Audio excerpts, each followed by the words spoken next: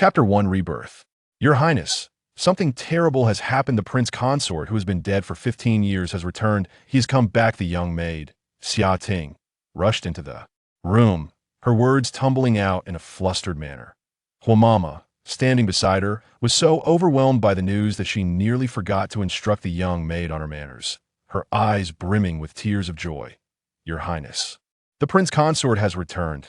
This is wonderful news. Your days of suffering are finally over. The clamor of voices was unbearable to Chu Lingyu, causing her head and body to ache, every fiber of her being in pain. What is all this noise? She was not dead yet. No, wait, it seems she had indeed died, or perhaps not. Suddenly, Chu Lingyu opened her captivating peach blossom eyes wide. She surveyed her surroundings. This was her Zhaohua courtyard. The prince consort had returned, which meant it was now the 17th year of Changyi. In a sudden rush, Chu Lingyu sprang to her feet. She had not perished. Just a moment ago, she had been in the mass grave, gasping for breath. Or was it that she had been reborn? A cacophony of thoughts buzzed in her mind, and a peculiar pain began to throb throughout her body. Her husband, her son, her daughter, old memories surged forth, and the simmering hatred within her heart churned violently, scorching her insides. Her husband, Zhou Taochuan, had evaded death for 15 years for the sake of his beloved, only to return home and bring that same beloved to her side to study her every gesture. In word point 5 years later, he, along with her children, had conspired against her, forcing her to drink a drugged potion, stripping away her skin to fashion a mask, which they then placed upon the beloved, allowing her to usurp Chu Lingyu's identity and enjoy the riches of this world. In the end, they had beaten her to death outside this very courtyard, casting her into the mass grave. The agony of having her skin peeled away had rendered her unconscious several times, only to be awakened by the stinging salt water. The heavy thuds of the clubs striking her were muffled, lacerating her flesh. Those filthy rags stuffed into her mouth turned her cries for help into repugnant gurgles. Swallowed back down in the 21st year of Changyi, she had closed her eyes in despair, engulfed in pain. Your Highness? Mama's urgent voice broke through Chu Lingyu's reverie. She swayed slightly, nearly losing her balance, cold sweat beading on her forehead. Xia Ting, thinking her previous thoughtless remarks had offended the princess, summoned her courage to amend her words. Your Highness, it is a joyous occasion. The prince consort has returned. A flicker of malice flashed in Chu Lingyu's eyes. A joyous occasion? Could it truly be so? She had returned to a time when it was still possible to salvage her fate. The pain and tears she had once endured would be repaid 1,000-fold in this life. A slow smile crept across her face. Mama, the young maids still need to be taught their manners. However, the shadow that flickered in her gaze caused Huamama to shudder involuntarily. Yes, I shall take them to learn their manners at once. Chu Lingyu narrowed her phoenix-like eyes and turned her attention back to Huamama, casually stating, the prince consort? My prince consort has been dead for 15 years. Where did this impostor come from?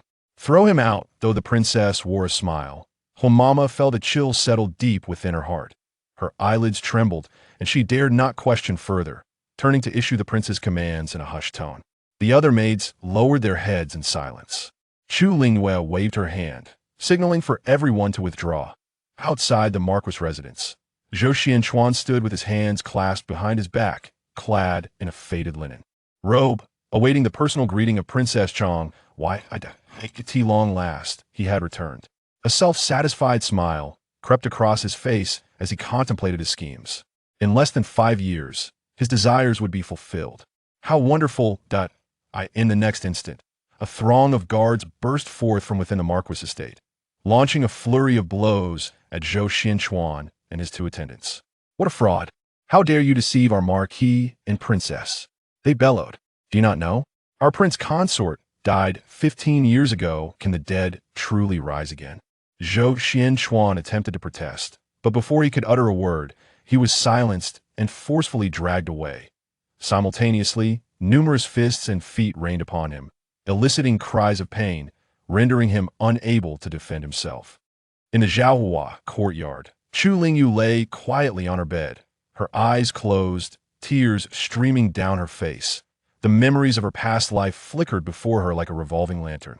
Chu Lingyu, as the eldest princess of the great Xia kingdom, had enjoyed a life of ease for the first 35 years. Cherished by her parents from a young age, she later wed the prince consort of her choosing. After marriage, they shared a loving bond, and within 5 years, she bore 2 sons and a daughter. At the age of 20, her husband was dispatched to the south to manage flood control, where he met a tragic end, leaving no trace behind. She became the youngest widow princess of the dynasty. Though she could have remarried, she chose to remain for the sake of her children and her bond with Zhou Taochuan. She dutifully honored her in-laws, raised her children, and managed the household. On her 35th birthday, her husband, who had been dead for 15 years, inexplicably returned to life. But unlike tales of old, he did not bring back a beloved woman to make her a concubine. Instead, he returned with a servant and a maid. Chu Lingyu believed her life had reached its zenith. Little did she know, this was merely the beginning of her tribulations. Zhou Taochuan claimed the maid had saved his life and sought no riches, merely desiring a stable household to live out her days. Grateful for the maid's life-saving assistance, Chu Lingyu kept her close, treating her not merely as a servant, but as a sister, providing for her every need. Over 3 years, her children devised various excuses to remove the capable guards around her.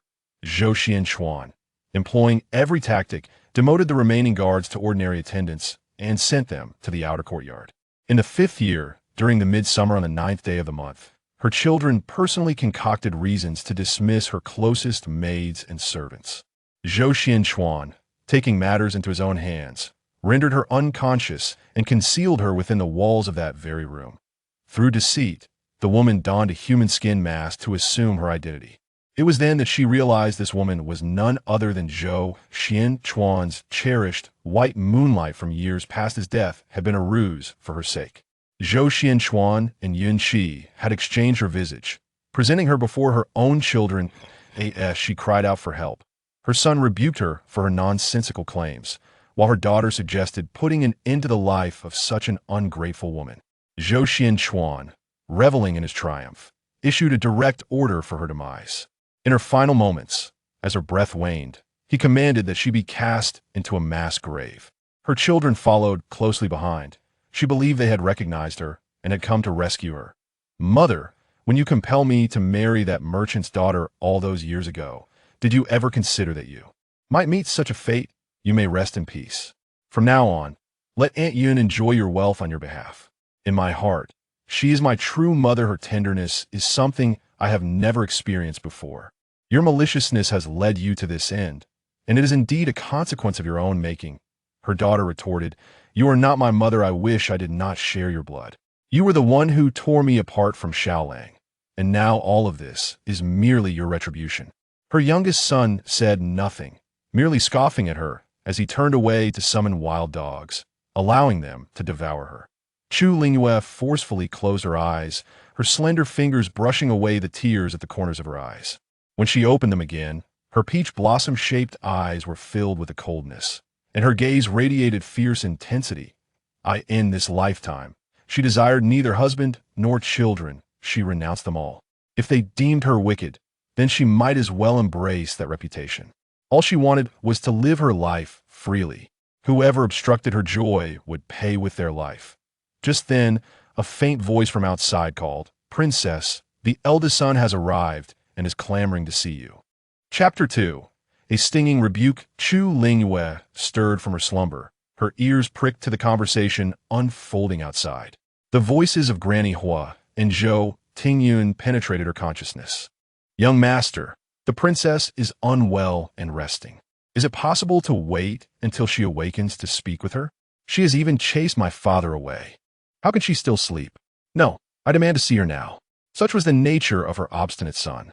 A series of loud knocks echoed against the door, escalating to impatient thuds as he began to batter the entrance.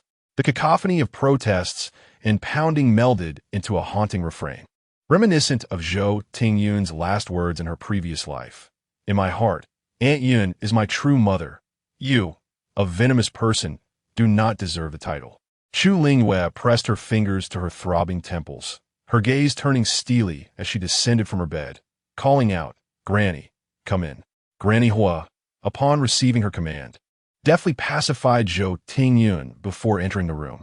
"Your Highness, the young master is merely anxious," she sighed softly, concerned that the young master might cause the princess heartache. The princess bore a heavy burden, sustaining the entire Marquis household alone over the years.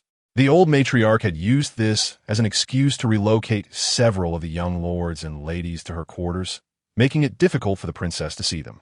Now that they had grown up, they had become distant. Chu Lingyu smiled faintly, a treacherous wolf. No need to pay him heed.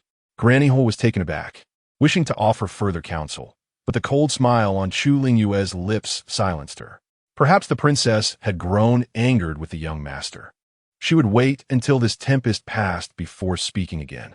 A quarter of an hour later, Zhou Tingyun confronted Chu Lingyu, his first words a sharp accusation.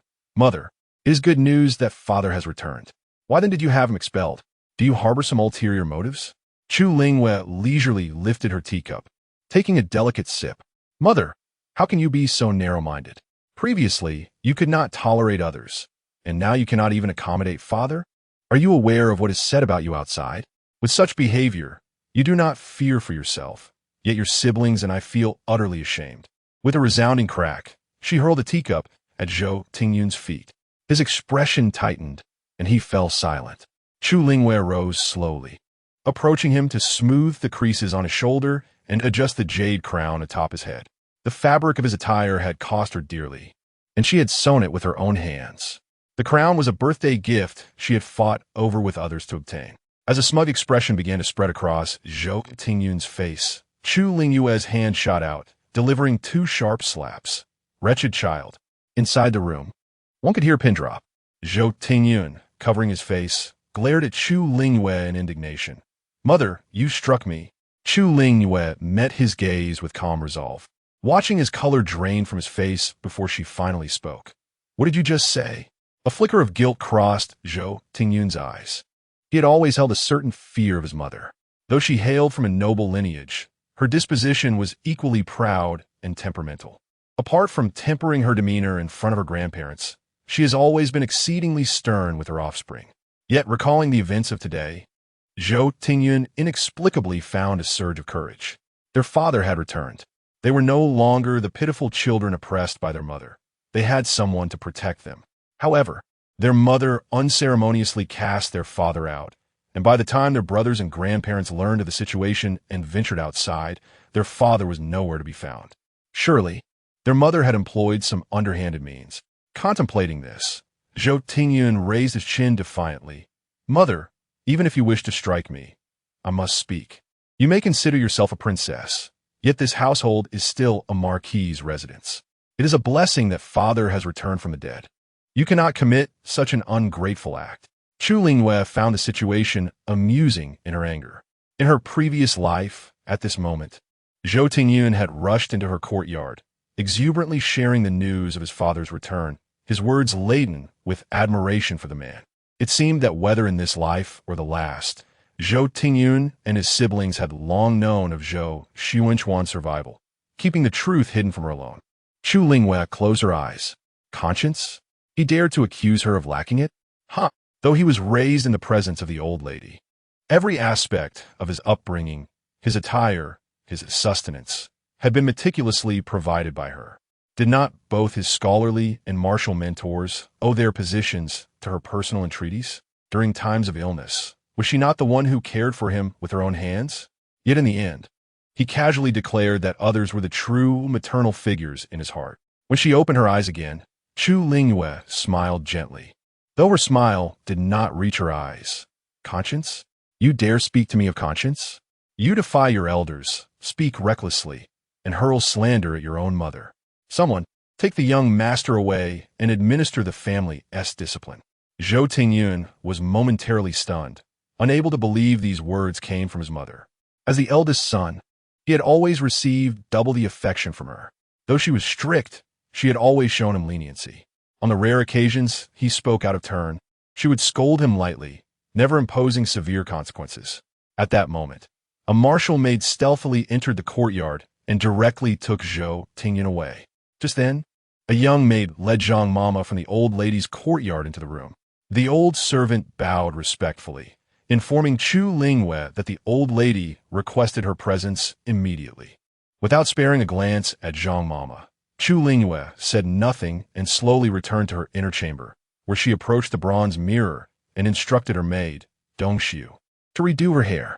Zhang Mama, having received orders from her mistress, felt anxious as she noticed the princess's indifference and feared incurring the old lady's wrath. So she hurriedly followed, unable to resist, urging, "Princess, the old lady is waiting." Hua Mama shot a sharp glance at her. Does Zhang Mama not understand the rules? Zhang Mama shrank back, silenced by the reprimand. Over the years, the servants have gained keen insight. Although the old marquis and the old madam can reprimand others in the presence of the princess, and the young masters and ladies may speak ill of her in private, none of the servants would dare to truly disrespect the princess, for such insolence would lead to a dire fate. It is no wonder that such a malicious individual exists. After another half hour, Chu Lingyu finally rose and made her way to the Soma courtyard. Upon arriving outside, she heard joyful laughter emanating from within. Chu Lingyu raised an eyebrow. Just as Granny Zhang was about to announce her presence, she was met with a cold glance from Chu Lingyu. "You may continue with your tasks. I shall enter on my own." Granny Zhang hesitated, her mouth opening and closing, but ultimately chose to withdraw. Chu Lingyu proceeded to the outer room. There were no maids guarding the curtain. The laughter within continued unabated, likely lost in their merriment, completely oblivious to her approach. She, after all, merely bore the title of princess. In her mother's presence, she remained dutiful. Over the years, when her mother forbade her from raising children, she complied. When her mother compelled her to labor and provide her dowry, she obediently acquiesced. Truly, her mother was the most formidable. Now that her elder brother had returned to the mansion, their lives would only improve further. "What nonsense is this? That is your sister-in-law." Though the old madam spoke lightly, her tone was dismissive, soon followed by laughter.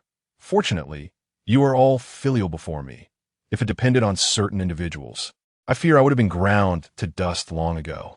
At the onset of her marriage, in a show of respect for her husband's family, Chu Lingyu chose to reside in the marquis's estate rather than her own, dutifully caring for her in-laws and younger sister-in-law. How foolish she had been to consider them as close kin, when in truth they viewed her merely as a source of wealth. Reflecting on her past life, after Zhou Taochuan returned to the household, the old madam, emboldened by her son's support, relentlessly tormented her, nearly seizing her dowry. When she later discovered her pregnancy, the old madam, citing her age, had the audacity to offer her miscarriage-inducing medicine disguised as a tonic, nearly causing her to bleed to death. At that time, she had been too naive to see through their schemes. A few sweet words from Zhou Taochuan were enough to quell her suspicions. Now Chu Lingyu signaled for a maid to lift the curtain and stepped inside, instructing the coarse servant she had brought along with a single word: "Smash." Chapter 3. The edict has arrived. The matrons burst into the room like ravenous wolves, immediately wreaking havoc as they smashed and shattered everything in sight. The atmosphere inside became chaotic in an instant. The elderly lady at the head of the table was taken aback, her face quickly darkening with anger. What is the meaning of this? Cease! Cease! What sort of display is this from the princess?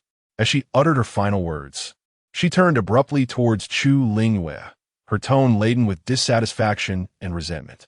Years of preferential treatment had caused her to entirely forget the identity of the woman before her, only recalling that she was her daughter-in-law. The women beside her, clad in yellow and plain garments, stared in astonishment, momentarily at a loss for words.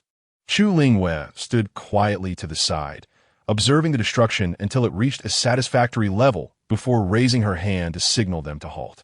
With a calm demeanor, she stated, "I've just heard someone speak ill of me. I am not one to curse, yet when anger arises within, it must be expressed." The elderly lady began to grasp the situation. It was indeed due to her overhearing those recent remarks that had stirred her indignation. She felt herself relax slightly. After all, there had been similar instances over the years. As long as she asserted her authority as the matriarch, this esteemed princess would ultimately yield. Those words had merely been jest. Why should the princess take them to heart?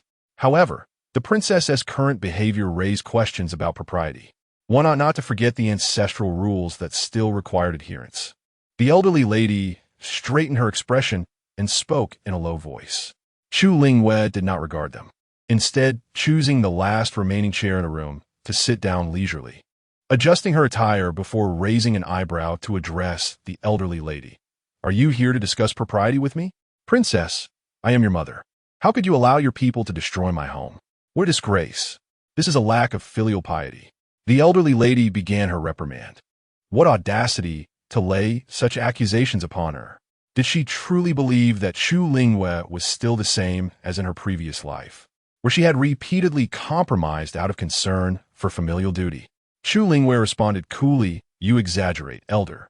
Since you wish to discuss rules, let us engage in a proper conversation. If you do not speak, I shall remind you that it is customary for you to pay your respects to me. Given your emphasis on decorum, I would not wish to disregard your wishes." Ji Chun, the maid, finally understood the princess's intent in asking for a mat.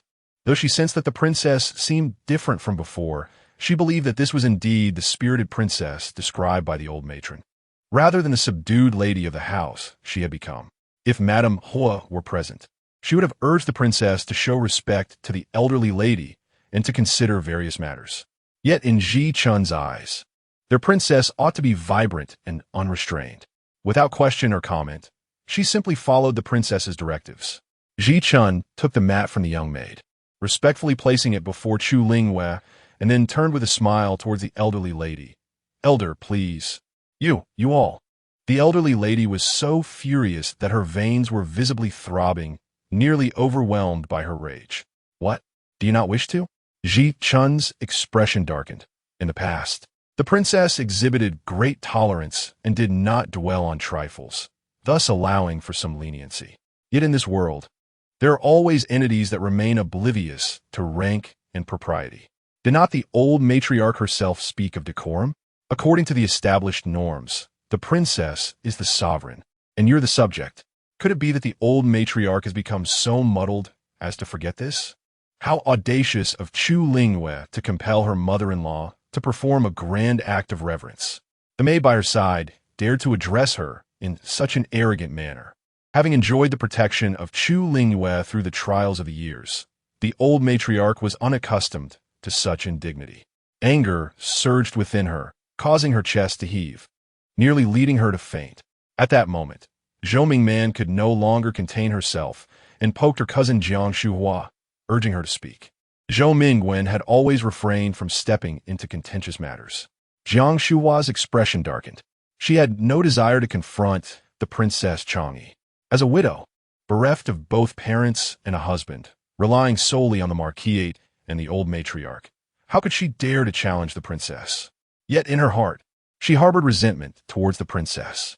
Originally named Jiang Yuehua, she had been forced to change her name after a careless remark from a wet nurse at the side of Princess Changyi, who had inadvertently offended the princess.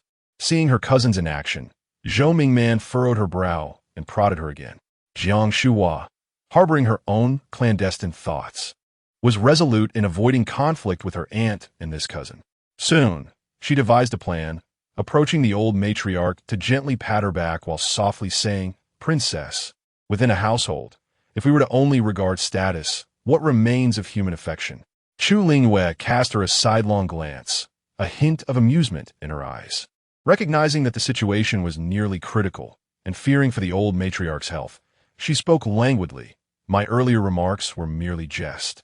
How could I truly expect the old matriarch to kneel before me?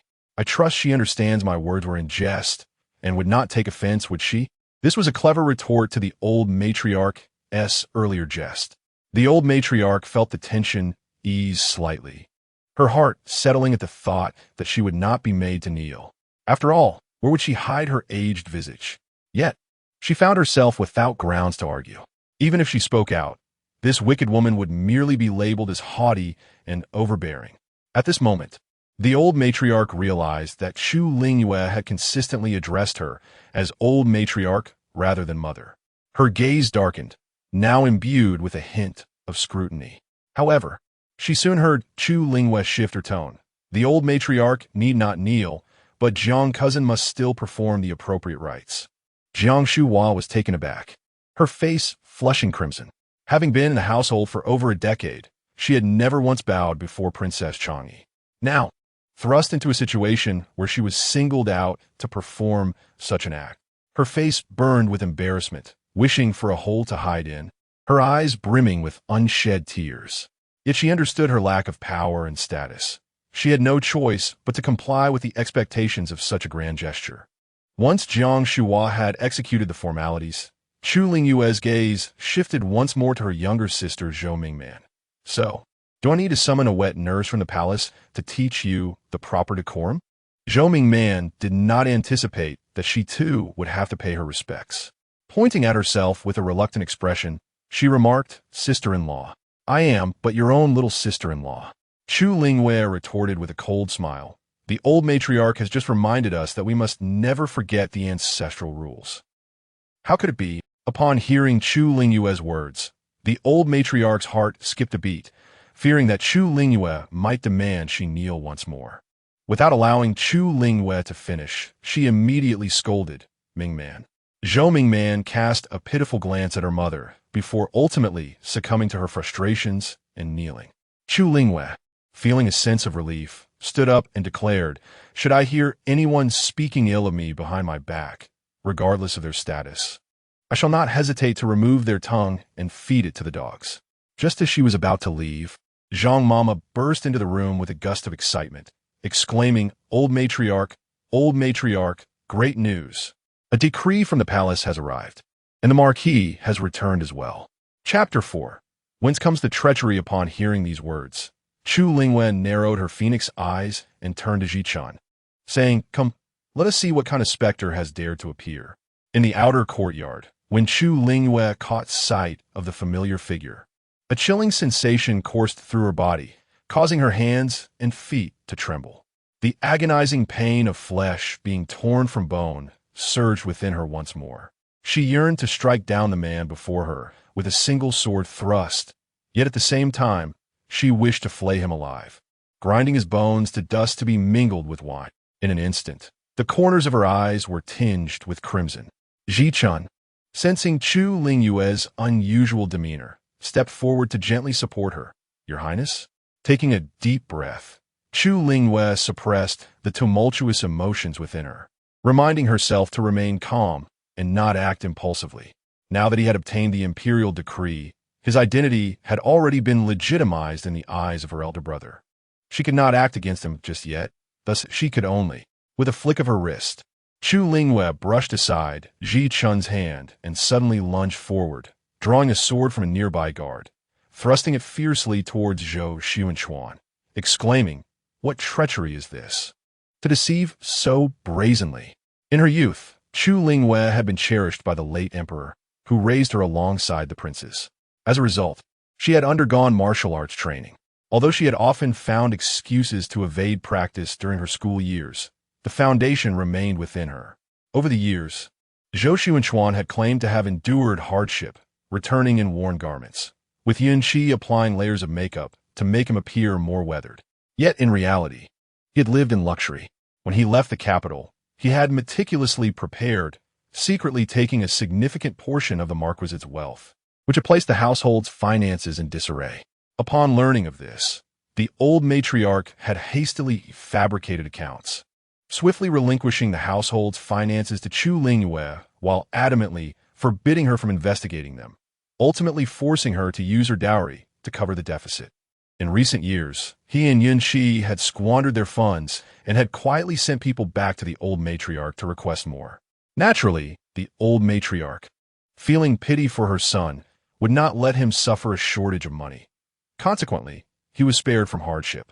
At this moment, as Chu Lingyu charged at him wielding the sword, he found himself unable to evade. A piercing scream echoed across the skies. Zhou Taochuan staggered back a few steps, bellowing, "Chu Lingyu." Everyone was taken aback by this sudden turn of events. Chu Lingyu, reversing her grip on the sword, pointed it at Zhou Taochuan, rebuking him, "Audacious rogue. Is my name one you dare to utter? Master Wu, what is the meaning of this? My consort met his demise 15 years ago, a matter well known to all.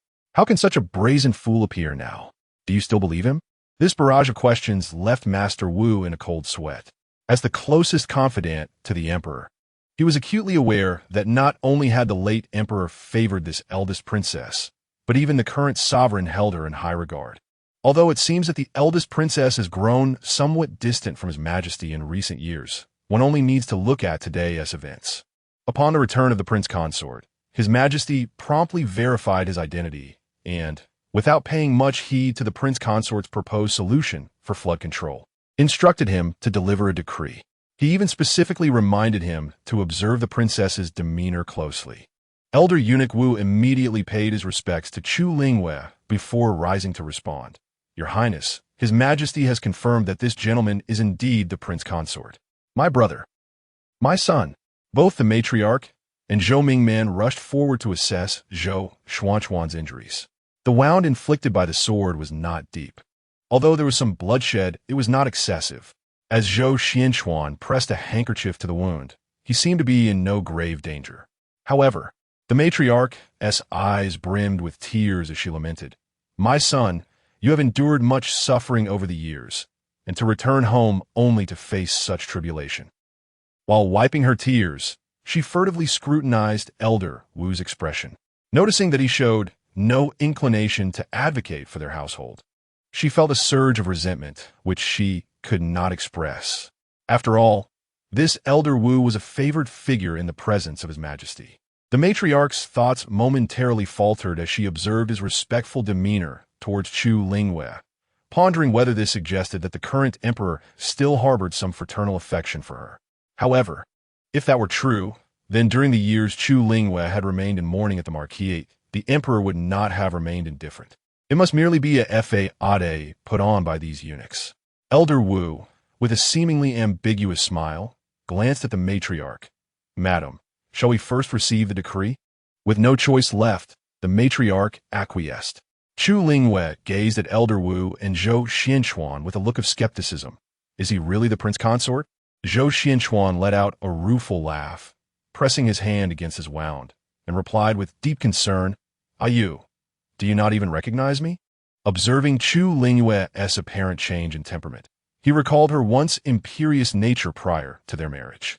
It was only after they wed, when he had coaxed and deceived her, that she had softened and devoted herself entirely to him, embodying the image he desired. Now, with more guidance, things could improve. Elder Wu quickly interjected, Your Highness, the prince consort is indeed genuine. I assure you with my life that His Majesty has personally verified it. As for past matters, the prince consort will explain them to you shortly. For now, may we announce this decree? Chu Lingyu's gaze lingered on Zhou Taochuan for quite a while, before she finally looked away, seemingly convinced. She discarded the sword and nodded, of course. Afterward, she turned and instructed Ji Chun to prepare for the decree's reception. Once she had completed these tasks, she approached Zhou Taochuan and hesitantly inquired, Is it truly you, my husband? Zhou Taochuan exhaled deeply and nodded repeatedly. Indeed, I am your husband. In an instant, the tension in Chu Lingyu's expression eased, revealing a bittersweet smile as she remarked, Marquis, I did not expect it to truly be you. I must sincerely apologize for my earlier behavior. After all these years, I thought you were merely a rogue. Marquis, is your injury serious? Upon receiving the imperial edict, we hastily summoned a physician to attend. It is all my fault. Yet, you have been somewhat heartless, abandoning us mother and child for so many years. As Chu Lingyu spoke, her head drooped, embodying profound sorrow. Zhou Taochuan quickly embraced her shoulders and softly offered his comfort. Yet his heart, once burdened, found relief. He had thought that the Princess Changyi had been under his control for many years, now a widow for over a decade, and it was only natural for her to rely increasingly on her husband. He had initially suspected some underlying issue, yet it seemed he had overthought the matter. Look, she had once again softened her demeanor and disposition. Although Zhou Taochuan did not harbor fondness for Chu Lingyu, he still relished the attentive gestures she displayed towards him. After all, Chu Lingyu was stunningly beautiful, her figure enchanting, akin to a peony in full bloom. However, he was not a shallow man. He was devoted to true love. At that moment, the incense table prepared to receive the imperial decree was elegantly arranged. Chu Lingyu seized the opportunity to subtly evade Zhou Taochuan's touch. The assembly knelt in reverence as eunuch Wu proclaimed the edict. By the grace of heaven, the emperor decreed, in recognition of your merits, I bestow upon you 100 taels of gold and 100 bolts of silk.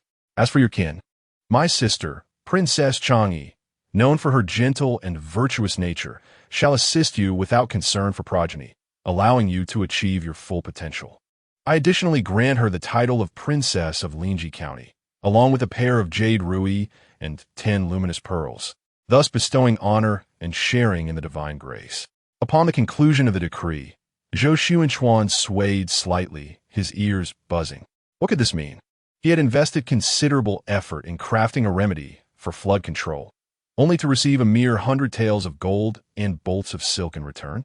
Chu Lingyu had done nothing, yet was granted a fief. Chapter 5. Receiving the imperial edict, the savior Chu Lingyu was utterly astonished. In her previous life, Zhou Taochuan had also presented a solution for flood control, but he had done so later, which earned him some favor in front of the emperor.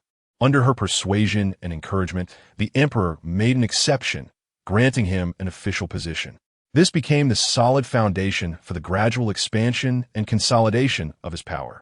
To her surprise, in this life, it was her expulsion of him from the palace that had prompted Zhou Taochuan to reveal his flood control strategy prematurely, inadvertently benefiting her. Chu Lingyu almost burst into laughter. The Lingyi region, abundant in fish and rice, was a land rich in resources, fiercely contested by her royal brothers during her father's reign. In those days, her father had even contemplated bestowing this territory upon her, but her mother had advised against it, fearing that it would draw too much attention to her. Now, unexpectedly, after all the twists and turns, it had ultimately fallen into her hands. This could indeed be regarded as yet another joyous event following her rebirth. Casting a glance at Zhou Taochuan, whose face was pale and incredulous, Chu Lingyu felt a surge of satisfaction as she gracefully expressed her gratitude and rose to receive the edict. Seeing the long princess's delight, eunuch Wu shared in her joy. However, noticing Zhou Taochuan's motionless, dazed demeanor, he raised an eyebrow. Prince Consort, is there something you find unsatisfactory about His Majesty's decree? Zhou Taochuan snapped back to reality, immediately kneeling to express his gratitude for the emperor's grace. Eunuch Wu chuckled, Lord Kajing, congratulations. When news of Zhou Taochuan's demise had reached Chu Lingyu, she had vehemently refused to accept it as truth, even going so far as to hold a funeral and establish a tomb for him.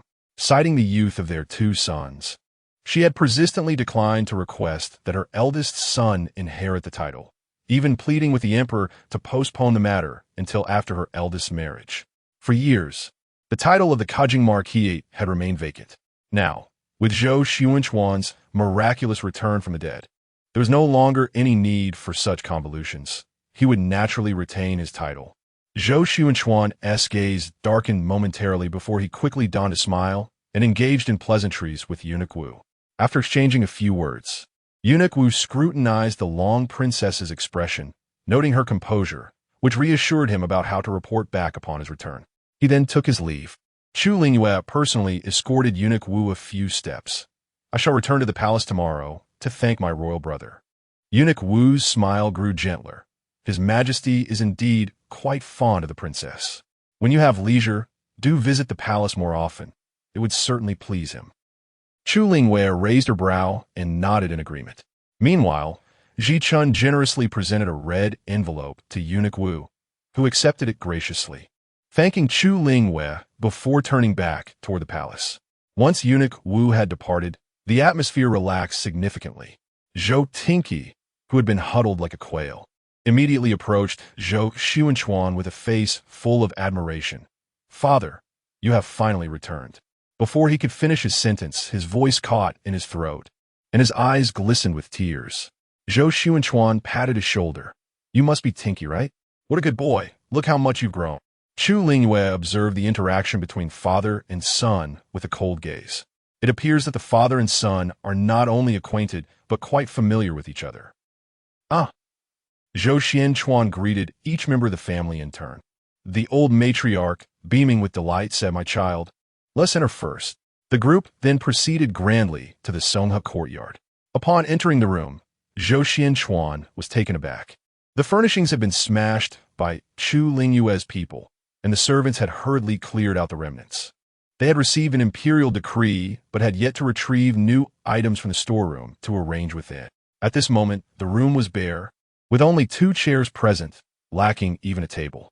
Unfazed, the old matriarch seated herself in the honored position and calmly remarked, "Since there are no chairs, let's all stand.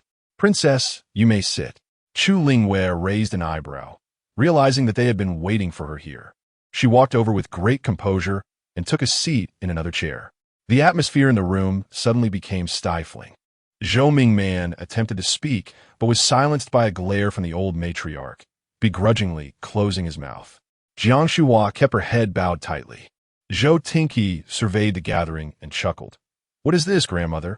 Are you planning to replace everything in this room? It's been cleared out so thoroughly. I recall that there were some rather unpleasant items in your quarters, many of which you cherished." The old matriarch dabbed her eyes with a handkerchief and sighed. "Alas, your mother did not approve of them, so they were all destroyed. I feared that perhaps something in my room offended her sight. Never mind, I am old now, and I shall not harbor such grievances. This simplicity is quite agreeable." Zhou Tingqi looked at Chu Lingyu in astonishment, incredulously exclaiming, "Mother, how can you do this? After all, grandmother is your elder, yet lacking the depth of experience that would come 5 years hence." A flicker of interest betrayed his true sentiments. Chu Lingyu observed everything intently and was about to speak when Zhou Taochuan, his face alight with anger, interjected, "You, is this how you conduct yourself as a daughter-in-law? What is the meaning of this? Even if my mother made some missteps, you cannot take advantage of your status to wreak havoc in her chamber." The old matriarch seized the opportunity, covering her mouth and weeping loudly. Even Zhou Mingman and Jiang Shuhua joined in, tears flowing profusely. The room was instantly filled with sorrowful cries, a truly pitiful scene. Chu Lingyu smiled gently, her voice barely above a whisper. "It seems I truly should not have damaged the room. Very well, perhaps I should just sever my tongue." Shurqing, no sooner had she spoken than a shadow, ghost-like, knelt before her. "Princess, your subordinate is here." Everyone was taken aback, but soon recognized this as the legendary Shadow Guard. Previously, Chu Lingyu had never revealed this Shadow Guard to the public. The onlookers pondered deeply. Chu Lingyu lightly gestured towards Zhou Mingman and Jiang Shuhua. "Let." The old matriarch could no longer contain her tears and exclaimed, "Princess, it should be smashed. This room should indeed be destroyed." Chu Lingyu chuckled softly. "Is that so? However, my husband has misunderstood me. Perhaps the old matriarch could clarify my position?" The old lady immediately interjected, "My child, this matter has nothing to do with the princess. It is entirely unrelated. Please do not blame her. It is solely the fault of the servants." The princess ought to be indignant. Despite her words, her countenance was undeniably displeasing. Chu Lingyu paid no heed to it. Instead, she smiled at Zhou Taochuan, saying, "Husband, you see, the old lady has declared that this matter bears no relation to me." At that moment, Zhou Taochuan discerned that the issue likely did not favor his mother, and with other matters occupying his mind, he had no desire to entangle himself with Chu Lingyu over this triviality. Reflecting on his earlier demeanor, Zhou Taochuan even offered an apology to Chu Lingyu. In the blink of an eye, the couple appeared to be as affectionate as they once were in their youth. This infuriated the old lady, who scolded her son for being ungrateful. As the atmosphere began to soften, Zhou Taochuan commanded the servants to swiftly rearrange the furniture from other rooms for immediate use. After a flurry of activity, they finally settled down. Zhou Taochuan gradually recounted the trials he had endured over the years. He narrated how he had been swept away by water, subsequently lost his memory, and faced numerous hardships. Life had been exceedingly difficult. After painstakingly regaining his memories, he found himself without the means to return to the capital, forcing him to earn money while traversing and documenting the landscapes of various locales. After a year, he had at last returned to the capital. His words echoed the narrative of his previous existence, likely rehearsed in his mind countless times. Chu Lingyu listened intently, at times dabbing her eyes with a handkerchief, exuding an air of profound sympathy. Observing her, Zhou Taochuan felt a pang of guilt, questioning whether it was truly right to deceive such a devoted woman who harbored only thoughts of him. Yet, recalling Yun Qi waiting outside, he suppressed these thoughts.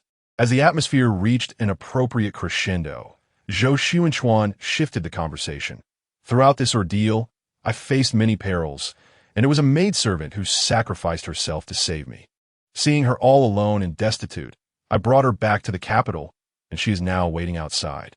Chapter 6. Tao Yao and Jianjia. As Zhou Taochuan's words fell, a profound silence enveloped the room.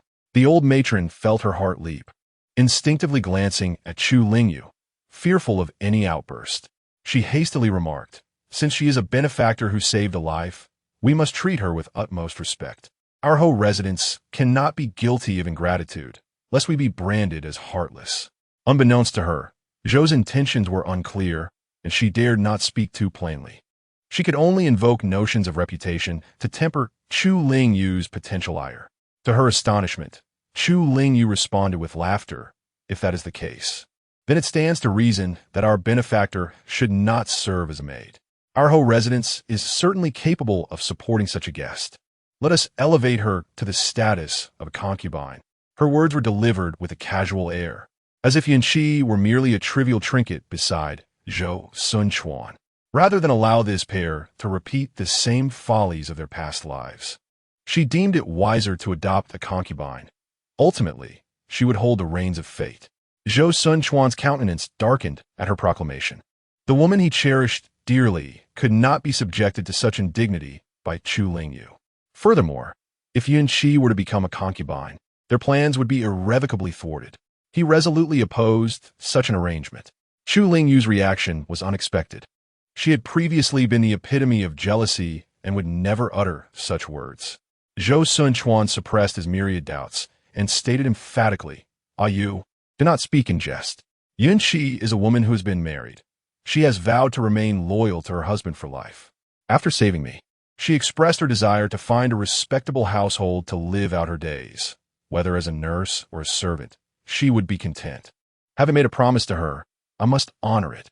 Was he crafting excuses for Yun Qi, even at the risk of incurring reproach? How ruthless indeed. Chu Lingyu smiled knowingly. "What then is your intention, my lord?"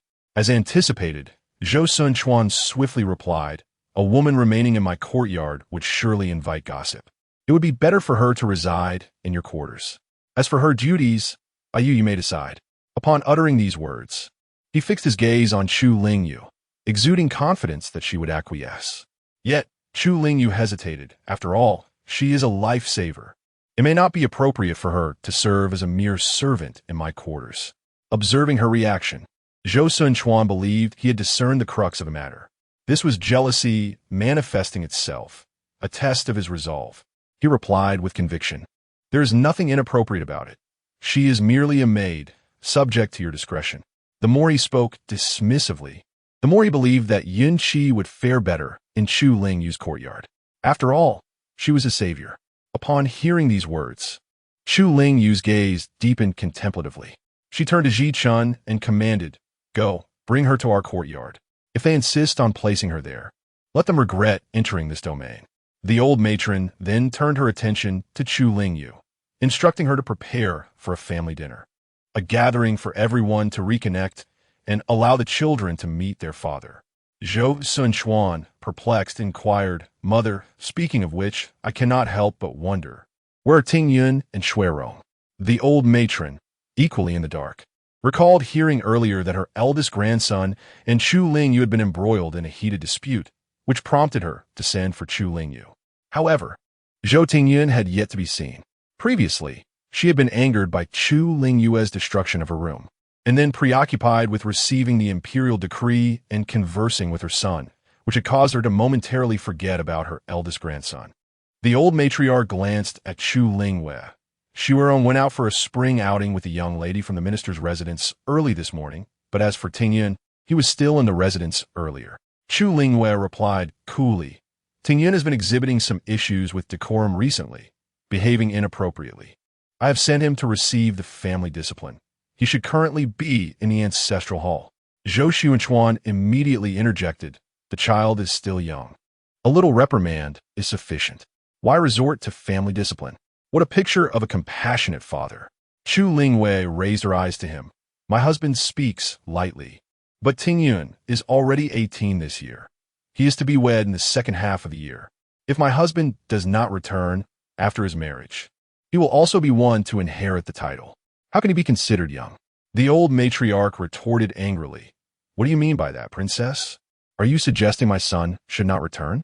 Chu Lingyu raised an eyebrow, quietly gazing at Zhou Taochuan. What do you say, my lord? Is that what I imply? Zhou Taochuan, harboring his own calculations, dared not offend Chu Lingyu and thus naturally leaned toward her in this trivial matter, offering a few words in her favor. The old matriarch, taken aback that her son would side with this woman upon his return, became even more incensed, her expression darkening. Chu Lingyu relished their internal strife. Having thoroughly enjoyed the spectacle, she stood up. There is no need for the old matriarch to be angry. For my husband's sake, let that rebellious child be released during the evening banquet. My husband and the old matriarch surely have much to discuss. I shall go to the kitchen and see to the preparations for the feast. With that, without waiting for a response, she gracefully exited the room.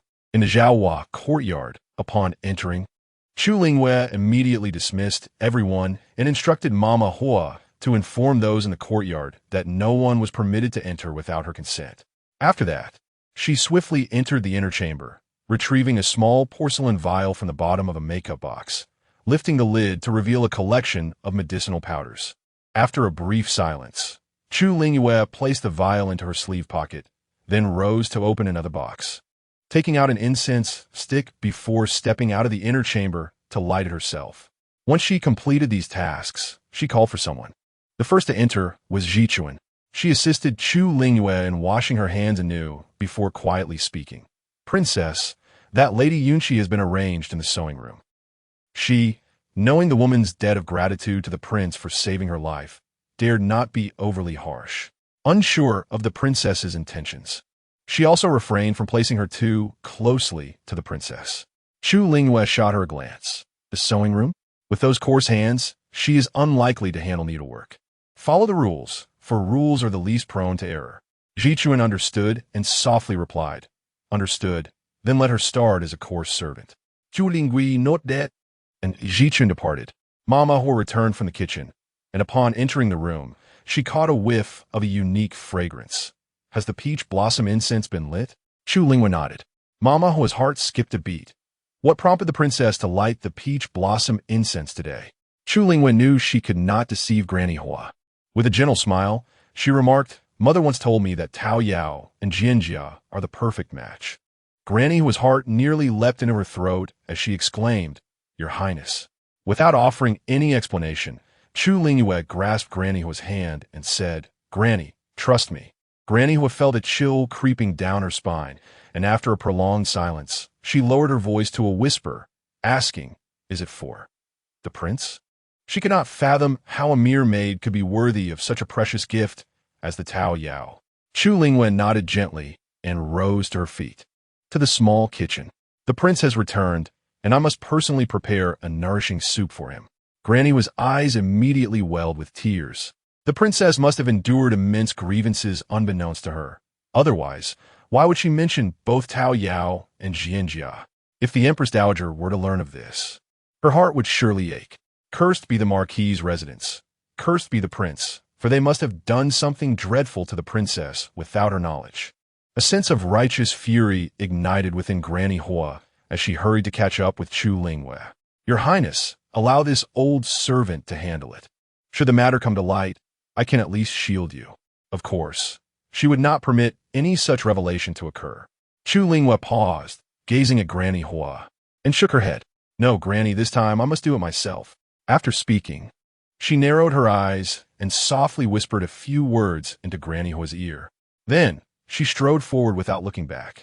Granny Hua signaled for the others to follow her. But she herself limped away in another direction, unable to suppress the tears that escaped from the corners of her eyes. It was her failure to protect the Empress Dowager. her inability to safeguard the princess.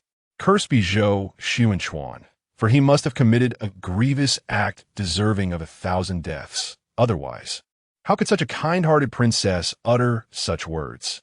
How could she possibly invoke the names of Jianjia and Tao Yao? Chapter 7. The soup even dogs would refuse to drink in the past. When Chu Lingyu got married, the empress secretly bestowed upon her two seemingly unrelated substances, Tao Yao and Jianjia, which, when combined, served as a silent yet excruciatingly potent poison. Used alone, however, they posed no harm to the body and even offered restorative benefits. The empress had held her hand and softly advised her that if she never had to use them, it would be for the best. Yet if the day ever came when they were needed, she should not show mercy. A faint smile graced Chu Lingyu's lips. Since she had uncovered the truth in her previous life, she had resolved never to be soft-hearted again. In her past existence, she had been blissfully unaware, while they employed ruthless tactics, denying her any chance to react. This time, it was her turn to take control. In the small kitchen, Chu Lingyu had only summoned Ji Chun to serve her, sending everyone else away. She instructed Ji Chun to prepare the soup. Just as Ji Chun was about to fetch the old hen that had been prepared earlier, Chu Lingyu halted her. Before long, Granny Hua hurried into the kitchen with a package in hand. "Princess, we found something." Without glancing at her, Chu Lingyu instructed Granny Hua to hand the package to Ji Chun. "Use this for the soup." As Ji Chun opened the package, her gaze sharpened. It contained a set of bones, devoid of any meat, and the bite marks on them bore a striking resemblance to those left by the princess's beloved pet, Na Fu. Catching a glimpse of Granny Hua's shoes, she noticed the telltale red mud, only found near the dog kennel. Ji Chun remained silent, meticulously cleaning the bones. At that moment, Chu Lingyu, sipping her silver ear soup, spoke again. "From now on, use these bones for the soup meant for the prince." In her previous life, they had subjected her to the agony of being devoured by wild dogs. This time, let Zhou Taochuan taste the remnants of bones gnawed by dogs. Ji Chun's hand trembled, causing the last unwashed bone to tumble into the soup. She blinked slowly and softly replied, "Understood." Since it had already fallen in, so be it. After finishing a bowl of soup and indulging in a few pastries, Chu Lingyu, attended by Granny Hua, washed her hands and glanced at the soup. "That should suffice. Serve it now." Ji Chun gazed at the bubbling broth, realizing it still needed some time. However, whatever the princess commanded must be obeyed. Ji Chun dutifully carried the soup, following Chu Lingyu back. As they walked, Chu Lingyu instructed someone to summon Zhou Taochuan, while she returned to her chamber. Upon entering, Granny Hua took the initiative to send everyone else away. Chu Lingyu emotionlessly retrieved the jianjia from her sleeve and sprinkled it into the soup. Within the room, the fragrance of Tao Yao seemed to intensify. 15 minutes later, Zhou Taochuan hurried into the courtyard. At Granny Hua's gesture, all the maids silently withdrew. As Zhou Taochuan entered, he found Chu Lingyu ladling the soup herself. When she heard his voice and looked up, a smile played at the corners of her lips. "Has my husband arrived? Come, taste this soup I have personally simmered for over an hour. It still retains the flavor of yesteryears. Back when we first married." Upon hearing his seemingly casual remark about wanting to savor the soup cooked by me, Chu Lingyu took it upon herself to prepare it. Astonishingly, after all these years, she has not forgotten. At this moment, a rare pang of guilt welled up in Zhou Taochuan's heart for Chu Lingyu. But more so, he felt a sense of pride. Even after so long, she still shows him such kindness. Without a hint of doubt, Zhou Taochuan eagerly lifted the soup, tested its warmth, and drank it in a few swift gulps. Upon finishing, he praised, "The bone broth made by you is indeed becoming increasingly delicious. Look, men and dogs share the same tastes."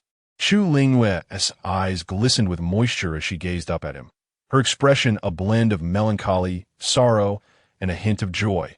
"Even though my husband has departed, I have continuously brewed this soup over the years." Zhou Taochuan found himself stirred by the emotions reflected in her eyes.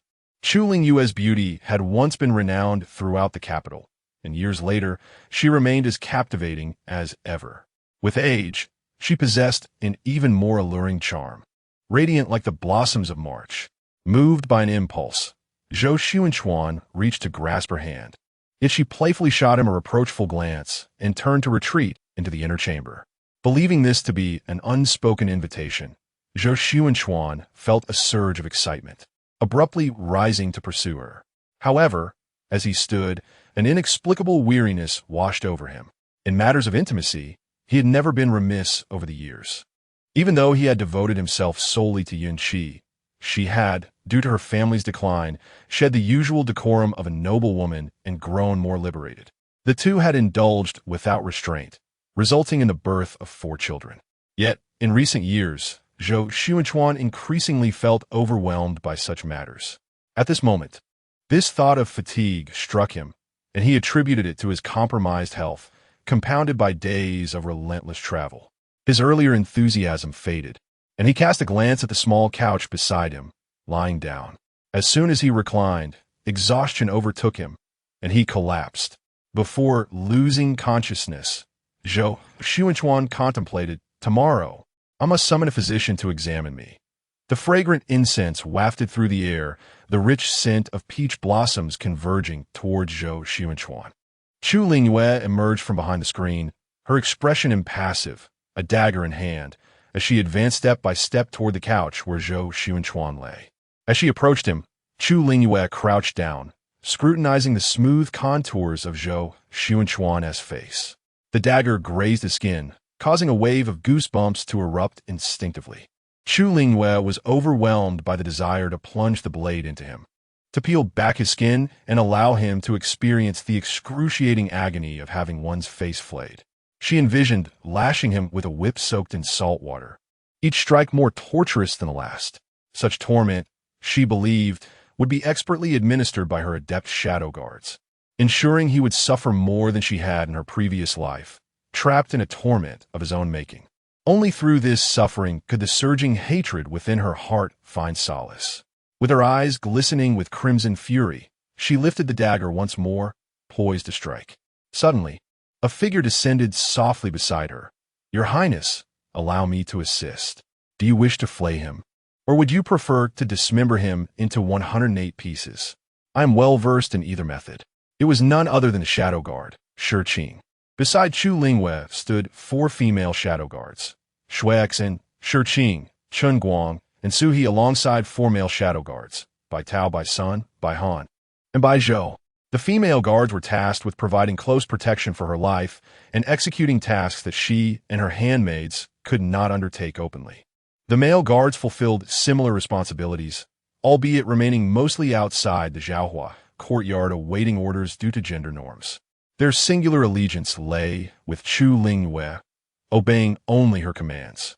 In her previous life, had she not shown leniency, succumbing to the manipulations of a few nefarious individuals and Zhou Taochuan, allowing her shadow guards to be dispatched, she would not have faced such a dire fate. It was her own folly. Shi-Qing's voice halted Chu Lingyu's movements, abruptly bringing her back to her senses. She cast a glance at Shi-Qing and commanded, "Tear open his clothing." With obedience, Shi-Qing complied. Chu Lingyu plunged her dagger forcefully into Zhou Taochuan's existing wound, twisting it with a sinister smile. As sweat beaded on his brow, even in slumber, blood gushed forth. Only then did Chu Lingyu withdraw the dagger, casually discarding it onto the ground. "Clean this up," she ordered. "Understood," replied Shi-Qing. Chapter 8. Dreams and Family Banquet. Even though Chu Lingyu longed to dismember Zhou Taochuan at this moment, allowing him to die so easily would be too lenient and a waste of her own efforts. Additionally, it could incite unnecessary troubles. Although her elder brother's attitude towards her in this life seemed different from the previous one, Zhou Taochuan remained a lord bestowed by the court. His miraculous revival only to meet a tragic end upon returning home would not sit well publicly. Thus, she decided to bide her time. She would let him experience the bitter taste of suffering, to feel the warmth and coldness of human emotions, before sending him off to the afterlife. Zhou Taochuan was plagued by an uneasy slumber. In his dreams, a woman sat before his bed, seemingly Yunqi.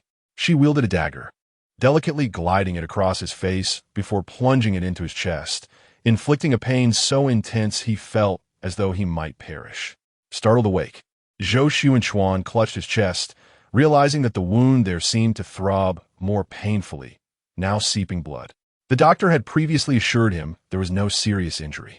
Furrowing his brow, he cast a dubious glance at Chu Lingyu, who was gazing at him dreamily from not far away. The beauty before him instantly eased his heart. What absurd dreams was he having? How could Yunqi ever harm him? While he could believe that Chu Lingyu might have some motive, the sight of her adoring smile dispelled any such thoughts. Is my husband awake? Chu Lingyu holding up as Zhou Taochuan beheld her exquisite visage magnified before him. Filled with affection, the stirrings of emotion he had felt earlier resurfaced. He slowly reached out a hand to caress Chu Lingyu's face, only to be met with a surge of discomfort in his chest. At that moment, a voice called from outside. "Princess, has the prince consort awakened? The family banquet is about to commence." Chu Lingyu straightened her posture and called for the person to enter, adding, "Earlier, it seemed my husband had a nightmare, and the wound reopened. I had someone redress it for you." Zhou Taochuan's hand, once poised in midair, froze and awkwardly fell back. It dawned on him that the sky outside had darkened. What time was it? Why hadn't he been awakened? His tone carried a hint of reproach. With a gentle smile, Chu Lingyu replied, "Seeing you sleep so soundly, I thought it best to let you rest a while longer. The banquet has just begun. It hasn't been delayed." Indeed, it had not been delayed. Yet, since his arrival at the manor, he had not yet visited Yunqi, fearing she might overthink the situation. Casting a glance at Chu Lingyu, Zhou Taochuan rose, stating, "I shall return to my courtyard to change before joining you. You may go ahead." Chu Lingyu, understanding, nodded with a smile. Once Zhou Taochuan's figure faded from view, her smile turned to ice as she commanded, "Ji Chun, dispose of these items." She delicately pointed towards the small couch and the various belongings Zhou Taochuan had used, her voice cold as she instructed, "Replace everything and burn it." It's ominous. Ji Chun lowered her head deeply. She was perplexed as to how the princess, who had just moments ago been so affectionate with the prince consort, could so swiftly, so abruptly. She dared not inquire further, yet she understood that this matter required not only her own silence, but also a discreet resolution. The voice of Chu Lingyu echoed again. "Do not let anyone find out." Ji Chun grasped the gravity of the situation and replied softly, "Your Highness, I have offended." With that, she calmly seized the teapot from the table and poured its contents onto the small couch, subsequently overturning the table. After completing these actions, she cast a fearful glance at Chu Lingyu. "Your Highness, I shall have someone come to tidy up." A glimmer of amusement flickered in Chu Lingyu's eyes as she nodded and retreated into her inner chamber. There was no need to arrive too early for the family banquet. Ji Chun exhaled in relief, summoning the maids and servants to enter the room, carefully rearranging most of the items within. Seeing this, Qiu-chan approached to grasp Ji Chun's hand, whispering, "What has happened to the princess? Why has she suddenly lost her temper? Did you provoke her?" Ji Chun discreetly tucked her hand into her sleeve, replying coolly, "The thoughts of our mistress are beyond our comprehension. You should speak less." After saying this, she turned and departed. Qiu-chan's curious nature needed to be tempered by old Madame Hua. She had been overly inquisitive about their mistress's affairs lately. Xia Ting, too, had been excessively boisterous and was currently being punished, so she would not be returning anytime soon. For now, only Dong Su remained with her. Ji Chun steeled herself, contemplating that these matters must be communicated to the matron. With the prince consort's return to the residence, coupled with that lady Yunqi, although the prince consort insisted she was merely a maid, the princess's demeanor suggested otherwise. One must remain vigilant. With just a few of them, they might find themselves short-handed. Yet, the princess detested having too many people around and was increasingly reluctant to allow anyone into her quarters. Alas, as the hour approached, Chu Lingyu called for Ji Chun and Dong Su to attend to her. These two maids had always been fiercely loyal. In her past life, they had devoted themselves entirely to her. Yet she had chosen to believe Zhou Tingyun's words that Ji Chun had been seeking to seduce him, resulting in her sending Ji Chun away to the countryside. Later, she heard that Zhou Tingyun had sought her out at the estate several times, and ultimately, she had met an untimely demise by jumping into the river. In her previous life, She had perceived the maid's intentions as insincere and had never suspected her son. Upon hearing the news, she had been indifferent, merely waving her hand to have silver sent to Ji Chun's family. As for Dong Su, she had been taken away by Zhou Taochuan, who had become infatuated with her. Not long after, it was reported that Zhou Taochuan had encountered a runaway horse in the street, and Dong Su had shielded her mistress, tragically meeting her end on the thoroughfare. Though she had felt sorrow at the time, it had been overshadowed by relief that her daughter Zhou Taochuan was unharmed. She had intended to send more silver to Dong Su's family, only to discover that Dong Su had been taken in by her when she was just a child. Until later, when she found herself trapped within her quarters and brutally killed, she reflected and was filled with regret, wishing she could slap herself awake. Now, given a second chance at life, she vowed to protect these devoted maids with utmost diligence. Let us proceed to the front courtyard. Ji Chun looked at the princess with surprise. Your Highness, the family banquet has commenced, and they are awaiting your presence. The prince consort has inquired several times. Chu Lingyu did not even lift her eyelids. Then let them wait. In the front courtyard, at the entrance of the residence, just as they arrived, they saw the elderly princess Anfu disembarking from her carriage. A smile graced Chu Lingyu's face as she hurried forward. Aunt, you have arrived. The elderly princess Anfu scrutinized her with concern. Isn't Sun Quan back? Why do you appear unwell? Chu Lingyu stepped forward to support her. I am perfectly fine, truly. I'm grateful to you, and for coming at this time. In her youth, the elderly Princess Anfu was a close confidant of the Empress, and having both entered the royal family together, she remained steadfastly by the Empress's side, especially as the Anfu prince was a man of integrity. Hence, she had cherished Chu Lingyu since her childhood. In her previous life, once the news of Zhou Sun Chuan's return spread, Yun Shi, grateful for Zhou Sun Chuan's life-saving grace, became a favored attendant by her side. The elderly Princess Anfu had even privately advised her to be cautious of Yun Shi. She, considering herself a princess, thought little of Yun Shi's intentions, dismissing them as merely aspirations to become a concubine. Yet within a mere 2 years, the elderly princess passed away. 2 days prior to her departure, she had summoned Chu Lingyu before her, tenderly advising her to live a long and joyful life. Regrettably, she failed to honor the elderly woman's heartfelt wishes, for within 2 years of her passing, Chu Lingyu herself met her demise. Reflecting upon this, Chu Lingyu felt her eyes moisten. The elderly princess Anfu gently tapped her head with a smile. Speak, is there something you require my support for? Chapter 9. Is this the custom of the Marquis residence? Chu Lingyu looked at the old Princess Anfu with a smile, saying, How could that be? It is merely a great joy that the prince has returned home after 15 years.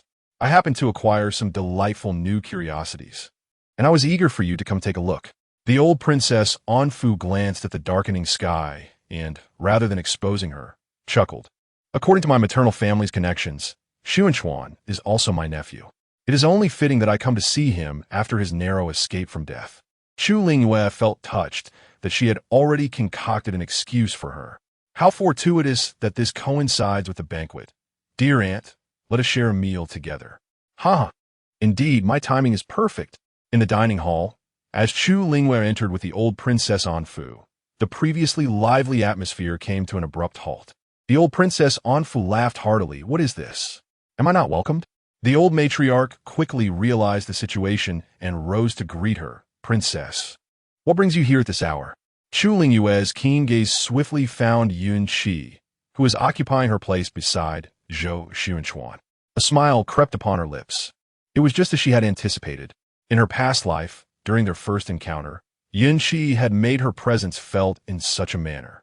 Due to her late arrival in arranging the family banquet, Yun Shi had taken her seat. At that time, she had been irked, and Zhou Xuanchuan, the old matriarch, and their children had all scolded her for her lack of understanding, claiming Yun Shi was Zhou Xuanchuan's savior. The old matriarch had further asserted that it was she who had summoned Yun Shi. Despite her being merely a maid, she was still the benefactor of her son and deserved utmost respect. In front of everyone, she had berated her.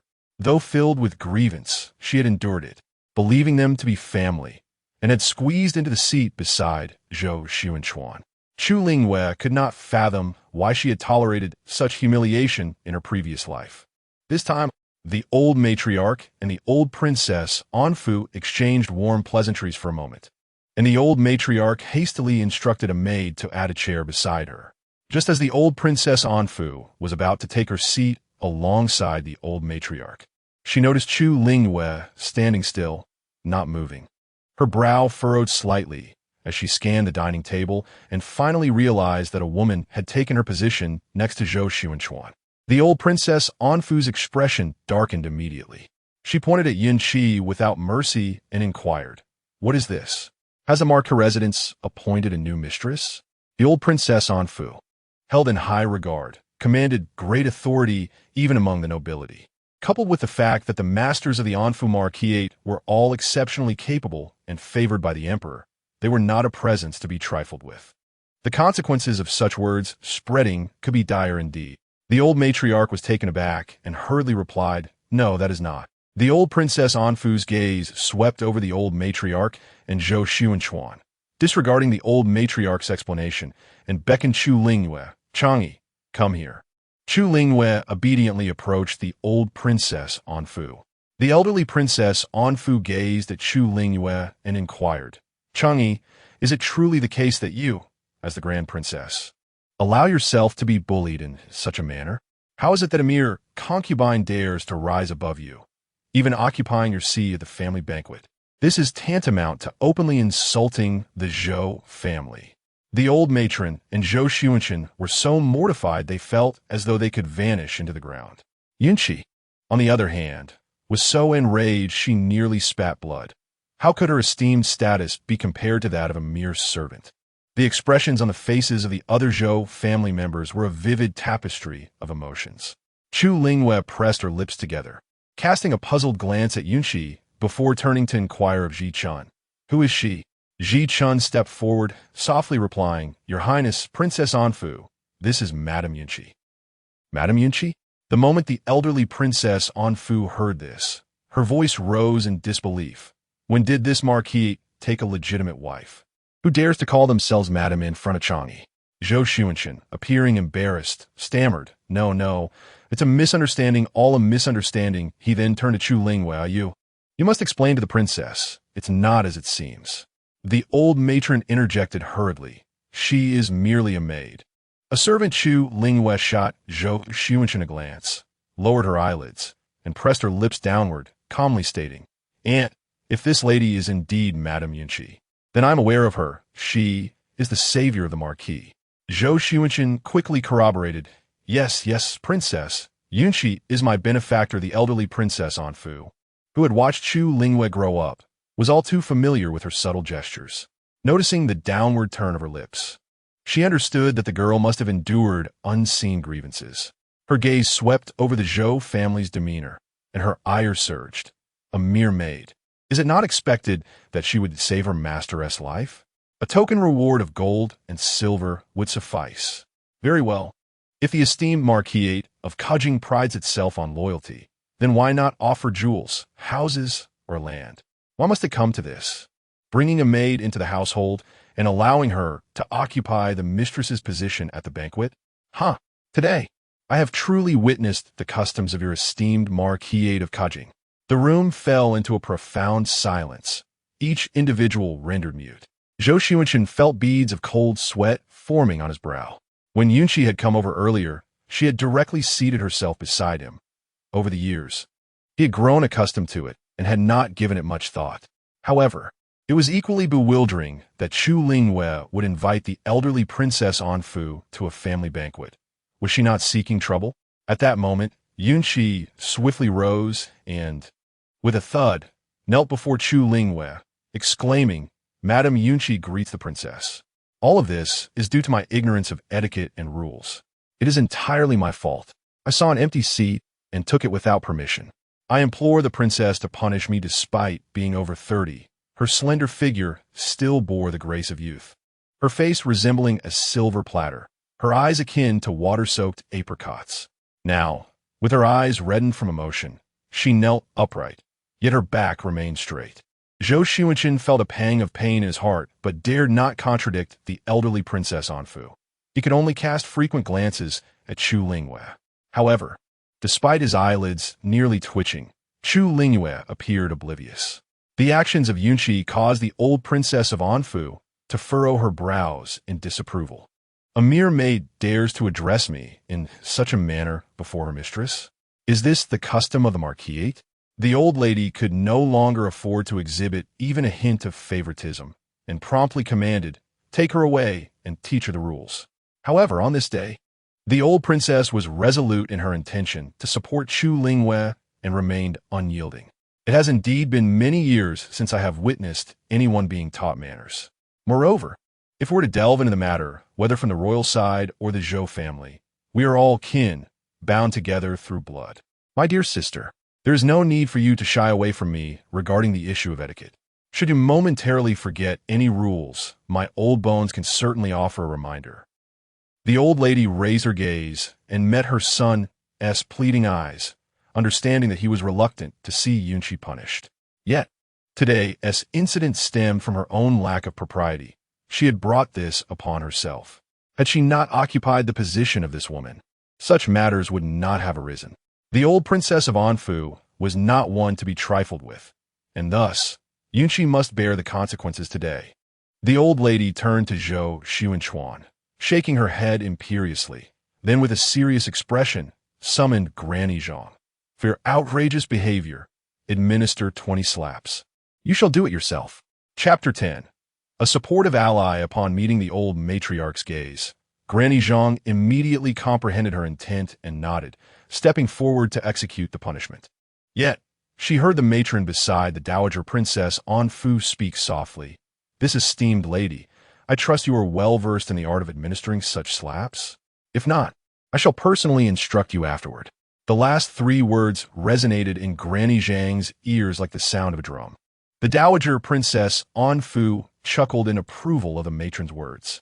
Granny Zhang felt a tightening in her heart, realizing she was being threatened. Should she fail to genuinely strike, it might well be her who would bear the brunt of the punishment later. Hence, she dared not utter a word, and when she struck Yunqi, she did so with considerable force. After all, it was better to inflict pain on others than to suffer oneself. As for the old matriarch, surely she would not jeopardize their bond over a mere maid. The resounding slaps echoed through the room. After merely a few blows, Yunqi's delicate face swelled dramatically. She felt a burning pain across her cheeks, never expecting that on her very first day in the household, she would endure such public humiliation. Biting her lip, her almond-shaped eyes brimmed with tears, seemingly pouring forth endless grievances as she glanced furtively at Zhou Taochuan. Unbeknownst to her, her pitiful appearance struck Zhou Taochuan as akin to a weeping sow, causing him to shudder and avert his gaze. Yunqi, having noticed Zhou Taochuan's reaction, ground her silver teeth in frustration. What of his declarations of love and promises not to let her suffer? Bah! Such words from men were utterly untrustworthy. Lowering her eyes, she resolutely vowed that one day she would seize the opportunity to knock out Chu Lingyu's tooth in retribution for today's indignities. After 20 resounding slaps, the Dowager Princess Anfu felt somewhat relieved and waved her hand, signaling that the matter was settled. The old matriarch hastily ordered for Yunqi to be taken away. Chu Lingyu gently suggested, "The food has grown cold, and why not join the old matriarch in the adjoining room for a cup of tea? I shall have the kitchen prepare fresh, warm dishes for us to enjoy a lively reunion meal." The Dowager Princess Anfu naturally acquiesced with a smile, while the old matriarch forced a smile and departed with her. No sooner had they left than Zhou Taochuan turned his ire towards Chu Lingyu. Mother wields her power with great skill. With father returning today, you have flaunted your authority twice, once against me and once against Aunt Yin. His seat, cushioned with thick cotton, still left him sore. The family discipline, executed with the utmost rigor by his mother's capable guards, had been devoid of any leniency, delivering genuine punishment. Additionally, he had been made to kneel in the ancestral hall for an entire afternoon. Zhou Taochuan, now not only in pain in his backside but also in his knees, felt his resentment swell. In the past, Every matter in the household had been dictated by his mother alone. Now that his father was back, he could hardly believe his mother would maintain such dominance. Moreover, the mother's invitation to the old princess en fou to the manor was evidently made without informing the father, and she even punished Aunt Yun. He was curious to see how his mother would resolve this situation. The gleam of malicious delight in Zhou Taochuan's eyes did not escape Chu Lingyu's notice. Mother? Huh. The term mother felt like honey laced with poison. In her past life, it was these very words that lulled her into ignoring the obvious anomalies, leading her step by step toward the abyss. Chu Lingyu cast a cold glance at Zhou Taochuan's face, preparing to speak, but the voices of others began to rise in succession. Zhou Taochuan inquired, "What is wrong with mother? Father just returned to the manor today. How could she slap him in the face like this? Aunt Yun is father's savior. Surely mother isn't jealous?" As she spoke, she delicately covered her mouth, feigning innocence. Zhou Taochuan added, "Mother, what is the purpose of this? Aunt Yun is merely a servant. Why must you act so?" Your loud commotion, along with the presence of the old princess Anfu, reflects poorly on your character. Aunt Yun. Yun Qi. She could still distinguish between them. It seemed everyone was quite familiar with Yun Qi. This could only imply that, unbeknownst to her, these ingrates had met Zhou Taochuan and Yun Qi numerous times. Otherwise, they wouldn't refer to her so casually. No wonder they supported Yun Qi and spoke on Zhou Taochuan's behalf upon their first meeting in her past life. How foolish she had been, blind to these discrepancies. Chu Lingyu said nothing, merely gazing calmly at Zhou Taochuan. "What do you say, Lord?" Zhou Taochuan sighed heavily. I never anticipated that your jealousy would grow so pronounced. For the sake of a mere maid, you even summoned the old princess Anfu. Zhou Taochuan, Zhou Taochuan, and Zhou Taochuan exchanged glances, a flicker of excitement passing between them as they realized Zhou Taochuan was indeed reprimanding their mother. They spoke up once more. "Mother, your actions display such ingratitude. If this matter were to spread, how would we maintain our dignity? You are using your status to humiliate father's benefactor. Mother, at this rate, I'll be too ashamed to face anyone." Their mother had always been this way, never considering others, which was truly disheartening. Chu Lingyu maintained a calm demeanor, observing them for a moment before a slow smile crept across her lips. Just then, a furious voice rang out. Well, today I have learned how the Zhou family routinely humiliates our royal princess." It was none other than the old princess Anfu returning. Beside her stood an elderly lady with an ashen face. The old princess Anfu, her face flushed with anger, pointed an accusing finger at Zhou Taochuan and shouted, "You, Zhou Taochuan." After 15 years away, it was Changyi who tirelessly supported the marquisate.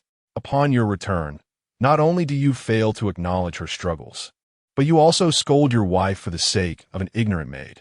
Is there anyone more ungrateful than you? You.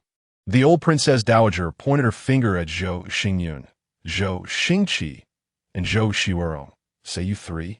How can you repay your mother for her tireless efforts in raising you, taking on both father and mother roles? Is it fair to unjustly accuse her over a mere servant? What a fine upbringing the Zhou family has. I must convey this to His Majesty, so that it may serve as a model for all to emulate. After a pause, the irate princess dowager waved her hand dismissively, declaring, "Such a family is beneath my dignity. Let us return home." With that, she swept away in indignation. Chu Lingyu cast an indifferent glance at everyone in the room and hurriedly followed after her, saying, "I apologize for the trouble caused today, Aunt. Please do not let it truly upset you." The old princess dowager shot her a displeased look, replying, You. Even when treated so poorly, you remained silent. If it weren't for today, I would have remained oblivious. What has happened to your former spirit? If your father and mother were here, they would surely be heartbroken." Chu Lingyu slightly tilted her head, and after a brief moment, turned to the old princess dowager, replying earnestly, "Aunt, do not worry. I shall return those slaps with interest. I regret the inconvenience caused today, and I shall make amends on another occasion." After seeing off the old princess dowager, Chu Lingyu turned to find Granny Zhang hurrying towards her, saying, "Your Highness, The meal has been prepared anew, and both the old lady and the Marquis are waiting for you. Chapter 11. Punishment, the dining hall. When Chu Lingyu entered, the dishes had been freshly prepared. The matriarch greeted her warmly. You come over. We have been waiting for you. The atmosphere at the table was not only warm from the matriarch, but also from Zhou Taochuan, who frequently urged Chu Lingyu to taste this and that. The others, however, dared not utter a word. Chu Lingyu responded with indifference, sampling a few bites before setting down her chopsticks. Seeing this, the others lost their appetite. The matriarch, noticing Chu Lingyu's intention to leave, quickly spoke up. Princess, you must go and apologize to the old princess and pacify her. Chu Lingyu slowly raised her head, a subtle smile gracing her lips, though its meaning remained elusive. Apologize? What have I done wrong? The matriarch was momentarily speechless. Zhou Taochuan hurriedly interjected. You have a good relationship with the old princess. So, am I to seek favors for you after you have belittled me? Am I truly such a lowly person in your eyes? Matriarch and Zhou Taochuan? Their expressions shifted dramatically. You are the daughter-in-law of the Zhou family and a member of our esteemed Hou family. This matter is inherently. Before the matriarch could finish, Chu Lingyu's voice cut through again. Or do you presume I would not report this to my elder brother?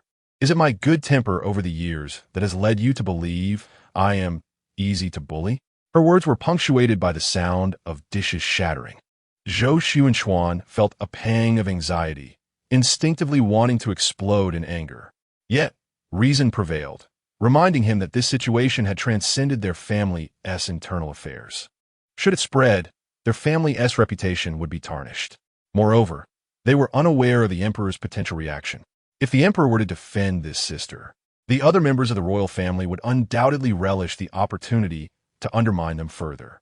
Ultimately, Zhou Taochuan suppressed his anger and asked in a low voice, "What do you intend to do?" The matriarch, upon hearing her son's words, realized things were taking a turn for the worse. She hastily tried to smooth things over. "Princess, we are all one family. The children are still young. If our family's reputation is ruined, it will affect them." Chu Lingyu let out a cold laugh. "What do I care about these ingrates?" The matriarch's face twitched, realizing she had gravely offended her, and thus lowered her tone further. "Princess, today's incident was indeed our fault. We all apologize to you. Please temper your anger." With that, she took the lead in offering an apology. Subsequently, she ordered Zhou Taochuan and the children to apologize to Chu Lingyu one by one. The eldest child was reluctant, but confronted by the matriarch's stern gaze and their father's grim expression, ultimately relented and offered an apology. Chu Lingyu listened calmly, her demeanor unruffled as she replied, "Very well, I acknowledge your apologies. As for whether I forgive you or go to the old princess to mediate, that is her concern."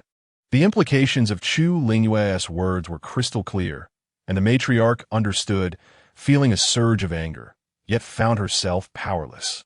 Gazing at Chu Lingyu's smile, which did not reach her eyes, the matriarch suddenly had an epiphany. There's one more matter. That maid should be personally dealt with by the princess. Only then did Chu Lingyu raise her eyelids to regard her. "Madam, you jest. She is the savior of the Marquis, and it is not for me to decide her fate." The old lady, fearing that she might genuinely disregard the matter, quickly replied, "Yes, yes. Then I shall leave it to the Marquis to handle." Chu Lingyu cast a sweeping glance at the assembly and decisively found a seat to settle down. Zhou Taochuan had not anticipated that the current Chu Lingyu would prove so obstinate. With the old lady pressing him from the side, he reluctantly nodded, "Bring Yunqi here." After uttering this command, he turned to Chu Lingyu with a smile. What do you believe would be the most appropriate punishment for such a servant?" Chu Lingyu remained silent, instead directing her gaze toward the old lady. The old lady inhaled deeply, cursing inwardly. This venomous woman insisted that she articulate the punishment, purposefully sowing discord between her son and herself. Yet, for the sake of the Marquis's reputation and other interests, she found herself compelled to speak. It was all the fault of that wretched maid for not adhering to propriety, which had precipitated this entire affair. In my view, let her be taken away and receive 10 lashes as a warning. What does the princess think? Chu Lingyu raised an eyebrow. How affectionate had this matron been toward Yunqi in the past? Now, it appeared that such affection and gratitude were utterly worthless in the face of self-interest. Chu Lingyu's expression remained indifferent. This matter should be decided by the old lady herself. Zhou Taochuan wished to object. Being publicly punished with lashes would bring embarrassment far exceeding the punishment itself. How could Yunqi possibly endure it? Just as he opened his mouth to protest, the old lady had already given her orders. Take Yunqi away and give her 10 lashes. Having just been brought forth, Yunqi looked at the old lady in disbelief. How could this old hag humiliate her so? She turned her gaze to Zhou Taochuan, but this spineless man averted his eyes, refusing to look at her. How he had previously vowed to protect her, yet now, as she saw the servants approaching to drag her away, panic surged within Yunqi. Marquis, the old lady, anxious to avoid further displeasure from Chu Lingyu, barked, "Silence her, and take her away." Yunqi's words lodged in her throat. She could only emit muffled cries. Inaudible to all, rage consumed her heart. She wished to kill that wretched Chu Lingyu. And Zhou Taochuan, that coward.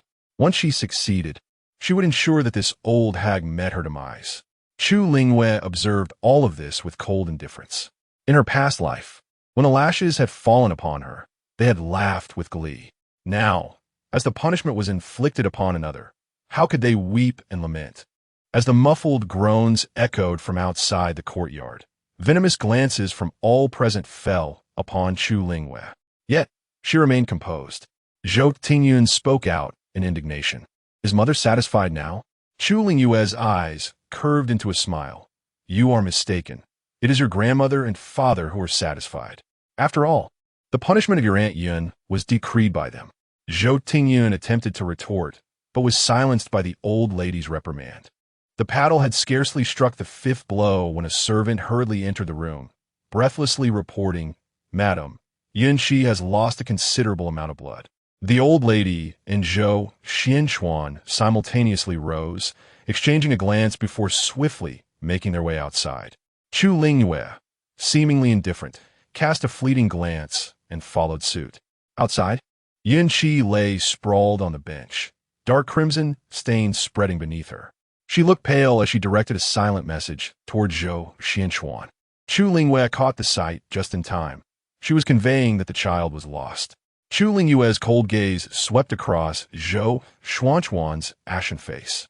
Indeed, he appeared ghostly pale, his hands trembling uncontrollably. With a derisive laugh, Chu Lingyu remarked, The rules must not be disregarded. The paddle strikes must be completed.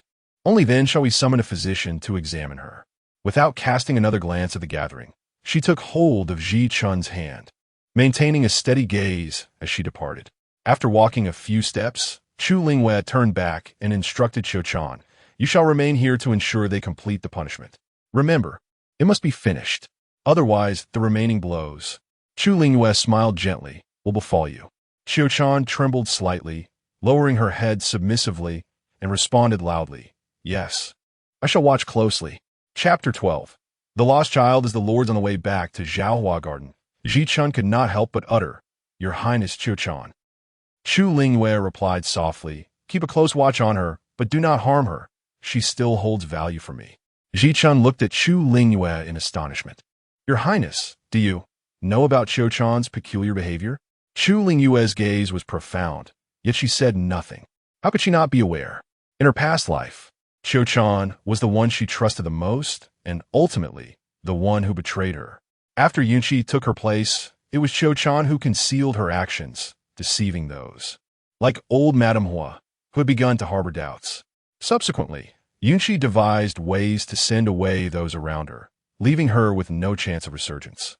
When she was flayed, her face destroyed, and imprisoned within the confines of her chamber, it was Taochuan who provided her with rice soup daily. She claimed that she did not wish to be a servant, merely wanting to live like a person. She professed that once she accomplished this task, the Lord would take her as a concubine, allowing her to shed her status as a servant and live with dignity. Your Highness, do not blame me for my cruelty. I had no other choice. Unlike you, who was born into greatness, a person like you deserves to suffer and perish in agony.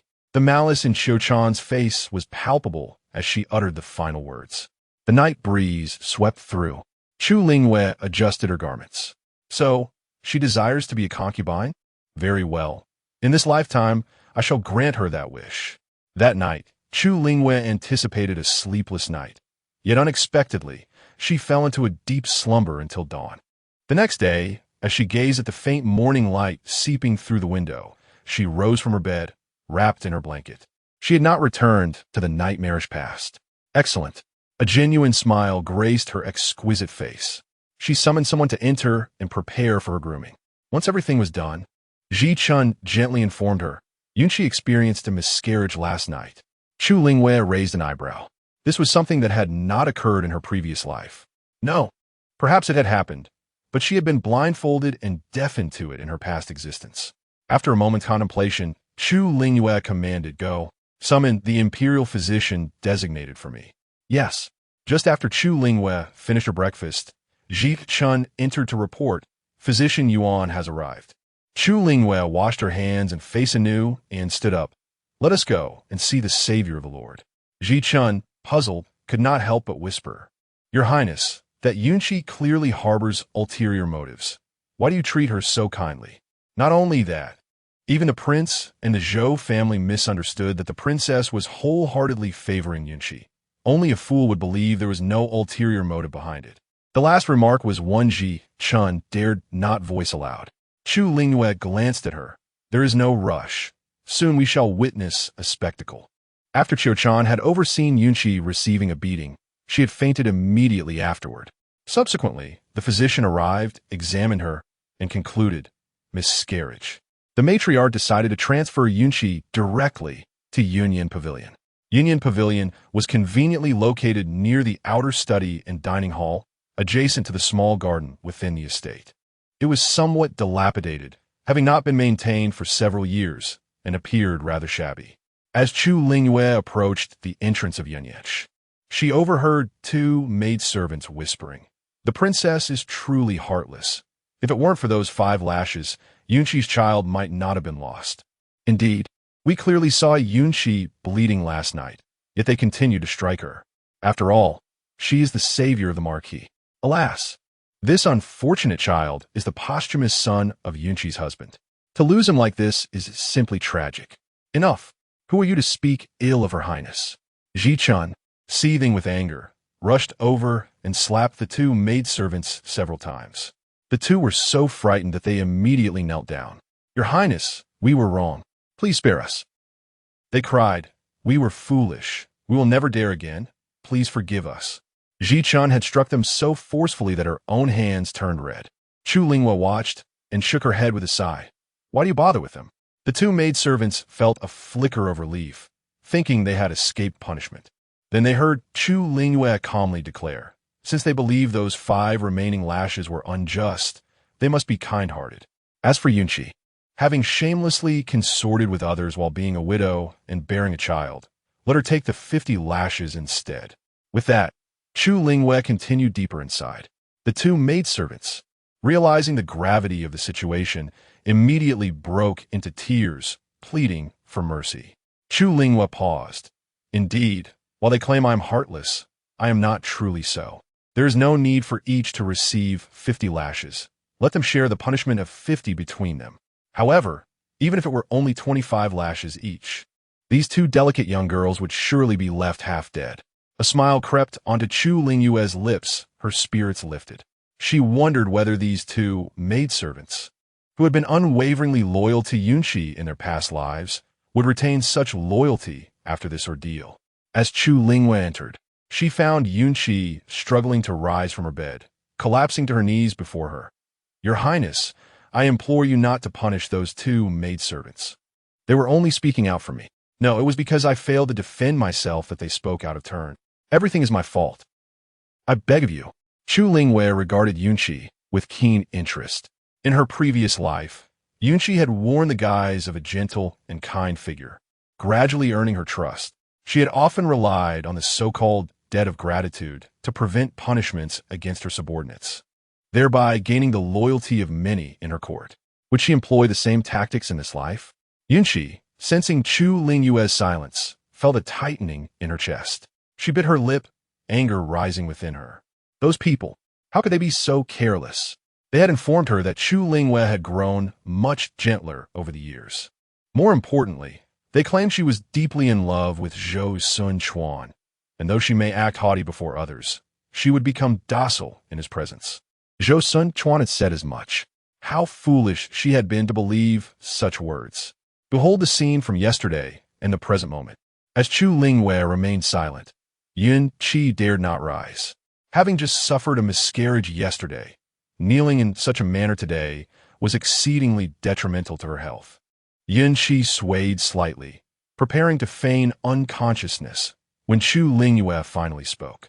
Yuan Tai, examine her and ascertain if she has experienced a miscarriage. The imperial physician hastened forward. Yun Qi was taken aback, momentarily at a loss regarding Chu Lingyu's intentions, and refrained from any response. After a brief pause, the physician nodded, confirming, indeed, it is a case of miscarriage. Chu Lingyu pressed her forehead in irritation and commanded, seize her and sell her off. Yun Qi gazed at Princess Changyi in disbelief, exclaiming, no, your highness, why must you sell this humble servant? I believe I have committed no wrongdoing. I am still the savior of the Marquis. Ji Chun scoffed, you claim to be a widow, and yet yesterday, while conversing with Granny Hua, you mentioned that your husband has been deceased for over 5 years. Those words are all documented. Now, you find yourself with child, only to have miscarried. The Marquis's residence cannot harbor such a tainted individual. Yun Qi never anticipated that this would lead to her being sold. Just yesterday, she had signed a contract of servitude to infiltrate Chu Lingyu's courtyard. If Chu Lingyu was resolute in her decision to sell her, Zhou Taochuan would be powerless to intervene. Although it was certain that someone would come to her aid once she was sold, would not all her efforts be in vain? The beatings she endured and the child she lost weighed heavily on her heart. The women brought by Chu Lingyu had already begun to drag her away, showing no regard for her condition. Zhou Taochuan had yet to arrive. No, she must save herself. You cannot sell me. This child I have lost belongs to the Marquis. Chapter 13. Brother, everyone in the room was taken aback. The maid who had been dragging Yun Qi outside unconsciously released her grip. After all, she had mentioned that the child she lost belonged to the Marquis. If that were indeed true, she could potentially become a concubine in the future. However, Chu Lingyu remained unfazed, not even raising an eyebrow. Ji Chun understood and exclaimed sharply, just because you say it belongs to the Marquis, does it truly mean so? Isn't that slander? Hurry and take her away. It was at that moment that Zhou Taochuan hurried into the courtyard, demanding, stop. What are you doing? Upon seeing Zhou Taochuan, Yun Qi burst into tears, crying out, Marquis, you have finally come. The princess wants to sell me. Zhou Taochuan's anger flared, his cold gaze slicing through Chu Lingyu like a dagger. Princess Changyi, is this how you treat my savior? With a bemused smile, Chu Lingyu replied, but she has had an affair and caused a miscarriage. Either of these scandals would be enough to disgrace our household. Zhou Taochuan, uncomfortable, turned his gaze away. Perhaps it could have been her deceased husband's. Chu Lingyu scoffed, yet she herself stated that her husband has been dead for 5 years. She mentioned it upon entering the manor yesterday, and it is duly recorded. Pray tell, has her late husband risen from the netherworld to impregnate her? Zhou Taochuan seethed with anger, but found himself at a loss for words. Still, one cannot treat a vulnerable woman this way. She is my savior. Indeed, she is the Marquis's savior. So, shall the Marquis repay her with his body? Just moments ago, she claimed that the child lost was yours, Marquis. So, will you acknowledge it or not? Chu Lingyu stepped closer to Zhou Taochuan, articulating each word with precision. The haughty expression on Zhou Taochuan's face instantly faded, replaced by evident embarrassment. He recalled how this situation diverged from their original agreement as he glanced at Yun Qi. Yun Qi, weeping inconsolably, lamented, Marquis, I do not wish to be sold. I never intended to compete with the princess. I merely wish to live quietly as a maid. But, sob, I want to survive. A pitiful flower being ruthlessly bullied. Chu Lingyu remarked, yesterday, I asked the Marquis if taking her as a concubine would suffice as an explanation for Yun Qi. Yet the Marquis resolutely stated that there was nothing between them. Ha! So this is what nothing means. Zhou Taochuan, unable to maintain his composure, averted his gaze from Chu Lingyu. Chu Lingyu resumed her seat, adopting a posture of unmoving indifference. Indeed, mere moments of silence passed before Zhou Taochuan could no longer bear it and spoke. Princess Yu, the child is mine. I was merely confused at the time. Princess, I only told this little white lie to spare your feelings. Chu Lingyu, with a knowing smile, chose not to respond. Zhou Taochuan continued, I owe you an apology. Yin Qi, shall you become my concubine? It will be fitting, for she is a woman of misfortune, having saved me and now lost a child. Before he could finish, Chu Lingyu threw the quilt in her hands at his face. Zhou Taochuan let out a cry of dismay. Moreover, the sound of a falling needle could be heard in the room. After a considerable pause, she finally spoke in a nonchalant tone. Would it not have been better to mention it earlier, my lord? Then let her be taken as a concubine. It is hardly a matter of grave significance. Since she has already taken up residence in this cloud smoke pavilion, she may as well continue to stay here. It is quite fitting, after all, with the shared cloud character. Chu Lingyu rose, dusting off the invisible particles from her garment, and took hold of Ji Chun's hand before departing. Today's events could indeed be considered a pleasant surprise. If Yin Qi were to enter her courtyard, even if she were relegated to the role of a mere servant, it would necessitate constant vigilance. Furthermore, as a dignified princess, it would be unreasonable to persistently antagonize a mere servant. Now, having become a concubine, she would merely be akin to an ant clasped in her grip. Upon returning to the Zhaohua courtyard, Chu Lingyu instructed Ji Chun, ensure that all the masters of the household are closely monitored. Ji Chun, taken aback, pressed her lips together and complied. Chu Lingyu then turned to Dong Su, commanding, inform them that I wish to inspect the storeroom this afternoon and verify the dowry list. It has been years since I have reviewed my dowry. It is time to bring it to light.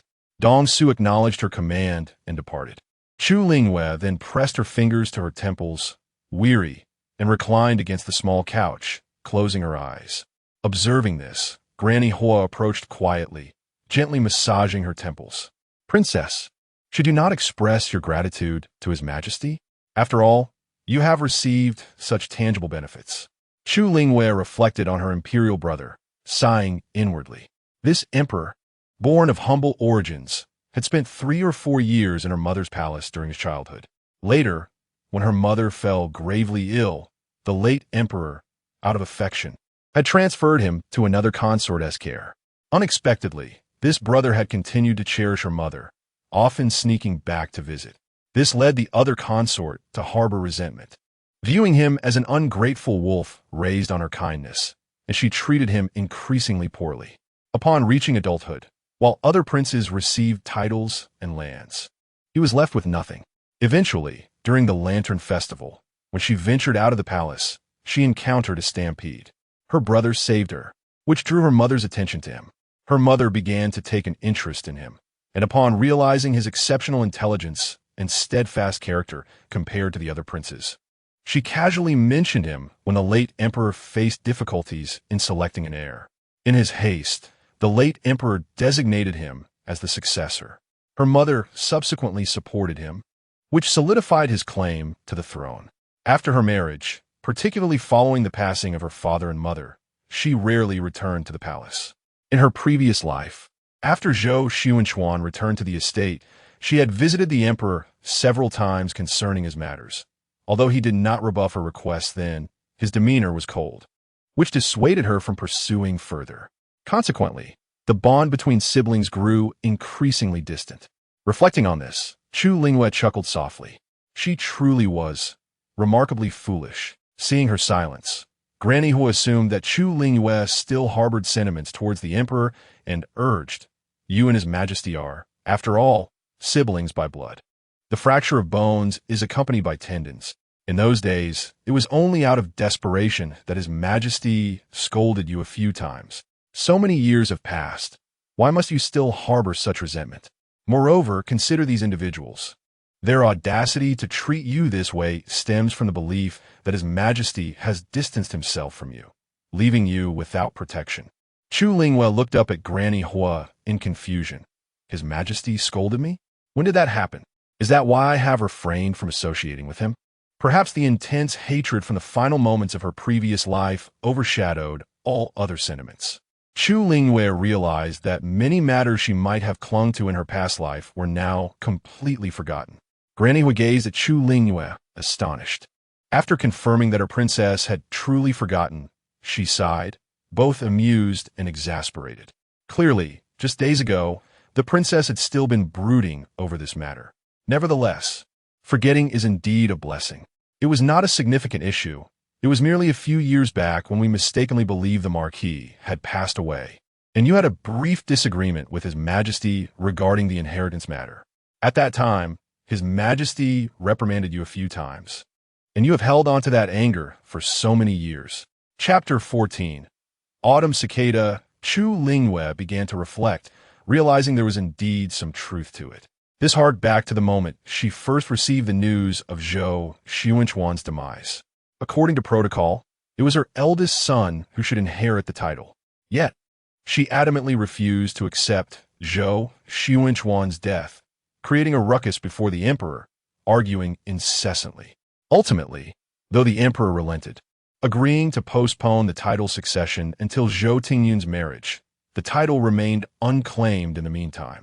He also reproached her, likely admonishing her for her feminine compassion, though the specifics eluded her memory now. At that moment, she had wept bitterly and harbored resentment for many years thereafter. In hindsight, she recognized her error. Chu Lingyu bitterly smiled. She should not have quarreled with the emperor over such trivial matters. She ought to have allowed him to revoke the title back then. Mother, I have come to a realization. Please send a message. I shall enter the palace tomorrow to express my gratitude to the emperor. In this life, she wished not to be as foolish as she had been in her previous one. Madame Hua left with a look of contentment. As evening approached, Zhou Taochuan arrived early at the Zhaohua courtyard. Chu Lingyu frowned upon seeing him. He gazed at her earnestly and said, I know that the matter concerning Yunqi has upset you. I too was momentarily confused. But you must understand in my heart, you are my one and only. Over the years, I have not been able to be by your side as often as I should have. This is indeed my fault. From now on, I shall love and protect you well. Chu Lingyu nearly lost her dinner from the previous night upon hearing his words. She subtly withdrew her hand from Zhou Taochuan's outstretched grasp. There is no need for such sentiments, Lord. Over the years, I have come to comprehend everything clearly. Other matters are inconsequential. What truly matters is your peace and happiness. Since you are here, let's share the evening meal together. With that, she rose to arrange the dining setting, specifically instructing Ji Chun to bring forth the soup she had prepared especially for him. She then turned to light an incense stick. Zhou Taochuan complimented. The fragrance of this incense is quite unique. Chu Lingyu smiled knowingly. This was given to me by my father long ago. How could it not be exquisite? It is said to soothe the mind and nurture the spirit, and I only lit it upon your arrival. Zhou Taochuan, who had felt anxious, now found some solace in Chu Lingyu's demeanor, which seemed sincere. During the meal, Chu Lingyu dismissed the others, retaining only Qiu Chan to assist with the serving. Qiu Chan was taken aback by such fortune and immediately beamed, her expression softening and her posture becoming more deferential. Throughout the meal, Qiu Chan focused solely on serving Zhou Taochuan, while Chu Lingyu appeared oblivious. After dining, Zhou Taochuan wished to linger. Chu Lingyu sighed. I have not been feeling well these past few days. You should visit concubine Yun. Today, after all, is a significant day for her. She is, after all, your lifesaver. Zhou Taochuan, feeling rejected, was displeased but had no choice in the matter. This was a princess, not someone like Yunqi. The thought of facing Yunqi, with her tear-streaked face marred by slaps, only intensified his irritation. At this moment, Chu Lingyu spoke. The autumn cicadas bid farewell to the Lord. The Lord has come alone, without a lantern bearer. A surge of joy filled Qiu Chan's heart as she swiftly acquiesced, feeling that her fortunes were finally turning. Seizing the opportunity to fetch a lantern, she quickly slipped into her room to change her attire. Zhou Taochuan had initially brought a servant with him, But due to Chu Lingyue's previous disallowance of her maids and servants entering the premises, he instructed the servant to wait outside upon his arrival. Nevertheless, Chu Lingyue sending someone for him was a gesture of concern, which Zhou Taochuan naturally accepted. When Xiuchan returned with a delicate lantern, under the hazy moonlight, the young girl appeared slender and graceful, her movements light and airy, her dress billowing gently in the night breeze. Inadvertently, Zhou Taochuan's hand brushed against her. He said nothing, and Xiuchan feigned ignorance. "Be careful, my lord, there's a stone here." Her voice was soft and delicate, almost enticing. Zhou Taochuan felt a stirring in his heart and casually found an excuse to dismiss the accompanying servant. In an instant, only the two of them remained. "What's your name again?" As they drew closer, Zhou Taochuan found himself increasingly captivated. "I am the servant Xiuchan." She glanced back at him, her eyes shimmering like silk. Zhou Taochuan instantly understood her insinuation and took her hand. "Come, let me escort you back to your quarters." Xiuchan was taken aback. As she exited the courtyard, Zichuan whispered a warning. "No matter how you behave, the princess has instructed that you must escort the prince to Yunyan Pavilion." Xiuchan's heart soared upon hearing this, instantly realizing that the princess was assuring her that as long as she accomplished this task, her attempts to entice the lord would go unnoticed. It was as if she had been given a reassuring talisman. However, now faced with the lord wanting to lead her to his quarters, she was drenched in cold sweat. Zhaohua courtyard. Once Zhou Taochuan had departed, Chu Lingyu ordered the gates to be locked.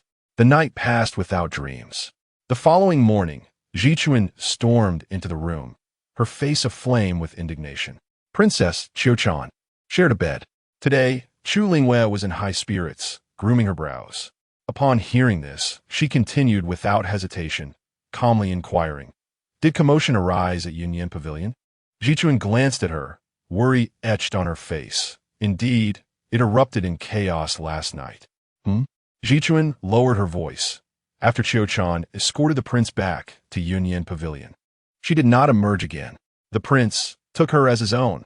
This news reached Antiyun, leading to a great uproar that only subsided near dawn. They say the prince even had his face scratched. Chu Lingyu chuckled. "Now, that is quite a spectacle. Princess, if you feel distressed, you may cry," Zichuan said, unable to bear seeing her princess smile in such a manner. Chu Lingyu raised an eyebrow. "I am not distressed. My spirits are quite high. So much so that she even indulged in an extra bowl of breakfast." Seeing this, Zichuan's anxiety only deepened. "Look, she has indulged excessively." She turned around to seek out Granny Hua, asking her to gently persuade the princess. "What shall we do if this continues?" After breakfast, noticing that the time was drawing near, Chu Lingyu commanded, "Prepare my makeup, for I must enter the palace." In the palace, Chu Jingxing had barely taken his seat for a quarter of an hour when he found himself glancing towards the entrance thrice, growing increasingly anxious as the awaited figure had yet to arrive. Unable to contain his curiosity, he inquired of Eunuch Wu, "When can we expect Princess Changyi's arrival?" Eunuch Wu glanced at the clock. "Your Majesty, there remains half an hour."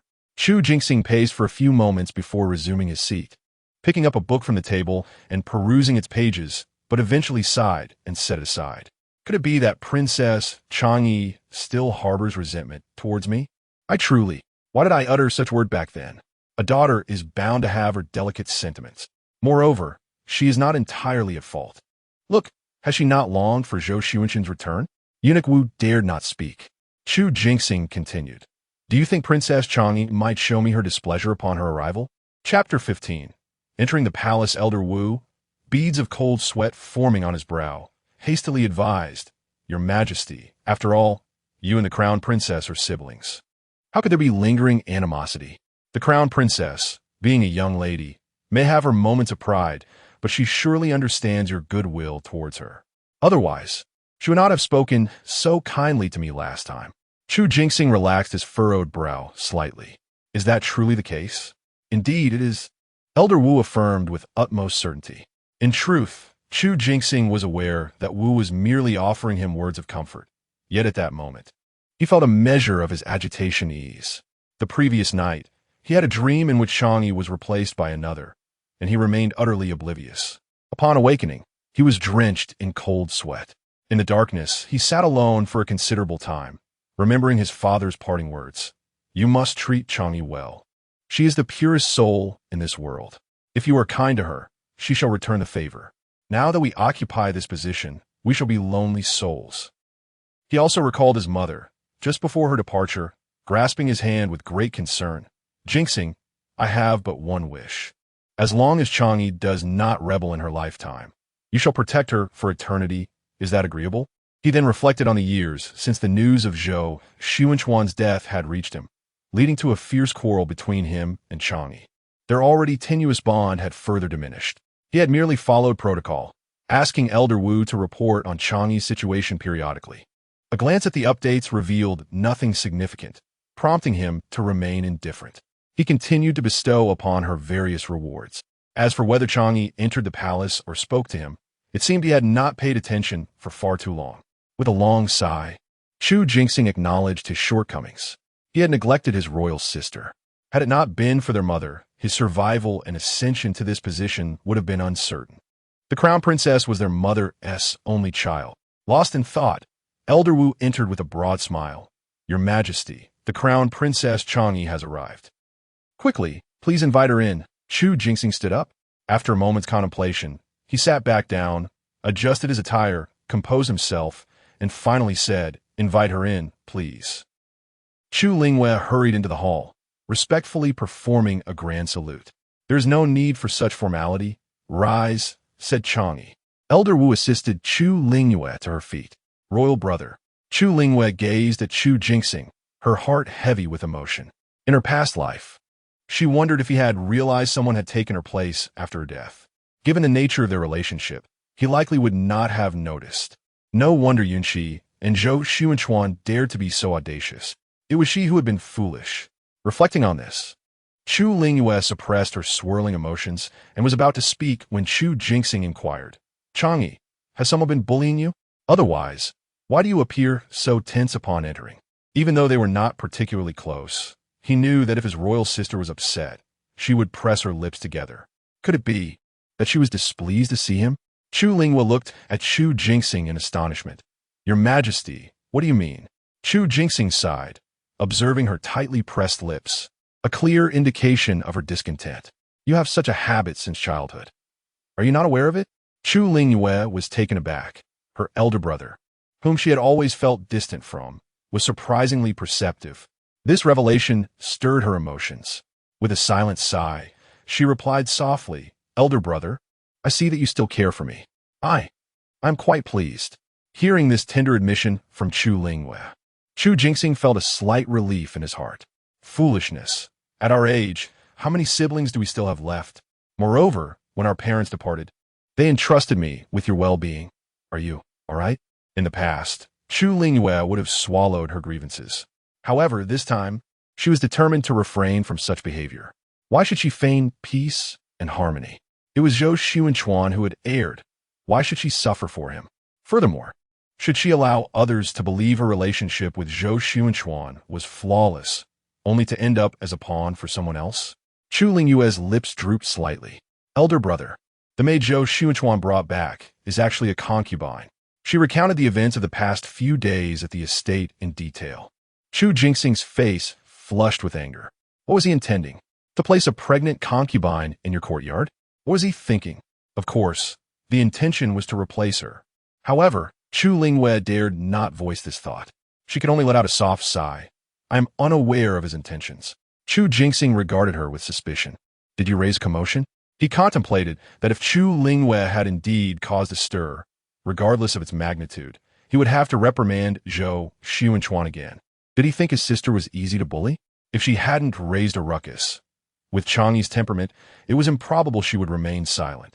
Before he could dwell further on this, he heard Chu Lingyu say, I did not raise a fuss. It would have been pointless. Chu Jinxing was taken aback and abruptly stood up, exclaiming, What? You did not raise a fuss? Were you bullied by the Zhou family? I shall take charge of this.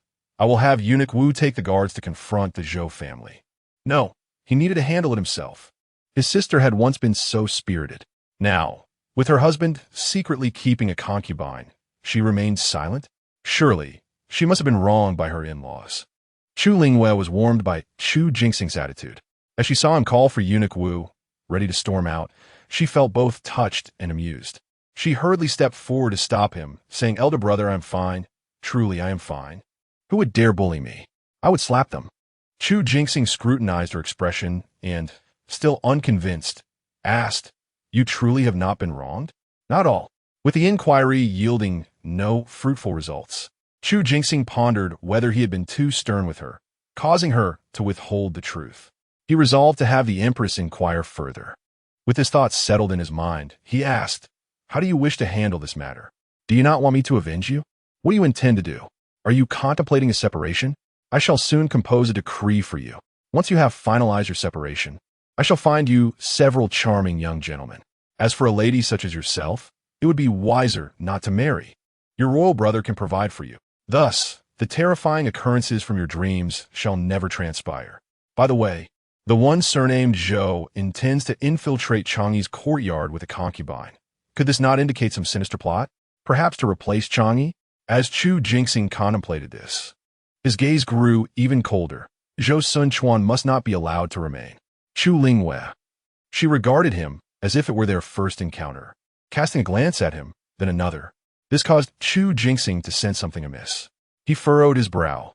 You cannot possibly be still devoted to him, wishing to continue a life with him, can you? This aspect of Chu Jingxing was one that Chu Lingyu had never encountered in her previous life.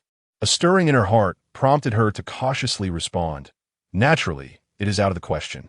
However, I have toiled for decades to manage this marquisate, and I shall not relinquish it to another without a fight. What belongs to me, I would sooner destroy than surrender. Chapter 16. Snowball Mother-in-Law. Chu Jingxing naturally continued the conversation. Indeed, even if we choose not to. As he spoke halfway, he realized and waved his hand for Eunuch Wu to withdraw. "Changyi, what do you mean by that?" he inquired. "So, you still intend to confront Zhou Taochuan head-on?" Chu Lingyu's gaze flickered, but she did not respond. However, Chu Jingxing stood up with an air of determination, nodding slightly. "Very well. Since he has passed away, it is indeed inappropriate for him to return and disturb others." With that, he made a gesture across his throat, indicating a decisive action. Chu Lingyu was taken aback by the extent of Chu Jingxing's indulgence towards her, surprised that he would utter such words. With a smile, she replied, "Brother, I will handle this matter myself. Rest assured, I am capable of resolving it. I only wish to discuss it with you. However, your current stance shows me that I may have overthought this." Seeing her demeanor, Chu Jingxing felt a measure of relief. "Do you have enough of your dark guards? Shall I provide you with a few more?" The number of the royal dark guards was always limited. Although Chu Jingxing had ascended to the throne, he still had to allocate some of his dark guards to his children. Chu Lingyu politely declined. "Thank you, brother, but I have sufficient personnel. By the way, how has your health been lately? You must not overexert yourself." She recalled that in her previous life, during this time, her brother had fallen ill due to overwork, prompting her to be especially attentive. Noticing Chu Lingyu's genuine concern for him, Chu Jingxing could not help but silently admire. Father was right. My sister is truly sincere. At least she knows to care for me. They had a considerable number of siblings, not counting those who had passed away. The princes had been granted titles and sent to their fiefs by the emperor. Only the Duke of Xian remained in the capital. Although the Duke was obedient and simple-hearted, he never exhibited such concern for him. Indeed, it was better to have a sister. After many years, Chu Jingxing relished the warmth of sibling affection. After conversing at length with Chu Lingyu, he presented her with numerous gifts to take back, not only for her, but also for her 3 children. However, upon hearing about gifts for her 3 ungrateful wolves, Chu Lingyu immediately asserted, "I will accept the gifts you have given me, brother, but as for my children, there is no need. They are old enough and cannot remain sheltered under their mother's wings forever. Nevertheless, I appreciate your kind intentions." Chu Jingxing raised an eyebrow, but did not press further, allowing her to take her leave to the Empress. He then summoned Eunuch Wu. "Investigate what has transpired in the Kajing Marquisate recently, especially regarding the young masters and misses of the household." Eunuch Wu, though puzzled, responded earnestly. Chu Lingyu exited the palace just before dusk. The empress, having not seen her for some time, invited her to dine and gifted her a pure white Persian cat, which was quite adorable. Chu Lingyu promptly named it Snowball. She grasped its tiny paw, intermittently tapping the soft pads upon it. This time, her visit to the palace proved to be quite fruitful. Most importantly, she discerned her royal brother's stance. As long as His Majesty did not protect Zhou Taochuan, everything would be manageable. Of course, if he did choose to offer protection, she would simply proceed with greater discretion. Meanwhile, within the palace, Eunuch Wu was reporting the events of recent times to Chu Jingxing. The matters were mostly trivial, but he focused on the pertinent details concerning several young lords and ladies. With a wry smile, Eunuch Wu conveyed the attitudes of those young nobles towards the Grand Princess. Chu Jingxing's gaze turned icy. What ungrateful wretches! It was no wonder that Changyi had even declined the rewards bestowed upon them. Reflecting on this, it seemed that Changyi's days at the Changyi Marquis' residence were likely quite trying. Additionally, why did the children exhibit such warmth toward the father they hadn't seen in over a decade, and even toward the concubine? An investigation was warranted, thoroughly examining Zhou Taochuan's circumstances over the years to determine if they aligned with his claims. Eunuch Wu promptly agreed. Upon returning to the Changyi Marquis' residence, Chu Lingyu was greeted by a distressed Dongshu. She raised an eyebrow, inquiring about the matter. Dongshu spoke in a hushed tone. "Princess, many items from your dowry are missing." Chu Lingyu was taken aback, glancing at Dongshu, who had the audacity to meddle with her dowry. A familiar voice suddenly echoed in her ear. "Your good son and daughter," of course startled. Chu Lingyu turned to scan the surroundings, but found nothing except for Ji Chun, who accompanied her. Furrowing her brow, she pondered. This was unmistakably Qin Ruyun's voice. "Princess?" Ji Chun called, noticing Chu Lingyu's fixation in her direction. Coming back to her senses, Chu Lingyu shook her head and chuckled at her own thoughts. Ruyun had yet to be married into the household. Her wedding was scheduled for the latter half of the year. However, Chu Lingyu had no intention of allowing this young lady to become ensnared in such a predicament as she had. At that moment, Qin Ruyun's voice rang out again. "Alas, mother-in-law has always favored those rascals, and surely one to investigate further. What a pity for those items this time." The voice was crystal clear. Chu Lingyu frowned once more, turning around again, but found only Ji Chun, who looked equally perplexed. Her gaze fell to the snowball nestled in Ji Chun's arms. Reaching out, she lifted the snowball by the scruff, bringing the cat closer. Indeed, that voice echoed again. "Ah, a mother-in-law touched me. I'm so delighted," Chu Lingyu thought. "Is that what she calls a touch? Very well, let it be called that." She cradled the snowball in her arms, stroking its fur as excited squeals emanated from it. Raising an eyebrow, she commanded, "Go investigate thoroughly. I wish to see how my belongings could have mysteriously vanished." Dongshu hesitated for a moment, then respectfully nodded and departed. Chu Lingyu pondered for a moment before calling out, "Shi."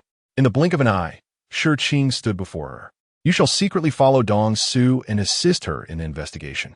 These matters were indeed more adeptly handled by Shi and her shadow guards. Shi accepted the command and departed. Madame Hua approached with a worried expression and said, "Your Highness, must we truly delve deeper into this matter?" Everyone understood the implications.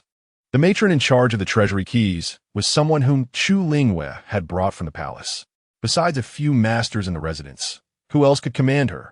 Even the old matriarch might find it difficult. That left only a few of the young mistresses. Madame Hua feared that if the truth were uncovered, her own princess would be left with no recourse.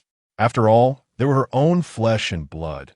Surely, it could not come to truly harming them. Could it?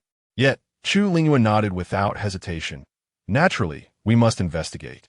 But if it turns out to be one of the mistresses in the residence," her gaze turned icy, "then it becomes all the more necessary to investigate. My belongings are not to be touched without my permission. I shall see who dares." "Your authority is formidable, my lady.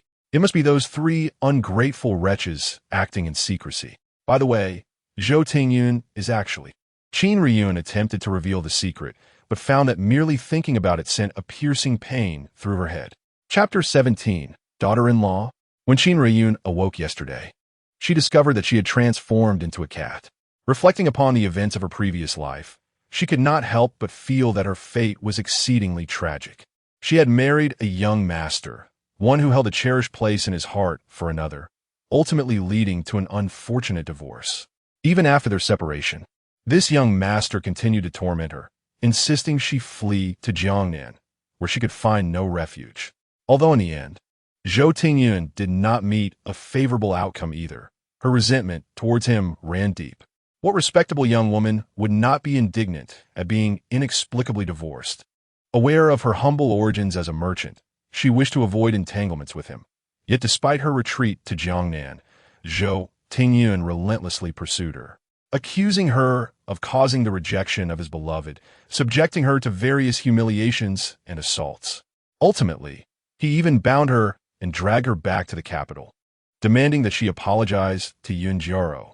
She scoffed. Apologizing was out of the question. Little did she anticipate witnessing a grand spectacle.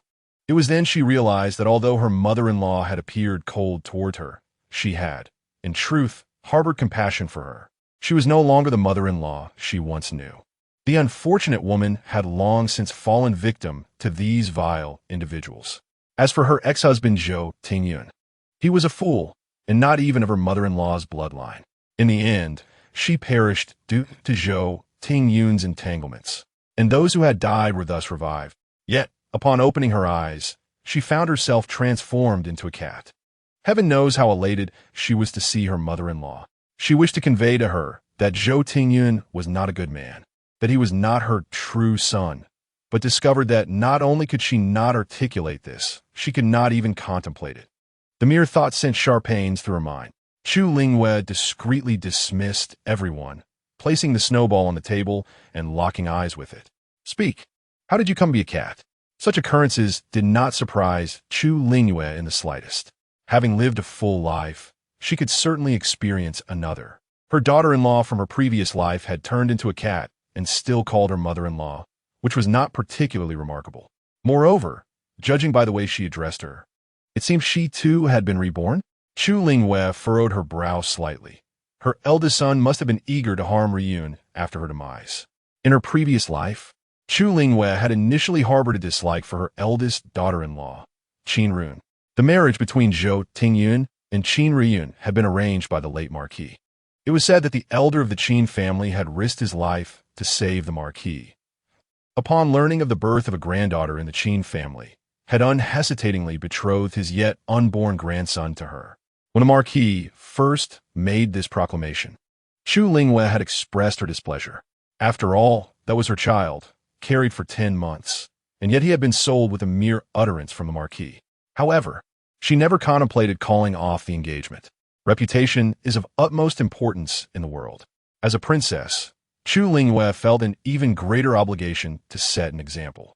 Furthermore, she had been nurtured by the late emperor, who had taught her the principles of governance, and had been instructed by the Empress Dowager on the responsibilities of royalty, who were supported by the populace and must not take others lightly.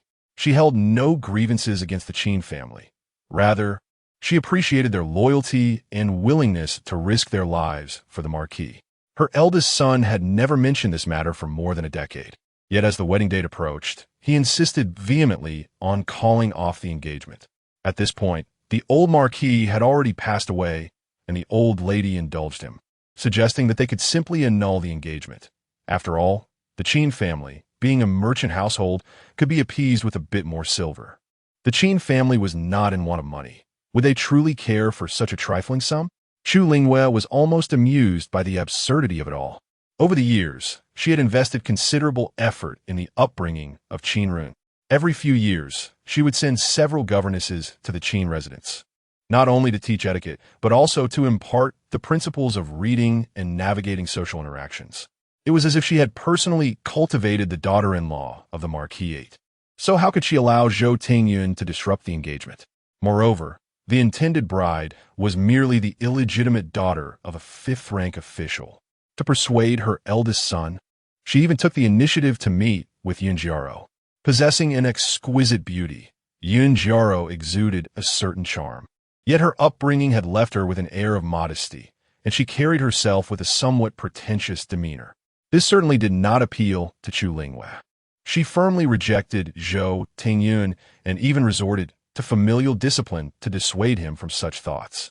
However, after their marriage, Zhou Taochuan showed disdain for Qin Ruan, refusing to share a chamber with her. Chu Lingyu understood that it was her insistence that had led this unfortunate girl to such a predicament, and naturally, she wished to treat her with greater kindness.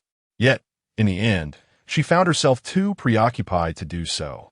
As Chu Lingyu's thoughts detached from the memories, a frown creased her brow.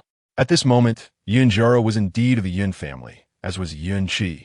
Could there be a connection between them? Qin Ruan, perched atop a high table, felt the weight of Chu Lingyu's gaze and, feeling guilty, averted her eyes. Habitually, she opened her mouth to call out to her mother-in-law, but instead, a meow escaped her lips. Embarrassed, she turned her head away, using her paw to scratch at the table. A glimmer of amusement flickered in Chu Lingyu's eyes as she did not allow the cat to escape, pulling it back to meet her gaze once more. She asked again, "Pray tell, how did you find yourself in such a state?" Qin Ruan was left bemused, uncertain of what her mother-in-law wished to inquire. Yet, sensing that silence would not spare her from further scrutiny, she mimicked the behavior of other cats, leaning in and nuzzling against Chu Lingyu's arm while emitting affectionate meows. Chu Lingyu thought to herself, is this truly the dignified and graceful daughter-in-law she had envisioned? Very well, if she was unwilling to speak or to reveal her thoughts. Then Chu Lingyu would pretend to be oblivious. Observing her demeanor, it seemed she harbored no malice. As for other matters, being a sheltered young lady, even if she were to live another life, she would likely not know more than what she already did. With this in mind, Chu Lingyu decided not to press for answers. She embraced Qin Ruan, idly stroking her fur, contemplating the next steps to ensure that those deceitful individuals would reap the consequences of their actions. As time passed, the sun dipped low in the sky. With the assistance of Qin, the truth of the matter soon came to light. The missing items were all taken by 2 young lords and a lady, without exception, under the pretext of being gifts from the princess. What became of those items? Chu Lingyu maintained a composed expression. She had examined the list, and the items that were lost were indeed intriguing. Most notably, there were exquisite hairpins, along with a few inkstones. They were precious in their own right, yet not particularly significant. After all, such things were plentiful in her possession. In her previous life, she was oblivious to this matter. However, even if she had known, it is likely that she would not have cared. Yet this life is different. Chu Lingyu instructed Shi Qing, go investigate where these items ultimately ended up. Chapter 18. A thief in a mansion, collecting debts. Shi Qing moved swiftly. By the following morning, she returned with the results in hand. The eldest son had taken approximately 15 pieces of jewelry awarded by the late emperor and the empress dowager, delivering them to the residence of Lord Yin, the supervisor of the Shangli garden in the capital, specifically for the second young lady of the household. Among these treasures, the most valuable was the starry hairpin. This exquisite piece was a tribute from a foreign nation, crafted from a remarkably rare crystal that seemed to encapsulate the essence of the stars within, hence its name. Indeed, it was so. And what are the others? The eldest young lady claimed the golden and jade artifacts bestowed upon you by the late emperor, including a gold-rimmed jade cup and a white jade vase adorned with a coiling dragon design. Altogether, there were over 10 pieces, which were handed over to the eldest son of the Anshuan duke's household, totaling around 8 items. The second son received 4 ancient paintings and a scholar's inkstone, also gifted by the late emperor, and presented them to the newly minted top scholar. Shi Qing's voice was clear. Just yesterday, she had urged Lady Chu Lingyu's maid, Granny Hua, but now she dared not utter a word. Each of these items held immeasurable value, yet these young lords and ladies took them without even a word to their own princess. Chu Lingyu scoffed inwardly. They were not merely ungrateful, but rather parasitic. Granny, take this list and personally accompany the guards to retrieve these items from each courtyard. Granny Hua chuckled bitterly and asked, what if the young lords and ladies refuse? A cold glimmer flashed in Chu Lingyu's eyes. Then we shall deduct it from their personal belongings. If that is insufficient, I shall personally visit their residences to reclaim what is rightfully ours. You must inform them that these items all originated from the palace, most of which were gifts from the late emperor or the empress dowager. Would those young lords and ladies dare to use them? Granny Hua understood the gravity of the situation. At that moment, she felt a twinge of sorrow for her princess. Over the years, had the princess not devoted herself wholeheartedly to the three young masters? They had once accepted her generosity, yet now they refused her altogether. Perhaps this was a chance to instill some valuable lessons. Granny Hua nodded, accepting this task. Chu Lingyu added, "Shi Qing, accompany Granny Hua. Should any of them act unruly, do not hesitate to take action." Having already made her presence known, Chu Lingyu intended to place her in a position of visibility. Let her handle matters that might require force. Only the shadow guards would disregard the identities of these three ungrateful young ones, remaining steadfastly loyal to her. Indeed, Granny Hua was taken aback by Chu Lingyu's arrangement, realizing that the chasm between the princess and the three young masters was only widening. She sighed silently, recalling the coldness in Chu Lingyu's eyes and the earlier mention of the peach blossoms and reeds. Granny Hua's heart felt heavy. It seemed that the ones who had wounded the princess were not only Zhou Taochuan, but also the three children who had caused her great distress. Once Granny Hua departed with Shi Qing, Chu Lingyu summoned Ji Chun and Dong Su to her side, personally reconciling the accounts from the past years. This endeavor lasted an entire half-day. Chu Lingyu, upon verifying the final accounts, decisively cast aside the abacus. How foolish was she in her past life? She had foolishly allocated such a significant amount of silver to the Marquis's residence. Were it not for the capable individuals under her employ, her substantial dowry would have long been depleted over the years. Yet, in her previous existence, she had regarded it as merely a trivial sum, failing to scrutinize the matter diligently, allowing herself to drift through life in ignorance until her untimely demise. It appears that her death was far from unjust. It was a consequence of her own folly. With a cold expression, Chu Lingyu tossed her pen aside, compile a comprehensive list of all transactions, detailing every incoming and outgoing amount. Subsequently, create a simplified version. Ji Chun and Dong Su exchanged a glance, rendered speechless. Yet, simultaneously, they felt a sigh of relief. The financial deficit was far too substantial. They had sensed this when they previously reviewed the accounts and had cautiously hinted at it, but the princess had dismissed their concerns, asserting that they were all family, thus silencing them. They could only hope that the princess would eventually recall the matter and conduct a thorough investigation to ascertain the extent of the deficit. Little did they expect that day would arrive so swiftly. It was fortuitous, for the sooner they addressed the issue, the sooner they could comprehend the problem and mitigate their losses. Before the evening meal, Zhou Taochuan stormed into the courtyard, visibly agitated. "You, what on earth is going on?" He looked at Chu Lingyu with exasperation. Chu Lingyu raised an eyebrow. "What do you mean? I understand that although you have allowed me to take Yin Qi as my wife, there remains an uncomfortable tension between us. If you wish to create a disturbance, it should be within reason. These past few days, whether you have chosen to ignore me or otherwise, I have been understanding. Yet, why must you involve the children in this matter?" Chu Lingyu laughed in exasperation. "You are being understanding?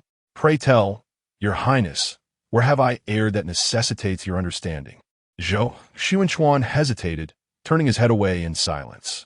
After a moment, he replied, "Regardless, you must not make things difficult for the children." "Then may I inquire, how have I made things difficult for them?" "All three children have claimed that you had Lady Hua bring people to coerce them into surrendering something. What do they possibly possess?" Chu Lingyu stood up and swiftly approached the nearby desk, retrieving the list and throwing it at Zhou Taochuan. "Your Highness, take a look. This is the inventory of my dowry. Presently, these items are missing from the storeroom, and I have traced it back to those three miscreants. Is there an issue with my demanding restitution? Or should I assume that these items were, in fact, taken by others within the household? Should I request His Majesty and the Ministry of Rights to conduct a proper investigation?" Zhou Taochuan was taken aback. He had only heard the children mention that Chu Lingyu was demanding items from them, unaware that it was her dowry that had gone missing. If this matter were to escalate to the Emperor or the Ministry of Rights, not only would he be the first to bear the brunt of the consequences, but their family's reputation would also be tarnished. Who among the households would dare to covet a princess's dowry? Zhou Taochuan composed himself. You. Why must you be so hasty? I will inquire further into this matter. However, let me remind you, your dowry will also belong to the children in the future. What distinctions and connections exist between the present and the future? Why must we allow trivial matters and material possessions to disrupt our harmony with the children? Both Ting Yun and Shui Rong have expressed their grievances to me, lamenting that you have been overly stringent with them in recent years. I understand your nurturing heart as a devoted mother, yet we must not allow the children's spirits to grow cold. This is indeed a perspective spoken without personal experience. Chu Lingyu clenched her fists. It appears they have held such notions about her in their past lives. They regarded all that she possessed as their rightful claim. Hence, their treatment of her later on was shaped by this belief, was it not? Chu Lingyu forcefully shut her eyes, suppressing her tumultuous emotions. Rising, she proceeded to light incense, saying, "My lord, please stay for dinner this evening. I have your soup kept warm on the stove." Zhou Taochuan assumed that Chu Lingyu had taken his words to heart and graciously agreed. "Very well. This incense you have is indeed delightful." Chu Lingyu lowered her gaze, replying, "Then let the maidservant bring a few sticks for the lord to enjoy in your chamber. It will be quite pleasant." Chapter 19. Deceiving the foolish Chu Lingyu watched as Zhou Taochuan consumed 2 full bowls of soup, and the resentment within her heart began to dissipate. She repeatedly reassured herself to be patient, to wait a little longer, observing her demeanor soften. Zhou Taochuan felt a sense of pride and drank another bowl of soup. After their meal, Zhou Taochuan broached the subject. "That girl Qiu seems quite good." Chu Lingyu regarded him with calmness. "Hasn't the Marquis already taken her in? Then let her be elevated to a concubine. She was originally my maid, and is a girl from a respectable family. She deserves to be a proper concubine. As for Aunt Yin, she is a widow and hails from humble origins. How could she be reduced to a lowly concubine?" Although Zhou Taochuan had recently been at odds with Yin Qi, he cherished their years of affection and was reluctant to see her in a demeaning position. Being a concubine would indeed be a grievance for her. She had once been a cherished young lady of a noble household. "That is not suitable, for Yin Qi has saved my life.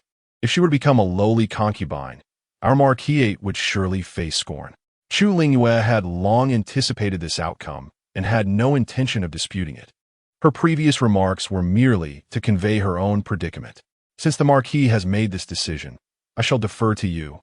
Regarding the matter of those children, if the Marquis could assist them in reclaiming their possessions, I would not pursue the issue further." Zhou Taochuan had seen those lists earlier, filled with treasures of immense value. He had no means to compensate for them. He chuckled awkwardly. "Well, this matter is essentially a family affair between you and the children. As their father, I shall refrain from interfering. I will let them approach you on their own." A flicker of derision flashed in Chu Lingyu's eyes as she lowered her gaze. "Thank you for your understanding, Marquis. By the way, I have compiled an account of the household expenses over the years for your review. My dowry has been largely invested in the household. In the past, when a Marquis was away, the household lacked a strong support, and I managed as best as I could.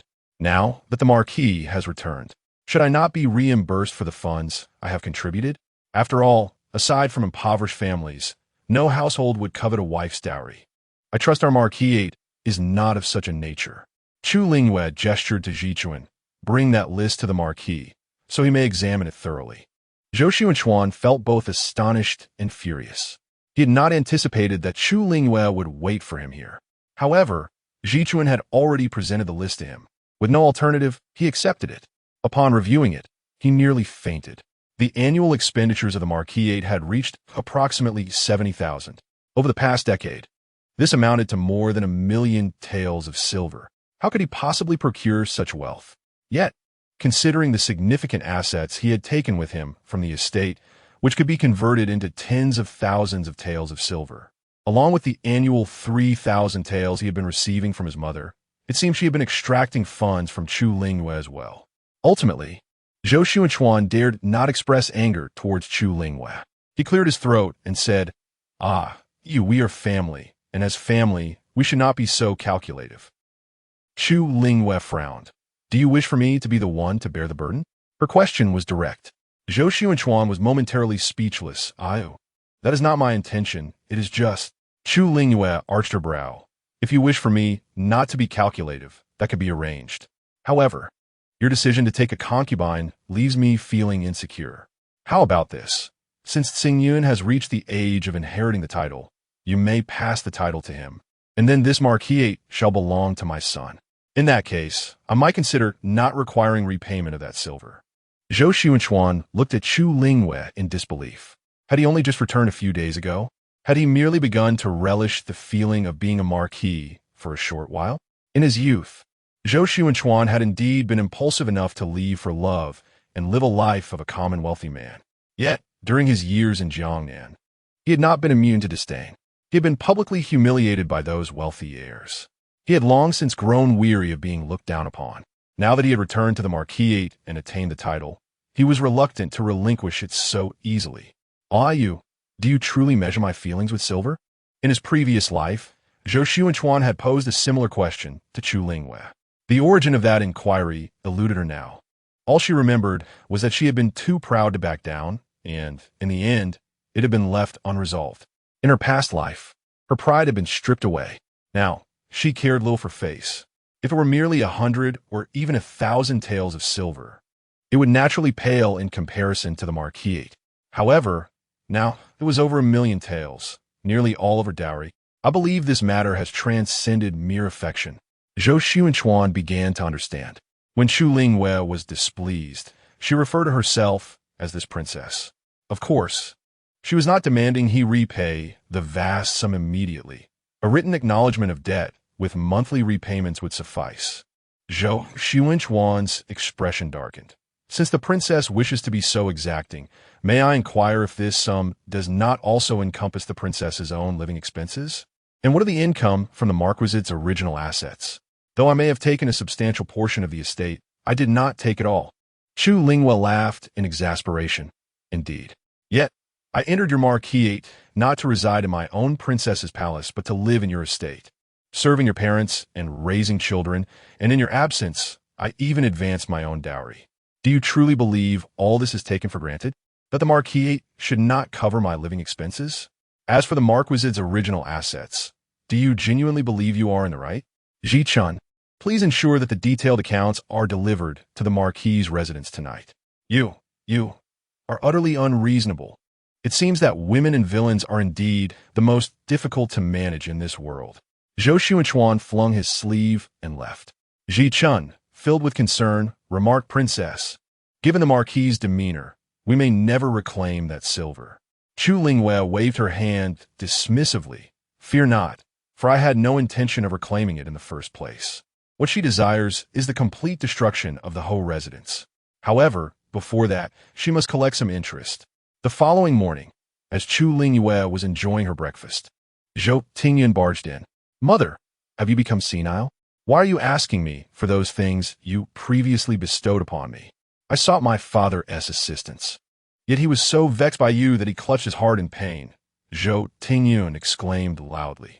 The noise was unbearable for Chu Lingyu, causing her a headache. In a fit of frustration, she slammed her bowl down, instantly silencing Zhou Taochuan. Mother! Chu Lingyu beckoned Zhou Taochuan closer, a faint smile gracing her lips. Come here, step forward, and let us have a proper conversation. Zhou Taochuan, observing the smile on Chu Lingyu's face, gulped nervously, suddenly recalling the slaps from previous encounters. He took a few steps forward, but halted 3 paces away from her. Mother, if you have something to say, just say it directly. I can hear you. Chu Lingyu looked at Zhou Taochuan with a deep sigh. Taochuan, why are you so foolish? Chapter 20. The proposal of withdrawal. Zhou Taochuan was taken aback. Mother, what do you mean by that? Chu Lingyu gazed at him with a melancholic expression. Your father mentioned that I had upset him to the point of causing him chest pain. Zhou Taochuan turned his face away. Not exactly. I merely inquired, and he said he felt pain in his chest. He only came to see you yesterday. Truly, he is quite an exceptional son. A cold smile crept into Chu Lingyu's heart, though she suppressed her emotions outwardly. All I did yesterday was show your father the accounts of the whole residence over the years. The income has been exceedingly scant. I have essentially been using my dowry to cover the deficits, nearly 1,000,000 taels of silver. Zhou Tingyun remained unfazed. But isn't your dowry substantial? Besides, we are family. You wouldn't expect father to return this silver to you, would you? No wonder he was upset. Those funds were not all spent by father. You must have spent a considerable sum yourself, correct? Indeed, they were truly father and son. Chu Lingyu was also acutely aware of the implication in his words. This indicated that despite Zhou Taochuan's absence from the Ho residence over the years, he had still been spending money, and Zhou Tingyun was fully cognizant of it. Thus, for all these years, had she been using her dowry to support that pair of scoundrels? Chu Lingyu's grip on the armrest of her chair tightened, her veins bulging. I did not compel your father. You have reached the age to inherit the title, and I had intended for you to assume it after your marriage. I simply did not expect your father to return. My original intention was to have him relinquish the title to you. However, he seems to be somewhat troubled. Alas, Tingyun, you are my eldest son, and the majority of this dowry was meant for you. Zhou Tingyun was momentarily stunned. Wealth stirs the heart. 1,000,000 taels of silver is no trifling matter. The expression on his face, once one of entitlement, gradually contorted. Chu Lingyu sighed. Since you do not wish to pursue this matter, then I shall. Mother, these were originally your dowry, rightfully yours, and thus should be returned to you. I will discuss this matter with father. Zhou Tingyun interrupted Chu Lingyu. Chu Lingyu note that. Very well. Then I entrust everything to you. Zhou Tingyun's expression turned resolute. Mother, please rest assured. I shall have a thorough discussion with father. By the way, mother, there is one more thing. Speak. Since you mentioned that this dowry is to be divided among me in the future, then the items I previously took from you can be considered as an advance withdrawal. Zhou Tingyun stated with a sense of entitlement. Chu Lingyu sighed heavily. Tingyun, you are still too young.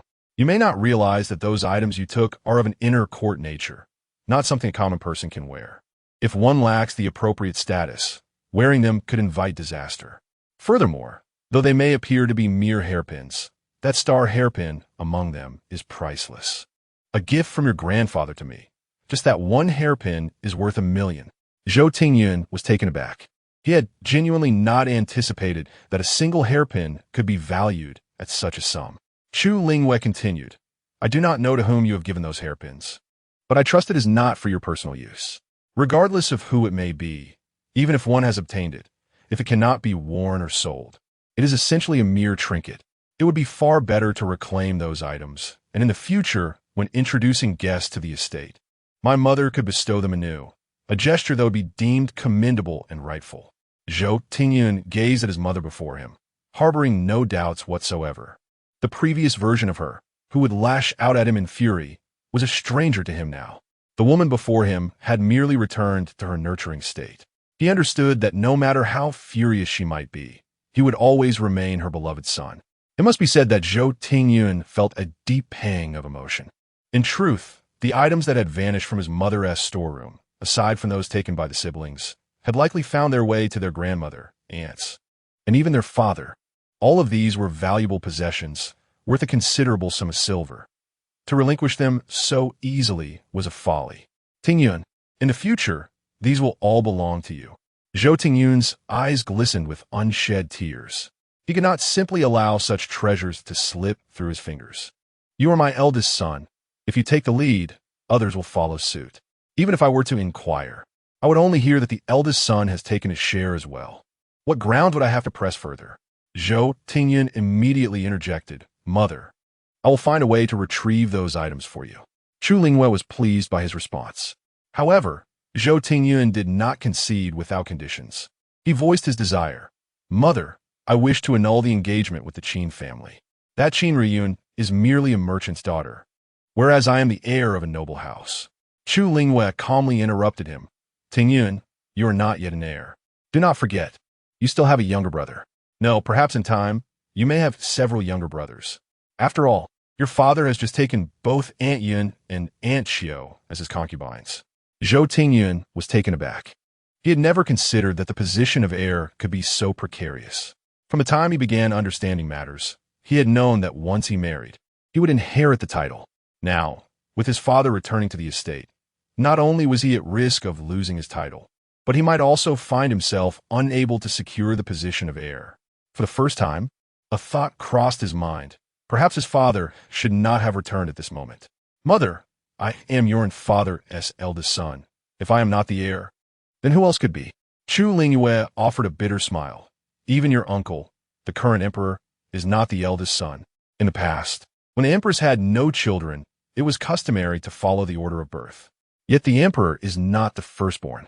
Ultimately, it was merely the last wish of the late emperor's favorite empress that led to the current emperor being named heir. Zhou Taochuan shuddered. If he were not even the heir, then inheriting the title seemed a distant dream. How could he ever show his face in public again? Surely, each outing would subject him to ridicule? Zhou Taochuan clenched his fists tightly. Taochuan, did you mention something regarding your marriage earlier? Do you have a particular thought in mind? Are you wishing to marry early? No, mother. I wish to annul my engagement with the Qin family. The Qin family is of merchant stock, truly unsuitable for your son. My heart is set on a maiden, though her status is not high. She is at least the daughter of a government official. As he spoke of his beloved, a smile blossomed on Zhou Taochuan's face. However, he promptly retracted his smile, nervously fixating on Chu Lingyu. He understood that his mother would undoubtedly refuse to annul the engagement. Over the years, he had not shied away from resisting, yet each attempt had ended in failure. Nevertheless, if all else failed, could he not take Jia Ro as a concubine? At worst, he could refrain from touching Qin Ruoyan, thus not breaching the vow of a lifetime together with Jia Ro. Surely, Jia Ro would be amenable to this arrangement. After all, this was the utmost he could strive for. Chu Lingyu, eager for him to withdraw from the engagement, did not hesitate to agree. Very well. However, for the annulment to take place, you must have your grandmother and father personally write to the Qin family. I will neither pen a letter nor meet with the Qin family. I cannot bear such humiliation. Zhou Taochuan questioned the reliability of his ears. Mother, you truly consented? Chapter 21. Mother? Chu Lingyu nodded perfunctorily. Naturally, you are my son, and I wish you well. If you are unwilling, I shall not force you. Enough. I am weary. You may leave now. Remember to return my belongings. Zhou Taochuan's face lit up with surprise, his previous impatience evaporating as he respectfully bowed. Yes, thank you. Mother, please rest well. Should there be any matters, do not hesitate to command me. I am willing to serve you. Chu Lingyu watet du tinguin hasti dipat. A sardonic smile curling her lips. At that moment, the snowball, which had been hiding in the corner, cautiously peeked out. After confirming Zhou Taochuan had left, it gracefully approached. Qin Ruoyan's heart swelled with glee. As she lifted her gaze, she was met with Chu Lingyu's peculiar expression, startling her. With a sigh, she lamented, "What a pity such a wonderful mother-in-law belongs to another." She nimbly leapt onto Chu Lingyu's lap, nuzzling her head against Chu Lingyu's palm. "Mother-in-law, let's be close." Chu Lingyu, charmed by the gesture, could not resist gently stroking the soft fur. Though you can no longer be my mother-in-law, I still wish for your well-being. Be cautious of Zhou Taochuan, and guard your Black Knight order. Do not let it be stolen. The little cat yawned, having eavesdropped for so long, feeling quite fatigued. Your hand feels too comfortable. I wish to sleep. Chu Lingyu's hand froze momentarily, as the little bundle on her lap began to purr softly. Her hand resumed its gentle caress. Once the kitten had fallen into a deep slumber, Chu Lingyu quietly summoned Dongshu, handing the little creature to her. Do not disturb her. Prepare a few new garments for her, and ensure the fish treats are the finest quality. Dongshu replied with a smile, Your Highness need not worry. This little one is delightful, and everyone below attends to her with great care. After all, this was bestowed by Her Majesty the Empress. We dare not neglect her. After Dongshu departed, Chu Lingyu retreated to the inner chamber, dragging out a small box from the innermost part of the room. She then located a cosmetics box and retrieved a key from a hidden compartment. With a click, she opened it, revealing a token inside, the Black Knight Order. Chu Lingyu's gaze deepened. This token had been entrusted to her by the late emperor, who had informed her that in the event of any life-threatening situation, she could present this token to seek Jiang Yanqing. Jiang Yanqing. Chu Lingyu's my bitterly. Ever since that year when he abruptly ignored her, they had not crossed paths again. In her past life, when calamity struck, Zhou Taochuan and Yun Qi had not granted her any opportunity to react. Thus, she had never had the chance to utilize the Black Knight order. However, few were aware of this matter. How did Ruoyan come to know? She mentioned that Zhou Tingyun would attempt to steal. How could he possibly know she possessed the Black Knight order? What was his intent in stealing it? Chu Lingyu felt an urge to awaken the little cat and seek clarity, yet she understood that given Qin Ruoyan's current state, such an inquiry would likely only frighten her without yielding any answers. Chu Lingyu furrowed her brows deeply and called out to Shi Qing, handing her the Black Cavalry order. Create an identical fake, she commanded. As a shadow guard, Shi Qing was naturally familiar with the significance of the Black Cavalry order. Startled by her master entrusting such an important item to her, she felt a sense of bewilderment upon hearing her words. Master, have you encountered a significant problem? Why else would you produce the Black Cavalry order? Chu Lingyu, having noticed the concern in Shi Qing's eyes, waved her hand dismissively. It's nothing. I simply wish to engage in a game. Hurry along. With her master unwilling to elaborate, Shi Qing refrained from further inquiries, taking the Black Cavalry order and departing. Chu Lingyu then summoned Ji Chun. Go instruct Chu Mo to select a few skilled and loyal individuals to keep a close watch on the eldest son, the second son, and the young lady. Also, monitor the Marquis and Aunt Yun closely. All their actions must be reported daily. Chu Mo was the captain of Chu Lingyu's guard. Understood, Ji Chun replied, though perplexed, and then exited. Once Ji Chun had left, Chu Lingyu's expression grew cold. It seemed that matters were far more complex than they appeared on the surface. Zhou Tingyun left the Zhaohua courtyard and made his way directly to Zhou Sunchuan's Qingsong courtyard. Upon entering, he found Zhou Sunchuan playfully embracing Qiuchuan. Zhou Tingyun's eyes darkened. Father, I need to speak with you. Zhou Sunchuan cast an annoyed glance at his eldest son, but ultimately waved Qiuchuan away to her own quarters. Tingyun, why have you become increasingly disrespectful? Zhou Sunchuan frowned. Zhou Tingyun looked at him in astonishment. Father, I must inquire about something. Since your return, you have neglected mother. Aunt Yun, what does this signify? Now you have taken an Aunt Xiao. Do you not realize that mother will be deeply hurt? Zhou Sunchuan shot Zhou Tingyun a glare. Silence.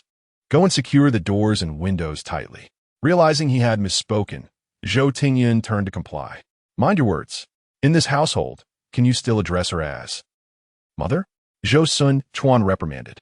Zhou Tingyun felt a surge of irritation, but dared not retort at that moment, merely responding sullenly. What is it you wish to discuss? Is this the sole matter at hand? Did you convey what I told you to your mother? A glimmer of determination flickered in Zhou Tingyun's eyes. Father, I spoke with mother. She mentioned that she would visit the palace to inquire whether there is any justification for this. As for the money, I fear you must offer something substantial. Zhou Sunchuan's face flushed with anger. Useless. You cannot even handle such a trivial matter. Did you not claim that Chu Lingyu cherished you? Her eldest son? Zhou Tingyun lowered his gaze, contemplating, am I truly useless? At least I do not rely on others for sustenance. Yet you, having depended on others for so many years, now dare to scold me. Regarding this matter, I truly find myself powerless. Father, do you not possess some properties? Perhaps it would be prudent to sell them? Over the years, grandmother has bestowed considerable wealth upon you. You should have some silver on hand. At the very least, let us present something to silence mother. Do not allow her to create a disturbance before His Majesty. Otherwise, our esteemed household shall truly become a subject of ridicule. Zhou Xuanchuan's expression darkened. Are you coveting my enterprises? Will they not eventually belong to you? Over the years, I have not engaged in any profitable ventures, and the funds bestowed by your grandmother have all been expended. Where then shall I procure more silver? Zhou Tingyun scoffed disdainfully within. Her father has become increasingly adept at spinning grand illusions. In the past, she would have believed such words, but today, she finds herself awakened to the truth and utterly skeptical. After all, her mother has declared that she would rather exchange a fortune of 1,000,000 taels for her father's title. Yet he remains unwilling. He speaks of a future that is to be his. Does he not have other sons? There is only the second son, and over the years, her father has shown him more affection than he has shown her. Furthermore, her mother is not mistaken. Her father has recently taken in concubine Xiao. Who is to say that a younger brother might not emerge at any moment? Even without concubine Xiao, there is still his biological mother. Even if he were to emerge from her womb, what difference would it make? Besides the possibility of usurping his silver and title, he serves no other purpose. Chapter 22, not her son? Zhou Tingyan chose not to continue arguing with Zhou Taochuan, saying, "Father, you should discuss these matters with mother yourself. She is already quite upset, insisting on going to the palace. If it comes to it, perhaps you could find her. She does have some money." Zhou Tingyan was aware that Yunqi possessed a considerable amount of silver, a fact she had disclosed to him in the past. She had also mentioned that those resources were meant for him, assuring him not to worry. How foolish it would be to believe her words now, considering she had forsaken him at birth just to secure his entry into the marquisate. Besides, she had 4 other children. His mother, in contrast, loved him wholeheartedly. Unaware of the truth regarding his lineage, he resolved to retrieve the items from Yunqi, which were originally part of his mother's dowry, for they would rightfully belong to him alone in the future. Noticing his father's contemplative silence, Zhou Tingyun refrained from pressing further, wary of inciting suspicion. "Father, please consider this. I have conveyed your mother's message. I must also hasten to return the belongings I previously took from her. Otherwise, she may persist in her grievances, and I fear it might escalate to the emperor's ears." With that, he hurriedly departed. Zhou Taochuan's expression darkened, his frustration directed both at Zhou Tingyun's failure to rectify matters and at the current situation with Chu Lingyu's incessant demands.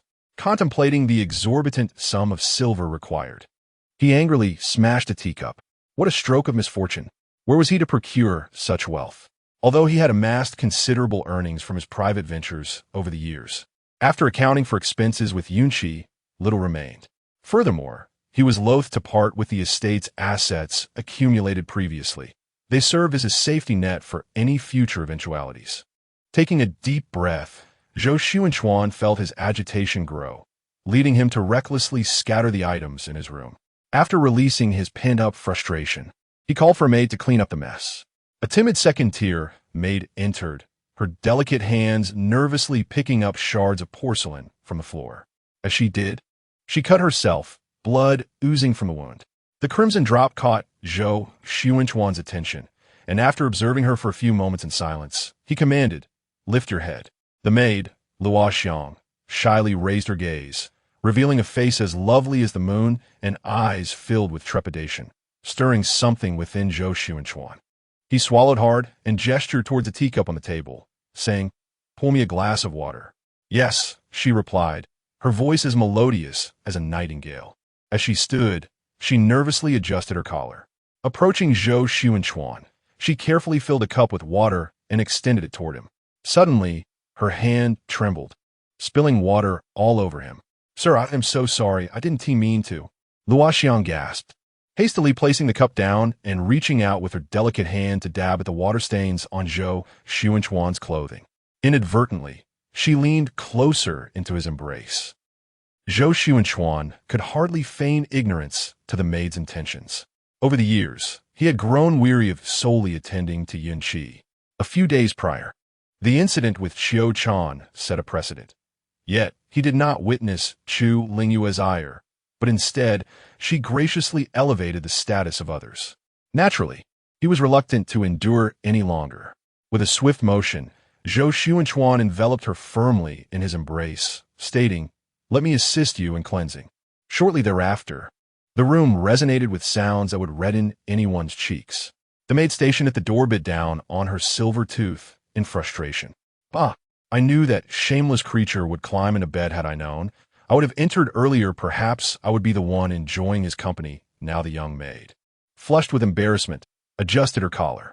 Previously, within the estate, there were only 2 young masters, both too young, and the princess was exceedingly vigilant. Thus, they dared not provoke. Now, with the return of the marquis and the precedent set by Qiu Chan, who would not aspire to ascend the ranks, news from the Union Pavilion and Qingsong courtyard arrived swiftly. Yunqi shattered a tea set in anger, exclaiming, "Wretched woman, wretched woman." It was unclear whether she directed her ire at the shameless maid or Zhou Taochuan. Qingsong, cautiously offering counsel, remarked, "Madam, it is only natural for men to seek novelty. You should focus on recovering your health. I believe the Marquis still cares for you." Yin Qi longed to strike Qing Sang, yet restrained herself, suppressing the turmoil within her. In her quest to gain Chu Lingyu's trust, she had not brought a single maid of her own, leaving her without a confidant in the Marquis's residence. She could not afford to offend these two maids. She needed their loyalty. It was imperative that she devised a plan to leave the estate. The situation had deviated entirely from her expectations. She must engage in earnest discussions with someone. Qing Sang, you are right. I am simply heartbroken. How could the Marquis have made such promises to me? It was with great reluctance that I followed him back to the estate. I never intended to assume the role of concubine, if it were not for. Yun Qi wept, her tears resembling rain on blossoms. Qing Sang and Qing Zhu were the two maids who had previously suffered punishment on Yun Qi's behalf due to their candid remarks.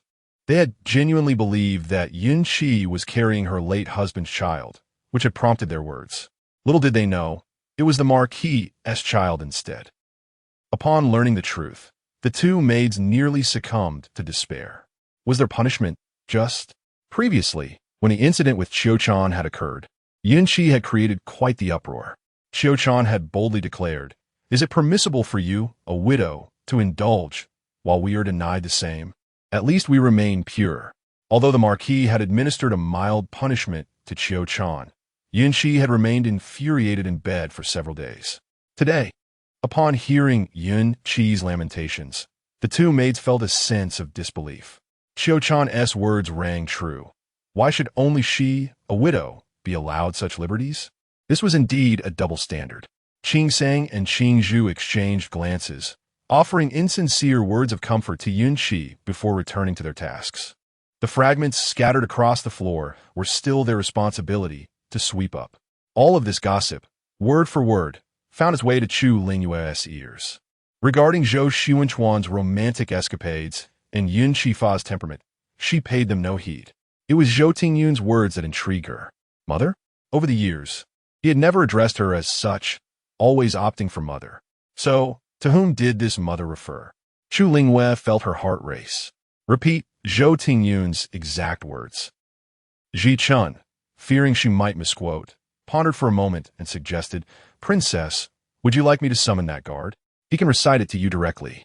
Very well. Shortly after, an unremarkable guard approached Chu Lingyu.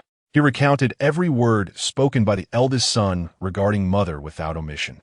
The guard had an excellent memory. After a brief recollection, he spoke solemnly. "Father, I still wish to ask you, upon your return, why have you neglected mother?" "Aunt Yin, what does this mean? Now you have taken Aunt Xiao as a concubine.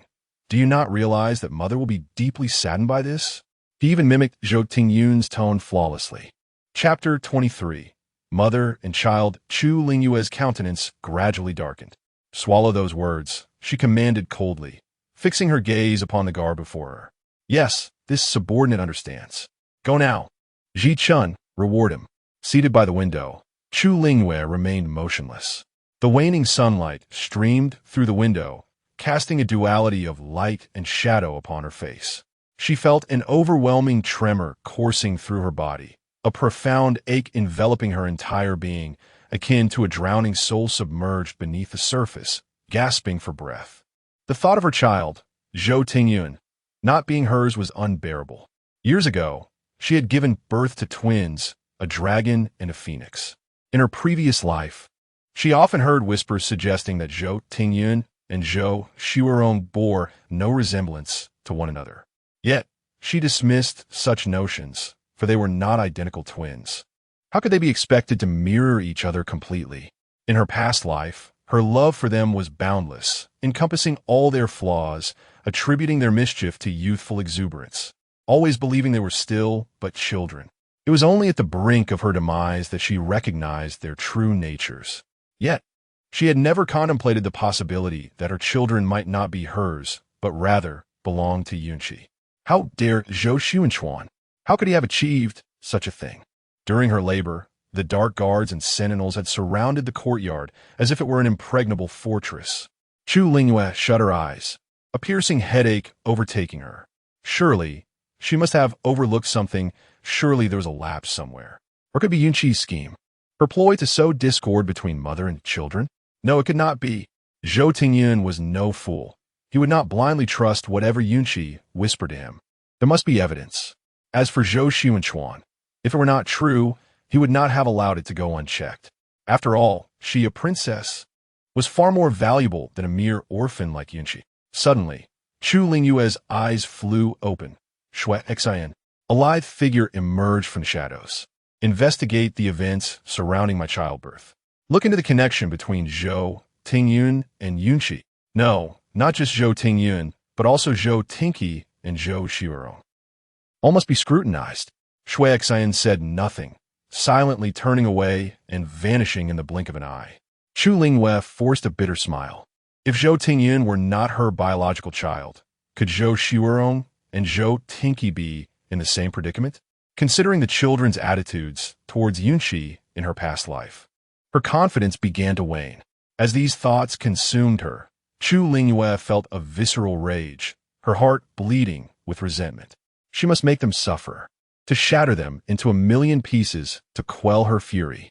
The children she had cherished so dearly, it turned out, were of Yunqi's blood, and her own offspring. She could only wonder where they might be. In a sudden fit of anger, Chu Lingyu rose and overturned the table beside her, porcelain and jade scattering across the floor. Hearing the commotion, Dong Su cautiously pushed open the door, and upon seeing Chu Lingyu unharmed, he breathed a sigh of relief. Your Highness. Taking several deep breaths to regain her composure, Chu Lingyu finally spoke in a measured tone. Summon someone to clean this up. Yes. Zhou Tingyun encountered obstacles at the Yun residence, his spirit vexed by Yun Jiao's tears. Upon returning to the manor, Zhou Tingyun heard that the Marquis had taken a liking to another maid, without even stepping out of the courtyard or visiting concubine Yun. Enraged, he smashed an inkstone in frustration. At that moment, he began to doubt the words his grandmother had spoken regarding his father. She claimed that his father was immensely talented and had been overshadowed due to his favor with the princess. She spoke of his father's noble character and lofty ambitions, but what did he witness? A fool who only knew how to indulge in women. Zhou Xianchuan was unwilling to relinquish what he had consumed, and the mere thought that those things would ultimately belong to him made Zhou Tingyun feel such anguish that he could not sleep. Furthermore, Zhou Xianchuan would not relinquish his title for his own enjoyment, which completely extinguished Zhou Tingyun's goodwill towards this father in a single day. After pacing the room several times, he realized he could not remain idle. He resolved to visit Yunqi. Had she not often professed her love for him, claiming he was her hope? He would see if her words were mere lip service or if she could truly take action for his sake. Waiting until nightfall, Zhou Tingyun stealthily made his way to Yun Yin Pavilion with a servant. Upon seeing the dilapidated state of Yun Yin Pavilion, he instinctively frowned. This was, in fact, his first visit to her courtyard since she entered the manor. Before Yunqi arrived, she had repeatedly advised him to limit their interactions to avoid raising suspicions with Chu Lingyu. When Yunqi heard from the maid Qing saying that the eldest young master had come secretly, she was startled and immediately sat up in bed. Qing Sang cast a suspicious glance at Yunqi, internally musing whether this widow had ensnared even the eldest young master. The thought of a father and son vying for the affection of a woman, especially a widow, sent a shiver down Qing Sang's spine, compelling her to lower her head and refrain from speaking further. Yunqi could easily discern their thoughts. Anger and anxiety surged within her. Fearing that Zhou Tingyun had encountered some trouble, she hastily instructed her maid to assist her in dressing, preparing to meet him. She then sent Qing Sang to guard the courtyard entrance, instructing her to alert her if anyone approached. As Qing Sang departed, Yunqi coldly remarked that they need not indulge in foul speculations, for the nature of her relationship with the eldest young master was beyond their comprehension. She warned them to keep their mouths shut, otherwise, if she suffered, they would not fare any better. They should not forget that they were her maids in Yun Yin Pavilion. Qing Sang bowed her head in submission, regretting her fate in being chosen to serve this mistress. She wished she could turn back time and slap her former self for being so naive. Had this matter not been brought to the princess's attention, she might have found an opportunity to use silver to transfer to another place. Yet due to this incident, the princess decreed that their loyalty would bind them to serve concubine Yun. Even if she sought assistance, no one would dare to wade through such murky waters. Upon seeing Zhou Taochuan, Yun Qi anxiously inquired, "Tingyun, is there something amiss?" Zhou Taochuan's expression momentarily faltered as he respectfully bowed, addressing her, "Greetings, Aunt." Yun Qi scrutinized him carefully, relieved to see that he had not suffered any injuries and appeared well. She exhaled a sigh of relief. "Very well, very well. Did I not previously advise you against meeting me so carelessly? Why did you not heed my words?" Zhou Taochuan's gaze flickered slightly. "I thought, having not seen Mother for a while, and with Father's recent reckless behavior, I would quietly come to check on you. Mother, rest assured, no one else has seen me." Hearing Zhou Taochuan's words, Yun Qi felt her heart soften even more. Zhou Taochuan had forsaken his wife and children for her, renouncing even the current princess and his title, and they had shared a deep marital bond for many years, cultivating a pastoral life together. Even if she were made of stone, her heart had softened after all these years. Yet, just look at the things Zhou Taochuan has done since returning to the Marquisate. He seemed entirely transformed. Chapter 24. The Black Knight's command. Upon seeing her child for the first time, Yun Qi's heart softened immensely. "Good child, I am grateful that you still remember your mother. Only you would come to visit me. However, you can no longer call me mother. You must refer to me as concubine instead." Zhou Taochuan obediently nodded and recounted the words previously spoken by Chu Lingyu. "I took several ornaments from my mother's treasury to give to Jiao. Now, mother is furious and demands I retrieve them. How could I possibly have the face to ask for them back? Mother, could you assist me?" Yun Qi frowned. Chu Lingyu is being rather petty. Does she truly need to make such a fuss over her own son taking a few items from her treasury? Zhou Taochuan eagerly agreed. "Indeed, yet she is a princess and, when angered, threatens to inform His Majesty. We are utterly powerless against her." Yun Qi sighed. "How much are those ornaments worth?" "I shall provide you with silver notes. You can exchange them for cash." Zhou Taochuan was overjoyed. "Thank you, mother. You are quite the charmer. However, do refrain from such actions in the future. Until Chu Lingyu has perished, we must tread carefully." Upon hearing this, Zhou Taochuan did not even raise an eyebrow, clearly already aware of the plan. "Understood, mother. Additionally, there is another matter. Recently, mother has been tallying the expenses of the Marquisate over the years, revealing that the amount drawn from her dowry has exceeded 1,000,000 taels of silver. She is pressuring father to repay her, and if he refuses, she threatens to take the matter to His Majesty." Zhou Taochuan withheld the part about Chu Lingyu promising to leave all her dowry to him. Yun Qi was both astonished and furious. How can she bring such matters to light? Has she lost all sense of dignity as a princess? Zhou Taochuan sighed indeed. Moreover, it seems she genuinely intends to approach the palace. "Mother, over the years, grandmother has given you a substantial amount of silver, not to mention our hidden assets. If this truly escalates to the palace and His Majesty investigates, what shall we do?" Yun Qi's face turned pale with rage. This was far more than a mere financial issue. If His Majesty became involved and truly investigated, the consequences will be dire. Although she prided herself on her meticulous handling of affairs, it was a known truth that every action leaves a trace. "What did your father say?" Yun Qi's expression darkened. Zhou Taochuan's face was filled with anxiety. Father merely claimed he had no money and suggested the princess create scene. Then, he went on to indulge a young maid. Yun Qi could no longer contain herself and smashed the porcelain pot on the table. "Truly, he is more of a hindrance than a help." Zhou Taochuan, anxious and apprehensive, called out, "Mother." Yun Qi took several deep breaths and spoke softly. "Taochuan, do not involve yourself further in this matter. I shall handle it. However, you must assist me with one task." Zhou Taochuan felt a surge of hope and quickly replied, "Mother, tell me. Whatever you command, I shall fulfill it, even if it means traversing fire and water." Yun Qi beckoned him closer and whispered, "Chu Lingyu possesses a black cavalry token. Subtly inquire about it from her and persuade her to present it to mother." Zhou Taochuan furrowed his brow. "A black cavalry token? What is that? I've never heard of it." Yet, upon hearing it, he instinctively understood it must be something of great value. Yun Qi smiled. "Of course you haven't heard of it. This item holds significant importance for Mother. Just help her devise a way to obtain it. Tingyun, you must trust that in this world, Mother is the only one you can rely on wholeheartedly to cherish you. Zhou Tingyun's expression briefly faltered, but after a moment, he replied with a smile, "Very well. I shall visit Mother soon to inquire and find a way to procure it." Yunqi let out a sigh of relief. Zhou Tingyun added, "However, Mother, you must promptly resolve the matter regarding the silver. If she truly goes to the palace to lodge a complaint, and His Majesty initiates an investigation, my lineage may not remain concealed. Everything will be at stake, not to mention the inheritance of the title. Even securing our lives may become difficult."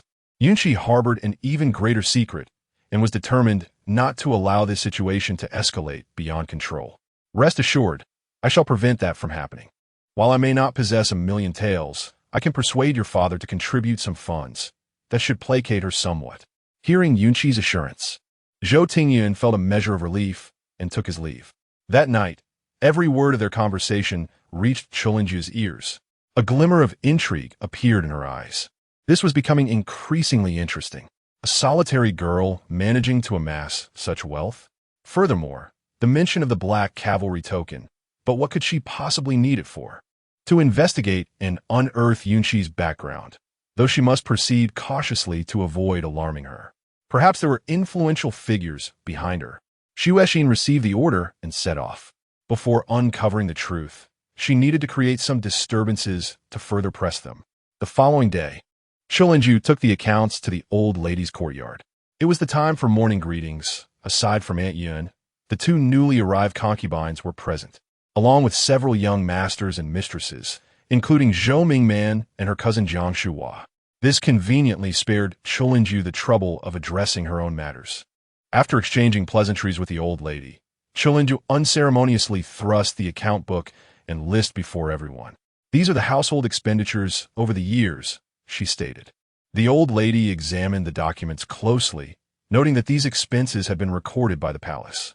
"In the past, I showed compassion for the elderly and young in the household, but now that the Marquis has returned, it seems unnecessary for a mere woman to sacrifice her dowry."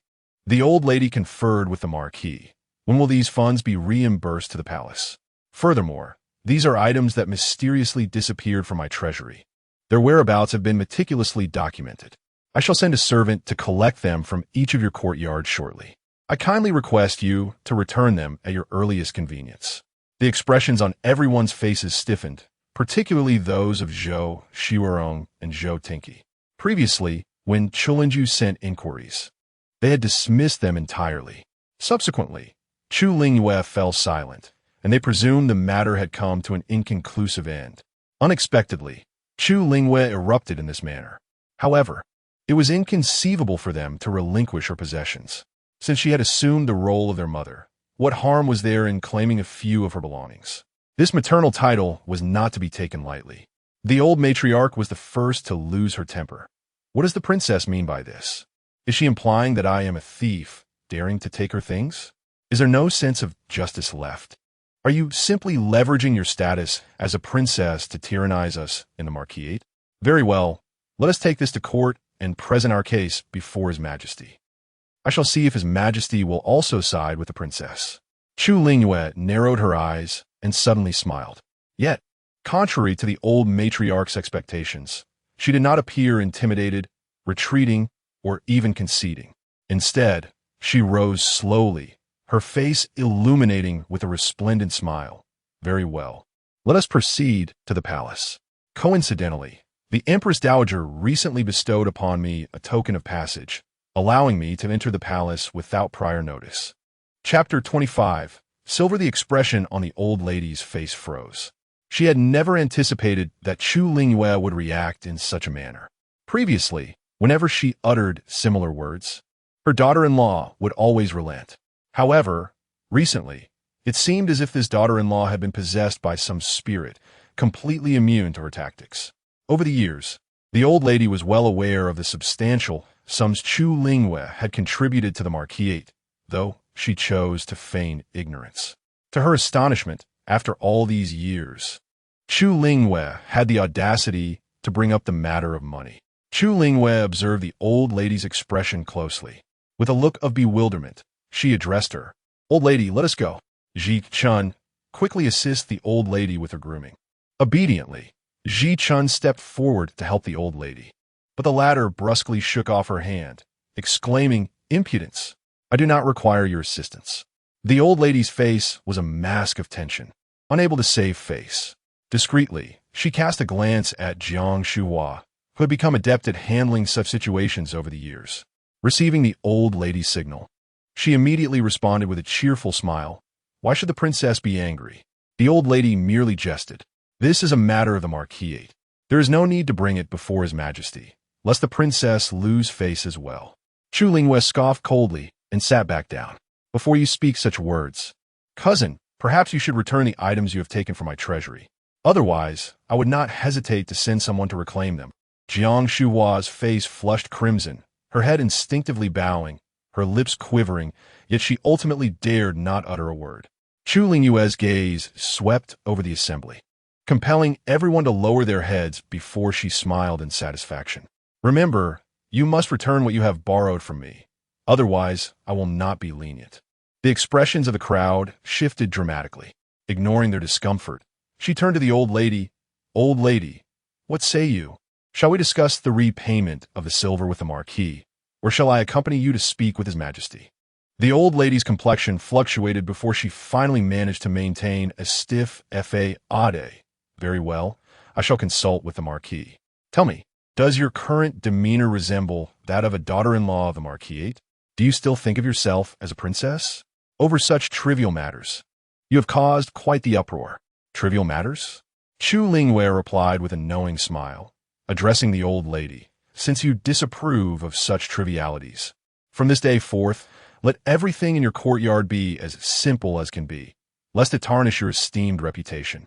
Indeed, should we not tidy up the items in your residence? Many of them were borrowed from your treasury over the years. This was a direct affront to the old lady's dignity. Fuming, the old lady's face turned scarlet. You, how dare you? She appeared as if she might faint at any moment. With a playful smile, Chu Lingyu rose. Is the old lady feeling unwell? I hope you do not faint. It seems that one has indulged too much. Ji Chun, the old matron, fearing that Chu Lingyu might even neglect her dietary needs, quickly composed her expression and abruptly rose from her chair. Your Highness has misunderstood. I am perfectly well. You have matters to attend to, so I shall not detain you here. This was a clear dismissal. Observing the old lady's countenance, Chu Lingyu felt a surge of satisfaction. Very well. I shall take my leave. There is no need for you to see me off. Regarding the matter of silver, I hope you will discuss it promptly with the marquis. With that, she strode away, leaving the old matron in a state of frustration, unable to sit or stand. Glancing at the room, full of varying expressions, she vented her irritation. Everyone disperse. There is no need for your visits henceforth. I'm not blessed to have you all come to pay your respects daily. The others, feeling disheartened, hastily retreated to their quarters, pondering how much of the princess's belongings would be returned or retained once they had departed. The old matron, still seething, hurled another object across the room before finally returning to her chair, gasping for breath. Zhang Momo attempted to console her, even going so far as to scold Chu Lingyu on her behalf, before the old matron was calmed. The old woman's eyes glinted with coldness. This woman, once so well-behaved, has now grown increasingly audacious, showing little regard for the marquis's household. I once felt pity for her, but it is clear now that she cannot be allowed to remain. Upon hearing this, Zhang Momo trembled inwardly, but dared not speak, lowering her head in silence. The old matron inquired, What news from Aitian? When will the confinement end? It has only been a few days, Zhang Momo replied. The old matron fumed. Useless creature, you spoke so highly before, and now, just a few days into the household, it has come to this, and she is still in her confinement yet. Further scolding proved futile. The reality remained unchanged, and she could only silence her tongue. In the following days, several items from the cousin's quarters were returned. However, nothing else materialized.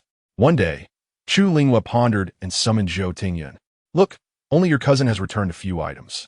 The others are still hesitating. Here, take these, Taochuan.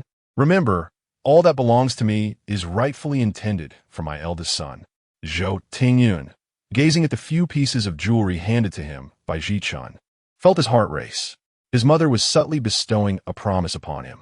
She was indicating that if he complied with her wishes, all reclaimed items would belong to him.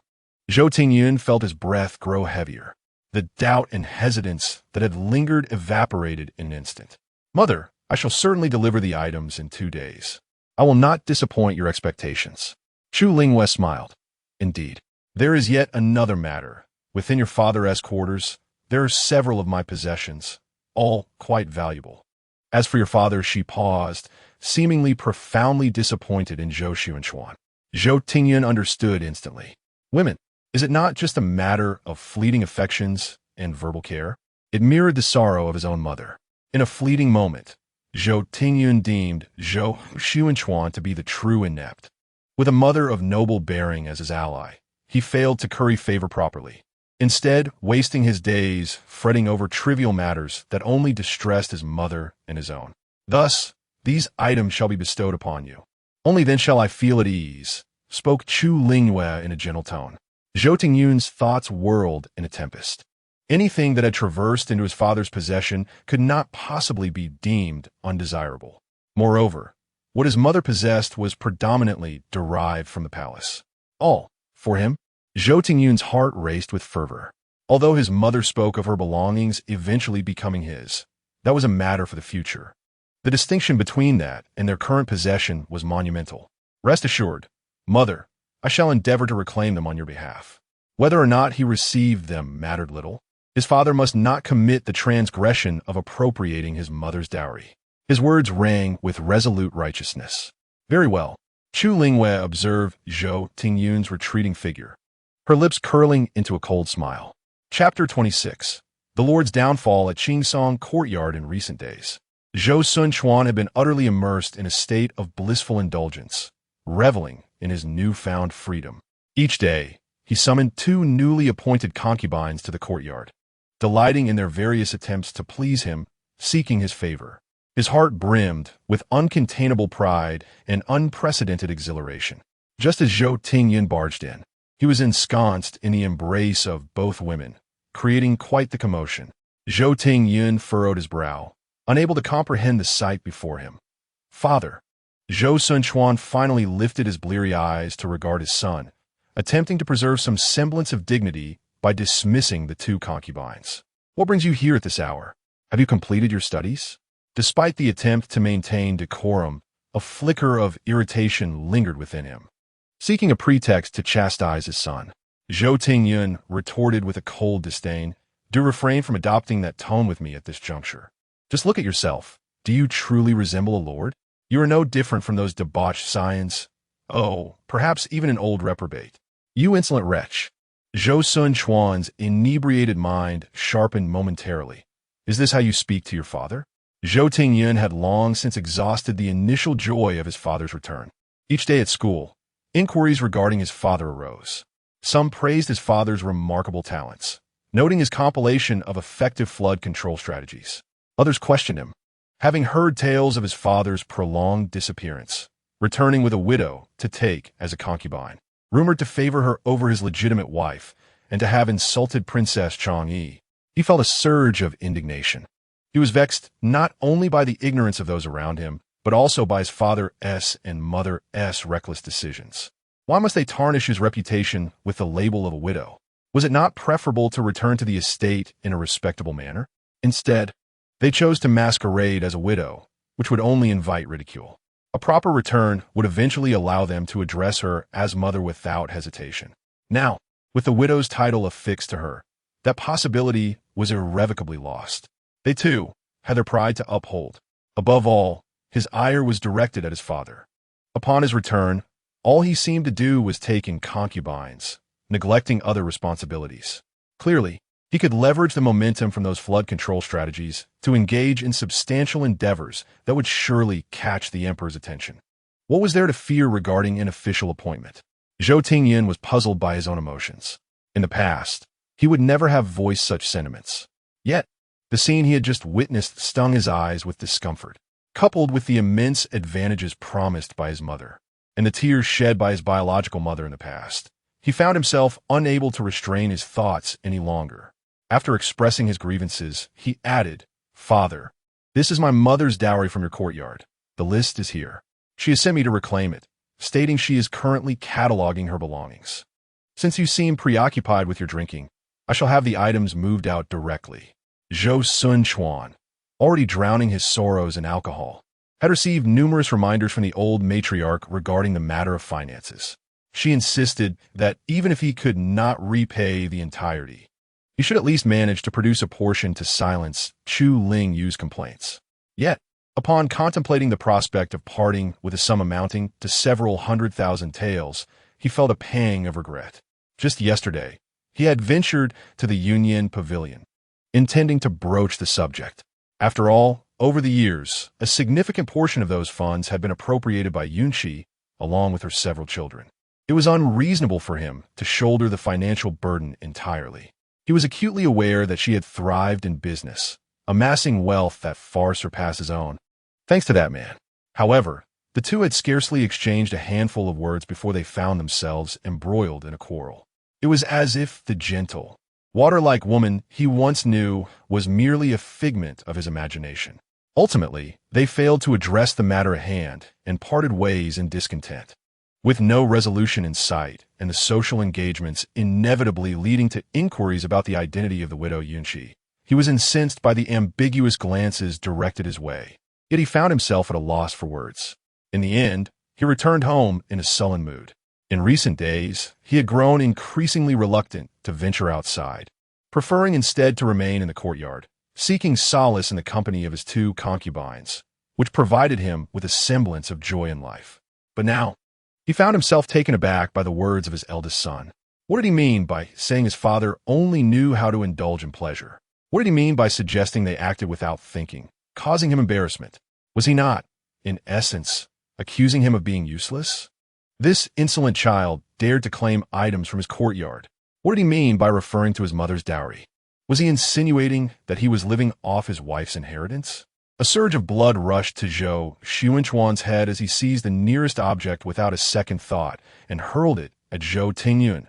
Unfilial son. Unfilial son. How dare you speak to your father in such a manner? Remember, you are my son, and I am your father. You have no right to address me so. In his hand was a pot of scalding tea. Zhou Tingyun was taken aback by his father's sudden aggression. Accustomed to a life of indulgence, he had neglected physical training. By the time he realized the teapot was hurtling toward him, it was too late to evade. The boiling tea splashed onto him. And though it was spring and his garments were not excessively thick, they were still painfully hot. He could not help but cry out in agony. "Ah, father! How could you?" "Ah!" The young servant by Zhou Tingyun's side, having grown accustomed to his master's arrogance over the years, rushed in upon hearing his cries, fearing for his well-being. Young master, are you all right?" After the initial pain subsided, a wave of fury surged within Zhou Tingyun. Having always relied on the status of Princess Chu Lingyu, he had never endured such indignity. Not even the heavenly emperor himself could treat him this way, let alone his own father. Anger clouded his judgment, and he retaliated by grabbing all the dishes on the table and flinging them at Zhou Taochuan without a moment's hesitation. His servant was left dumbfounded, desperately attempting to restrain him. "Young master, please regain your composure. Do not act this way. This is the Marquis." After much effort, they managed to pull him back. Meanwhile, Zhou Taochuan was seething. "You wretched spawn! How dare you lay a hand on your father? You think you have a right? Bring someone, take this wretch away." His words hung in the air when suddenly he collapsed to the ground. Previously, in pursuit of amusement, Zhou Taochuan had dismissed all his servants and maidens. At that time, he had commanded them to leave the courtyard without hesitation. Now, despite his desperate cries, no one dared to enter. It was only when he collapsed that Zhou Tingyun's servant stood frozen in shock. Upon witnessing the fall, Zhou Tingyun seemed to regain his senses and urgently shouted, "Father, quickly, summon someone. Fetch a doctor." The servant, Huaiqing, was about to dash outside, but Zhou Tingyun halted him, saying, "The Marquis has collapsed suddenly, likely due to excessive indulgence with those two concubines." His voice grew cold and heavy by the end. Huaiqing shivered, but quickly comprehended his master's intent. Nodding fervently, "Young master, I understand." He then rushed out, calling, "Hurry, someone! It's dire. The Marquis has fallen. Someone, quickly fetch a doctor." Chapter 27. Illness inside the room. Zhou Tingyun hurriedly moved aside the disheveled items from Zhou Taochuan, then laboriously dragged him to the small couch and lifted him onto it.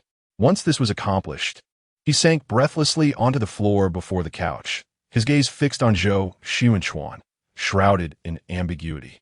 If his father were no longer present, would the title then fall upon him? Would he no longer have to contend with others over the title? Zhou Tingyun slowly raised his hand, the fervor in his eyes growing more pronounced. Just as his hand rested upon Zhou Taochuan, the door was abruptly pushed open, and a maid rushed in, exclaiming, "My lord, what has happened to the Marquis?" The eldest son, Zhou Tingyun, clenched his hand into a fist, drawing it back. He turned to the maids, inquiring, "Have you summoned a physician?" My father suddenly collapsed, causing a commotion with the items on the table. One of the maids bowed her head in response. "A physician has already been called." "Good. Please tidy up the room, and bring in 2 more people to change my father's clothes." "Yes." A fragrant aroma began to pervade the room, which irritated Zhou Tingyun. "Extinguish that fragrance, and open a window to air out the room." "Yes." Zhaohua Courtyard. Chu Lingyu was preparing to retire for the night, when Dong Su hurriedly entered, whispering, "Your Highness, the prince, has suddenly collapsed." Chu Lingyu regarded her attentively. Dong Su quietly relayed the sequence of events. This information had just been reported by the guards and secret protectors watching the Marquis, and news from the Marquis's courtyard had only just reached them. Chu Lingyu was not taken aback. It was all rather predictable. "Change my attire again. We will proceed to the Marquis's courtyard once we receive further word." With nothing pressing at hand, Chu Lingyu instructed Dong Su to bring over Xuetuan. Upon seeing Chu Lingyu, Xuetuan's eyes widened in an instant, sparkling with excitement as it wriggled free from Dong Su's grasp and darted towards Chu Lingyu. It halted at her feet, nuzzling against the hem of her skirt. Chu Lingyu bent down, lifting it into her arms and smoothing its fur. "Oh, have you truly become an animal?" Qin Ruoyu mused that her current existence was far more delightful than her previous life. However, she recognized that her mother-in-law might not comprehend such happiness. She whimsically mimicked a cat's meow, playfully extending her paw to scratch Chu Lingyu's hand. Chu Lingyu chuckled, tapping its head. "Very well, let us proceed in this manner. Live well, for I shall protect you." Qinrun internally exclaimed, "Ah, indeed, my mother-in-law dotes on me, even if I have transformed into a cat." She felt compelled to do something to assist her mother-in-law. Alas, how could she reveal the true nature of those within the Marquis's household to her mother-in-law, especially regarding her father-in-law and those ungrateful individuals? Qin Riyun's thoughts echoed clearly in Chu Lingyu's ears. She smiled gently, playfully pinching the tips of the kitten's ears, saying, "Very well, I shall care for you."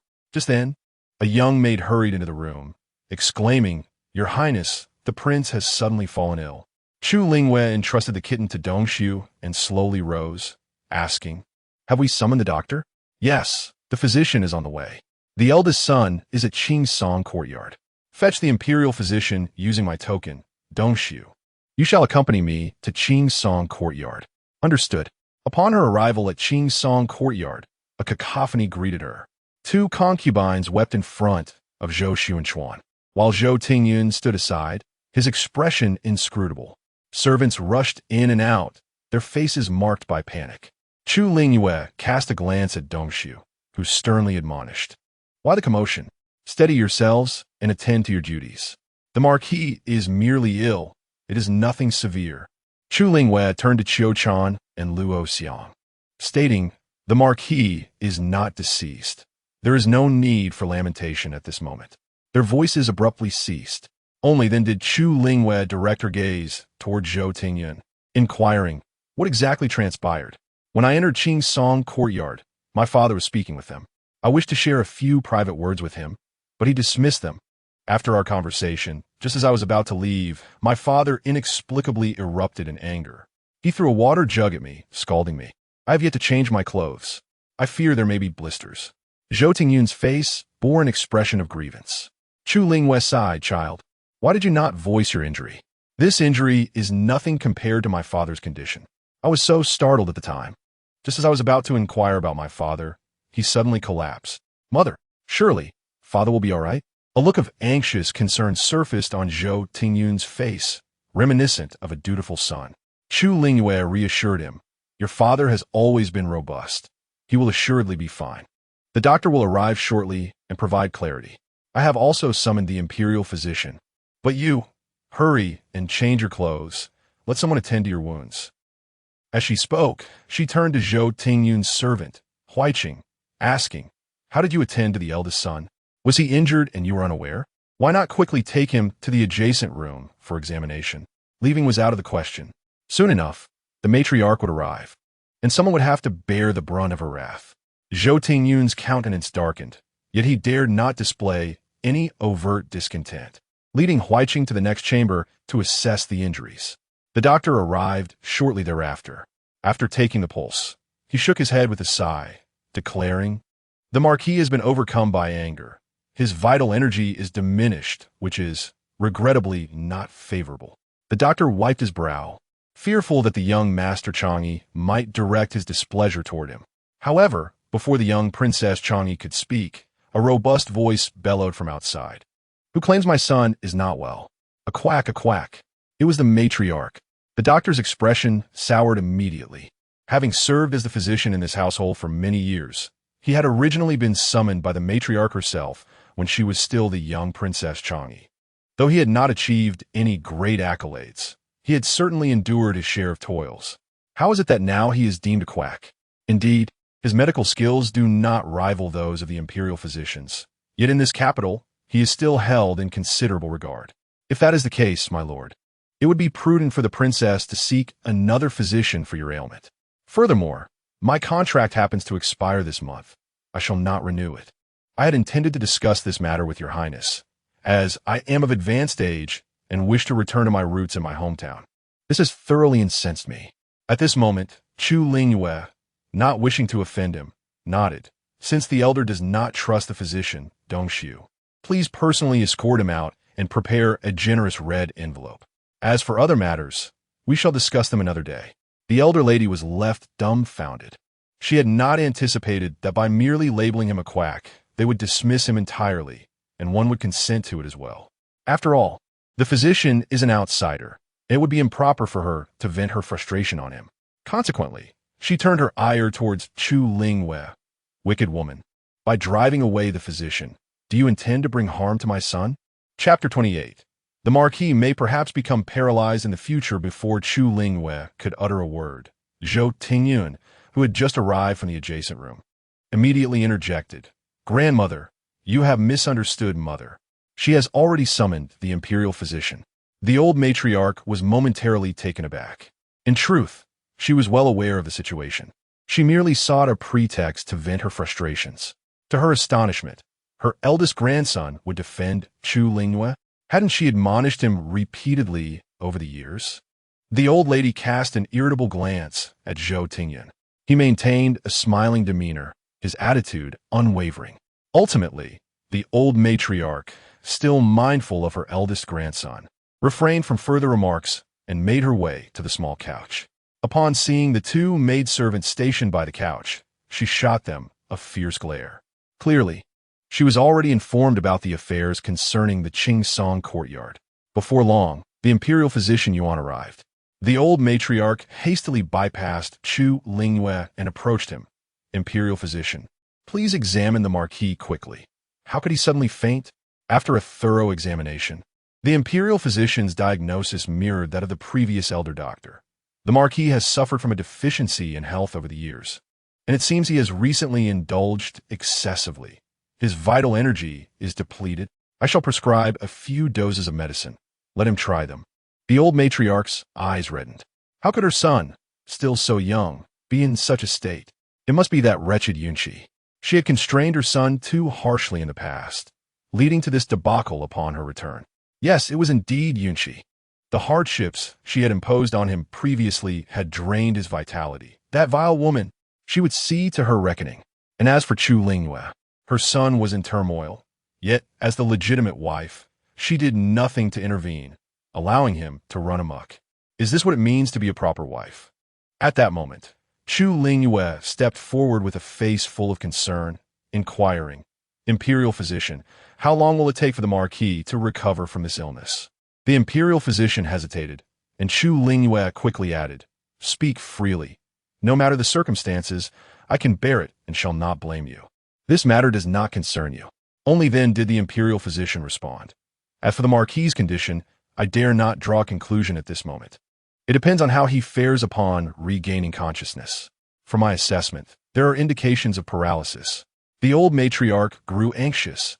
"What do you mean by paralysis?"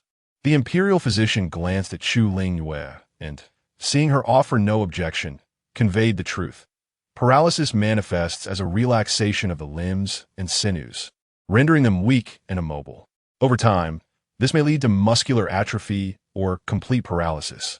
The old matriarch staggered, nearly falling, and let out a piercing scream. "How could this be? My son is still so young." Chu Lingyu's gaze swept over the matron supporting the old lady.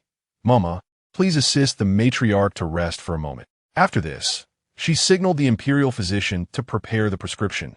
"Please do not hesitate to write it. There is no need for concern.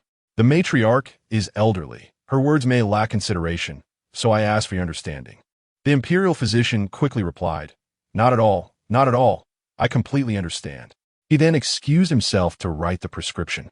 Chu Lingyu instructed Ji-chun to take someone to the outer chamber to prepare the medicine, then approached the couch, looking down at Zhou Taochuan. With her eyelids lowered, her eyes brimmed with coldness. "Zhou Taochuan, this is merely the beginning. From now on, embrace the remaining beauty of your life." Moments later, Chu Lingyu bent down to retrieve a handkerchief and gently wiped the dirt from Zhou Taochuan's face. At that moment, the old lady suddenly lunged towards them, exclaiming, "Is it you? Did you administer poison to him? Otherwise, how can my son be in such a state?" Chu Lingyu looked up in astonishment at the old lady and replied, "What brings you to such accusations, my lady?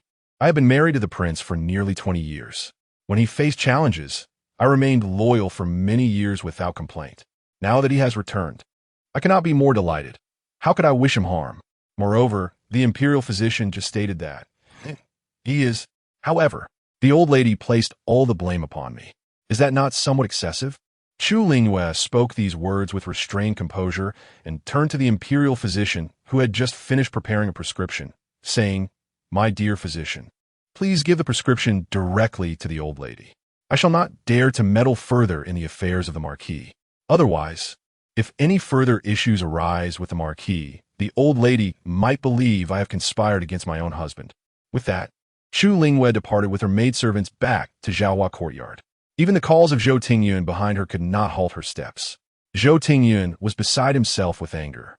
How could his father be in such a condition while his grandmother continued to create trouble for his mother? Had she lost all reason? His mother, as a princess, had continuously retreated before the entire marquisate. Could his grandmother not see that? Moreover, this relentless pressure seemed designed to utterly disillusion his mother and make her forsake them entirely. Now that his father was incapacitated, without the support of Princess Changyi, the marquisate would merely be a title, a mere puddle of mire. What was he to do?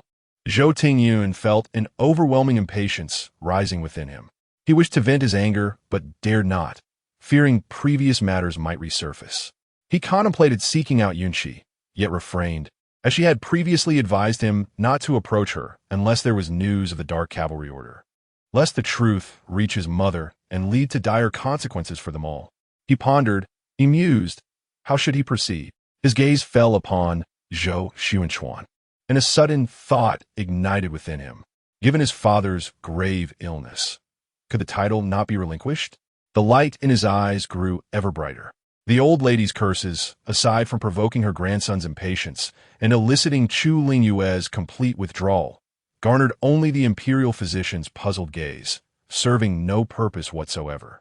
Once the physician had prepared the prescription, she regained some clarity, ordering the preparation of the medicine while discreetly instructing Nurse Zhang, tomorrow morning, go to Beijingtang and summon Dr. Qi to examine the Marquis once more. Nurse Zhang's lips moved as if to advise the old lady against any further turmoil, fearing that such antics might irreparably damage the fragile bond with the princess, especially given the Marquis's current state. What would they do then? She raised her head only to meet the old lady's fierce gaze, swallowing the words that had nearly escaped her lips, recalling the old lady's ruthless methods in her youth. Nurse Zhang lowered her head, saying yes. The old lady felt a sense of relief upon hearing Zhang Momo's obedient reply. She staggered to the small couch and gazed at Zhou Taochuan for a moment, then pointed at Luoxiang and instructed you. Tonight, you shall attend to the Marquis. As soon as the medicinal soup is ready, feed it to him immediately. Tomorrow, she will serve him. She then gestured towards Qiuchan. Luoxiang dared not utter a word, fearing that the old lady might blame her for the Marquis's illness, and hurriedly agreed. Qiuchan, confident in her background from the princess's household, responded indifferently. Nevertheless, she resolved to shift the blame onto Luoxiang when the time came. That wretched girl, so quickly entangled in this affair, was the cause of the Marquis's current state. Thus, she should serve him more. After all, she had no intention of caring for such a disabled man. She had clearly understood the implications of the conversation. The Marquis might very well become paralyzed in the future. Chapter 29. What is wrong with me? The old lady observed the expressions of Qiuchan and Luo Xiang, and an understanding settled in her heart. She addressed Luo Xiang, saying, as long as you serve the Marquis well, there will be ample rewards for you in the future. Luo Xiang lowered her head, responding meekly. The old lady cast another glance at Zhou Taochuan, admonishing the maids and servants in the room a few more times before departing with Nurse Zhang. With the old lady's exit, Zhou Tingyun felt the tension in his heart ease.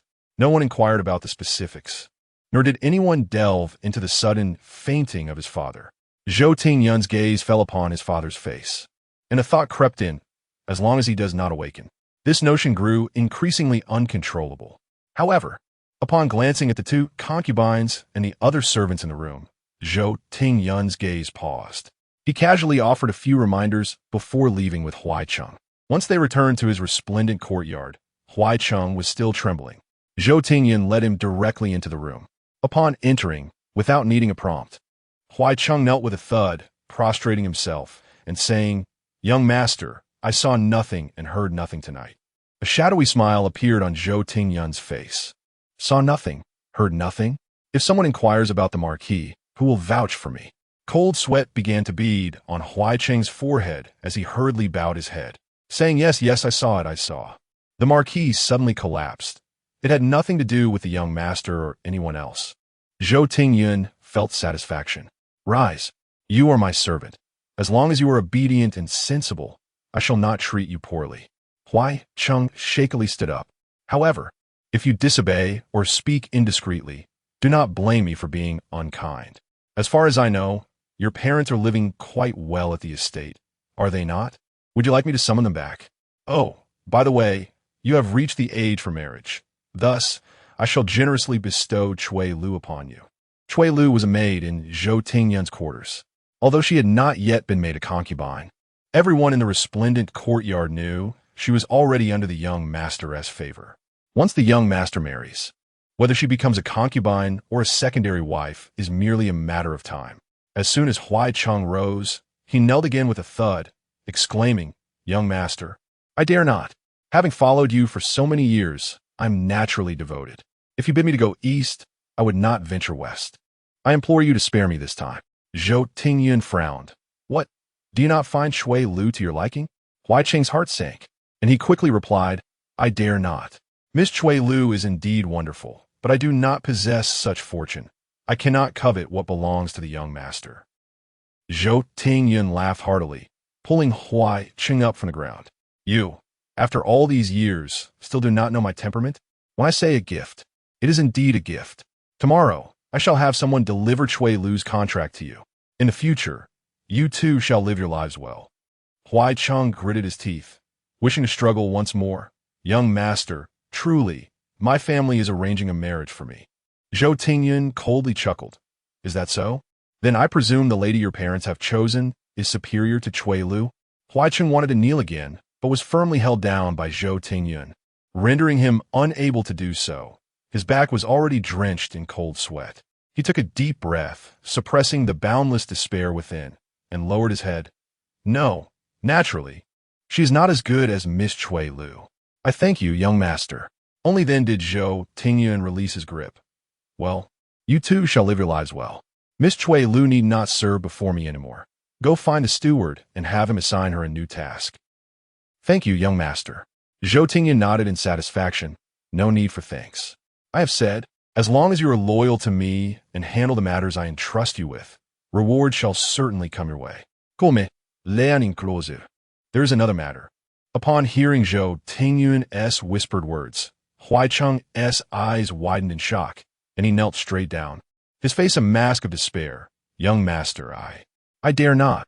Zhou Taochuan regarded him with a bemused smile. Dare not. Is it? Someone, fetch Huaicheng's parents back from the estate. We shall proceed with it tomorrow. Terrified, Huaicheng quickly bowed his head. No, I shall do it. I shall do it. Young master, my parents prefer the estate. I implore you to allow them to enjoy their twilight years. I shall certainly do my utmost to fulfill your commands. Now you are being obedient. You may leave. It is getting late. Let others come in to serve. Yes. Once outside the room, Huaicheng turned towards the adjacent chamber. Upon entering his own quarters, he collapsed onto the bed, motionless. His gaze was vacantly fixed on the ceiling, his expression gradually contorting. Just a little more, and he would have been able to marry the woman he loved. After a long while, Huaicheng covered his face, tears streaming through his fingers. Zhaohua courtyard. Chu Lingyu had a restful night.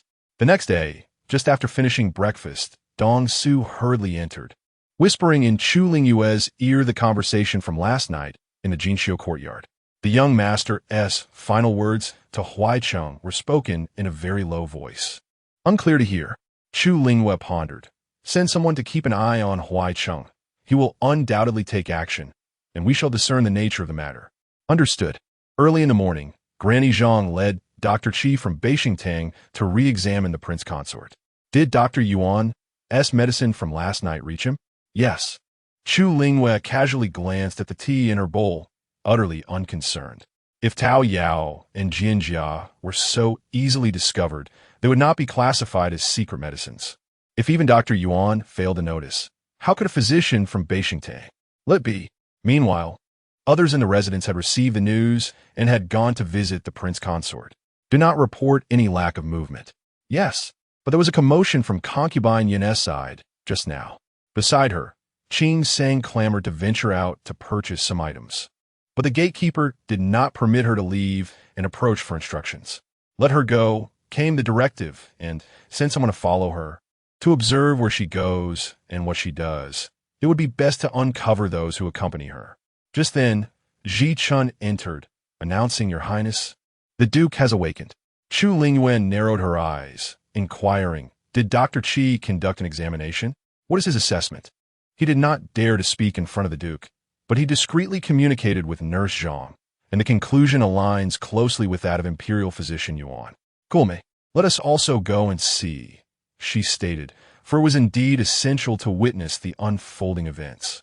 In Qing Song courtyard, Zhou Taochuan gradually opened his eyes. Luo Xiang, having vigilantly watched over him throughout the night, was overjoyed to see him awaken and immediately rushed to his side, exclaiming, My lord, you have finally awakened. Her joy was so overwhelming that she wept. As Zhou Taochuan regained his senses, he furrowed his brow and asked, Why are you crying? I'm not dead. Luo Xiang, instantly sobered by his words, ceased her tears. He lifted his hand, only to realize a lack of strength in his left arm, and inquired, What has happened to me? Chapter 30. The grievance towards the old matron Luo Xiang bit her lip, hesitant to respond, merely stating, The Marquise suddenly fainted yesterday. Zhou Taochuan assumed she was oblivious to the circumstances and did not press her further. Help me up. Yet, recalling the cause of his fainting, a surge of anger welled up within him. However, given his current condition, he was uncertain about the situation. Who could tell if it was merely due to rage? His own life took precedence. The troublesome child could be reprimanded later. After assisting him to his feet and providing Zhou Taochuan with a sip of water, He overheard the voice of Nurse Zhang outside and inquired, "Who is she speaking with?" Dr. Qi from Bai Shengtang came to reply. Zhou Taochuan, displeased, asked, "Why was Dr. Qi summoned?" Although Dr. Qi possessed commendable medical skills, his past association with the old matron was shrouded in ambiguous rumors during his youth. While the old matron never acknowledged these tales, she seemed quite fond of him, which fostered Zhou Taochuan's contempt. Moreover, wasn't there already a physician in the residence? If necessary, the princess could summon the imperial doctor as well. Or was it that Chu Lingyu simply refused to call for the imperial physician? This thought further inflamed Zhou Taochuan's ire, though, to his credit, he managed to suppress it. Was the elder physician in the residence? He had also been invited by Chu Lingyu, who typically relied on him for medical care. Luo Xiang dared not disclose the events of the previous night. She feared that if the Marquis grew angry again, it might cost her dearly. With her head bowed, she remained silent. Zhou Taochuan, exasperated, commanded, "Get out and summon Yuan in." "Yes." Luo Xiang hastily complied, her head lowered as she exited the room. Moments later, Yuan entered, his eyes red-rimmed. "Master, you called for me." Yuan had been a familiar presence to Zhou Taochuan over the years, having recently been discreetly brought back. Lacking any significant background in the residence, he had faced considerable ostracism. After finally gathering some intelligence, he was dismayed by the unsettling news he had encountered. Now, he was anxious about his position. Zhou Taochuan inquired in a grave tone, "What is the situation?" Aunt Luo is completely oblivious. Explain everything in detail. Yuan, fearing to withhold any information from Zhou Taochuan, recounted everything he had heard. Zhou Taochuan felt a buzzing in his head, his limbs growing increasingly weak, causing him to stagger slightly.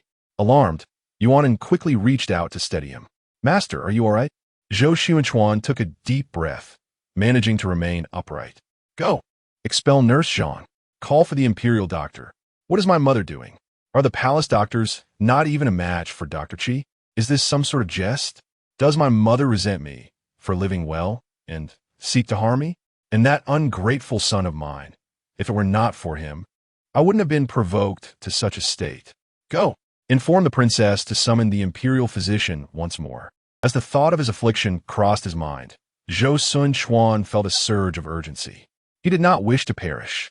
He yearned to live fully. What the eldest son? What is his predicament? Yuan lowered his head even further. "Speak." Zhou Taochuan's heart ignited with fury at the mere mention of this firstborn. Yuan parroted back the words spoken by Zhou Tingyin the previous night. With matters having escalated to this point, Zhou Taochuan found his anger somewhat diminished. It appeared that this eldest son had been utterly spoiled by Chu Lingyu. Fundamentally flawed. He inhaled deeply and relayed the truth of the situation to Yuan and relayed these words to the princess. Yes, upon arriving in the garden, Yuan encountered Chu Lingyu. "Greetings, Your Highness. The Marquis has sent me to convey a few messages." Chu Lingyu raised an eyebrow. "Speak." Yuan gestured for her to dismiss the others. After a moment's contemplation, she instructed all but Ji Chun and Dong Su to withdraw. "Proceed, for these are my trusted confidants."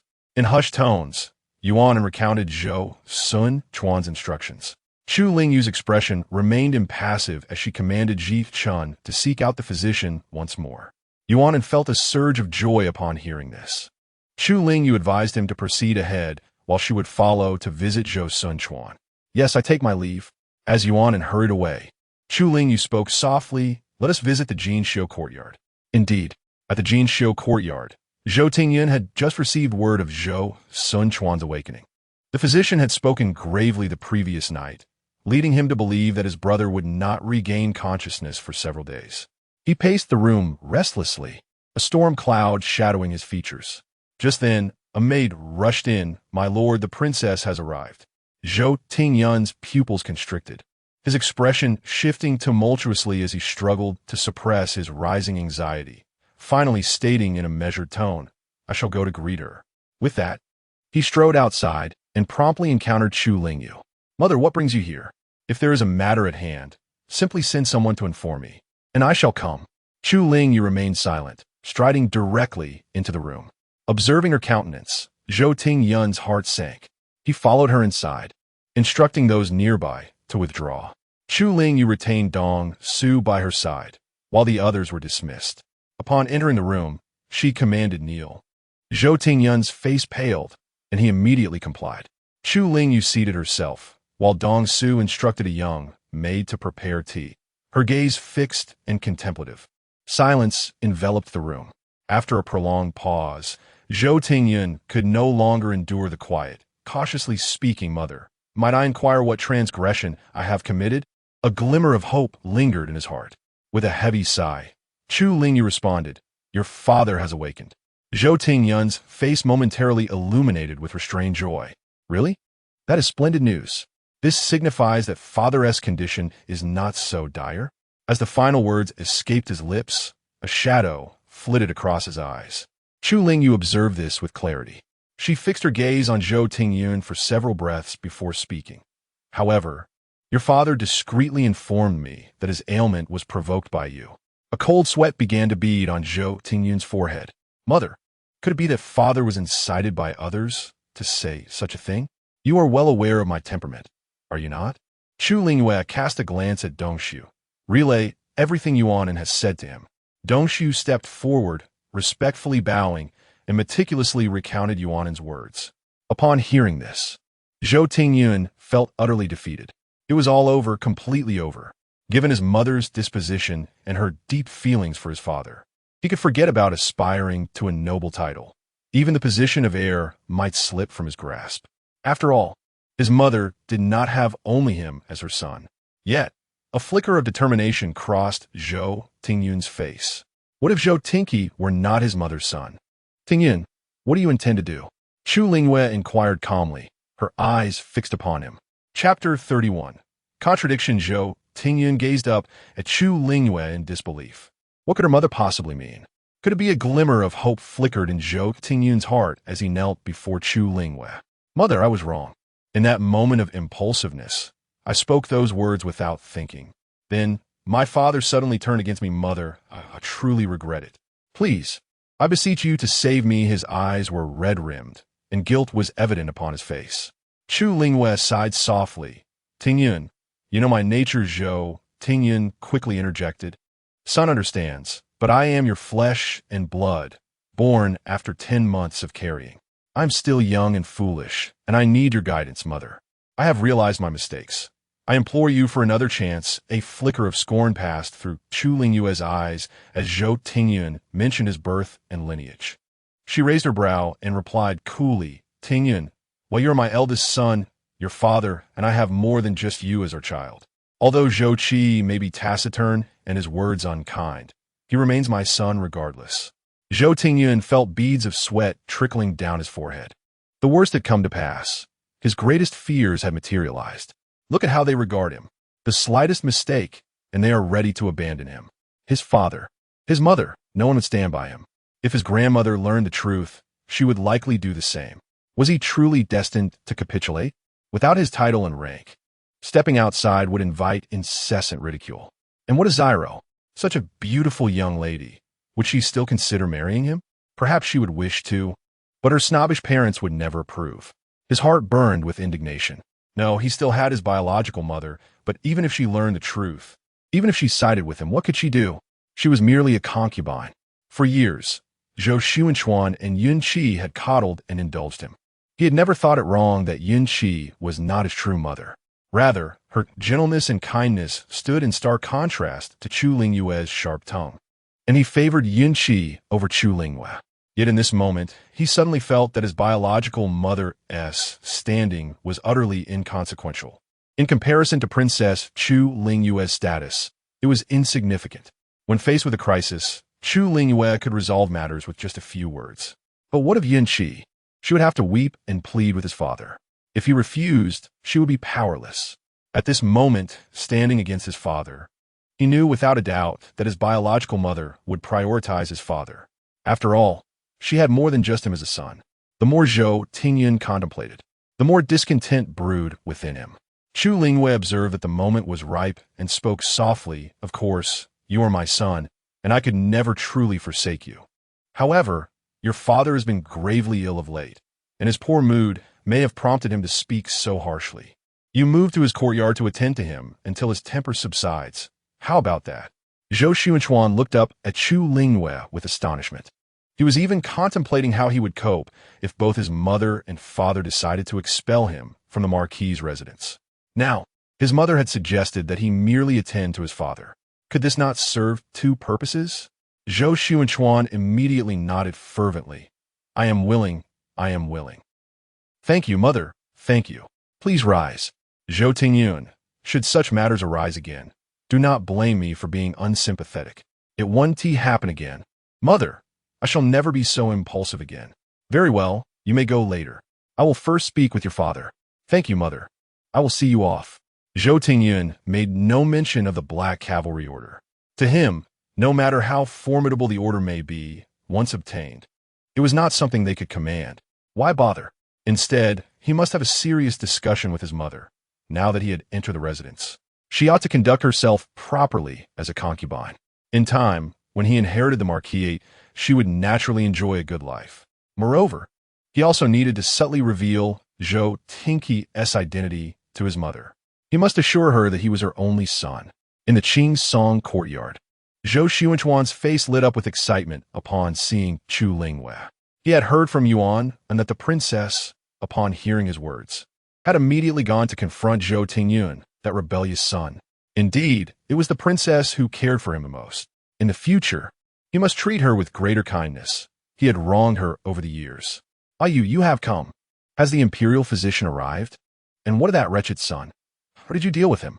Chu Lingyu approached and observed Zhou Taochuan's expression. The marquis seems well. It appears the old matriarch was correct. Perhaps the physician was overly cautious. Upon hearing this, Zhou Taochuan was taken aback. No, Imperial physician Yuan is excellent. What he said is certainly true. Do not heed my mother's words. She is merely losing her senses. How could I be unaware of your feelings for me? I have wronged you over the years. Rest assured, I will make amends for you in the future. Chu Lingyu, impatient with Zhou Taochuan's words, evaded his attempt to grasp her hand and turned to enter the room. Once seated, she spoke. Marquis, please take a seat. The old matriarch fears I may poison you. You know my temperament. You have done nothing to wrong me. Even with concubine Yun and concubine Luo, they are nothing but trifles to me. I hardly regard them. We have been husband and wife for nearly 20 years. You should be well aware of how I have treated you. Even if one day you truly wronged me, given my nature, it is conceivable that I might wield a knife against you. Zhou Taochuan shared this sentiment. Besides, regarding his ailment, all other doctors echoed the same words as imperial physician Yuan. One could be bribed, could they all be swayed? Moreover, he had indeed been rather frequent in his intimate affairs lately. He was well aware of this. All the blame lay with Yunqi. She had always restrained him over the years. He is willing to indulge her, yet he has been suppressing his feelings all along. Otherwise, how could it be that upon arriving at the Marquis's residence, things unfolded in such a manner? Do not utter such words. I am fully aware of your sentiments towards me. I trust you, so please hasten to summon Dr. Yuan once more for my examination. At present, his sole focus is on curing his ailment, with no thoughts of anything else. Furthermore, should his condition prove difficult to treat, it may require rare medicinal herbs, some of which he fears he cannot procure himself.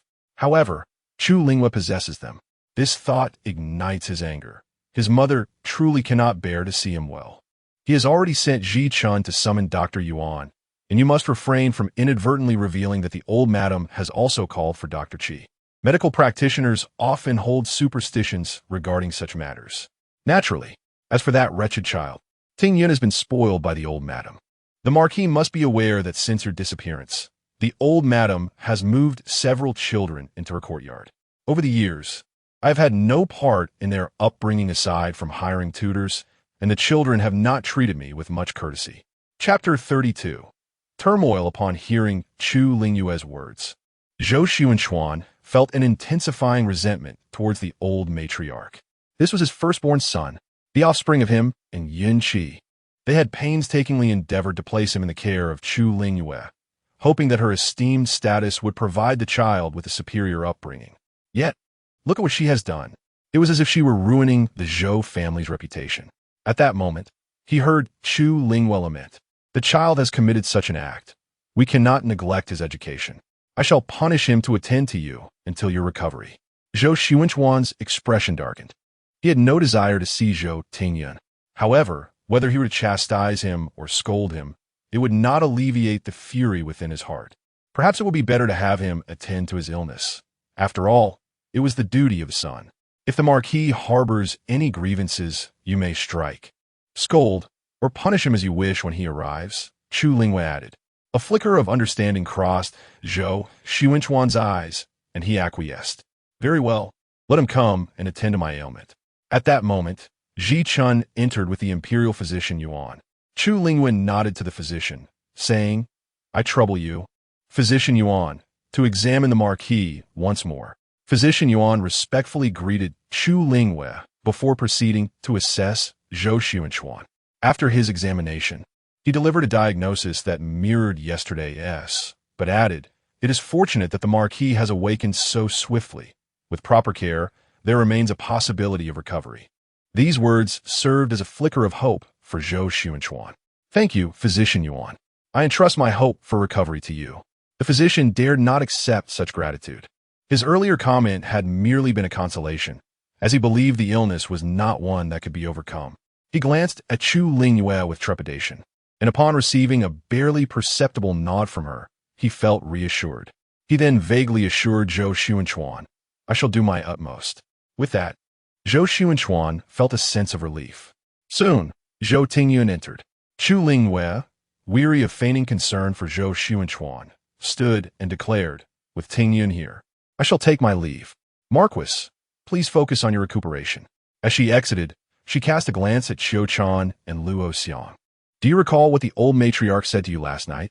In the presence of Chu Lingyu, Xiu Chan dared not overstep. She lowered her head and repeatedly acknowledged. Chu Lingyu nodded. "I echo her sentiments. If you serve well, there shall be rewards. If poorly, I shall not be lenient." In unison, the two expressed their loyalty. Chu Lingyu then departed with her entourage. A wave of emotion surged within Zhou Taochuan. Indeed, adversity reveals true affection. In times of tranquility, all may appear well, but it is only in moments of strife that one realizes the sincerity of Chu Lingyu's care. As for Yunqi, she had yet to even cast a glance in his direction. Zhou Taochuan had completely forgotten that she was still in her confinement period. The cause of the turmoil was that he had personally brought about the demise of their child. As Chu Lingyu made her way back, she softly instructed Dongxiu, "You must inform the old lady that the Marquis has awakened." While saying this, she cast a profound glance at Dongxiu. Dongxiu recalled the Marquis's earlier words, and immediately comprehended the gravity of the situation. Nodding, she quietly retreated a few steps towards the old lady's pine crane courtyard. In truth, the old lady had already been aware of Zhou Taochuan's awakening. However, she was grappling with the daunting reality that her son might be irreparably damaged, leaving her uncertain on how to confront him. At that moment, Zhang Momo entered stealthily. "Dongxiu has arrived." The old lady furrowed her brow. "What does she want?" After a brief pause, she added, "Let her in." Zhang Momo hesitated, her lips moving for some time before she softly replied. She did not express a desire to see you, but rather engaged in conversation with a young maid first. The old lady's frown deepened, which maid has befriended her. "Send her away." Zhang Momo hastily urged, "Old lady, let us discuss this matter later." The old lady, despite her hesitation, sensed that something was amiss. Why the hesitation? "Speak plainly." Zhang Momo gritted her teeth and whispered, recounting Dongxiu's seemingly casual remarks that reflected the Marquis's sentiments. Crash! The old lady smashed the teacup. Wretched woman, wretched woman. She must have intentionally conveyed this to me." Upon hearing this, Zhang Momo quickly cautioned, "Old lady, dear ancestor, please lower your voice. Dongxiu is still outside. We cannot speak of this." Regardless of Chu Lingyu's status as a once-cherished princess, she remains of royal blood. Such insults are intolerable. The old lady's face turned ashen with fury, her breath coming in heavy gasps. As Zhang Momo gently patted her back, she implored, whether intentional or exaggerated, "It is highly likely that this incident transpired. You are well aware of the Marquis's disposition. How much suffering have you endured over the years due to his whims? My heart aches for you. With each word, the old lady's anger intensified, mingled with sorrow. How could she not feel heartache? The late Marquis had not been an easy man to contend with. After years of battling the concubines and mistresses, she had only found relief after marrying the princess. Following the Marquis's passing, she finally dared to confront those wretched women. Yet later, her only son, Zhou Taochuan, had staged a false death for the sake of a woman, initially keeping it hidden even from her. It was only through a careful investigation, prompted by suspicions of financial discrepancies, that she uncovered her son's betrayal, realizing he had absconded with a significant portion of their wealth. While she discreetly passed the burdens on a Chu Lingyu, she also dispatched agents to locate Zhou Taochuan. They found him, yet he stubbornly refused to return, choosing instead a life of rustic simplicity. Unable to endure his suffering, she resorted to extracting funds from Chu Lingyu and economizing her own resources to support her son. But now, to hear him utter such words, she had truly lost her wits. Truly, she is such a formidable woman, piercing through my heart. Lady Zhang expressed her concerns anxiously. The old matriarch, closing her eyes briefly, responded, "Since he has chosen this path, let it be. His affairs are no longer my concern. Whatever the situation, it is his own fate." Lady Zhang opened her mouth, intending to offer counsel. Yet upon witnessing the matriarch's expression, she refrained from speaking. Before long, Dong Su entered the room, merely conveying the news that the Lord had awakened and had summoned the imperial physician Yuan, while assuring that the princess would not interfere with the prescriptions or the concoction of medicine, urging the matriarch to remain at ease. The Lord, struck by this revelation and recalling his son's betrayal, could not contain his fury and collapsed backward, falling to the ground. Matriarch! Matriarch! This time, even Dong Su was taken aback. Surely, it could not be that such a few words would lead to her demise. If that were the case, even if the princess wished to protect her, she would likely be drowned in a torrent of disdain. Lady Zhang, keep a close watch over the matriarch. The imperial physician Yuan should still be present. I will hasten to summon him to attend to her. With that, she dashed away in haste. Lady Zhang opened her mouth, wishing to call her back, but the words caught in her throat.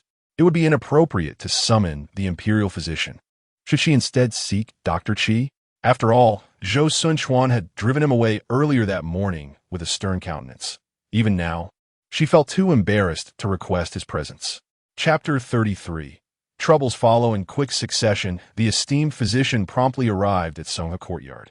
After examining the matriarch, he remarked, "The patient has experienced a shock that has agitated the heart. The issue is not severe this time, yet caution is advised moving forward. If care is neglected, there may be risks of paralysis in the future." Startled, Granny Zhang could only repeatedly acknowledge his words. The physician then prescribed a remedy. Hasten to prepare the medicine, and once it is ready, administer it to the matriarch. She should regain consciousness by afternoon. If not, summon the old master once more. Granny Zhang complied with fervor. As Chu Lingyu returned to Zhaohua courtyard, news of the matriarch's critical condition reached her. Upon Winter Sequence's return, she recounted the recent events at Songhe courtyard in detail. After finishing, she hesitantly inquired, "Your Highness, was I too blunt in my report?" The matriarch, Chu Lingyu, smiled reassuringly at her. "Fear not. My people are not to be trifled with. However, do exercise caution in the coming days. Remain within the courtyard and close by my side."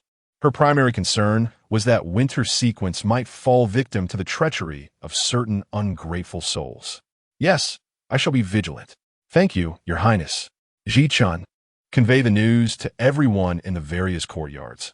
I shall enter the palace the day after tomorrow. Understood. In Qingsong courtyard, Zhou Taochuan regarded Zhou Tingyun with a faint smile. "Tingyun, my previous outburst was impulsive. You." Zhou Tingyun was taken aback by Zhou Taochuan's unexpected softness. His previously hardened heart softened a fraction. "Father, it is I who am at fault. I apologize sincerely." "Good child. Your mother's punishment. Would it not weigh heavy on your heart?" A flicker of wariness ignited within Zhou Tingyun. "Father, not at all. It was indeed my mistake. Mother was justified in her reprimand." Zhou Taochuan's smile deepened. "Excellent. Now, Ting Yun, pour me a cup of water.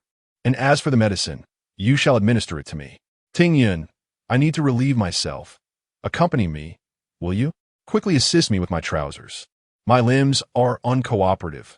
It has taken an eternity, and yet you seem reluctant. Zhou Tingyun found himself incredulous that his father would engage in such petty behavior. Were these not the very grievances his grandmother had harbored against his mother? Previously, as an observer, he believed his grandmother's assertions that his mother had failed in her duties stemmed from her princess temperament and inadequate service to her mother-in-law. Now, standing in a similar position, he recognized the remarkable feats his mother had accomplished as a princess. Zhou Tingyun, exhausted by the previous night's tribulations, found his temper increasingly frayed. Zhou Xianchuan, wearied from the night's antics, finally succumbed to slumber at dawn, even snoring audibly. Zhou Tingyun ground his teeth in frustration, wishing fervently to rid himself of this troublesome old man. Yet, he feared that if he awakened Zhou Xianchuan, the torment would only resume, leaving him reluctant to disturb his father's rest. Once his anger subsided, Zhou Tingyun summoned Huai Chang to watch over Zhou Xianchuan while he retreated to a neighboring chamber to rest. Huai Chang recalled the gaze of Zhou Tingyun before his departure, causing him to tremble slightly. Now, he found himself alone beside the Marquis. Yuanin had initially been keeping vigil at the bedside, but Zhou Tingyun had sent him away with a few words.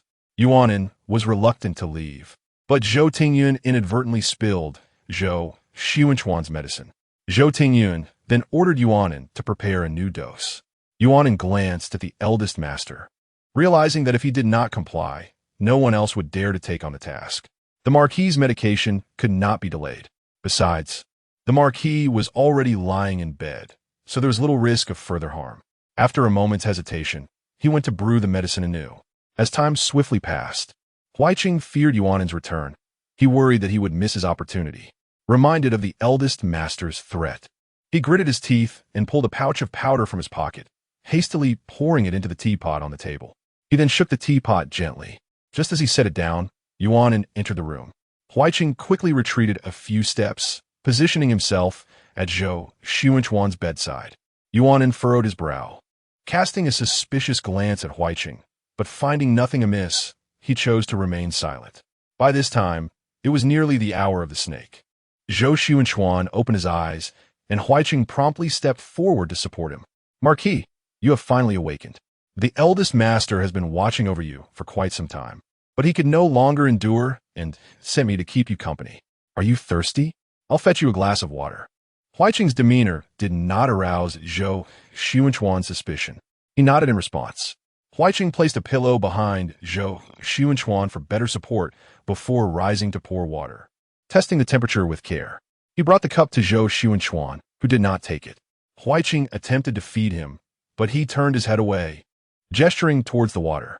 Huai Chang was momentarily taken aback. Yuanin approached with a silver needle, causing Huai Chang's heart to leap. He steadied himself and took the needle. With a sense of trepidation, he submerged the silver needle into the water. One breath, two breaths, the needle did not darken. Huai Chang fixated on the needle, remaining motionless for a while. Yuanin nudged him. Have you lost your wits? A few breaths will suffice. If you hold it any longer, the water will grow cold. With a heavy sigh of relief, Huai Chang became aware that his back was soaked with sweat. He returned the silver needle to Yuanin and cautiously fed the water to Zhou Xianchuan. Once Zhou Xianchuan had finished drinking, he turned to set the cup down, his hands trembling at last. He pinched the flesh of his arm hard enough to feel pain, which helped quell his lingering dread. Subsequently, Yuanin administered the medicine to Zhou Xianchuan before breakfast was served. After the meal, Yuanin finally dared to speak softly. Marquis, news has come from Zhaohua courtyard that the princess intends to enter the palace tomorrow. Yuanin instinctively felt that the Marquis should be informed of this matter. However, Zhou Xianchuan's expression darkened immediately. Yuanin was unaware, but Zhou Xianchuan understood the implications all too well. Chu Lingyu was planning to enter the palace to lodge a complaint. This was unacceptable. The princess must not come here. No, I will go to see the princess. Zhou Xianchuan made to rise, intent on leaving. Yuanin was taken aback, saying, My lord, please, allow me to visit the princess.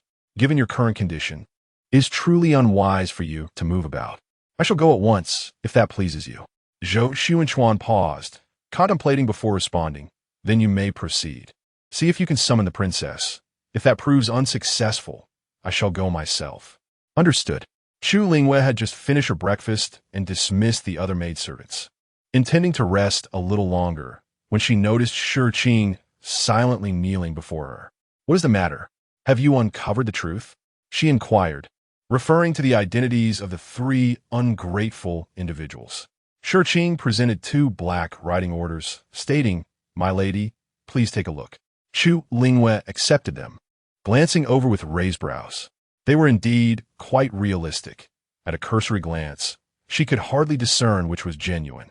However, upon closer inspection, subtle differences emerged. At that moment, Shi Qing spoke again, as for the identity of the eldest son. Chapter 34. Old matters. The subordinate lamented their inefficacy and humbly requested punishment from their master. A heaviness settled in Chu Lingyu's heart. What was the situation? The subordinates had meticulously investigated the events of that year, yet uncovered nothing amiss. Neither the midwife nor the maidservants had taken anything out of the residence. Strangely, the midwife from that time, along with the maidservants present in the birthing chamber, were either missing or deceased, save for those in the master service. This was, in fact, the most significant issue. What an extraordinary coincidence it was. Chu Lingyu furrowed her brow. Further investigation was imperative. Shi Qing lowered his head even further. Master, there is another point of suspicion. Speak. At the time of your delivery, the Marquis had brought in a food box. Given his status, the guards did not conduct a thorough check. The Marquis left only after a considerable duration with the food box in hand. Chu Lingyu's pupils constricted. If that were the case, everything aligned. Zhou Taochuan had gone to great lengths for Yun Qi's death. Thus, it was not beyond reason that he could substitute child. Confronting Zhou Taochuan directly would yield no truthful answers. The inquiry must focus on the midwife and the maidservants of that time. Continue to investigate the midwife and the maidservants. Understood. Once Shi Qing departed, Chu Lingyu summoned Granny Hua. Granny Hua had been afflicted with a cold in recent days, thus had not been attending to the princess. Upon her arrival, she was considerably wrapped in thick gauze. She halted at a distance from Chu Lingyu. Your Highness, this old servant's cold has yet to improve, so I shall remain back. Do you require something of me? Chu Lingyu asked directly. During the birth of my eldest son and daughter, I recall you were present. Granny Hua, puzzled by Chu Lingyu's inquiry, nodded eagerly. Indeed, this old servant accompanied you throughout, resting only once you had delivered, after which I prepared your favorite sweet soup. You even remarked that the bowl of soup I made was the finest you had ever tasted. Chu Lingyu immediately seized upon the crucial detail. So, after I gave birth to the children, you left? Did the Marquis enter while you were away? Granny was squinted, diligently recalling the events. After a long moment, she spoke. I remember the eldest daughter was born first, and the midwife said all was well. I was preoccupied with ensuring the princess had her sweet soup, so I instructed the maidservants to attend to you, while I personally prepared the soup. When I returned, I heard that the princess had given birth to the eldest son. At that time, the Marquis was also in the room, overjoyed, holding his son. Chu Lingyu narrowed her eyes. So, the eldest son was born after you had stepped out? Yes. I recall that besides myself, there were other maidservants present, but I cannot remember their names. Do you recall Granny? Mama nodded. At that time, beside the princess were Changyi and Zui. Changyi was released by you a few years ago, and later it was heard that she had gone to her husband's family in the northern hometown. Before leaving, she came to bow to the princess, expressing her apologies. The old servant remarked that she was talking nonsense, yet she only wept, saying she ought to have served the princess for a lifetime. As for Zui, she was entrusted to the son managing the estate. But after a couple of years, she passed away during childbirth. Chu Lingyu took a deep breath and continued to inquire. Are there any other maids or servants who are not by my side? Yes. There are also the nursemaid Meng and the head maid Taobi who serve the Marquis. Where are they? The old servant did not know. Mama lowered her head in shame. Chu Lingyu pressed her fingers to her temples and hoarsely instructed Ji Chun, go investigate. We must uncover the truth. Additionally, find Qingdai. It is imperative to locate her. Understood. The number of people around is rather insufficient. Mama, select 2 loyal and useful maids, named Songxia and Ingxiu. The old servant will attend to this immediately. At that moment, Yuan arrived again, cautiously stating, "The Marquis wishes to see the princess. May I request the princess to visit?" The Marquis also mentioned that if the princess is truly occupied, he would come as well. Chu Lingyu had no desire for Zhou Taochuan to enter her courtyard, tainting her sanctuary. A faint smile graced her lips. "Go ahead. Later, once I am finished, I shall visit the Marquis." Yes. Yuan was elated, convinced that the princess indeed valued their Marquis, as the rumor suggested. As for the Marquis's affairs, it was best not to let the princess know. He also had to make a trip to the old lady and Lady Yin. Yun Qi observed Yuan with a furrowed brow, sending away several maids, and then quietly asked, "What brings you here? Does the Marquis have any instructions?" Yuan relayed that the princess was to enter the palace, adding, "The Marquis's condition is not very good. He fears he cannot come, and wishes to request Lady Yin to visit him this evening." Yun Qi had been unable to move these days, with only Qing Sang and Qing Zhu in the courtyard. Having experienced the punishment from Chu Lingyu previously, the 2 maids dared not wander freely, and even if they had any news, they hesitated to speak of it to Yun Qi, fearing it might cause trouble and lead to further punishment. After all, she was now half a mistress, distinct from them as mere maids. "What has happened to the Marquis?" Yun Qi inquired, her brow furrowed. Yuan was taken aback, surprised that even Lady Yun was unaware of such matters. However, glancing around the courtyard, he noted that even the 2 overly docile maids had begun to comprehend the situation. He then meticulously recounted the events, including how Zhou Taochuan had incited Zhou Taochuan's illness. Yun Qi's expression darkened. Previously, she had sent a maid to convey a message outside, but there had been no response. Unexpectedly, within this residence, the only person she could rely upon, Zhou Taochuan, has suddenly fallen gravely ill, and it seems he is upset with Zhou Taochuan. Both of them are in disarray, only adding to her troubles. "I shall visit this evening." After a moment of contemplation, Yun Qi agreed. She must investigate the truth of the matter. If it proves unmanageable, she must devise an alternative plan.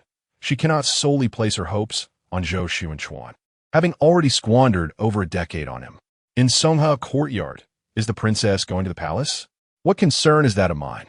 Let the Marquis find a solution himself, after all. I have grown old and am bereft of options, the old lady retorted coldly.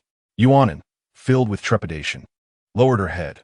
"Old lady, the Marquis truly has no means, as he is better than Ha.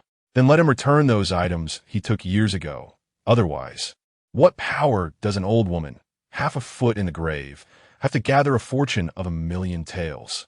Yuan dared not speak further.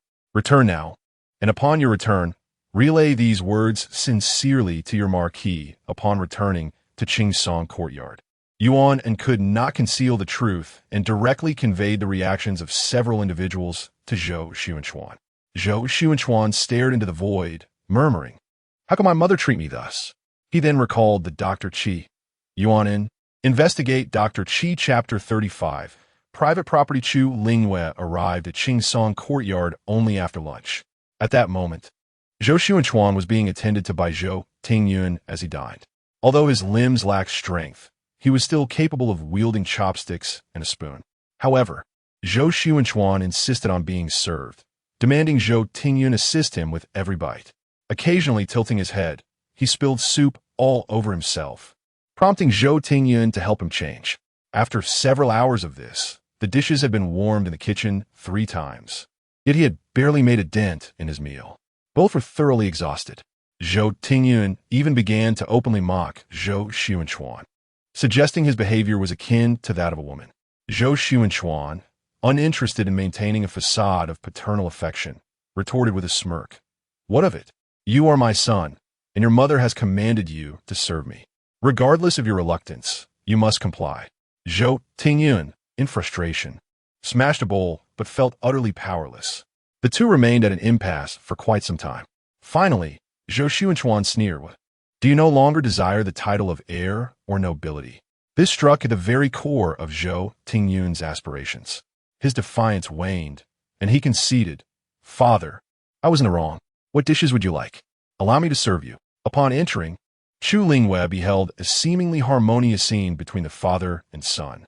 As soon as Zhou Taochuan noticed her arrival, he abandoned his meal and ceased troubling Zhou Tingyan. "Ah, you have come," he exclaimed, rising to greet her. However, after taking only a few steps, he stumbled and nearly fell to the ground. Fortunately, Yuanin, who had been vigilantly observing, quickly rushed to support him. Zhou Taochuan, filled with embarrassment and anger, turned to scold Yuanin. "Who told you to assist me?" Yuanin lowered his head, maintaining his grip despite the reprimand. Chu Lingyu pretended not to notice this exchange and inquired of Zhou Taochuan, "Lord, what business do you have with me?" Zhou Taochuan dismissed the others. As Zhou Tingyun prepared to leave, Zhou Taochuan called out, "Tingyun, stay." Zhou Tingyun imperceptibly furrowed his brow, but halted nonetheless. Zhou Taochuan finally spoke.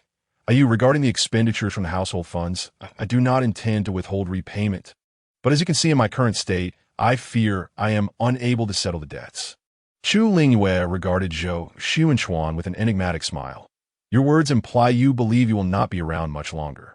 However, since you have stated this, I shall go to the palace to consult with my brother and inquire whether there are any private assets still under your name." Upon hearing this, Zhou Taochuan felt a cold sweat trickling down his back. Should the emperor investigate, even the most meticulously concealed assets would be unearthed.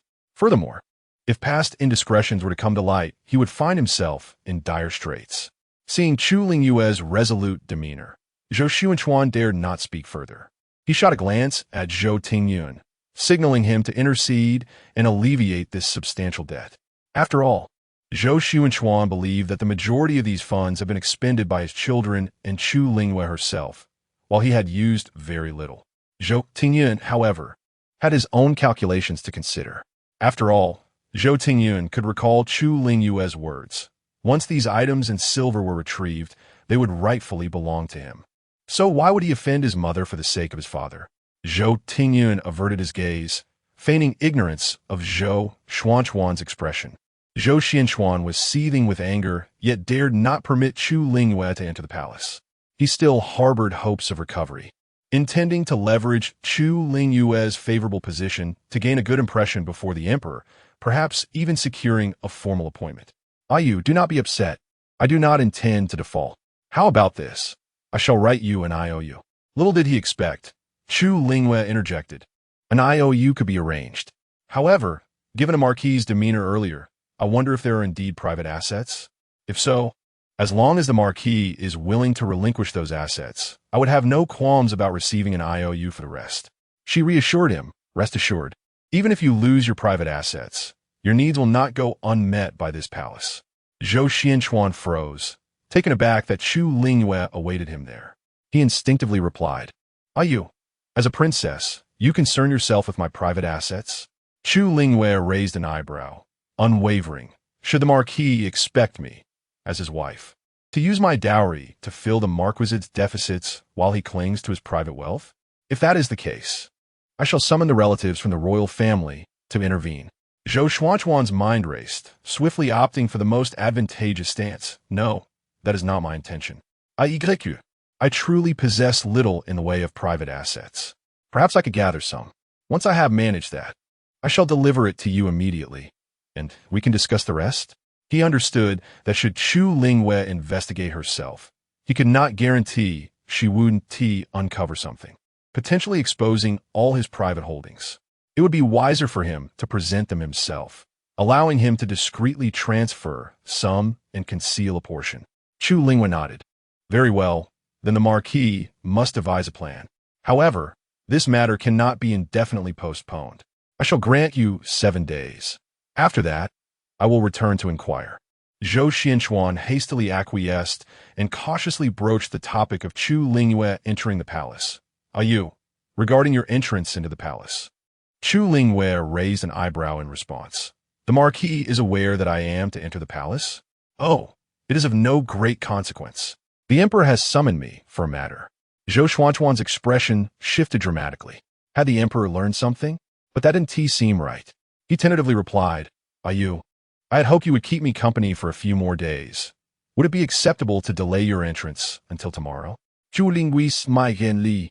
I have no objection. However, should I not enter the palace, my royal brother will certainly send someone to inquire. Should I then ask the Marquis to speak on my behalf? Zhou Taochuan fell silent. After a long pause, he finally spoke again, forcing a semblance of a smile. I have been rash. The Emperor's summons must be honored, and you must go, Ayu. Chu Lingyu nodded. Then the Marquis should focus on recuperating. I shall take my leave now. Tingyun, take good care of your father. Yes, he replied. As Chu Lingyu was about to depart, Zhou Taochuan spoke again. You, could you grant me another portion of that incense you provided earlier?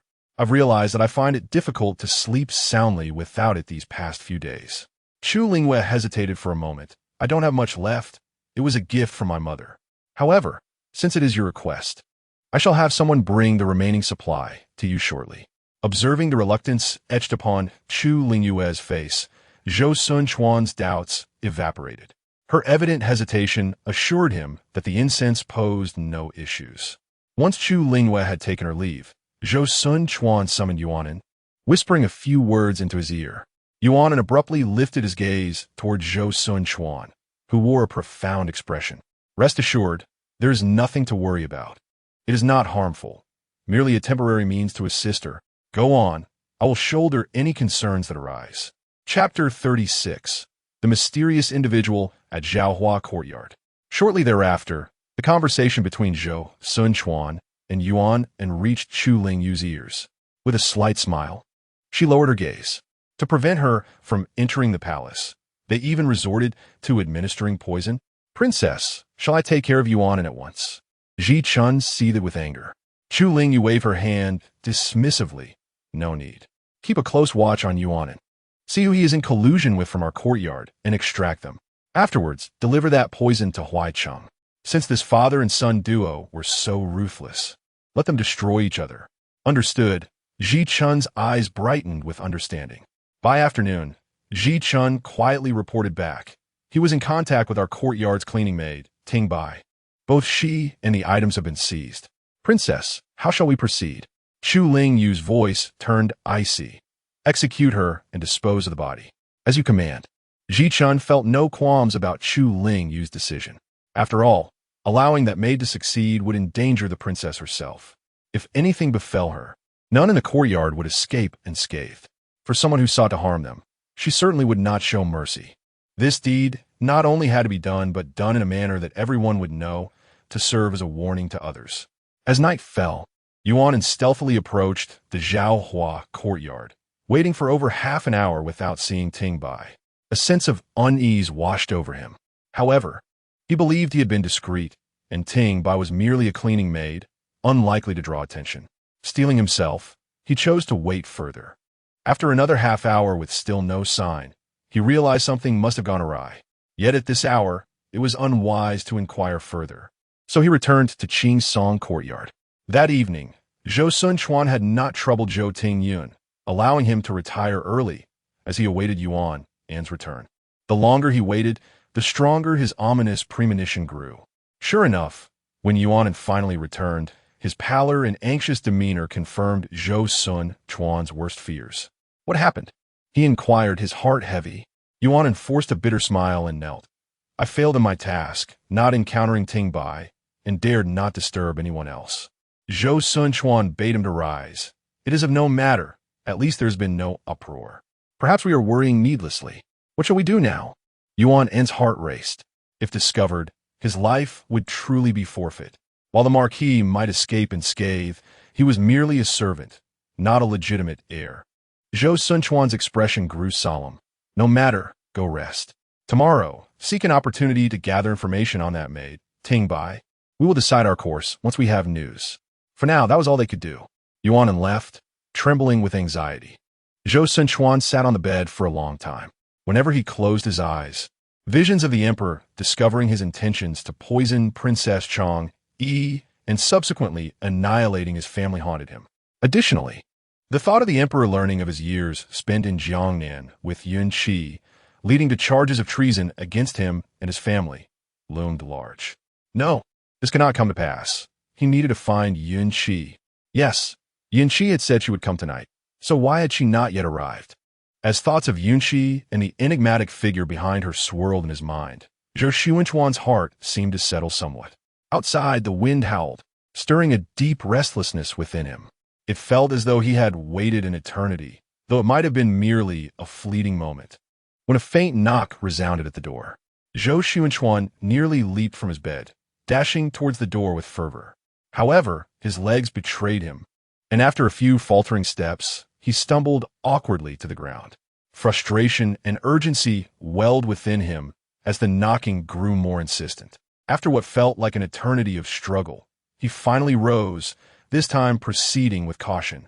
Upon opening the door, he beheld Yunqi's exquisite visage, and the emotions accumulated over the years surged forth anew. Accueilli. Zhou Taochuan called her name with deep affection. Yunqi glanced at him, her surprise palpable. The disheveled state in which he found himself was all too evident. She could scarcely fathom how, in such a brief span, he had come to embody this woeful appearance. Yet, being within the confines of the Marquis's residence, she could hardly confront him openly. Marquis. Yunqi lowered her gaze, and when she lifted it again, her eyes glistened with unshed tears, casting a pitiful look in Zhou Taochuan's direction. He reached out to grasp her hand, urging her come inside. After a prolonged separation, the grievances of the past seemed to fade into insignificance. Once within the room, an atmosphere of tender affection enveloped them. Eventually, Zhou Taochuan broached a serious topic. Chu Lingyu is to enter the palace tomorrow. She has insisted I reimburse the Marquis for the expenses incurred over the years. I do not possess such a sum. Moreover, in a moment of panic, I instructed Yuan and to deliver a package of medicine to one of the maidens in Zhaohua courtyard, intending to induce a minor illness to prevent her from entering the palace. To my dismay, Yuan later reported that the agreed time and place for their meeting yielded no sign of her. Ah Qi, do you think Chu Lingyu might discover this? Will she inform His Majesty, leading him to strip me of my title and execute my entire family? A flicker of irony danced in Yunqi's eyes. After years of a comfortable and tranquil life, she had not realized that Zhou Taochuan was such a coward. Moreover, his actions were disturbingly ruthless. While she harbored a desire to see Chu Lingyu suffer, the fact remained that Chu Lingyu was Zhou Taochuan's legitimate wife, who had remained loyal to him for over a decade, unaware of the circumstances. To resort to such underhanded tactics due to fear of her entering the palace was unforgivable. Yunqi felt a pang of sympathy for Chu Lingyu.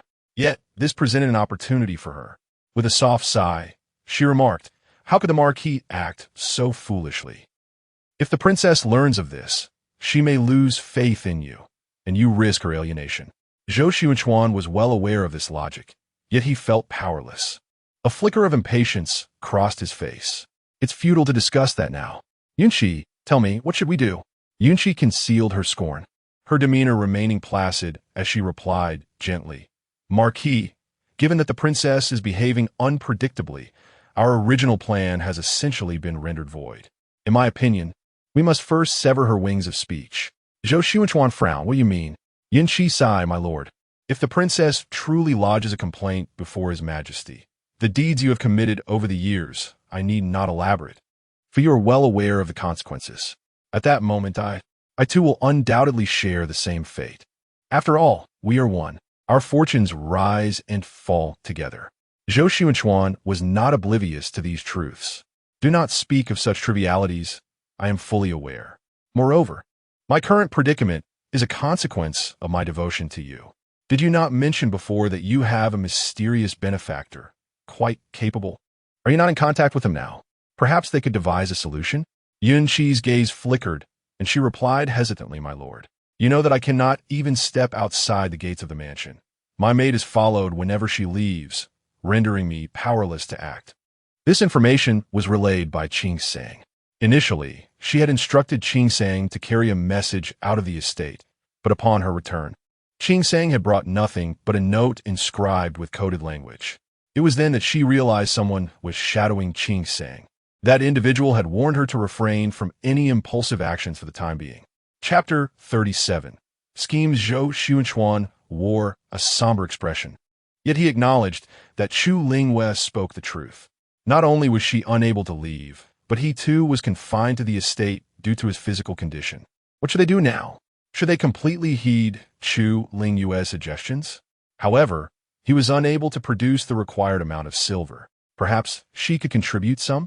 After all, over the years, most of the silver he had taken from the estate had been spent by her. Yunqi gazed at the despicable visage of the man before her, finding it utterly repulsive. A wave of nausea washed over her. She regretted not rectifying her past mistakes and compromising her principles. Otherwise, she would not find herself in such a predicament. The Marquis understood her financial situation better than she did. To demand her to produce silver? That was simply unfeasible. Did the Marquis not possess private assets? It would be wiser to utilize those in times of urgency. Once they surmounted this crisis, they could devise a plan to contact that individual. Surely, they could find a way to earn back the silver. Indeed, this was a valid point.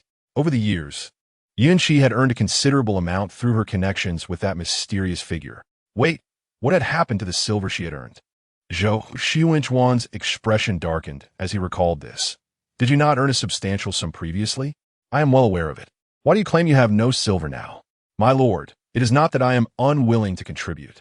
Consider the expenses for transportation, accommodation, and the gifts for the old lady and my sister-in-law. All of these are the highest quality.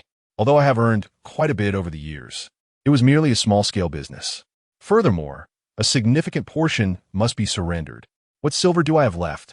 Moreover, the expenditures for the fourth son had escalated over the years, and you have not provided me with even a few pieces of silver. I have been using my own funds to cover the costs. Pray tell, what have I gained from these years? As a virtuous young woman, I have squandered half my life for you, living in the shadows, and now my children also live in obscurity. You once coaxed me into believing I would become your legitimate wife. Yet now, I am merely a concubine. I. As she spoke, tears streamed down Yunqi's face. A beauty weeping beneath the lamp was most heart-wrenching. Moreover, Zhou Taochuan had fallen ill recently and had not allowed anyone to attend to him. In that moment, seeing Yunqi stirred something within him, causing him to forget that she had not yet completed her month of confinement. He reached out, pulling her into his embrace, leaning down to kiss her. Yunqi, startled and furious, quickly turned aside to evade him. My lord, I am still recovering. Do not expose yourself to any ill influences. We must prioritize discussing serious matters. Rejected, Zhou Taochuan felt somewhat disheartened. He released her. Is your solution merely to compel me to utilize those private assets? My lord, your efforts are all for the sake of our children, are they not? The Princess Changyi is growing increasingly assertive. It would be unwise for us to resist her directly at this moment, would it not? Speaking of their children, Zhou Taochuan recalled the treachery of Zhou Tingyun, the ungrateful wretch. He seethed. You likely remain unaware of the outrageous deeds that Zhou Tingyun, this ingrate, has committed. With that, he recounted the previous incidents to Yunqi, his anger boiling over. Tell me, with such an ungrateful wretch, what hope do I have left? He is our firstborn, and I had always placed my hopes upon him. Everything in this marquisate is meant for him. But look at the deeds he has committed. Yunqi had previously heard Yuan mention this, and she had a faint understanding in her heart. At this moment, she gently comforted Zhou Taochuan, saying that the child still lacked maturity and must have been incited by others to act thus.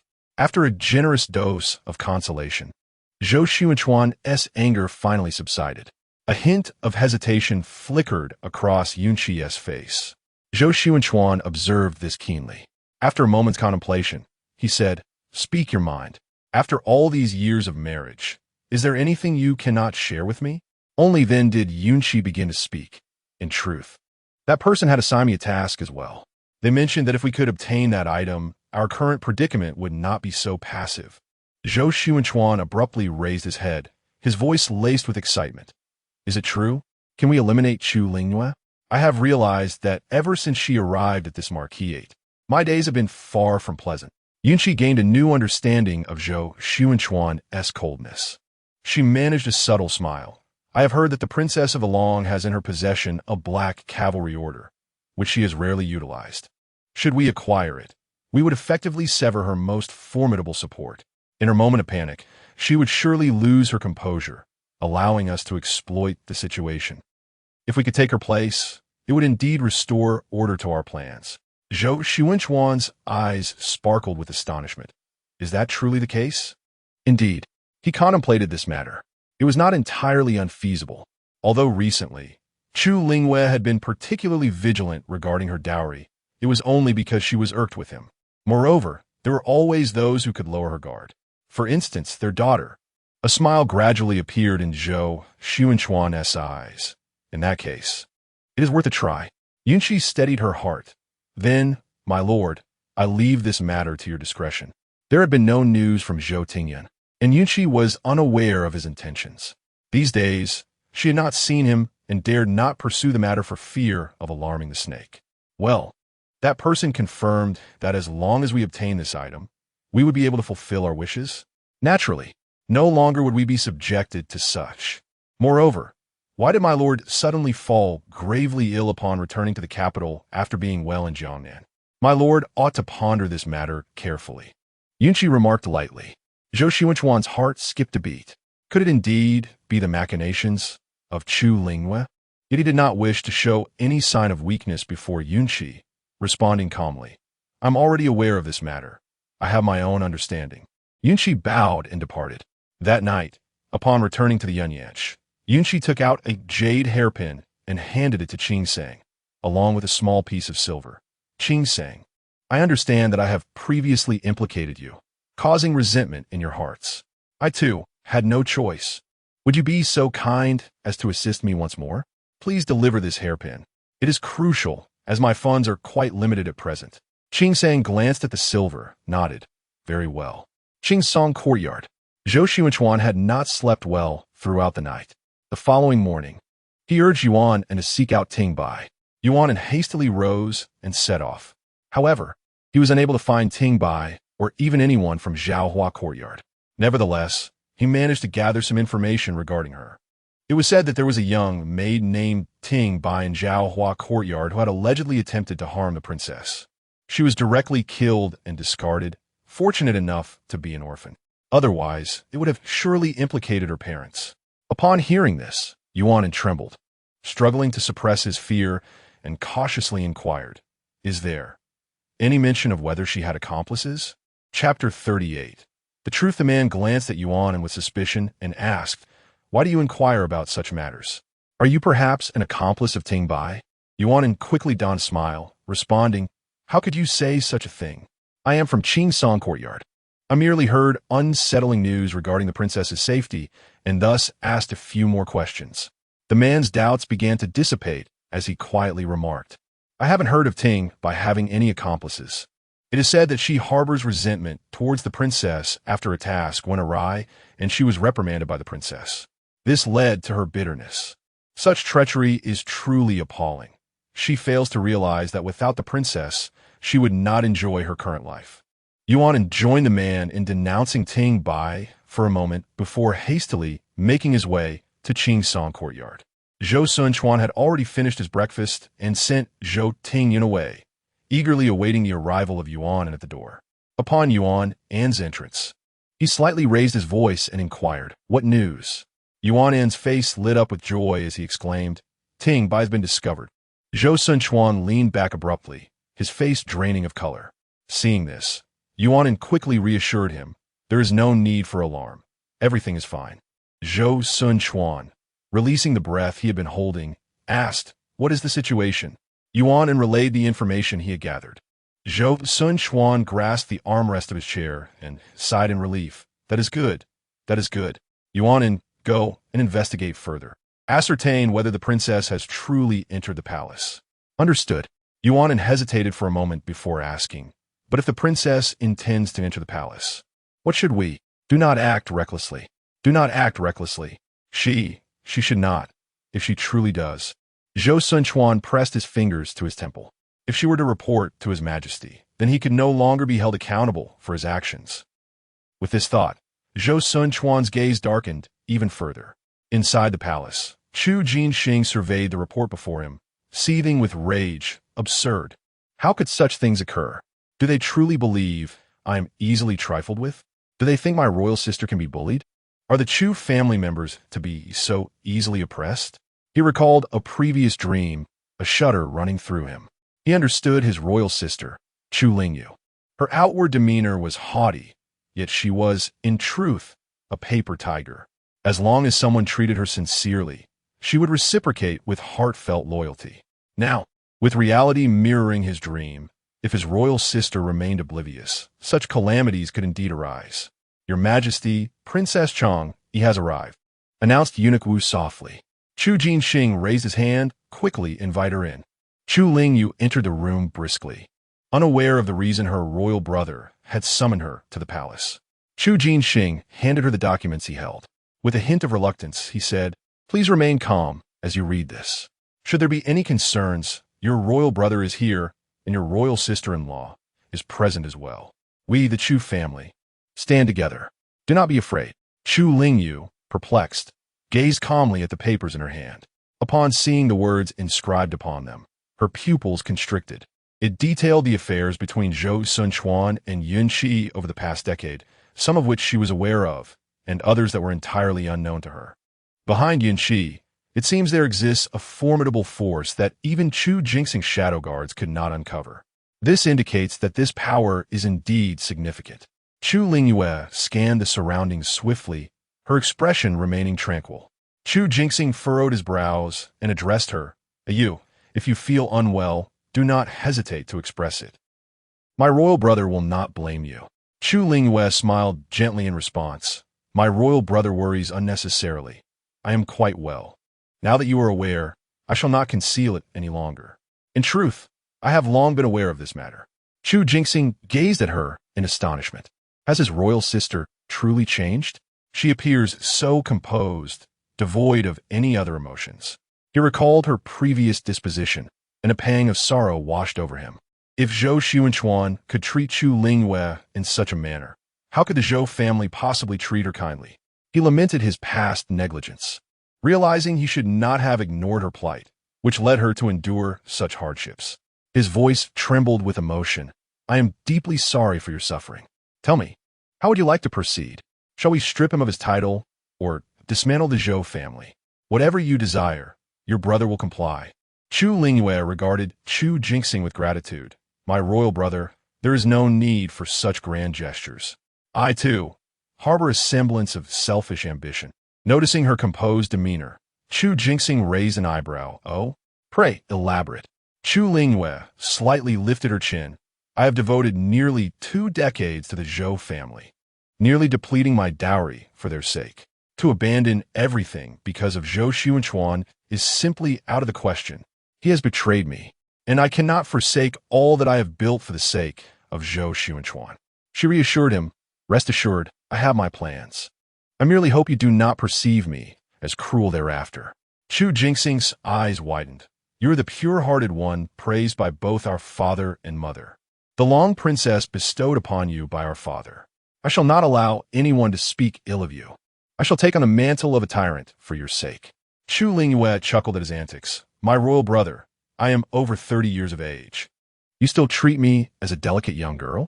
Regardless of age, I remain your sister, the little girl our father could not put at ease until his last breath." A warmth welled in her eyes.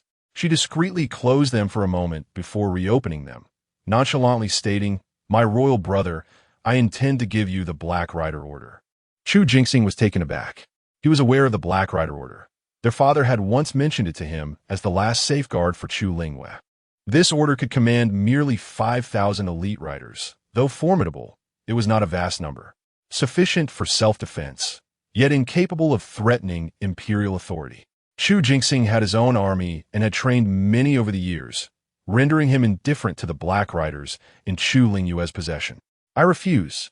This is a legacy left to you by our father. My royal brother, I fear I cannot protect these riders." "What do you mean? They?" Chu Lingyu's slender fingers traced the paper in her hand. "They, or rather, those behind them, have already set their sights on this matter. My shadow guards overheard their conversation."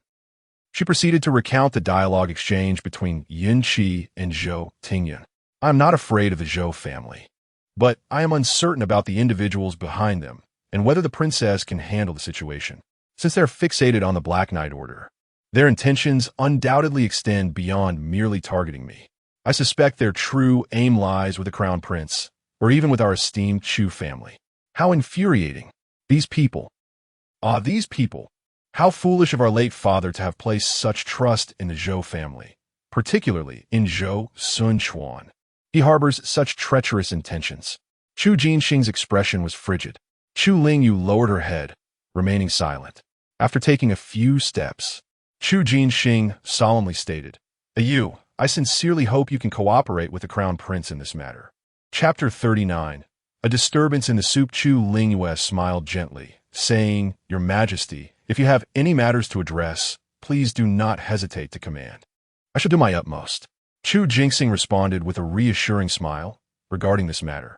It is best for you to remain vigilant and keep a close watch on those within your residence. We must follow the clues we uncover. Chu Lingyu nodded in agreement. Indeed, that is precisely my intention. It appears our thoughts align harmoniously. Chu Jinxing nodded. To avoid arousing their suspicion, it would be prudent not to send anyone into the palace with news. Instead, instruct them to go directly to the Zhengxi Pavilion, where they can speak with the steward. I assure you, he is under my command. Chu Lingyu acknowledged with a nod. Once the siblings concluded their serious discussion, there was little left to say. As Chu Lingyu prepared to take her leave, she heard Eunuch Wu announce, Lady Zhao has come to deliver soup to His Majesty. Chu Jinxing furrowed his brows, but did not object. Instead, he instructed for her to be brought in. Chu Lingyu sensed that this Lady Zhao likely held a special place in her brother's heart. Not wishing to linger, she gracefully withdrew. As she brushed past Lady Zhao, a delicate fragrance of orchids enveloped her senses. Chu Lingyu halted abruptly, her body stiffening. In recent days, she had intermittently gleaned a troubling piece of information from Zhou Taochuan, her little cat, whom she referred to as Zhou Taochuan. In her past life, she recalled that Chu Jinxing's ailment was not merely an illness but rather a poisoning. According to Zhou Taochuan, the poison carried a scent reminiscent of orchids. Thus, Zhou Taochuan had been tirelessly searching for orchids, bringing them to her and inducing a gagging reaction afterward, which had amused Chu Lingyu enough to lift her previously somber demeanor. Had she not been able to comprehend Zhou Taochuan's inner thoughts, she would have never fathomed the true intent behind those actions. Consequently, she had nearly developed an aversion to the scent of orchids over the past few days. Now, upon inhaling the fragrance, the first thought that crossed her mind was the notion of poisoning that Zhou Taochuan had alluded to. Chu Lingyu found herself rooted in place, unable to move. Eunuch Wu, who had intended to escort her out, noticed her stillness and called out in confusion, Princess? Regaining her composure, Chu Lingyu turned abruptly to see Lady Zhao serving the soup to Chu Jinxing. A young attendant tested the soup with a silver needle, finding no abnormalities.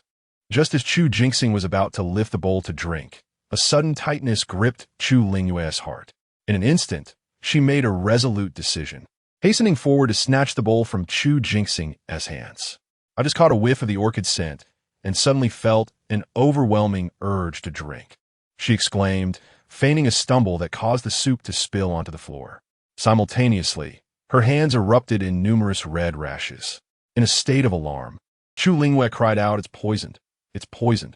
A momentary stir broke out in the room, but soon fell silent under Eunuch Wu's stern command. Chu Jinxing grasped Chu Lingyu's hand, frowning as he glanced at her. Quickly, summoned the imperial physician. Lady Zhao, now pale as a ghost, collapsed to the ground, pleading, No, it's not like that. Your Majesty, I assure you, I meant no harm. The imperial physician arrived shortly thereafter. After observing the red rash on Chu Lingyu's hand, a peculiar expression crossed the face of the princess. Chu Lingyu's gaze swept over the remnants of the soup on the floor, and she remarked calmly, This soup has harmed me. Can the physician ascertain if there is something amiss with it? The physician picked up the leftover soup with care and scrutinized it, stating, There appears to be no poison within. Chu Lingyu furrowed her brow, wondering if she had erred in her conjecture. The physician continued, However, there is a particular herb in this soup that, when combined with the dragon's saliva incense within the chamber, can indeed be detrimental to one's health. For 2 or 3 consecutive days, one might fall gravely ill. Understanding dawned upon Chu Lingyu. She had indeed guessed correctly this time. In truth, the soup bore no poison. She was merely allergic to certain substances. Upon entering the palace, she had prudently concealed a small amount of that substance within her sleeve. That moment was merely her swiftly retrieving the item from her sleeve and, with the ample coverage of her wide sleeves, discreetly applying it to her skin before pouring the soup over her hand to create a pretext. At that moment, upon hearing this revelation, Chu Jingxing immediately inquired, "First, let the princess be examined to ascertain if there are any complications." The physician, hesitant to divulge the truth, examined her further and took her pulse, cautiously stating, "The princess may be allergic to a certain component of the soup. In the future, it would be wise to exercise caution." Chu Jingxing pressed with additional questions. Observing the perspiration beading on the physician's forehead, Chu Lingyu feared that continued inquiries would compel him to reveal the truth, so she interjected, "There is no harm done. It is this lovely lady whom the emperor must thoroughly interrogate. She has clearly targeted the emperor." Chu Jingxing's gaze deepened. "It is my fault that my sister has suffered this unwarranted misfortune today." He turned to Eunuch Wu, commanding, "Bestow upon the princess a reward of 1,000 taels of gold for her service in rescuing the emperor, and additionally, select some fine materials and rare curiosities from my private treasury for her." Eunuch Wu bowed respectfully in acknowledgement. The items within the emperor's private treasury were not easily acquired. Chu Lingyu chose not to linger further, expressing her gratitude before hastily departing the palace. The subsequent affairs were matters of the emperor's household, beyond the influence of a mere princess. It was best for her to leave promptly, lest she encounter someone in a compromising situation, potentially inviting trouble in the future. At the Changyi Marquise, Sang Qing set out only after Chu Lingyu had entered the palace. This was a directive from Yin Qi. Given Princess Chu Lingyu's status, it was certain that the hidden guards would follow her departure. This was the optimal moment to leave. Being merely a young maid, she was unlikely to be closely monitored in a situation of insufficient manpower. Following Yin Qi's instructions, Qing Sang hurriedly exited the residence. She practically ran to the pawn shop, presenting the hairpin that Yin Qi had given her, articulating each word as instructed. The shopkeeper glanced at the hairpin in her palm and promptly summoned a servant to escort her to a private room, saying, "Please wait a moment. Our shopkeeper will be with you shortly." Meanwhile, she was presented with pastries she had never seen before. "My dear lady, our esteemed proprietor has been rather occupied these past few days. Please indulge yourself with these delicacies while you await his return." Qing Sang was utterly taken aback. Initially, she felt so constrained that she scarcely dared to move, let alone partake in the pastries. It was only after the attendant's departure that she exhaled in relief. She placed a hand on her chest and glanced once more at the pastries, which were entirely unfamiliar to her. She dared to sample just a morsel. Unable to resist, she seized a piece and savored it. It was delightful, and before long, she found herself reaching for another. In mere moments, however, a sharp pain pierced her head, her vision began to blur, and she felt as though a vital essence was ebbing away. Chapter 40. After half an hour, Qing Sang emerged from the pawn shop with an air of composure. She then proceeded to a nearby snack shop to purchase a few delicacies favored by Yin Qi before making her way to the Marquis's residence. Upon entering the estate, Qing Sang twisted her ankle and stumbled, nearly falling to the ground. Fortunately, she managed to steady herself against the wall. Raising her gaze, she scanned her surroundings and noticed a small maid in the garden. She waved her hand gently, beckoning the girl over. "Are you from the flower house?" "Yes. What can I do for you, miss?" The maid replied. "I am from Yin Pavilion. I've sprained my ankle. Could you assist me back? I will give you a copper coin shortly." The maid's eyes lit up with delight as she eagerly agreed. Cautiously, she approached and helped Qing Sang toward Yin Pavilion. Upon reaching the entrance, they encountered Qing Zhu. Noticing her, Qing Zhu furrowed her brow. "What took you so long to return? What happened to your foot?" The little maid promptly explained, "This elder sister sprained her ankle, and I was helping her back." Qing Zhu took over the support of Qing Sang from the maid. "How did you manage to sprain your ankle?" You need to be more careful. Qing Sang instinctively recoiled, but ultimately suppressed the urge, her body feeling tense and rigid. Qing Zhu sensed her discomfort and tilted her head, scrutinizing Qing Sang. "What is wrong with you?" Qing Sang forced a smile, retrieving a copper coin from her sleeve and handing it to the maid, dismissing her with gratitude. She then raised the pastries in her hand. "The aunt instructed me to buy these. I will take them inside." Qing Zhu glanced at her ankle. "Can you manage?" "I'm fine. It's much better now." "Very well then. Be careful. That woman has been in a foul mood today." Qing Sang's gaze flickered momentarily, but she maintained an impassive demeanor. "All right, thank you." With that, she gently pushed Qing Zhu's hand away and walked slowly into the room. Though her step was still somewhat limping, it was manageable. Qing Zhu murmured in confusion. What has gotten into her today? So generous, yet claiming her ankle is fine while paying a copper coin for a maid's assistance. In Zhaohua courtyard, Chu Lingyu had just returned when Dong Su recounted Qing Sang's departure from the estate and her subsequent whereabouts. Keep a close watch on her, and also have someone keep an eye on that pawn shop. Understood. Additionally, Miss Ming Man and her cousin have come several times, insisting to see you. I informed them you had entered the palace, but they attempted to force their way in, and I had to stop them. Chu Lingyu raised an eyebrow. Did they mention their purpose? Not all. At that moment, a commotion erupted from outside. Chu Lingyu lightly lifted her chin. Go and see what's happening. Before Dong Su could step out, the noise had already reached the courtyard. A young maid rushed to the door. Princess, Miss Ming Man and her cousin wish to see you. A hint of a knowing smile danced in Chu Lingyu's dark eyes as she lazily nodded to Dong Su. Let them in. I am curious to see what they are up to. As Zhou Ming Man entered, she found Chu Lingyu reclining gracefully in a chair. Her gaze focused elsewhere while absent-mindedly playing with a string of prayer beads. Though seemingly relaxed, there exists a unique language charm when it comes to Chu Lingyu. A flicker of jealousy crossed Zhou Ming Man's eyes. Her mother often praised Chu Lingyu's poise, yet what was this?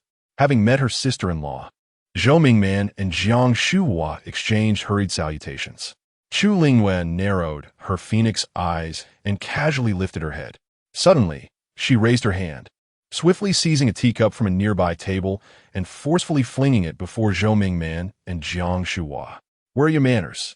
Zhou Ming Man, caught off guard by Chu Lingyu's actions, immediately felt anger swell within her.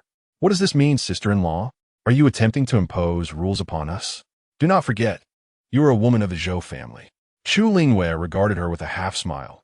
It seems Miss Zhou is unaware that I was once a grand princess. Winter Sequence, go teach her the proper etiquette. With a smile, Winter Sequence stepped forward, approaching Zhou Ming Man. Miss Zhou, allow me to demonstrate how one should pay respects to a grand princess. Upon completing a standard bow, Zhou Ming Man's face flushed crimson with indignation. You are being utterly unreasonable. Just as she was about to retort, Jiang Shuhua tugged at her sleeve, reminding her of their purpose for visiting, leaving her momentarily speechless. Chu Lingyu's indifferent gaze swept over her. If you are unwilling to adhere to the etiquette of my courtyard, Winter Sequence, show them the way out. Winter Sequence promptly advanced a few steps, gesturing for Zhou Ming Man and Jiang Shuhua to leave. Jiang Shuhua, in a panic, quickly interjected, Grand Princess, Ming Man did not mean any disrespect. It is our customs that are lacking. Please allow Miss Winter Sequence to enlighten us. After saying this, she pulled Zhou Ming Man once more. Zhou Ming Man furrowed her brow, reluctantly suppressing her temper, softening her tone. Sister-in-law, it is Ming Man who has been remiss in manners. I am willing to learn the proper etiquette from Miss Winter Sequence. Chu Lingyu rose, nodding. Then let us begin our lessons. Once you have learned, we shall discuss other matters. With that, she signaled to Winter Sequence and gracefully exited. Zhou Ming Man opened her mouth to speak, but Winter Sequence interrupted, forcing her to swallow her words. An hour later, Chu Lingyu was leisurely partaking in dinner when Zhou Ming Man and Jiang Shuhua, having completed their lessons, were led before her by Winter Sequence. Zhou Ming Man glanced at the sumptuous spread before Chu Lingyu, swallowing hard, and spoke as she always did, sister-in-law. After such a lengthy session of learning, we are quite hungry. In the past, Zhou Mingman and Jiang Shuhua had grown accustomed to being informal in Chu Lingyu's presence. Zhou Mingman, in particular, was known for her candidness, voicing whatever came to mind without a hint of restraint. Even after suffering a setback, she instinctively sought to partake in the meal. After all, she had often done so before. In times past, whether she initiated the request or not, Chu Lingyu would invariably invite her to dine. The meals in Chu Lingyu's courtyard, both in terms of rules and quality, far surpassed her own. After all, Chu Lingyu dined on her dowry, having been pampered since childhood, and her desires were always promptly fulfilled. Zhou Mingman and Jiang Shuhua had frequently taken advantage of Chu Lingyu's good nature to share in her meals. Today, Chu Lingyu did not even lift her eyelids, merely stating, "I was unaware that you too would be dining in my courtyard. I have not arranged for your portions." Zhou Mingman opened her mouth, momentarily at a loss for how to respond. Dongxu stepped forward, saying, "Ladies, if you have matters to discuss, I can escort you to the adjacent room to wait. We can deliberate on everything once the princess has finished her meal. If there is nothing pressing, you may return at your convenience." Zhou Mingman and Jiang Shuhua had come with a specific purpose, and thus, departing at this moment was not an option. However, the princess had clearly indicated that no provisions had been made for them. Despite their thick skin, they could not bring themselves to insist on staying for a meal. With a face full of annoyance, Zhou Mingman followed Dongxu to the neighboring room, while Jiang Shuhua, her cheeks flushed with embarrassment, hurriedly averted her gaze and left. Chapter 41. The Malevolent Entity. After a brief interval, Chu Lingyu finally encountered Zhou Mingman and Jiang Shuhua. "Speak, what brings you to seek this palace?" Chu Lingyu casually inquired. Sipping her tea, without hesitation, Zhou Mingman replied, "Sister-in-law, the matriarch's birthday is in 2 days, and my cousin and I find ourselves lacking appropriate jewelry. We wish to borrow a set from you." Such audacity was truly remarkable. Chu Lingyu raised her gaze to scrutinize her. "Isn't the matriarch still ailing? As her own daughter, do you truly have the heart to attend the festivities?" Zhou Mingman stared at Chu Lingyu in disbelief. At 18, she had lost her betrothed 2 years prior due to an unexpected illness. Unable to secure a new engagement immediately, she had allowed time to slip by. Although she held someone in her heart, it was essential to find an excuse to meet him and discuss with her mother. Furthermore, she longed to venture out, hoping to encounter someone more suitable. This understanding was universal. Why then did it seem to elude Chu Lingyu? It was clear she wished for her misfortune. "Sister-in-law," Zhou Mingman sought to reason with Chu Lingyu as before. However, recalling the newly learned decorum, she hesitated, fearing complications. Anxiously, she cast a sidelong glance at the silent Jiang Shuhua. Jiang Shuhua pressed her lips together, cautiously glancing at Chu Lingyu. "Previously, our sister-in-law had agreed to lend us some jewelry, which is why we refrained from procuring our own. If sister-in-law truly is unwilling, we would not impose, and shall simply wear our old pieces." Chu Lingyu found herself both amused and incensed. Was this an outright threat? Did they presume she would fear being labeled as unkind to her sister-in-law and cousin, thus compelling her to comply? Indeed, in her past life, she would have generously bestowed a set upon each of them without a second thought. As for Jiang Shuhua's claim of a prior agreement, Chu Lingyu furrowed her brow and turned to Zichun. "Did I ever agree to lend them jewelry?" Zichun pondered for a moment before shaking her head. "No, I do not recall such an agreement, my lady." Dong Su likewise shook her head affirmatively. With a cold smile, Chu Lingyu turned her attention back to them. Jiang Shuhua's face flushed crimson. Her words had been mere fabrications. She sensed a shift in Chu Lingyu's demeanor, as if she had transformed entirely.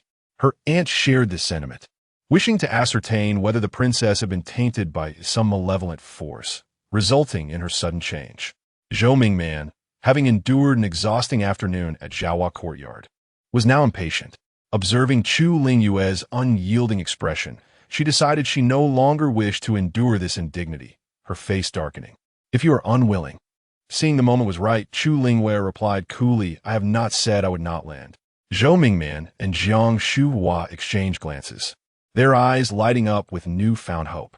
They had come with a purpose in mind.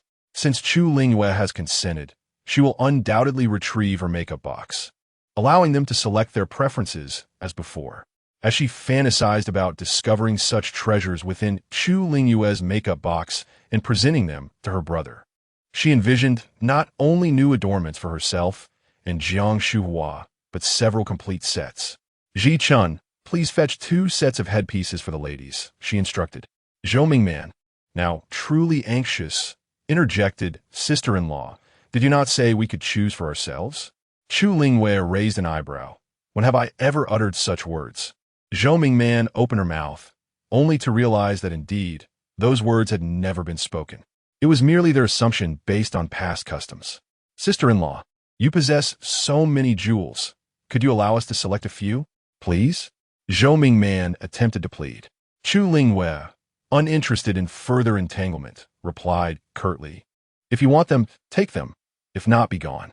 You. Zhou Mingman stammered. By the way, for the banquet 2 days hence, remember to return them the day after. If not, I shall send Ji Chun to reclaim them. Zhou Mingman was on the verge of exploding with fury. After enduring so much indignation, was it truly for the sake of borrowing this headpiece? Did they think she was some destitute? We no longer want them. With that, she turned and pulled Jiang Shuhua away. Ji Chun glanced at Chu Lingyu, who made no move to stop them. Once they departed, Ji Chun, puzzled, remarked, Your Highness, did you not agree to lend them? However, Chu Lingyu had come to a realization. Their true intent was not the headpieces, but likely her makeup box. Previously, she might not have understood what they sought, but now it was evident. Perhaps they were after the Black Cavalry Order. It seemed that the unseen party was growing anxious. And that was good. On the occasion of the matriarch's birthday, Chu Lingyu, under the old lady's stern directive, ultimately brought Zhou Mingman and Zhou Shiwerong to the residence. Zhou Mingman wore the headpiece belonging to Zhou Shiwerong. Chu Lingyu cast a glance at her, feigning indifference. As the banquet progressed, a wandering Taoist priest arrived at the residence. Upon entering, he uttered numerous auspicious phrases, causing the old lady to laugh heartily, creating a harmonious atmosphere. When a moment was ripe, just as the old lady was about to reward the priest, he abruptly shifted his tone, his expression turning serious as he furrowed his brow, stating, Old lady, I wish to speak privately with the Prime Minister. The old lady, taken aback, instinctively frowned and glanced at the assembled guests, finding it inappropriate to dismiss him outright. Finally, she responded, The Prime Minister is busy. He may not have time. Perhaps the priest could stay at the residence for a while, and we could discuss it later. However, the priest beckoned to a servant beside the old lady. The servant glanced at the old lady, who nodded in consent, and approached the Taoist. Leaning slightly forward, the priest whispered a few words to the servant. The servant's expression shifted dramatically as she hurried back to the old lady, whispering urgently. The old lady's demeanor changed as she declared, Please wait a moment. I shall send someone to fetch the Prime Minister. Li Xiang hurried over, initially believing there was a matter concerning his mother, only to hear that a Taoist wished to speak with him. His expression darkened. What nonsense is this? Nevertheless, out of consideration for his mother's dignity, he refrained from storming off. Speak your mind. There is nothing within my household that cannot be shared, Li Xiang said coldly. The wandering Taoist cast a glance at Li Xiang, inquiring, Are you certain, my lord? Li Xiang unwaveringly replied, Of course I am. With a sigh, the Taoist continued, I must speak candidly. I observe that the Li residence is typically a bastion of harmony, and the matriarch exudes an aura of kindness, indeed a rare and prosperous household. Yet, at this banquet, I have discerned an anomaly. At this proclamation, the guests exchanged bewildered glances. The Taoist pressed on, among those present. There is one who appears as an ordinary person, but is, in truth, a corpse possessed by a malevolent entity. Should this evil not be eradicated, the repercussions could be dire, potentially undermining the very foundations of the realm. Such words were indeed an overstatement, causing a stir among the crowd. Li Xiang's expression morphed with alarm. Do not speak recklessly. I assure you, I do not speak in jest. The Taoist swept his gaze across the assembly. Suddenly, he extended his hand, pointing directly at Chu Lingyu. It is her. She is the one possessed by the malevolent spirit. Chapter 42. The monstrous being the chamber fell into a profound silence. Who could forget the grandeur of Princess Changyi from years past? Although her relationship with the new emperor seemed strained since his ascension, he would not overlook the value of such a prominent figure. Moreover, it was well known that the Chu family was fiercely protective of their own. It was astonishing that this itinerant Taoist dared to publicly declare Princess Changyi as a malevolent entity. Or perhaps he was utterly oblivious to whom he was addressing. A kind-hearted soul attempted to caution the Taoist, saying, "I fear you may be mistaken. This is Princess Changyi, the emperor's own sister, the sole princess of our dynasty." The Taoist appeared momentarily bewildered. The same individual continued, "You must have misread the situation, have you not?" Yet the Taoist hesitated, ultimately murmuring, "I did not err. She has indeed been possessed by an evil spirit. If not exorcised, it poses a grave threat to the state." As the gaze of the assembled crowd turned towards him, the Taoist hastily covered his mouth, a look of fear etched upon his features. Observing this, Chu Lingyu could discern the truth. This was a plot directed at her. Regardless of the veracity of the Taoist's claims, by the end of this day, she would be branded a malevolent spirit, a scourge to the realm. Those obstinate officials in the court would surely pressure the emperor to sacrifice her to the heavens. With her phoenix eyes narrowed, she cast a sharp glance over the assembly. Who orchestrated this scheme? Was it one of those present, or perhaps someone from the residence, or even a figure absent from the gathering? She languidly spoke, "I am quite unaware of when I became a malevolent being.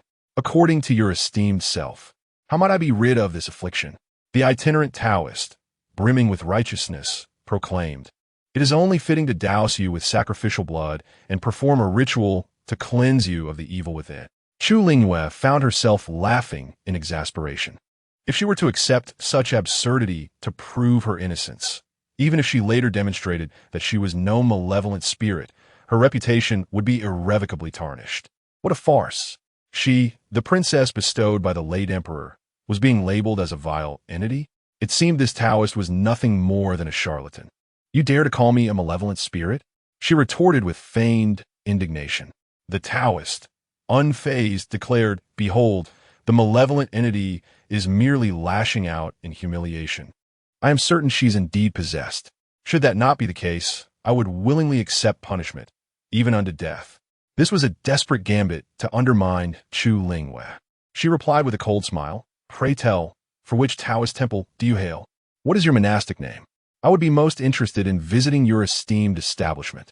The Taoist faltered for a moment before feigning profundity. "My humble temple is not widely known, and you, vile creature, should not attempt to divert the topic with idle chatter. The fame of my temple bears no relevance to your malevolent nature." Chu Lingyu laughed lightly. "So, by your mere words, I am to accept your claims without question? Is there such a rationale in this world? Do you truly believe the Chu royal family is so easily trifled with?" The itinerant Taoist did not flinch. "Do not divert the topic, you wicked creature. If you possess such courage, then prove it to the world." With a flick of her wrist, Chu Lingyu commanded, "Seize this fraudulent Taoist. As the eldest princess, how can I need to vindicate myself based on your mere words?" Just as the atmosphere grew tense, a sudden chant echoed from outside. "Amitba." The charged ambience faltered. Following the gaze of the crowd, Chu Lingyu looked outside and, upon recognizing the figure, rose in delight to greet him. "Master Jingshun, you have arrived." The newcomer, clad in a monk's robe and possessing a benevolent visage, was none other than Master Jingshun from Pajizi. His name was known to all present, prompting them to approach him with respect. "Master Jingshun, Master Jingshun." The master smiled warmly and addressed them. "I happen to pass by, and seeing that the Li family is celebrating, I came to share in the joy. May I intrude?" Li Xiang's eyes glimmered briefly, yet he quickly responded with a smile, "Please, please, please. Your presence elevates this gathering." Master Jingshun nodded in acknowledgement before turning his gaze to Chu Lingyu. However, upon seeing her, he furrowed his brow. This moment was not lost on the others, including the earlier Taoist. "Master Jingshun, I am a disciple of Shuyi Temple." The itinerant Taoist stepped forward to pay his respects. "Did you not notice something amiss with this benefactor?" Master Jingshun looked toward the Taoist and gently nodded. "Greetings, fellow practitioner." The Taoist seized the opportunity. "Master, this benefactor is possessed by a demon. You have seen it, have you not?" The crowd leaned in, eager to hear more. Master Jingchun, with a tranquil demeanor, replied, "You must not speak recklessly. Princess Changyi is blessed with the convergence of the 3 stars of fortune. Such a person cannot be overtaken by malevolent spirits." With this single statement, he rendered the Taoist speechless. Words from such a renowned master could not be false. Who would dare challenge his words, knowing the immediate backlash that would follow? Yet the Taoist, still unwilling to yield, exclaimed, "Master Jingchun, while many respect you, I see you are but a figure of hollow reputation. You must be in cahoots with this princess, thus speaking on her behalf. Chu Lingyu seize this fraudulent Taoist and conduct a thorough investigation. Let's uncover who is instigating discord. How dare he even slander Master Jingchun?" The Taoist continued to shout, "Heaven is abandoning our great Qian dynasty." A nurse swiftly covered his mouth and dragged him away. Chu Lingyu stated coldly, "Send this man to the Dali Temple and inform His Majesty immediately." Understood. Rising from her seat, Chu Lingyu cast a cold glance around the room and remarked, "I shall take my leave now." The crowd dared not utter further words. The elderly gentleman exchanged a few courteous remarks, but upon seeing Chu Lingyu's reluctance, he ceased, allowing Madame Li to personally escort her out of the estate. As they entered the carriage, Zhou Mingman wore a grim expression, clearly impatient. Zhou Taochuan softly murmured, "Mother, what transgression have you committed that even an unseen Taoist calls you a demon? It has rendered our banquet utterly unenjoyable." Upon hearing this, Zhou Mingman instead broke into a smile. "Taochuan, you mustn't speak thus. Surely your sister-in-law feels distressed as well. However, if even that Taoist has uttered such words, could it be that some malevolent spirit has indeed approached her? She must not shy away from confronting the truth." His tone, laced with an unmistakable, gleeful malice, echoed in the air. Chu Lingyu cast a cold glance at the duo and sternly commanded, "Begone, retreat to the carriage behind. You are unworthy to occupy mine." Zhou Taochuan cried out, "Mother, you are my mother. Leave." Ji Chun respectfully urged them out. Zhou Taochuan and Jiang Shuhua, feeling utterly humiliated, dismounted the carriage.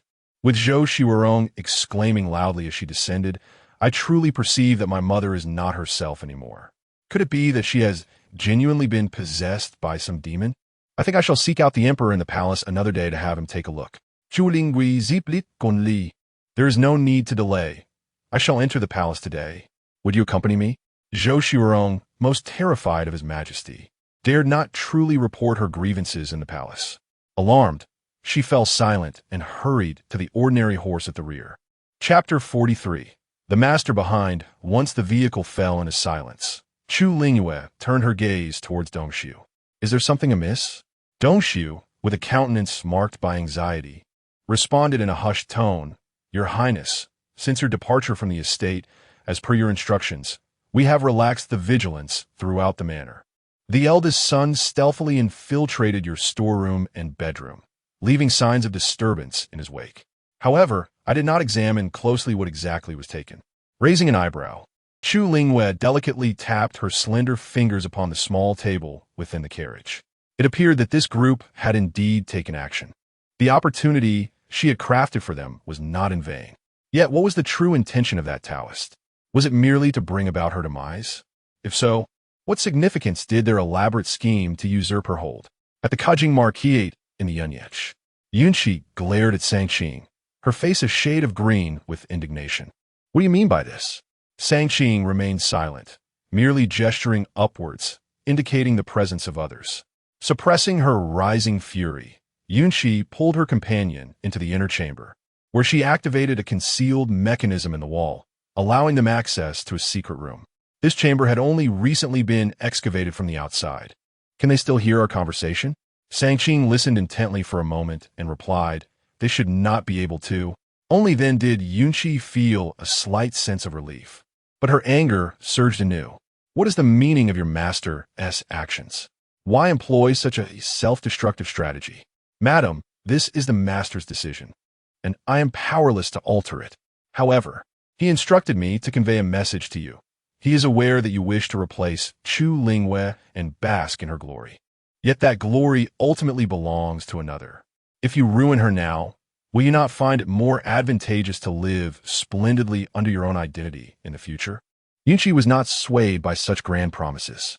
She understood that this would inevitably sow discord between Chu Jinxiang and Chu Lingyu, and for her, there could only be detriment, not benefit. Moreover, regarding Chu Lingyu, as you and the Marquis have mentioned, her temperament has indeed undergone a significant transformation of late. Perhaps she truly is possessed by some malevolent force? How can we possibly contend with her? Yunqi scoffed. I do not believe in such supernatural notions. Spare me your deceptions. Your master shows utter disregard for my well-being. Qingsheng lowered her head, inwardly rolling her eyes. What display of authority could she muster here? If she had the capability, let her show it before the master instead. Yet, she remained submissive and compliant. Madam, we should not linger here. It is unwise. As we risk exposure, Shangqing advised. Yunqi had no choice but to suppress her rage. What are your master's intentions moving forward? The master has stated that even if today's events do not fundamentally undermine her, they will certainly damage her rapport with His Majesty, diminishing her sources of support. Once we obtain the Black Rider order, we shall strip her of her greatest reliance. At that point, madam, you may act as you wish. Given the circumstances, Yunqi could only repress her displeasure. What did the master say? Has he consented to his course of action? She inquired coldly. Shangqing hesitated before responding. I do not know. Unable to extract any useful information, Yunqi was exasperated. However, she found herself unable to leave the residence and had to endure the situation with Qingsheng, suppressing her anger. After a considerable pause, she said, Please have your master arrange for me to meet the owner. Qingsheng furrowed her brow, replying, I will inform my master, but how the arrangements will be made depends on him. Just as Yunqi was about to lose her temper, she noticed Qingsheng signaling for silence. Someone was approaching from outside. Aunt, we must hurry outside. As they stepped out, they were met with Qingzhu's report. Aunt, the eldest young master has arrived. Yunqi's eyes brightened, her previous displeasure dissipating somewhat, and she quickly instructed, Let him in. Zhou Taochuan entered quietly, saying, Mother, I have found the item. Today's plan had been devised by Yunqi and Zhou Taochuan together. They had orchestrated external distractions to trouble Chu Lingyu, diverting her attention. However, Yunqi did not anticipate that the individual would resort to such means, effectively severing her escape route. Within the residence, Zhou Taochuan was tasked with leading a team to search Chu Lingyu's storeroom and bedroom. Your son has not disgraced his mission. Zhou Taochuan handed the Black Cavalry order to Yunqi with both hands. Qingsheng, standing nearby, attempted to take it, but was met with a glare from Zhou Taochuan. Is a no decorum left? Step back. Yunqi remained silent, not defending Qingsheng. Qingsheng frowned slightly, retracting her hand and standing aside. She had often spoken condescendingly to Yunqi lately, taking advantage of her position. Now, seeing Zhou Taochuan act decisively, she was unwilling to endure such humiliation and softly called out to Yunqi, Aunt. Only then did Yunqi lightly speak, Taochuan, let go. She is my personal maid. She is unaware of the rules. I shall discipline her later. Do not let this delay our conversation. Zhou Taochuan shot a cold glance at Qingsheng. This shall not happen again. Yunqi signaled to Qingsheng, You may leave for now. Though reluctant, Qingsheng had no choice but to withdraw. Once they were gone, Zhou Taochuan presented the Black Cavalry order to Yunqi, saying, Mother, is this the one? Yunqi took the order, examining it thoroughly, and confirmed, Indeed it is. My son is quite capable. Zhou Taochuan smiled. Mother's belongings are usually found in just a few places. I was bound to locate them. However, about what you promised me. Yunqi chuckled. Do not worry. You will not be shortchanged. Just wait. Yunqi returned to the inner chamber and soon emerged with a stack of banknotes, handing them to Zhou Taochuan. This amounts to 10,000 taels. It is all of my personal savings, so spend it wisely. Primarily, she was unable to go out or receive any information. And even if there were treasures to be had, she could not bring them into the residence. Zhou Taochuan, lost in thought, absent-mindedly responded, his mind preoccupied with the prospect of purchasing the exquisite headpiece that Jia Ro cherished most now that he had acquired some silver. The remaining funds should suffice for him to gather a group for a hunting expedition. For over a month, his mother had ceased to provide him with any financial support, leading to a state of penury that had kept him away from the hunt for quite some time. Yun Qi, noticing Zhou Tingyun's distraction, immersed herself in her own concerns regarding the Black Cavalry Order and promptly sent him away. Upon entering, Qing Sang offered a scornful smile, remarking that it seemed Madame no longer required the assistance of her maid. Yun Qi, with a sardonic glance, replied, Qing Sang, though I may not be your mistress, do not forget that your status as a servant remains unchanged. Qing Sang, flustered and enraged, retorted, Yet I am not your servant. You are free to convey such sentiments to your mistress, or even to leave the estate, Yun Qi replied. Qing Sang dared not, despite her dissatisfaction at being assigned to Yun Qi's side, as she would not presume to take matters into her own hands. What is your desire? Yun Qi inquired. If you hand over the Black Cavalry Order to me, I shall deliver it to the master tonight. No, this time I insist on meeting the master myself. If your master intends to monopolize this achievement, that shall not come to pass. You. Chapter 44. The enigmatic being Qing Sang, consumed by anger and humiliation, found herself utterly helpless. Despite Yun Qi's constrained movements within the Duke's residence, it remained a formidable domain, should her ire truly ignite. Dealing with a mere maid would pose little challenge. After all, her current identity was Qing Sang.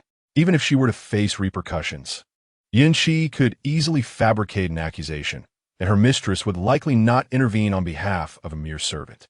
Ultimately, Qing Sang chose to remain silent. Zhao Hua Courtyard. Chu Lingyu cast a cursory glance over the disordered items. Aside from the Black Cavalry token, everything else remained intact. Princess, Dong Su murmured anxiously. Chu Lingyu waved her hand dismissively. It's nothing. We haven't lost anything else. Once Dong Su had departed, Chu Lingyu summoned Shi Qing. Speak. The eldest son took the Black Cavalry token to Yun Inyang, Shi Qing reported. This was as expected. Chu Lingyu was not surprised. Keep a close watch on them. We must ascertain to whom they are delivering the Black Cavalry token. Understood. Additionally, Yun Inyang entered the room with her maid, Qing Sang. But our people did not overhear any conversation. It seems rather unusual. Chu Lingyu furrowed her brow. Are you suggesting there might be a secret chamber within her quarters? Logically, that should not be the case, she replied. Chu Lingyu recalled having discreetly dispatched individuals to thoroughly search the premises of Yun Yinxia after allowing Yun Qi to reside there. And no secret chamber had been discovered. There remains the possibility that someone has excavated a hidden chamber from the outside recently, Shi Qing posited. Given the proximity of the outer wall to Yun Yinxia, this could indeed be plausible. Is there a method to investigate without arousing their suspicion? After a moment of contemplation, Shi Qing shook her head. There is no certainty. In my view, that Qing Sang is likely not the original Qing Sang. What do you mean? Though she has disguised herself in various ways, I have observed her closely. She appears to possess martial skills. The previous Qing Sang was completely devoid of any combat ability. Are you suggesting that Qing Sang was replaced after venturing out? It is a possibility. In that case, we must tread lightly to avoid alarming them. If she possesses martial prowess, she must be aware that we have been watching them. Any rash attempts to investigate their secret chamber could provoke an aggressive response from them.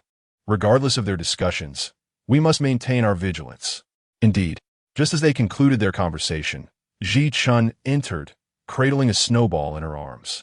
Upon spotting Chu Lingyu, the snowball leaped toward her, exclaiming, Meow, mother, they have taken the Black Cavalry token.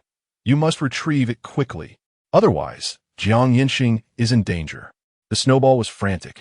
Chu Lingyu embraced the snowball, gently stroking its head while exhaling a sigh.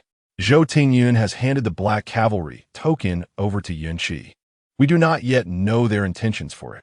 Ji Chun, believing Chu Lingyu was addressing her, pondered for a moment before responding. The Black Cavalry token? Is it of significant importance? Is Yin Inyang up to her usual mischief again? Upon hearing this, Zhou Taochuan became anxious. Mother-in-law, no. They intend to use that Black Cavalry order to harm Jiang Yinxing. Yes. Did they not also take a hairpin? The orchid hairpin? Chu Lingyu's expression froze. She was perplexed as to why Zhou Taochuan would mention the orchid hairpin. Indeed, she possessed one, though she had never worn it. After all, the craftsmanship of that hairpin was rather crude. Had it not been a gift from someone special, she would have long since discarded it or casually given it to a servant. Seeing that she remained unmoved, Zhou Taochuan grew more agitated, jumping around. Mother-in-law, princess, those shameless individuals took your hairpin and presented it to Jiang Yanxing, making him believe you were in distress, that you had gone alone to meet with the Xiongnu king, thereby giving them an opportunity to seize leverage against you. Chu Lingyu abruptly stood up, startling Ji Chun. She thrust Zhou Taochuan into Ji Chun's arms and, without uttering a word, hurried into the inner chamber. She rummaged through her cosmetics box in a frenzy. Eventually, at the very bottom of a small compartment, she unearthed the unsightly orchid hairpin. Grasping the hairpin, Chu Lingyu exhaled in relief. It was still here, thank goodness. She had not anticipated that someone as cautious as Jiang Yanxing would risk everything for a mere hairpin, disregarding even his most cherished citizens and the greater good. Closing her eyes, her eyelids glistened with unshed tears. In this lifetime, she would not allow him to find himself in such a predicament. Clenching the hairpin tightly, her expression gradually solidified. Ji Chun, prepare the ink, she commanded. She intended to write a letter to Jiang Yanxing. After years apart, Chu Lingyu found herself at a loss for words. How could she possibly explain that others intended to use her to harm him? Wouldn't that be laughable? Ultimately, she penned only a few lines of casual greetings, subtly indicating the matter regarding the Black Cavalry Order. Beyond that, she remained silent, setting down her brush. She hesitated for a moment before adding a final note at the bottom of the letter. All is well, do not worry. Once the ink dried, Chu Lingyu carefully folded the letter, but instead of handing it to Ji Chun, she tucked it into her sleeve. The next day, she would visit the Jinxiu Pavilion and entrust it to the Emperor's envoy for delivery. Early the following morning, Granny Zhang arrived at Zhaohua Courtyard, cautiously stating that the old lady requested her presence. Chu Lingyu, displeased, replied, "Go back and inform the old lady that I have matters to attend to outside and will visit her later." Granny Zhang was taken aback by Chu Lingyu's blunt refusal. Shocked, she recalled the rumors and the words of the old lady, shivering slightly. Could it be that this princess had truly become possessed by some foul spirit?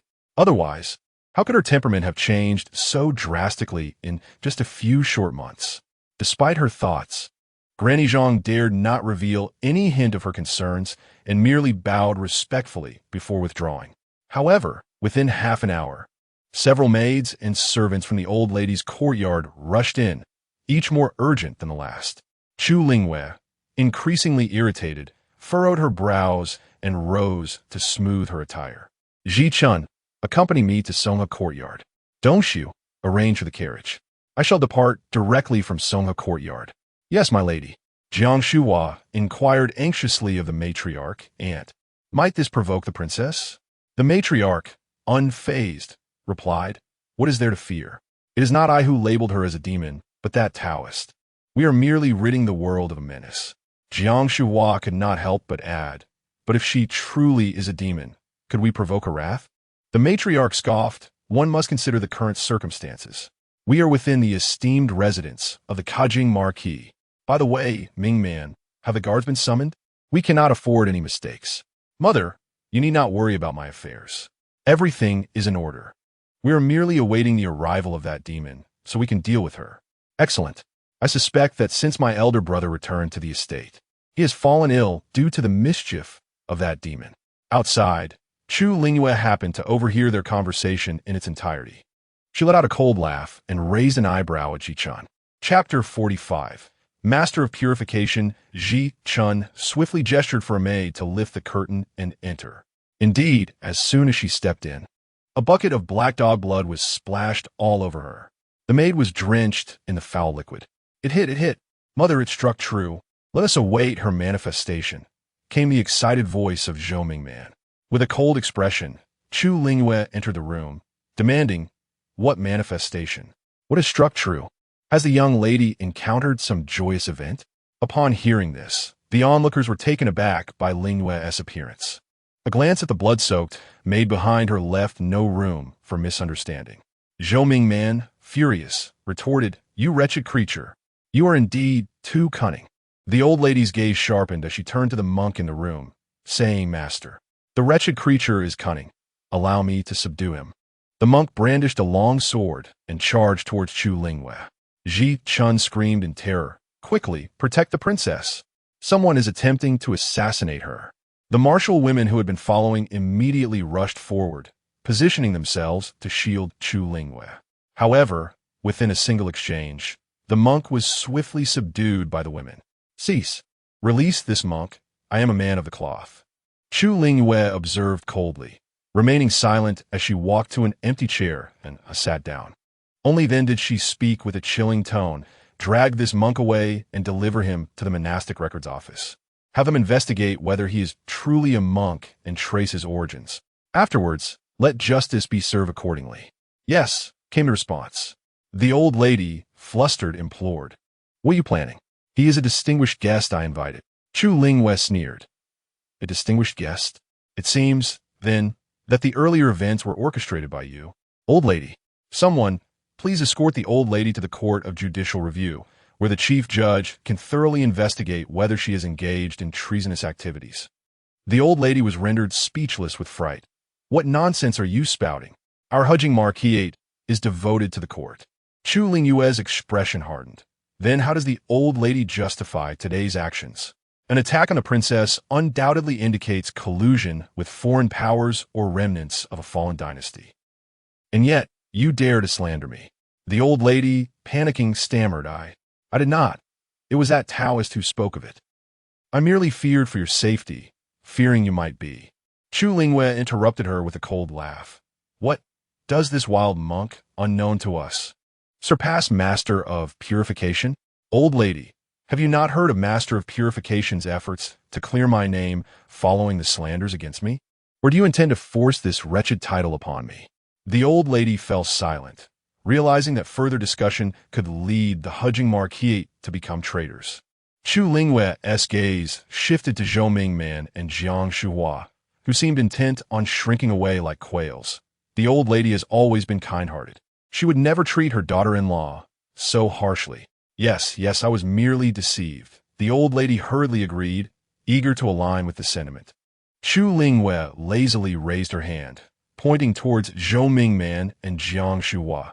It must be these two young ladies who instigated this, for the old lady is blissfully unaware of the world beyond her windows.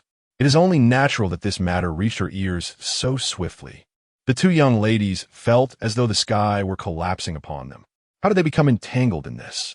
Although the idea was indeed theirs, the old lady attempted to interject on their behalf, but Chu Lingyu's icy gaze silenced her instantly. Satisfied, Chu Lingyu finally stood up. If the old lady has no further matters, I shall take my leave. The old lady's eyes flickered, and she called her back. I have another small favor to ask of the princess. Finally, she understood the necessity of politeness. It was clear to her now that this princess was no longer the easygoing individual she once was. Caution was imperative. Please, speak, she urged. I have been arranging a marriage for Shuhua lately, but her jewelry is rather scarce. I would like to shamelessly request a piece from the princess. Chu Lingyu raised an eyebrow. Oh, which piece does the old lady wish to borrow? Shuhua has a gentle disposition, and I recall the princess possesses an orchid hairpin. Might I borrow that? A trace of mockery crossed Chu Lingyu's eyes as she replied coldly. That will not do, for I do not possess any orchid hairpin.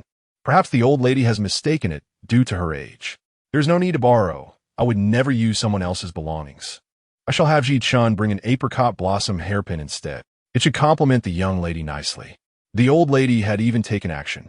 What kind of den of snakes and rats had she stepped into? Upon leaving the estate, Chu Lingyu calmly instructed Ji Chun. Inform Zhou Taochuan of the old lady's attempt to treat me as a monster. Tell him that without this princess, the Marquis shall surely fall into disfavor with his majesty. Upon exiting the estate, Yin Shi made her way to Qing's Song courtyard. The Black Cavalry Command had been secured. What a hairpin! The hairpin had been entrusted to Zhou Mingman and the old lady by Zhou Taochuan. Unexpectedly, they faced repeated setbacks. The news from the old lady had reached him, causing him to shatter a set of teacups in frustration.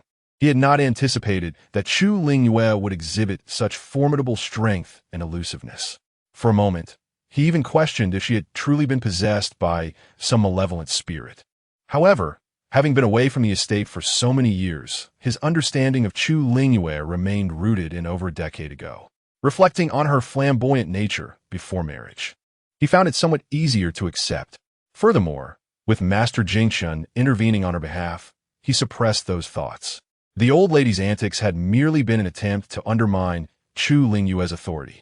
Unexpectedly, it was the old lady who had been thoroughly intimidated, resulting in Zhou Mingman and Jiang Shuhua being confined. Zhou Xianchuan wore a serious expression as he recounted the recent events. Yun Qi frowned, surprised that they had secured the elusive Black Cavalry Command, yet failed to procure the seemingly simpler hairpin. Never mind, she concluded. The Black Cavalry Command is sufficient. Originally, the purpose of the hairpin was to achieve something greater. What? Zhou Sunchuan was puzzled. Yin Qi shook her head. It's nothing. It would be wise to avoid provoking Chu Lingyu for now. We must find her some tasks to occupy her. Let us return a portion of the silver to her to prevent her from becoming angry and causing us trouble, which would hinder other matters. Zhou Sunchuan nodded. He reached out and embraced Yun Qi. You have endured much these days.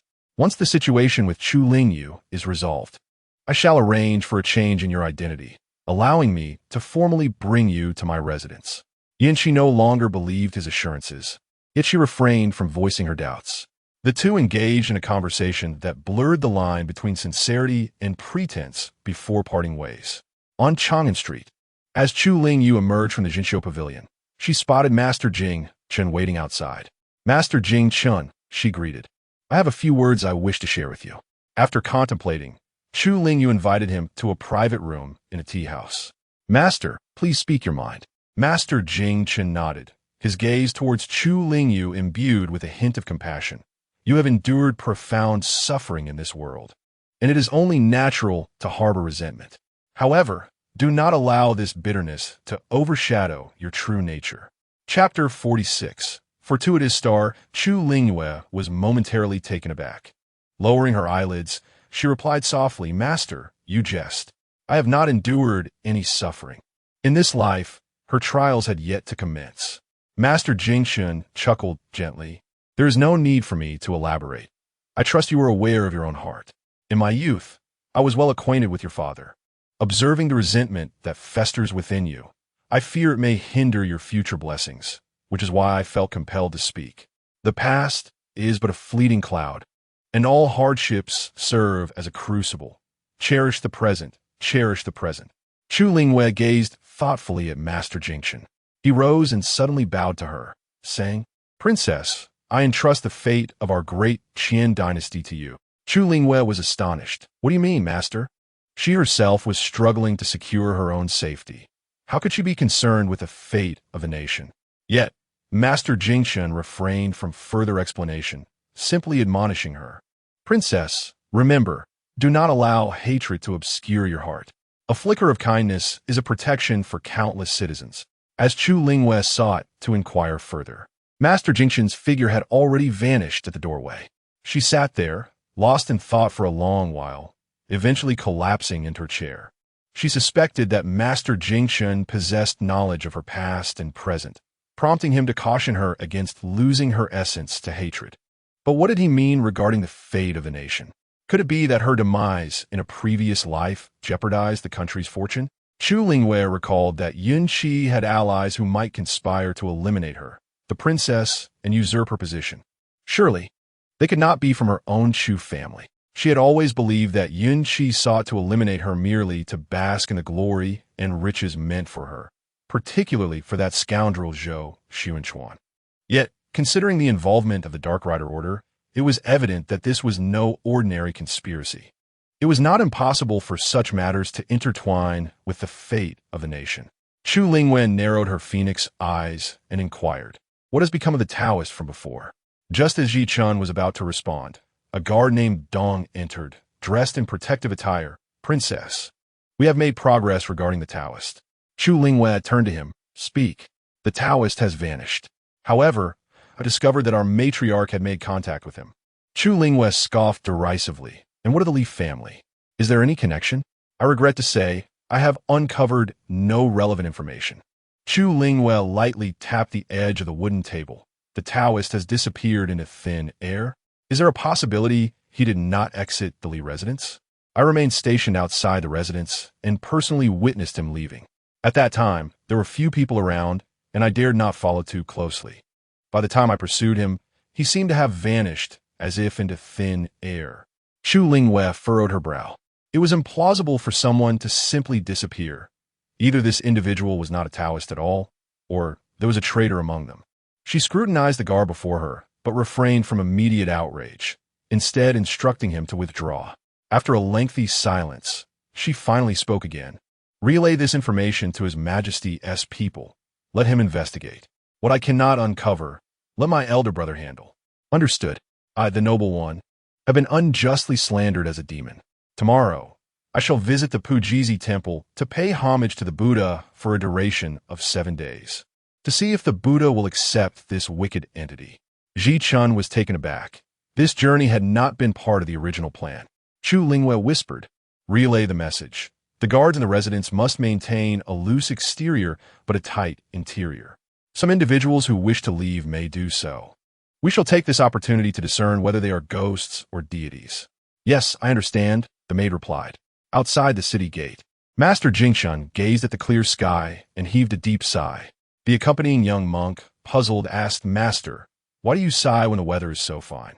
"The dimming Ziwei star portends a great calamity for the Dacian dynasty." The young monk covered his mouth in surprise. "Master, is it not the princess who has been labeled a demon? Is it not said that her existence poses a threat to the Dacian dynasty?" Master Jingshun turned to the young monk and reprimanded. "Nonsense. Such hearsay should not be entertained. Moreover, Princess Changyi embodies the convergence of the 3 stars of blessing, wealth, and longevity, a rare blessing indeed. But what of the calamity you speak of? When the star of thieves rises, it may spell disaster for the nation. Now, we must see if the 3 stars of blessing, wealth, and longevity can uphold their true intentions and protect our Dacian dynasty." The young monk, astonished, whispered, "Master, I understand now. Is it not those who conspire against the princess that are the true harbingers of chaos? They seek to eliminate this star of fortune before sowing discord in the court." Master Jingshun gazed out at the slowly receding scenery, choosing silence, and then lightly admonished, "Focus on your driving." At the residence of the Duke of Kajing, as Yunqi departed, Yuan arrived to report that someone from the Zhaohua courtyard had come. It was a young girl unfamiliar to Zhou Taochuan. "The princess sent me to convey a few words to the prince consort," she stated. Zhou Taochuan, irked, replied, "Speak." The young girl, with a quick tongue, relayed the events from the Songha courtyard and continued, "The princess wishes to inquire whether, in her absence, the duke's residence would incur the emperor's disfavor." "Impudent! How dare you speak so recklessly?" Yuan exclaimed, noticing Zhou Taochuan's face turned pale with anger. The young girl lowered her head and took a few steps back. "These are the princess's words. I would never dare to speak such things otherwise. I have delivered the message and shall take my leave now." With that, she hastily departed before Zhou Taochuan could respond. Zhou Taochuan's expression shifted multiple times before he finally silenced Yuan and's incessant chatter. He understood that despite his grievances with Chu Lingyu, her words held a kernel of truth. Regardless of how Yunqi's backer painted a rosy picture or claimed that eliminating Chu Lingyu would bring him great benefits, for now, unless he could discreetly eliminate her without detection, he would face dire consequences. Whether it was Chu Lingyu's wrath or her demise, if the emperor learned of it, he would surely suffer the repercussions. Without receiving the promised benefits from Yunqi's backer, he feared he might lose his life first. Zhou Taochuan's countenance darkened as he instructed Yuan and Go. "Relay a message to the old matriarch. Advise her to remain composed and not provoke Chu Lingyu. Furthermore, the bill the princess brought must have reached her. Where am I to procure such a large sum of silver? Let the old lady take a portion as well." Yuan, with a grimace, complied. He could almost envision the old lady's furious reaction upon hearing those words. However, as a servant, he had no choice but to convey the message. At Songha courtyard, indeed, upon receiving Yuan An's message, the old lady was so enraged that she nearly fainted. Her wrath had no outlet. Pointing at Yuanin, she commanded someone, "Drag this blind fool out and make him kneel outside for an hour." Immediately, a coarse maidservant approached Yuanin. He dared not resist and obediently went to kneel in the courtyard. This was, in fact, far better than he had anticipated. He had feared he would be beaten. Inside the room, the old lady grasped Zhang Momo's hand and wept. "What kind of calamity have I nurtured? Over the years, have I not done enough for him? At my age, I have even brought 3 children into my courtyard to raise, fearing that Chu Lingyu would lead them astray and distance them from their father." Chapter 47. Paying homage to the Buddha, the old lady wept increasingly bitterly, lamenting, "Over the years, how much silver have I sacrificed for him? When he left, he took away the majority of our fortune, never considering the plight I, as the head of the household, would endure in such circumstances. I had hoped that his return would signify a resolution. Yet look at what he has said. He scolds me for the sake of that woman, Chu Lingyu. When it was he who insisted I retrieve that item from her? And now, he tells me to trouble her less. Moreover, he claims that he has not spent a single coin from the household expenses. Does he imply that I have squandered it all? As an elderly woman, how much could I possibly expend? Aren't they his children as well? All those years, the silver I provided him, he treats as if it fell from the sky. His heart is truly cruel, more so than his late father. He intends to strip me of my last bit of retirement savings." Zhang Momo, once a maidservant accompanying the old lady, later married into the marquisate and became the stewardess of the estate. She had spent the better part of her life by the old lady's side. Listening to her lament, she felt a deep sense of injustice for her. However, knowing the old lady's temperament, she realized that if she agreed with her disparagement of the marquis, the old lady would eventually regain her composure and seek to rectify the situation through other matters. In short, any disparaging remarks about the marquis should be left unspoken among them, for uttering them could lead to dire consequences. Zhang Momo merely patted the old lady's back, softly comforting her while occasionally mentioning the marquis's difficulties.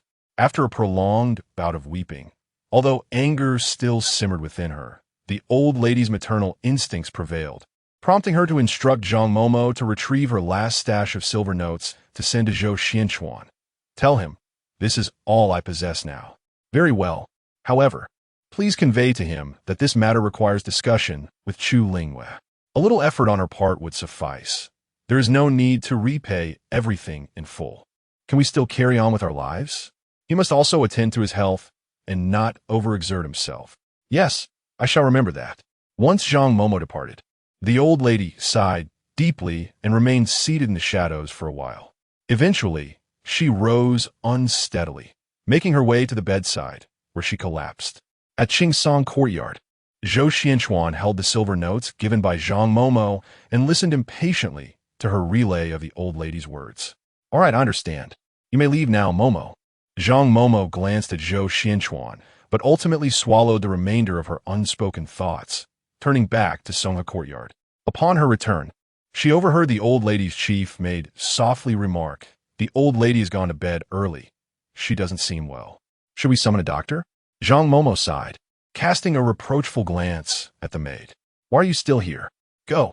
Once the maid had left, she silently sighed again, muttering, "What a series of unfortunate events with that." She entered the room to check on the old lady.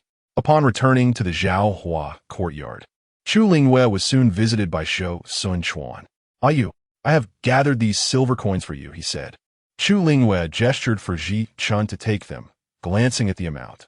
"Merely 20,000 taels." She raised an eyebrow. "Is the Duke reluctant to part with his private fortune? Would you like me to assist you?" Zhou Taochuan's face flushed crimson. You jest. I have been wandering for years. Where could I possibly amass much wealth? This is merely what was acquired before the incident. I have scarcely managed it over the years, earning little silver. If you insist, I can arrange to sell those 2 estates and convert them into silver for you. Look at how you plead for sympathy, Chu Lingyu scoffed. There is no need for such theatrics, for it is I who should feel aggrieved. I have invested all my dowry into the Duke's estate. By the way, Ji Chun, bring me the expenditure ledger for this month. It must be delivered to the Duke. After deducting this month's expenses, these 20,000 taels will leave us with little, so I shall grant the Duke 10 more days. I hope the Duke manages well. Otherwise, do not blame me for being unmerciful. Zhou Taochuan's expression contorted momentarily, leaving him speechless. Chu Lingyu continued, I shall be visiting the Puji Temple for 7 days of prayer starting tomorrow. During this time, I trust the Duke and the matriarch will manage all affairs. Of course, my courtyard will not require your concern. Zhou Taochuan frowned. What business do you have with prayer? Haven't there been rumors labeling you as a malevolent spirit? Indeed, I must seek the Buddha's counsel on whether I am truly a demon, she replied. Zhou Taochuan contemplated her words, realizing that her visit to the Puji Temple could facilitate their plans, and chose to remain silent. Very well. Ayu, be cautious on your journey. My guards and secret protectors will accompany me. I doubt anyone in this capital would dare obstruct my carriage. And should someone attempt such folly, I can ensure they do not return. Her final words were spoken with conviction. Zhou Taochuan's gaze flickered, and he departed in haste. As Chu Lingyu watched his figure fade, she casually inquired of Ji Chun, how many times has Huai Chang taken the medicine? Our people report it has been approximately 3 times. Has chicken soup not been arranged recently? Indeed, due to the Duke's medicinal regimen, we have been quite cautious with his diet. Arrange for it to be prepared by Huai Chang directly. Understood. It need not be overly frequent. Every 3 to 5 days will suffice. Otherwise, I fear Zhou Taochuan's health may falter before I uncover the mastermind behind this. That would be rather dull. Very well. I shall make the arrangements forthwith. The following morning, Chu Lingyu made a grand display as she set off with a retinue towards the Puji Temple for prayer. The rumors branding Princess Changyi as a demon had spread throughout the streets in just a day or two. It was hard for her to believe that no one was orchestrating this behind the scenes. Thus, she chose to make a grand show of her visit, which proved to be quite effective. Upon witnessing this, many individuals shifted their discourse. If the Grand Princess dares to pay homage at the temple, it is surely not some malevolent spirit, nor could it possibly be a demon. Otherwise, one would be inclined to keep a safe distance, rather than approach boldly. Indeed, and I have heard that she intends to stay for 7 days. If it were a demon, even a formidable one would think twice before appearing before the Buddha, let alone linger within the temple for an entire week. It seems the old priest has been speaking nonsense, causing considerable distress. The Grand Princess Changyi is known for her benevolence. Have you forgotten how she distributes porridge every winter using her dowry? Moreover, whenever calamities befall the court, the Grand Princess is always the first to step forward with donations of silver and grain. In Yenyech, upon learning that Chu Lingyu had gone to the Puji Temple to pay her respects, Yunqi felt a surge of joy and promptly urged Qing Sang to investigate the situation. If this is indeed true, immediately inform your master. I wish to see him. Chapter 48. The one behind a glimmer of brilliance flashed in Qing Sang's eyes as she gazed at Yunqi, contemplating whether to take action. However, Yunqi, with a seemingly amused expression, looked back at her and said, Qing Sang, you wouldn't be harboring ulterior motives, would you? I must inform you. The Marquis is also aware of your master. Should anything happen to me, the Marquis will certainly approach your master. Even if he cannot do anything to your master, he is quite capable of ensuring mutual destruction. Of course, you could choose to incapacitate me or drug me. But do you truly believe you could escape the confines of the Kajing Marquis' residence unscathed? Do you think I would dare enter the Marquis' estate without any form of support? Qing Sang's expression shifted several times, her heart filled with doubt. After all, if Yunqi had some form of backing, why would she have been compelled to seek aid from her master at the behest of Princess Changyi? Conversely, if she lacked any support, it would be foolish to recklessly enter the Marquis' residence. Surely, she could not be relying solely on a man's affection. Qing Sang hesitated to act impulsively. While acquiring the Black Rider's order would indeed be commendable, the potential for unforeseen complications that could bring dire trouble to her master was a risk she could not ignore. Regardless of what others might face, she knew all too well that she would not escape unscathed, and there was even a chance she could lose her life. Ultimately, Qing Sang bowed her head and replied, Aunt, you think too much. I would not dare. Yunqi replied nonchalantly, Then why not go and make arrangements? Summon Qing Zhu. Understood. Qing Sang conveyed Yunqi's words and turned to leave, but Qing Zhu grasped her arm and whispered, Qing Sang, I have acquaintances returning home. I sent someone to take some coins back. Would you like to bring anything with you? A flicker of suspicion crossed Qing Sang's eyes. But she maintained her composure and replied, "No need. I have my own plans. Hurry inside to attend to your duties. The aunt has entrusted me with other tasks. I shall take my leave now." Watching Qing Sang's retreating figure, Qing Zhu furrowed her brow in concern. After a moment, she entered the room. "Style my hair into a Lingyun bun. I am to meet someone today, and I must present myself well. Also, select that peach-pink outfit for me. And drape a simple cloak over it. He has a fondness for peach hues, and since I need to curry his favor, I shall accommodate his preferences." "Of course," Qing Zhu responded, though her movements betrayed her disinterest. Yun Qi frowned and inquired, "What is it, Qing Zhu? Do you no longer wish to remain in my Yunyan pavilion?" Startled, Qing Zhu quickly composed herself. Midway through arranging the hair, she paused and leaned closer to Yun Qi, speaking in a conspiratorial tone. "Aunt, do you not find Qing Sang to be somewhat off?" A glint of sharpness flashed in Yun Qi's eyes, but her expression remained calm as she asked, "Oh, what seems to be amiss?" Qing Zhu lowered her voice. "I feel that this Qing Sang is not the same as the one I once knew. Although she appears identical, my previous rapport with her reveals that her habits and lifestyle have changed markedly. Moreover, when I mentioned bringing something for her family, she did not object. It is to be noted that Qing Sang has no family left." Yun Qi narrowed her eyes and spoke lightly. "You are quite astute. Very well. When Qing Sang returns, you shall accompany us outside. At that time, I need you to keep a close watch on her." "Certainly, Auntie, if I am to assist you in monitoring her, should you not?" Qing Zhu smiled and extended her hand towards Yun Qi. After a moment's contemplation, Yun Qi retrieved a silver hairpin from her makeup box and placed it in Qing Zhu's hand, saying, "You are aware that my circumstances are not particularly favorable at present. Once I have pacified the Marquis, and life becomes more bearable, there will undoubtedly be rewards in store for you." Qing Zhu accepted the silver hairpin with a beaming smile and ceased her chatter, diligently arranging Yun Qi's hair into an elegant coiffure.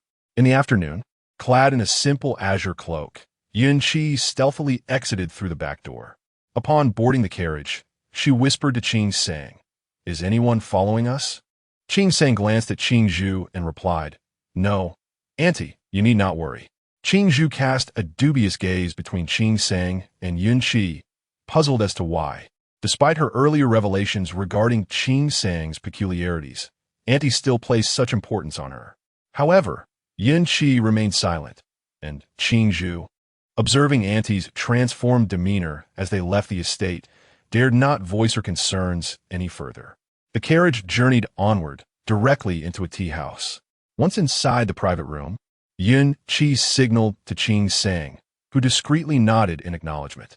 After Yun Qi took her seat, she beckoned Qing Zhu to join her outside. Moments later, Qing Sang returned alone. "Is everything in order?" Yun Qi inquired. She fainted. "Why did you insist on taking her out today?" Yun Qi sneered. "She told me that you are not the original Qing Sang anymore. Fortunately, she confided in me. Can you imagine if she went to Chu Lingyu with such news?" "What happened?" A cold sweat broke out on Qing Sang's forehead. Yun Qi rose and declared, "Let us go." They exited the private room, made their way to the tea house's rear courtyard, changed their attire, and switched to another carriage, heading straight out of the city. "Is your master coming?"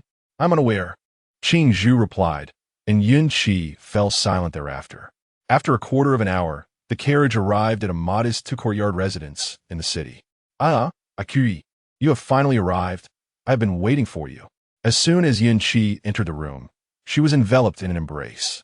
Pushing against the person, she found herself unable to budge him and resigned herself to his grasp, saying, "You, do not mess up my hair. I still have to meet the master." "Ah, the master? You seem to have grown accustomed to calling him that. Why not address me as master?" Yun Qi shot him a reproachful glance. "Do you believe you are worthy of such a title?" The man fell silent, refraining from further disturbing Yun Qi's hair and instead exploring other areas. After a lengthy moment, Yun Qi, breathless, pushed him away. "What do you take me for? Do not assume that just because I must endure your presence while meeting the master, you can act without restraint. Do not forget my status." The man chuckled lightly. "I would not dare. It has simply been a long time since I last saw you, and my heart is restless. Perhaps you should cease your role as a concubine in the He-Jing Marca residence and come to my house. I assure you, you will be treated well and will find happiness there. Are you suggesting I become your legitimate wife? Just kidding. If I were to truly take you to my residence, wouldn't your master have me torn to shreds? You know that already. Didn't I write to you last time, asking you to find a way to bring my maid in? What is this person you sent over? Is it not satisfactory? I'll have someone swap her out. Your maids seem to lack the time. Even if they got in, it would be inconvenient. Yunqi's expression darkened. Enough of the nonsense. This time, I brought another one with me. I'll only use my own. I'm more accustomed to it. All right, I'll heed your wishes. Let me savor the fragrance first. Decorum. Don't be reckless. Hurry and take me to see the master. Achi, how about you hand me the Black Cavalry order? I assure you, I will utilize it to its fullest potential, even better than your master would. Yunqi suddenly straightened her posture, forcefully pushing the man beside her away. Get off. Don't even think about it. Take me to see the master right now. Chapter 49, the one behind the scenes too. After a few more entanglements with Yunqi, the man, realizing her resolve, reluctantly released her. His tone laced with displeasure. You are truly a woman who forgets her loyalties.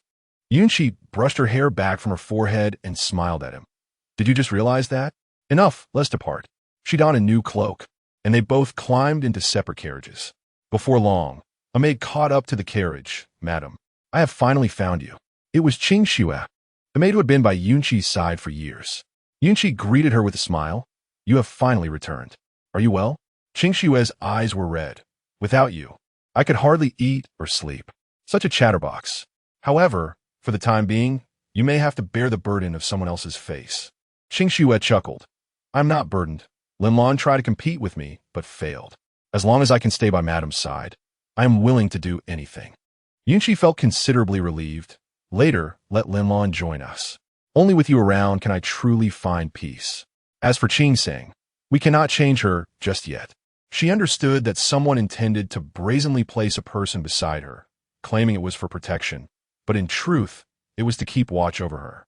The carriage wound its way towards the city gate, meandering for a while before finally arriving at a residence in the eastern part of the city. The driver halted the carriage and softly said, Madam, you may enter. The master awaits inside. The pursuers had been deftly evaded. Yunqi nodded gently and, taking Changyi's hand, descended from the carriage. The side gate had already been quietly opened. With graceful steps, Yunqi led Changyi forward. Upon reaching the corridor, she spotted the man silhouetted against the light and, gesturing for Changyi to withdraw, approached him step by step, ultimately throwing herself into his embrace. My lord, how cruel you are, refusing to see me these past days. The man held her close, guiding her waist as they moved inside. But now we are together, are we not? Yunqi wriggled free, swiftly removing her outer cloak to reveal a delicate peach-colored silk garment beneath. The gentle breeze stirred, resembling a fully blossomed peach blossom. The man's eyes sparkled as he swept Yunqi into his arms, heading towards the inner courtyard. A temptress. So eager to see the master? That useless Zhou Taochuan could not satisfy you. Yunqi clung tightly to his neck. Everything about Yunqi belongs to the master. Good. Moments later, the inner chamber erupted with sounds that shook the earth. After a long while, it finally quieted. What are the Black Riders? You only think of that. Why not consider me and the children? Did the fourth bring them along? I have not seen her for ages and miss her dearly. Why bring her here? She's doing well. Wait a little longer. Once this matter is settled, I will take you back, and then you shall enjoy a reunion with your children. A month ago, the fifth child was lost, ordered to be terminated by Zhou Taochuan himself. Master, Kia is so heartbroken. The man tightened his embrace around Yunqi. Be good. I will surely avenge this grievance for you. Please bear with it a little longer. Yunqi gazed at him with sorrowful eyes. I can no longer endure this. I have never been subjected to such humiliation. I long to see Chu Lingyu torn to shreds. And Zhou Taochuan, that useless wretch. I shall provide you with an odorless and tasteless potion later, and you must find a way to have Chu Lingyu consume it. She will undoubtedly perish. At that point, you shall take her place, and everything will revert to the beginning. Such words seem easy for him to utter. Yun Shi furrowed her brow. Currently, I have no means of approaching Chu Lingyu. Her demeanor and actions are still unfamiliar to me. The man narrowed his eyes. What is there to fear? If necessary, we can eliminate all those under her command. Is she at the Puji temple to pray? Yes. Then let us create some trouble for her on her return journey, ensuring she suffers injuries. In the midst of chaos, there are always opportunities to exploit. Thank you, Master. Fool, as long as you are devoted to me, I shall be equally devoted to you. Trust me, even if I cannot grant you the position of the principal consort in the future, I shall not treat you unfairly. Chi'er understood this well. She even wished to bear a child for her master. Very well, I consent. The voice trailed off, fading into ambiguous breaths. 2 hours later, Yun Shi emerged from the residence with a flushed face and returned to the carriage. As she navigated her way back to the original tea house, she dismissed the coachman and, accompanied by Changyi, turned into another building of the tea house. Master. Inside, 2 men and 2 women greeted Yun Shi with respectful bows. Yun Shi retrieved an orchid hairpin from her sleeve, strikingly identical to the one previously owned by Chu Lingyu. She handed the hairpin to one of them. Take this hairpin and seek Jiang Yanqing. It was an old gift he presented to Chu Lingyu years ago. Though it is not the genuine article, it suffices. After so many years, who remembers all the details? With this in hand, follow them closely, seizing opportunities as they arise. If something can be accomplished with one strike, do not waste a second. Understood, my subordinate. In Jiangnan, sell off all my properties, but proceed with caution to avoid arousing any suspicion from that individual. Half of the proceeds shall be used to purchase grain, while the other half is to be exchanged for fine iron and cavalry. Yes, that will be all. You may withdraw. Ensure that no one sees you. From now on, I shall not seek you out, nor should you seek me. If those old fellows inquire, tell them what I said. Patience brings resolution, and that I am doing my utmost. Should they press further, I shall abandon the endeavor altogether. Understood. Watching them leave, Yun Shi finally exhaled softly. She caressed the bruises on her wrist, her gaze turning cold. Soon, very soon, all of this shall pass. Puji Temple. Chu Lingyu listened quietly as her subordinate reported on Yun Shi's movements. We lost track of her midway. Please punish me, Your Highness. Where did you lose her? The guard recounted the movements of Yun Shi. After leaving the tea house, the carriage circled continuously, and I realized they must have detected my presence. Hence they dared not follow too closely. Then, suddenly, a group of people surged onto the street. I was momentarily obstructed and could only see that they seemed to be heading towards the city gate. Chu Lingyu's gaze turned frosty. So, you trailed them for some time, yet you do not even know who they are? The guard lowered his head in shame. Chu Lingyu pressed her fingers to her temple. The guard suddenly added, However, I placed a fragrant substance in that Lady Yun's carriage. It is quite potent and lingers for several days upon contact. Chu Lingyu narrowed her eyes, considering it a viable remedy. This fragrance is rare, is it not? Indeed, it is uncommon. Merely a trivial concoction I devised out of boredom. Never intended for sale, thus it has not circulated in the market. Send a portion of that fragrance for investigation. Once the guard retreated, Chu Lingyu summoned Shi Qing. You two shall investigate and inquire within the minister's residences. Chapter 50. Recklessness at the Hujing Marquis upon returning to the estate. Yun Shi was greeted by Zhou Taochuan, who awaited her in the chamber. How is it? As soon as he saw her, Zhou Taochuan approached eagerly. The master has assured that he will handle matters concerning Chu Lingyu, instructing us to seize the opportunity as it arises. With a smile gracing her lips, Yun Shi replied gently, The master suggests that the Marquis should focus on recovering his health. Without proper strength, even if he wishes to elevate your position and grant you an official role, it would be of no avail. Surely, one cannot assume office only to be absent day after day. In recent times, Zhou Taochuan had been diligently taking the medicine prescribed by the royal physician and felt considerably better. I believe I am nearly recovered, he remarked, the weakness in his limbs having diminished significantly. Occasionally fatigued, a brief rest sufficed for rejuvenation. Yun Shi chuckled softly, Yet, you must continue to recuperate. Besides, our primary objective is to eliminate her. Once she is gone, Our plans remain unchanged. Then, all the riches and honors will be within our grasp. The thought of no longer being under Chu Lingyu's oppressive influence and the prospect of appearing openly with a woman he cherished filled Zhou Taochuan with joy. Very well.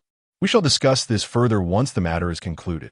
Observing the vibrant hue on Yunqi's countenance, he was struck by how much she had flourished in just over a month. Her beauty was distinct from that of Chu Lingyu. The latter exuded a radiant and opulent charm, every gesture and smile imbued with regal elegance, leaving those close to her questioning their worthiness. In contrast, Yunqi resembled an exquisite orchid, her beauty refreshingly ethereal, and at times as alluring as a wild peach blossom in the mountains, igniting a yearning within him. Zhou Taochuan naturally preferred Yunqi, for her beauty was one he could cherish and command. However, having been unwell and restrained by his condition, he had not dared to act impulsively. Today, witnessing Yunqi's allure, he could no longer suppress the stirrings of desire within him. Zhou Taochuan reached out, drawing Yunqi into his embrace, lowering his head. A flicker of distaste crossed Yunqi's face, but then she recalled the previous incident. What if a child truly came of this?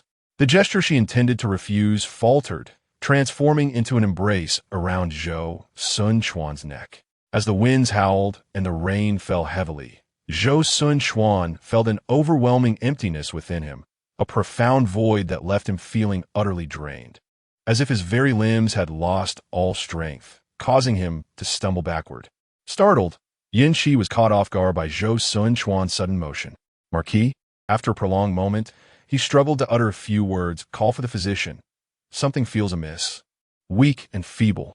Yunqi felt a surge of panic and frustration, hastily dressing herself before summoning Changyi to assist Zhou Taochuan with his attire, then sending Qin Sang to fetch a doctor. Half an hour later, the physician entered the room. After checking Zhou Taochuan's pulse, the seasoned doctor sighed. Marquis, your symptoms arose quite abruptly. Was it not the royal physician who attended to you? Indeed, Zhou Taochuan replied.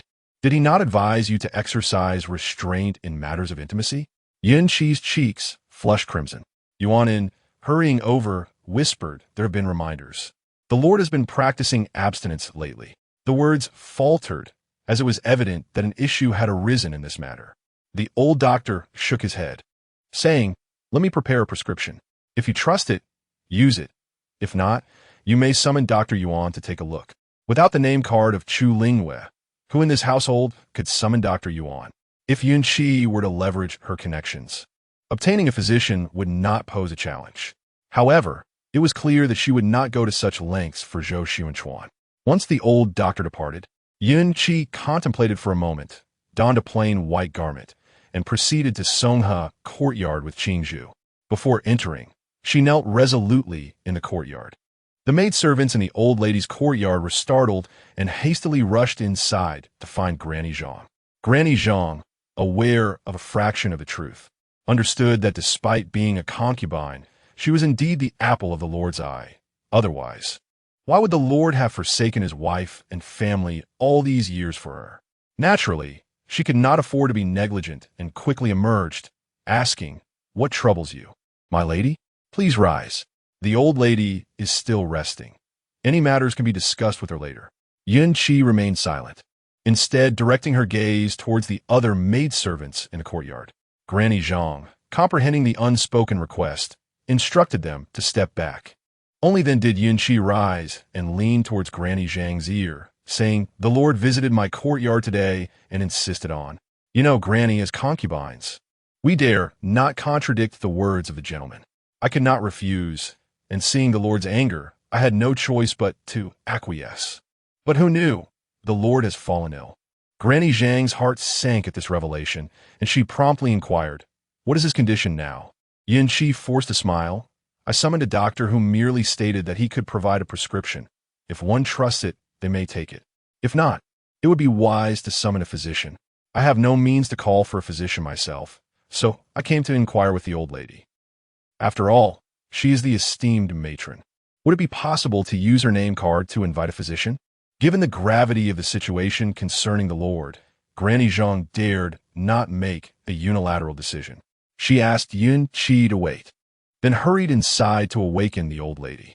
She softly recounted the events, causing the old lady to sit up in anger.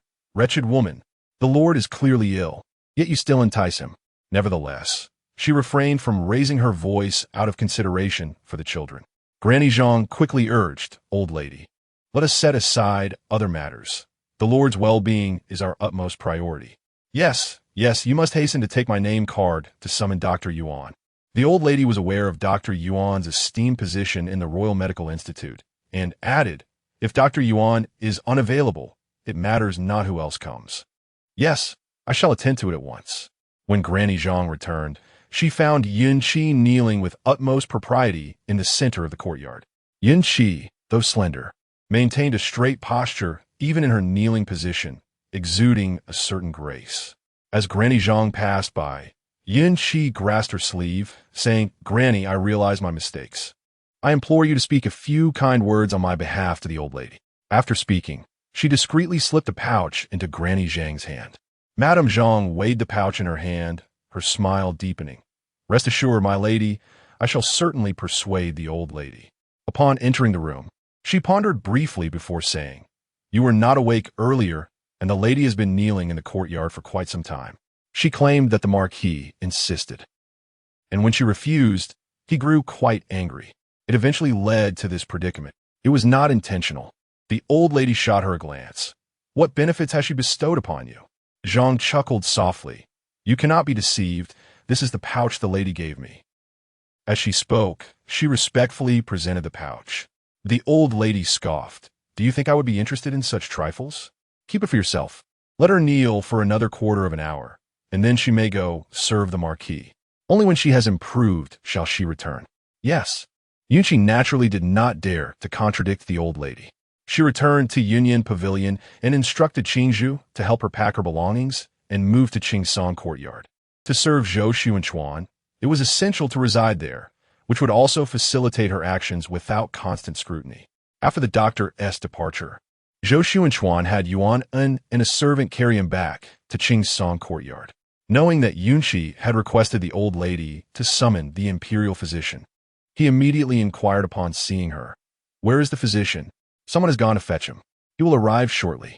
Yunqi, feeling impatient with Zhou Taochuan, instructed Yuan En to attend to him well, and she sought an excuse to leave the room. Just as she stepped outside, she spotted Zhou Tingyun preparing to leave. Upon seeing her, he did not greet her, but instead wore a look of evasion. Yunqi furrowed her brow and called out to him. Where are you headed? Chapter 51. An incident occurs. Zhou Tingyun had been residing at Qingsong Courtyard for the majority of recent days, attending to Zhou Taochuan as per the request of Chu Lingyu. He had not anticipated encountering Yun Qi at this moment. Recalling the matter concerning Zhou Tinky, he instinctively sought to evade her, contemplating a discreet retreat. However, his intentions were thwarted as Yun Qi called out to him. Realizing escape was futile, he turned to Yun Qi and performed a formal greeting. Greetings, Aunt. Yun Qi furrowed her brows. Why are you so flustered? Zhou Tingyun responded with a smile. A classmate summoned me out. We had a prior engagement. I had not expected my father to be embroiled in trouble at this time. I intended to inform him. As he spoke, he straightened his posture, masking the flicker of guilt in his eyes with an increasingly composed fa-ade. Yun Qi scrutinized Zhou Tingyun for a moment, but discerned nothing amiss and chose to relent. After all, her current status was merely that of a concubine. The eldest son may attend to his affairs. The Marquis has me to attend to him. Zhou Tingyun exhaled in relief, bowed once more, and strode away with an air of confidence. It was not until he had exited Qingsong Courtyard that he glanced towards Huaiqing. Yun Aunt did not send anyone to follow us, did she? None, came the reply. Then let us hurry. He indeed had plans for the day. Yet, they were not frivolous pursuits of romance or leisure, but rather serious matters, specifically regarding Zhou Tinky. Over the past few days, he had gained clarity. Despite the apparent grandeur of his position as the eldest son, he was treading perilously on the edge of a blade, requiring utmost caution. A single misstep could result in his father, mother, or even Chu Lingyu pulling him down while elevating Zhou Tinky in his stead. He recalled the medicine he had previously instructed Huaiqing to procure, a smirk forming in his heart. He was eager to see if, devoid of Zhou Taochuan as an alternative, they would still prioritize him.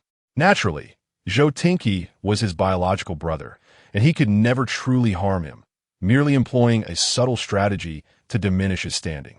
Chu Lingyu received news in the temple only at dusk. Second Master Zhou Taochuan had gone to Nanfeng Pavilion, and, in a dispute over the establishment's leading courtesan with young Master Wang, had inadvertently caused the latter's death.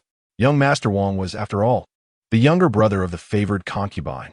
This incident was indeed a significant crisis. When Ji Chun reported this news, concern etched on her face, she inquired, "Princess." Second Master acted in haste. "Should we return?" Chu Lingyu maintained her composure, replying coolly, "What purpose would that serve?" Ji Chun's eyes widened in surprise. Yet she refrained from further questioning. "Then what shall we do about this matter?"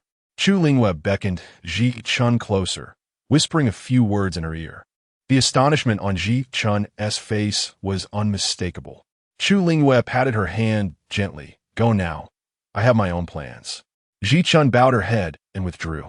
Reflecting on the prior matters involving the eldest son and the Marquis, Ji Chun pondered to herself that the princess must be deeply troubled, for she would not act in such a manner otherwise. As night descended upon the Jing Marquis, Zhou Taochuan had just consumed the newly prescribed medicine from the imperial physician when a commotion erupted within the estate. Chu Lingyu was absent from the residence, and the old matriarch had retired early. The servants, uncertain where to report the incident, could only head to Qingsong courtyard. Yunqi glanced toward Zhou Taochuan's room and rose to intercept. "What is the matter? Speak to me." The Marquis had only just settled into slumber. The young servant, thoroughly frightened, was beyond caring about the identity of the person before him. He merely sought someone to take charge. Upon hearing Yunqi's inquiry, he immediately exclaimed, "It's terrible. The second young master has killed someone." Yunqi was taken aback and stood up. "What did you say?"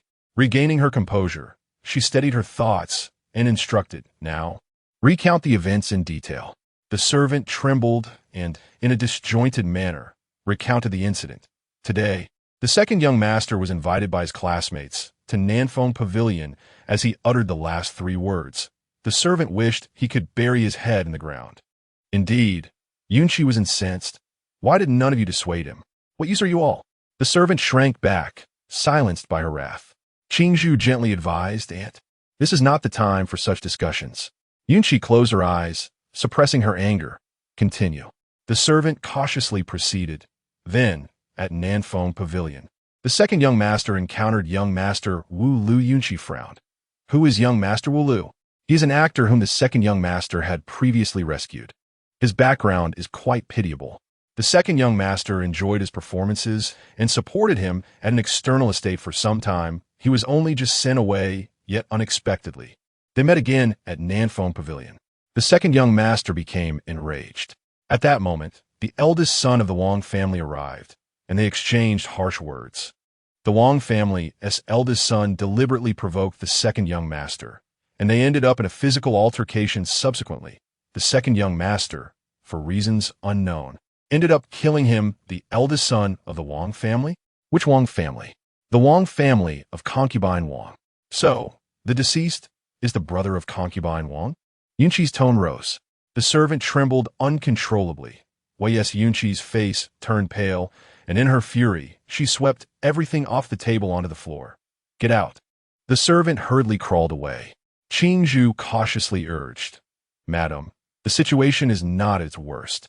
The second young master did not act with intent, and it was the young master who provoked him first." Yunqi closed her eyes. "Go investigate. Send someone immediately to look into this matter. It cannot be as simple as it seems. Also, discreetly suppress the news. It must not spread widely. Yes, go quickly.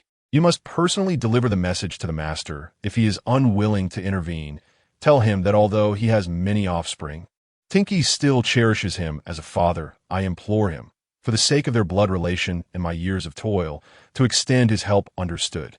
As Qingzhu departed, Yunqi summoned Qing Sang to enter, instructing her to gather information regarding the truth of the matter. She could not place all her hopes in a single vessel. Let's go to see the old matriarch. On the surface, I am merely a concubine, with the mistress absent from the residence. I must seek the old matriarch. I cannot overstep my boundaries. The elderly matriarch had just settled in his slumber when she was abruptly roused, initially responding with a fit of anger until Zhang Mama elucidated the circumstances. Overwhelmed, the matriarch nearly succumbed to unconsciousness once more. Zhang Mama urgently pinched her philtrum, urging, "Madam, the household is devoid of a responsible figure. You must not falter." Steadying her spirit, the matriarch inquired about the specifics of the situation, and with a heavy sigh, implored, "Quickly, summon the princess back to the estate. Only she can manage this matter." Zhang Mama offered a wry smile. Yet the princess had instructed before her departure that, regardless of the gravity of the issue, her meditations must not be interrupted. The matriarch's ire ignited. If she cannot concern herself with her own son, must I, an old woman, bear the burden? With the marquis in such a state, what use is there in her prayers? At this thought, the matriarch's mind stirred, her eyes rolled back, and she fainted once more. The chaos in Songha courtyard was palpable. After the old physician administered a needle to the matriarch, she regained consciousness only to utter, "Let Aunt Yun take charge." Then she promptly lapsed back into oblivion. Upon hearing this, Yun Qi was incensed, wishing she could unleash a torrent of curses. Such pitiful creatures, each one retreating into their shells at the first sign of trouble. Chapter 52. Identity. The news from Qing Sang and Qing Zhu arrived swiftly, almost simultaneously. In the dead of night, Qing Sang quietly recounted the events, which closely mirrored what the young servant had previously shared. Yun Qi furrowed her brow, sensing that the situation was far too coincidental and simplistic. With a faint smile, Qing Sang remarked, "Isn't it so? My master has conducted a thorough investigation and claims that the mastermind behind this is." She cast a perplexed glance at Yun Qi. A sense of dread washed over Yun Qi as she heard Qing Sang continue, "It is the eldest son. What does this mean?" "Impossible." Yun Qi's voice rose in disbelief. She glanced at Qing Zhu, who subtly nodded in affirmation. A heavy weight settled in Yun Qi's heart. Why would the eldest son act in this manner? Qing Sang, with an enigmatic smile, replied, "He must have learned of the second son's identity from an unknown source and perceived a threat to himself. After all, what do noble families vie for if not these matters? Relate the details to me," Yun Qi demanded in a low voice. It seemed that the eldest son had discovered that the second son of the Zhou family shared a close relationship with that nobleman, Wu Li. Knowing that Zhou Ergong had voluntarily sent someone out of the capital, he promptly brought the individual back and sent him to the Nanfeng Pavilion. Coincidentally, that nobleman, Wang Gongzi, had a fondness for young men, and the eldest son bribed someone to relay information about Wu Li to him. Given Wang Gongzi's wealth and status, he naturally rushed over without delay. To speak of Zhou Tingyun's actions, he merely intercepted an actor and passed along a message. Yun Qi's chest heaved in anger. How dare he? How dare he lay hands on his own kin for the sake of a mere marquis? Yet, upon contemplating his status, Yun Qi closed her eyes briefly and smiled bitterly. He certainly had the audacity to do so. Relying on that identity, she was left to clean up his mess. No, regardless of the circumstances, she could not continue to indulge him. If he persisted in this manner, even if she procured everything for him, what value would it hold? It would merely be a repetition of past mistakes. Regardless, she must prioritize Zhou Tingyun's safety. With her eyes shut, she reopened them, clarity illuminating her gaze. "Qing Zhu, what did the master say?" she inquired. Qing Zhu lowered her head slightly. "Madam, his stance is that he cannot intervene in this matter. You must resolve it yourself. If it disrupts his grand plans, he will not hesitate to take decisive action against anyone responsible." Yun Qi's pupils constricted, momentarily lost in thought. Had she truly endured all these years for such a person? This fleeting thought passed quickly, and after a few breaths, she closed her eyes once more. Regardless of worth, having chosen this path, she must continue down it. Qing Sang, can your master resolve this matter? With a smile playing at her lips, Qing Sang replied, "My master has stated that if you inquire, he is capable of addressing this issue at its roots. However, it will require considerable effort, and thus The compensation will be substantial. Yunqi felt a surge of resentment, but knew she must ask, what is the price? She could never give up on Zhou Taochuan. My lord has heard that you possess a number of shops in Jiangnan. Now that you are in the capital, it seems you are inclined to transfer those establishments. My lord inquires whether you would be willing to sell them to him. This is a ploy to extract a hefty sum from her. While it is couched as a sale, to put it bluntly, it is akin to a gift. Those shops are nearly a gold mine. Their worth is considerable. However, when weighed against Zhou Taochuan's life, they seem trivial by comparison. Yunqi gritted her teeth. If your lord can assist me in resolving this matter, I shall willingly present the deeds to my 10 shops in Jiangnan. Qingsing nodded. My lady is forthright. Yunqi felt a surge of frustration. At that moment, Zhou Taochuan awakened again, clamoring for food. Yunqi, exasperated, remarked, if he wishes for food, let the servant prepare it and deliver it to him. Is Yuan not by his side? Qingzhu lowered her gaze. Upon learning that his condition has worsened, the lord's temper has soured. He's been throwing things and incessantly calling for you. Yunqi inhaled deeply, suppressing her irritation, and finally rose. Let us go. Zhou Taochuan, feeling the weakness in his body, could only harbor resentment towards Yunqi, blaming her for his affliction in this unfortunate state. It seemed that all previous affection had evaporated in that moment. Why did you take so long? Quickly, prepare a meal for me. I want to eat the food you personally make. He is a lord, and cannot lose face. Thus he resorts to such demands to vent his anger. A flicker of annoyance crossed Yunqi's eyes, yet she maintained a smile. Very well, my lord. Please wait a moment.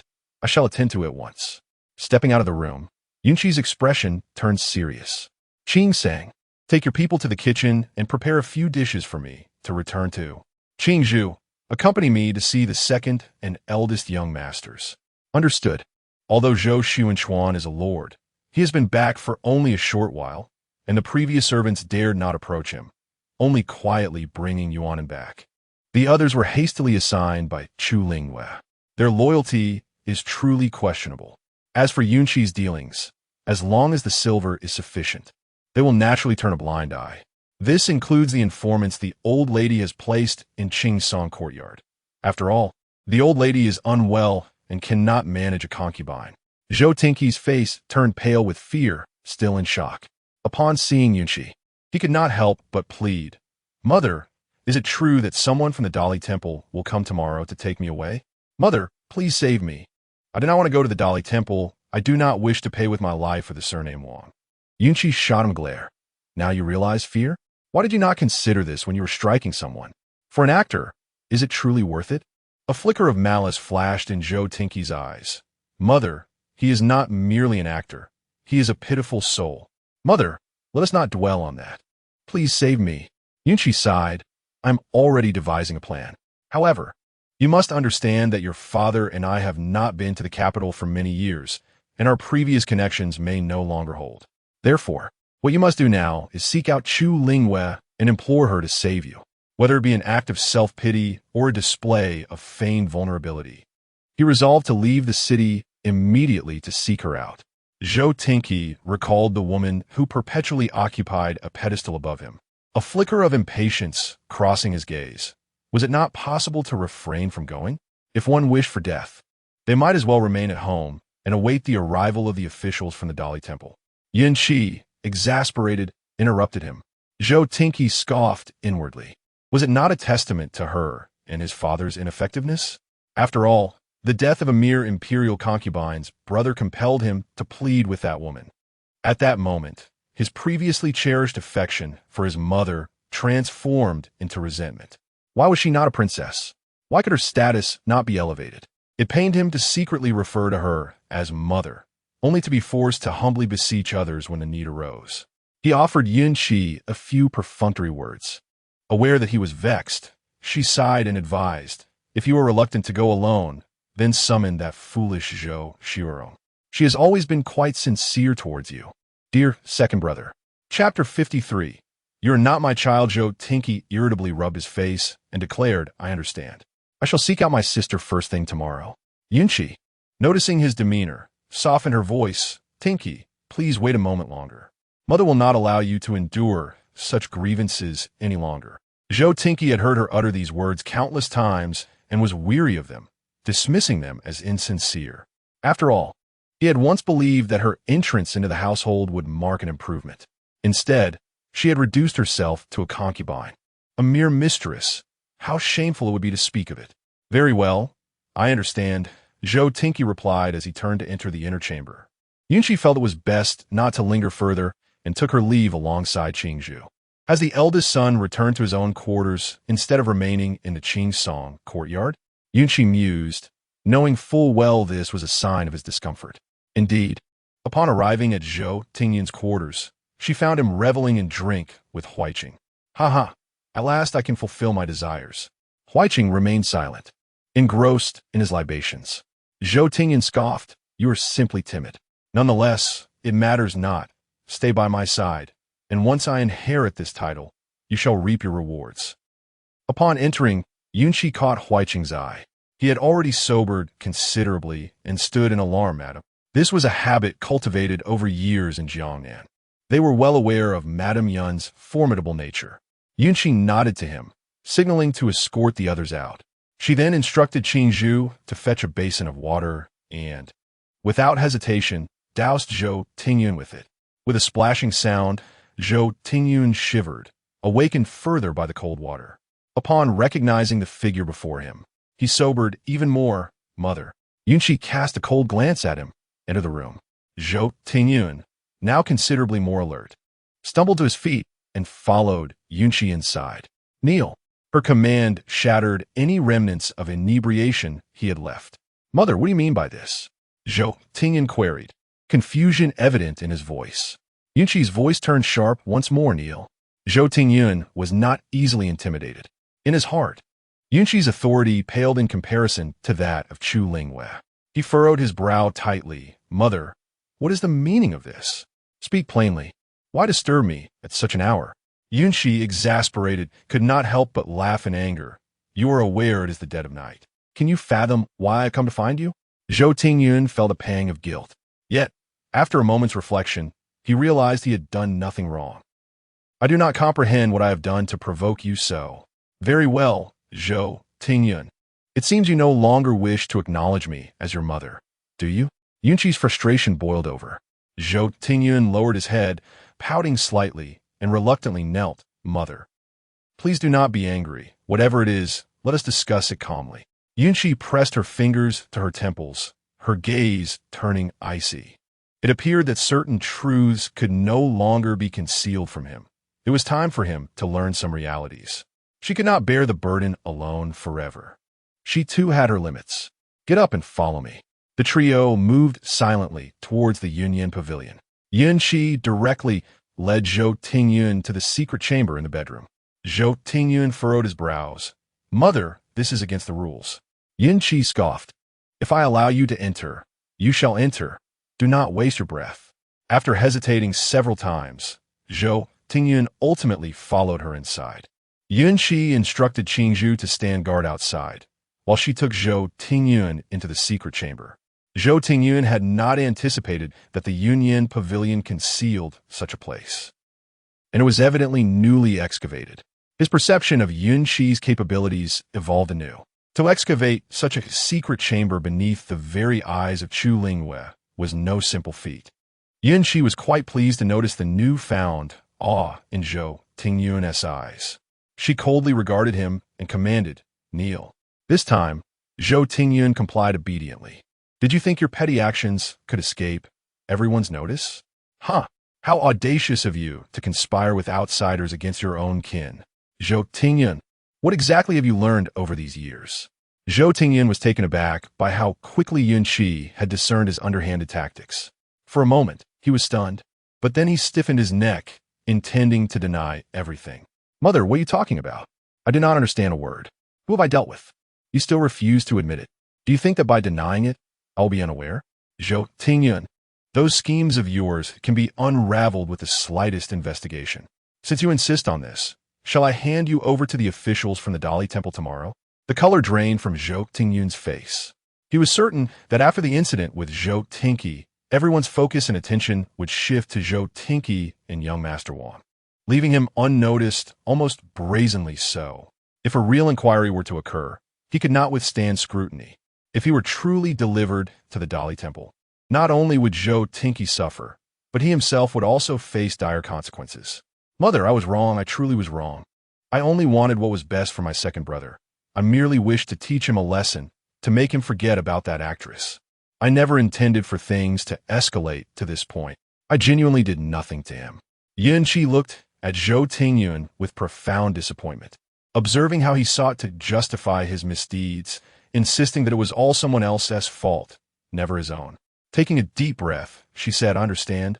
You are driven by ambition for the title. Your father has returned, and what should have been your inheritance has slipped away. You fear that Tinky will usurp your position, which is why you resorted to such underhanded tactics. Zhou Tingyun's lips moved as he attempted to argue. But upon meeting Yun Qi's frigid gaze, he was at a loss for words. Yun Qi continued, Zhou Tingyun, you are not the child of Zhou Xianchuan. So why do you have to covet this title? Zhou Tingyun abruptly raised his head to look at Yun Qi, doubting the clarity of his hearing, as he could hardly believe such an outrageous claim. He was indeed Zhou Xianchuan's eldest son. Although Chu Lingyu was not his biological mother, she was still his legitimate matron. How could his mother now declare that he was not a member of this marquisate? Who then was he? Zhou Tingyun's eyes reddened. Mother, what do you mean? Is this something one can say lightly? Yun Qi smirked coldly. There is no need for you to call me mother. I am not your mother. Zhou Tingyun collapsed onto the ground, his expression one of bewilderment and disbelief. Mother, what nonsense are you speaking? Yun Qi maintained a composed demeanor. I am not speaking nonsense. You are not the child of me and Zhou Xianchuan. Then who am I? Who am I? Zhou Tingyun murmured. You are the posthumous child of my elder brother. Years ago, our entire family was annihilated. Only you and I managed to escape. You ought to be called Li Tingyun. No, that is not true. I'm not the child of your elder brother. I am the legitimate eldest son of this marquisate. I'm the son of Chu Lingyu. Yes, I must go find my mother. I need to ask her. With that, Zhou Tingyun scrambled to his feet, determined to rush outside. Chapter 54, His True Identity. Seeing Zhou Tingyun in such a state, Yunqi did not stop him and said calmly, If you're not afraid that Chu Lingyu will silence you upon discovering your true identity, then go ahead. Zhou Tingyun halted momentarily, only to collapse beside the door of the secret chamber once more. He covered his face and began to sob softly. He was unwilling to accept this reality, yet he understood that Yunqi could not possibly deceive him with such a matter. Nevertheless, he still could not come to terms with the fact that he had suddenly fallen from being a noble heir to a destitute and exterminated family. Yunqi continued, Do you believe it is necessary for you to compete with Tinky for this title? Zhou Tingyun gazed despondently at Yunqi, his eyes filled with despair. He was unable to accept that he had become what he once scorned. Observing the dejection on his face, Yunqi sighed softly. After all, he was her blood relative, and she did not wish to see him remain in such a state of despair. She stepped closer and whispered a few words into his ear. Zhou Tingyun's eyes suddenly brightened. Is what you say true? Would I deceive you? Zhou Tingyun, what I wish to convey is that you should not be blinded by a marquisate. Instead, you ought to look further ahead. There is nothing worth competing for in this small territory of the Kajing marquisate. Zhou Tingyun nodded respectfully, understood. Henceforth, whatever the matter may be, I will obey. I will heed your words, whether you are my aunt or my mother. In my heart, you are my true mother. Yunqi regarded Zhou Tingyun with satisfaction and nodded. I will find a way to resolve this matter. From now on, do not target Tinky. Even if you're not my biological son, you are still cousins with Tinky. We cannot engage in mutual slaughter. Yes, I have already sent Tinky to seek out Chu Lingyu. She will undoubtedly investigate the truth. If it leads back to you, simply admit your mistakes and plead for her assistance. After all, in her heart, you are her eldest son. She will not abandon you. Zhou Tingyun responded respectfully and inquired of Yunqi, What should I do next? Fulfill your responsibilities as the eldest son of the Zhou family, and do not allow anyone to notice anything amiss. As for other matters, I shall handle them. If there is a need for your involvement, I will instruct you accordingly. You have performed well in this matter regarding the Black Knight's order. The next day, news of the Kajing marquisate reached Chu Lingyu's ears. Our people have traced the mastermind behind Qing Sang. Who is it? Li Xiang. Chu Lingyu raised an eyebrow, finding it unsurprising. Is it true that the person behind Yunqi is Li Xiang? Subordinates cannot ascertain with certainty, but it is evident that Yunqi is connected to Li Xiang. Likewise, Li Xiang bears the same fragrance that lingered on Yunqi that day. Investigate their relationship. Understood. Additionally, regarding the maid Qing Sang, the current Qing Sang is likely not the original. A substitute? Most probably. She has employed disguise techniques. The original Qing Sang has likely met with misfortune. Chu Lingyu furrowed her brow. While the mere maid, the green bamboo remains inscrutable for the moment. However, on that day, when Qing Sang ventured out, she too left the manor. It appeared she merely visited a relative, sitting for a brief while before returning home. An inquiry was warranted. Indeed, simultaneously, Shi Qing returned as well. Undoubtedly, the only one tainted with that fragrant scent was Li Xiang. Chu Lingyu felt an inexplicable disquiet, yet she could not articulate the source of her unease. Li Xiang was certainly under scrutiny. What were his intentions? Li Xiang, a prodigious scholar during the reign of the late emperor, had received abundant praise from him, even prompting thoughts of making him a prince consort. However, upon their first encounter, his overly mature demeanor had dissuaded her, leading her to choose the more handsome Zhou Taochuan instead. Presently, Chu Jingxing held Li Xiang in high esteem. Logically, a person of such stature could not betray her imperial brother. Yet the evidence was irrefutable. It left no room for doubt in Chu Lingyu's mind. Lacking concrete evidence, she hesitated to broach the matter with her brother. Patience was required. First, she needed to address the issues surrounding the brothers Zhou Tingyun and Zhou Tinky. The recollection of Zhou Tinky summoning Yunka Mother filled her with a sense of dread. The details surrounding Zhou Tingyun's identity remained unclear, and Zhou Tinky's was equally suspect. And what of Zhou Xiwerong? What are children? Chu Lingyu was consumed with fury, nearly choking on her own rage. Having received this unsettling news, she barely touched her breakfast before ordering it to be removed. Ji Chun urged, "Is the meal unpalatable?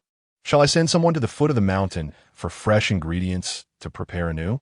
Chu Lingyu waved her hand dismissively. "I lack the appetite. There is no need for such trouble." As they conversed, a young monk arrived with news that Zhou Xiwerong and Zhou Tinky had come, clamoring to see her. Chu Lingyu glanced at the dim sky outside, raising an eyebrow. They must have set out before dawn, eager to be among the earliest to leave the city. If the princess is unwilling to meet them, I shall convey the message to Miss and young master, suggested the maid. No, I shall see them. I am curious to what depths of shamelessness they might sink. I also wish to glean some truths from their words. At the very least, Zhou Tingyun and Zhou Tinky are aware that their true mother is Yunqi. Chu Lingyu leisurely wiped her lips. Have them wait. I require a brief respite before attending to them. As you wish. Chu Lingyu had been haunted by nightmares the previous night, tormented by the agonies she faced before her demise in a past life. She felt lethargic, retreating to her inner chamber for a brief slumber, and upon awakening, an hour had elapsed. Zhou Xiwerong and Zhou Tinky had long since grown impatient, attempting several times to breach the door, only to be thwarted by Chu Lingyu's attendants. In a fit of anger, Zhou Xiwerong contemplated leaving, yet Zhou Tinky clung to her, ultimately resigning to wait with reluctance. At last, when Chu Lingyu emerged, Zhou Xiwerong remarked, "Mother's airs are becoming increasingly grand. We, her children, must now wait upon her presence. Is this a result of her humiliation before others, venting her frustrations upon us?" Chu Lingyu did not direct her gaze towards Zhou Xiwerong, but rather turned to the side to address Granny Hua. "Granny, the young lady has displayed unbecoming behavior. Please dismiss her governess and find a new one to properly instill in her the principles of decorum." Granny Hua nodded under the weight of Chu Lingyu's icy stare. She had come to understand in recent days that the princess was indeed estranged from these young lords and ladies, and it seemed the princess was no longer troubled by it. Thus, there was no need for her to worry. Although Chu Lingyu had said nothing to Zhou Xiwerong, the latter inexplicably felt a pang of guilt and a sense of inadequacy. Nearby, Zhou Tinky quickly tugged at her sleeve, signaling her to refrain from escalating matters, for they had come to seek assistance. Zhou Shirong's expression of anger faltered momentarily. She reluctantly subdued her temper and approached Chu Lingyu, softening her tone. "Mother, we are also eager to see you. Please do not take offense with me. Mother, my younger brother has caused a significant issue. You must quickly reprimand him." Chapter 55. The attitude of seeking help. Chu Lingyu gently brushed aside Zhou Shirong's hand, lifted the teacup beside her, and delicately skimmed the foam from the surface of the tea before inquiring with a faint tone, "What trouble have you stirred up?" Zhou Shirong exaggeratedly recounted the incident involving Zhou Tinky, emphasizing his innocence, the provocation from the young Master Wang, and how the unfortunate outcome of the confrontation had been entirely unforeseen. Chu Lingyu raised her gaze to glance at her. "So, you are suggesting that your brother's act of killing was innocent, and that the young Master Wang deserved his fate?" Zhou Shirong stiffened, instinctively sensing the precariousness of her words. Yet, she could not bring herself to speak ill of Tinky, leaving her momentarily frozen in place. Chu Lingyu, however, chose to disregard her and turn her attention to Zhou Tinky. "And what of you? What are your thoughts?"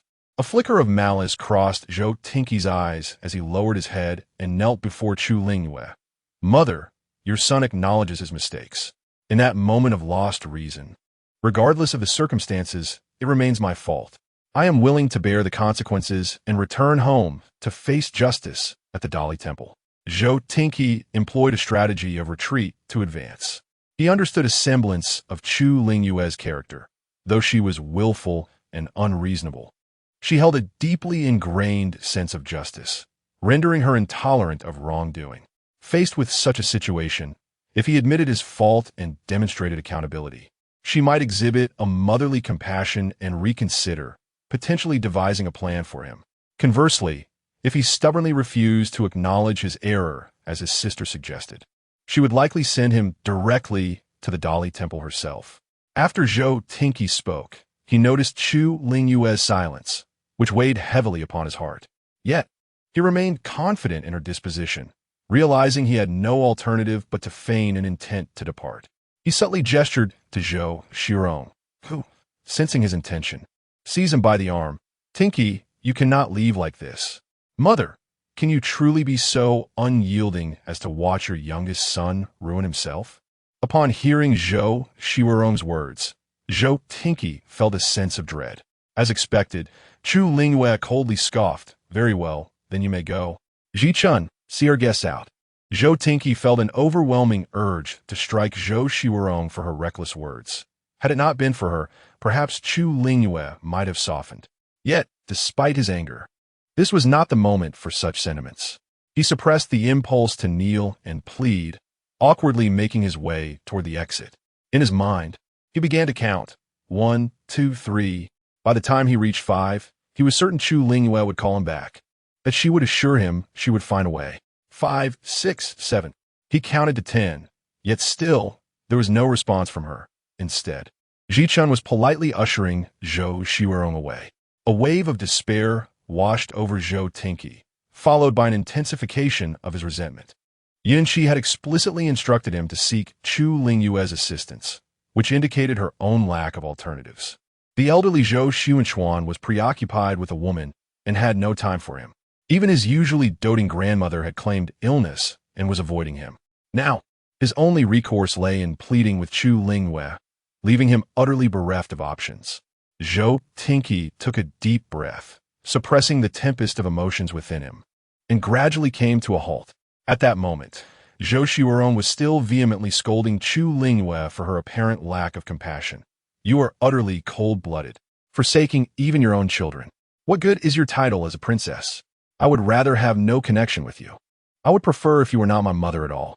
Chu Lingyu replied indifferently. "Oh? Then whom would you prefer as your mother?" Without hesitation, Zhou Shirong responded, "Naturally, it would be Aunt Yun." Chu Lingyu raised an eyebrow. Zhou Tinky's expression changed drastically. This incompetent individual was truly exasperating. He turned to Zhou Shirong and admonished, "Sister, how can you speak to our mother in such a manner?" Afterward, he strode purposefully to Chu Lingyu and knelt before her, his demeanor earnest. "Mother, my sister is merely flustered and has spoken thoughtlessly. You are well aware of her nature. Please do not let her words distress you. It is all my fault, all my shortcomings." Zhou Taochuan pondered for a moment, and then struck his own face twice. "It was my folly to act rashly and seek to involve my mother in this predicament. Mother, though I long to atone, I yearn even more to serve you. I implore you to save me this once. In the future, I shall heed your every command." Chu Lingyu observed Zhou Taochuan, who was now weeping profusely before her thoughts drifting to the cruel indifference he had exhibited in a previous life, when he callously allowed wild dogs to feast upon her remains. She averted her gaze, exhaling softly before breaking into a gentle smile. "Zhou Taochuan, I hear you have acknowledged Yin Shi as your mother?" Zhou Taochuan froze. How did Chu Lingyu find out? What did she come to know? Had she placed someone to watch over him? Did their conversation the previous night leak? What was he to do? Zhou Xiurong, who had been causing a ruckus, abruptly fell silent, her eyes wide with alarm as she looked at Chu Lingyu. Had their greatest secret been unveiled?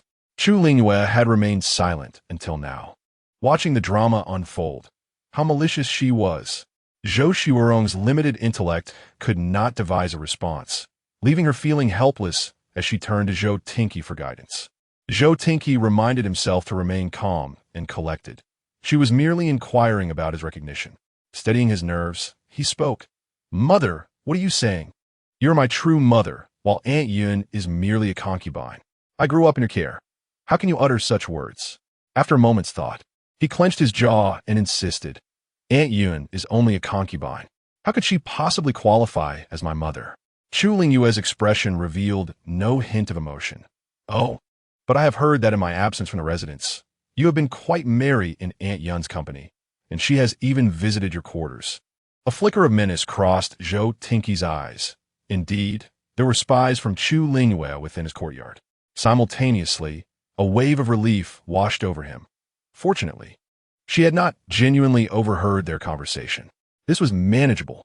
"Mother, father has fallen ill once more, and grandmother is also unwell. Aunt Yun, in her moment of panic, could not find eldest brother and came to me to inquire how to proceed. I merely exchanged a few words with her. Mother, if you disapprove, then I shall not see her again." A glimmer of amusement flickered in Chu Lingyu's eyes as she gently raised her hand, halting Zhou Taochuan's ensuing words. "Enough. I trust you. However, you must also demonstrate your sincerity." She paused momentarily, candidly admitting, "Indeed, I am quite angered by her and your father's deceit. I truly disapprove of her mannerisms.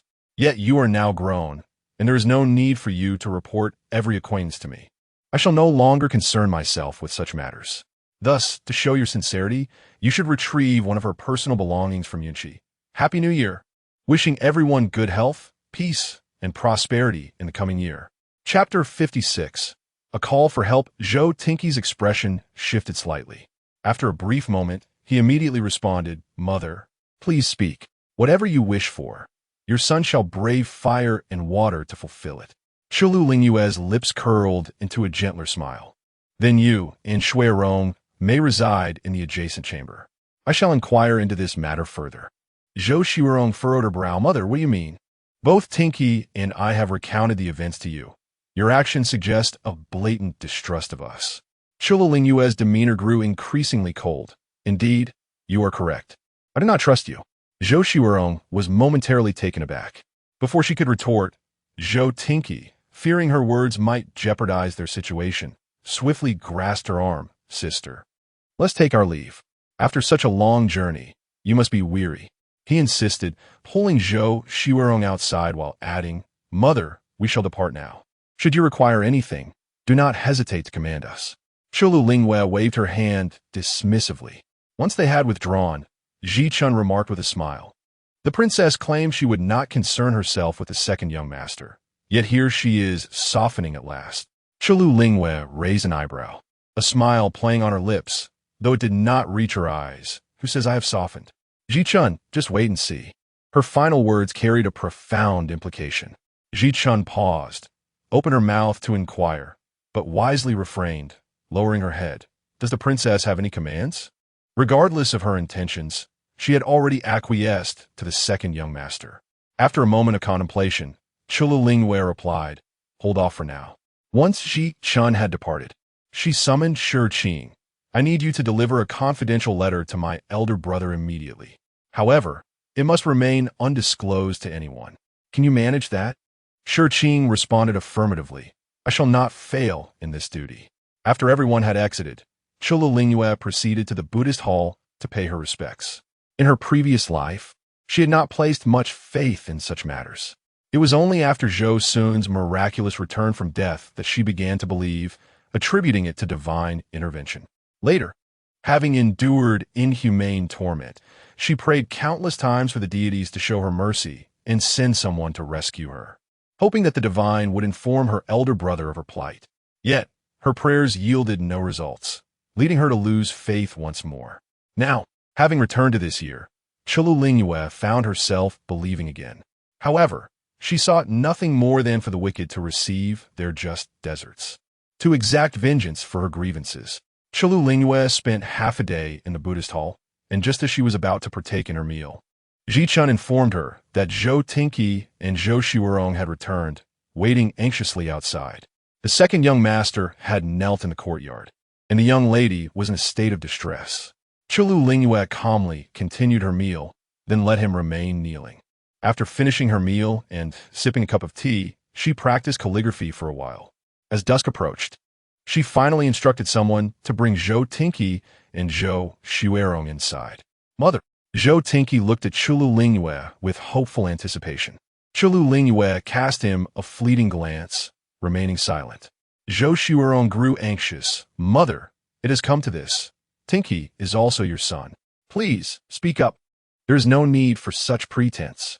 Chu Lingyu's gaze fell upon her, her expression tranquil, yet her eyes were profoundly deep. Zhou Zuro felt a tremor within her as she met that gaze, and the harsher words she intended to utter faded away. Suddenly, she recalled what her grandmother and aunt had said, that Chu Lingyu might indeed be possessed by some malevolent spirit, but her formidable powers rendered them unable to act against her. Otherwise, such a dramatic transformation would not have occurred. Zhou Zuro's spoiled temperament was largely a result of the old lady's indulgence, but equally due to Chu Lingyu's affection. In the past, she often feigned obedience in front of Chu Lingyu, occasionally allowing her arrogance to surface, which Chu Lingyu merely regarded as the whims of a young girl, indulging her accordingly. While Chu Lingyu was stern with her two sons, she was predominantly lenient with this daughter. Previously, Zhou Zuro would often make a scene before Chu Lingyu. Yet aside from a resigned smile, Chu Lingyu rarely reprimanded her, only doing so when her behavior became truly excessive. However, she had never been so cold. Noticing Zhou Zuro had fallen silent, Chu Lingyu turned her gaze to Zhou Taochuan. "Do you share the sentiment?" Zhou Taochuan immediately lowered his head. "I dare not, mother. I only wish for your compassion towards me, to spare me." A flicker of resentment passed through his downcast eyes, vanishing almost instantly. Chu Lingyu gestured for the other maidens to withdraw. "I have uncovered certain matters. Someone has meddled behind the scenes regarding this issue." Zhou Taochuan and Zhou Zuro exchanged glances, a fleeting intensity passing between them. "Who seeks to harm me? I shall make them suffer unspeakable torment." The last words remained unspoken. Chu Lingyu sighed softly.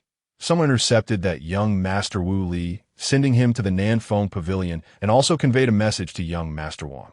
Zhou Taochuan abruptly raised his head. "I knew it. Wu Li had promised me.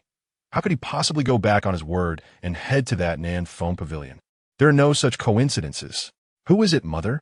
Who is it? I will kill him." Chu Lingyu turned her head, pressing a handkerchief to her eyes, before looking back at him with a sorrowful expression. "It is a servant beside Tingyun." "Elder brother? Impossible." Zhou Taochuan's face reflected his shock. Zhou Zuro began to protest. "Mother, you simply cannot bear to see us well, can you? You dare to speak such venomous words." Chu Lingyu reached for the tea, standing up, and splashed a cup of cold tea directly onto Zhou Zuro's face. Silence. Zhou Zuro screamed in surprise, wanting to continue her outcry, but halted upon encountering Chu Lingyu's icy gaze.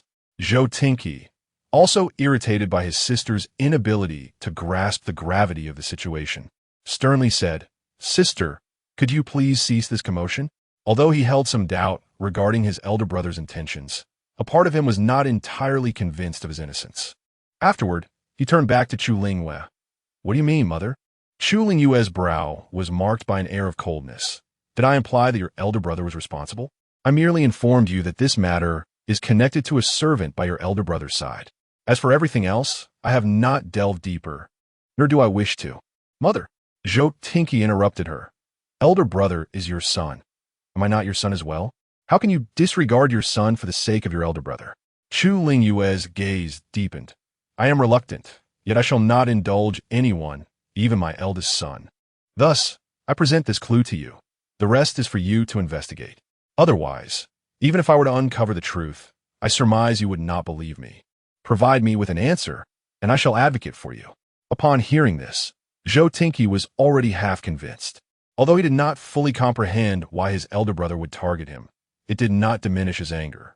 Without much deliberation, he clenched his teeth and vowed, "Rest assured, mother, I shall uncover the truth.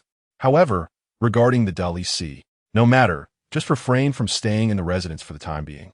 Keep a low profile." "I understand. Thank you, mother. I shall descend the mountain at once."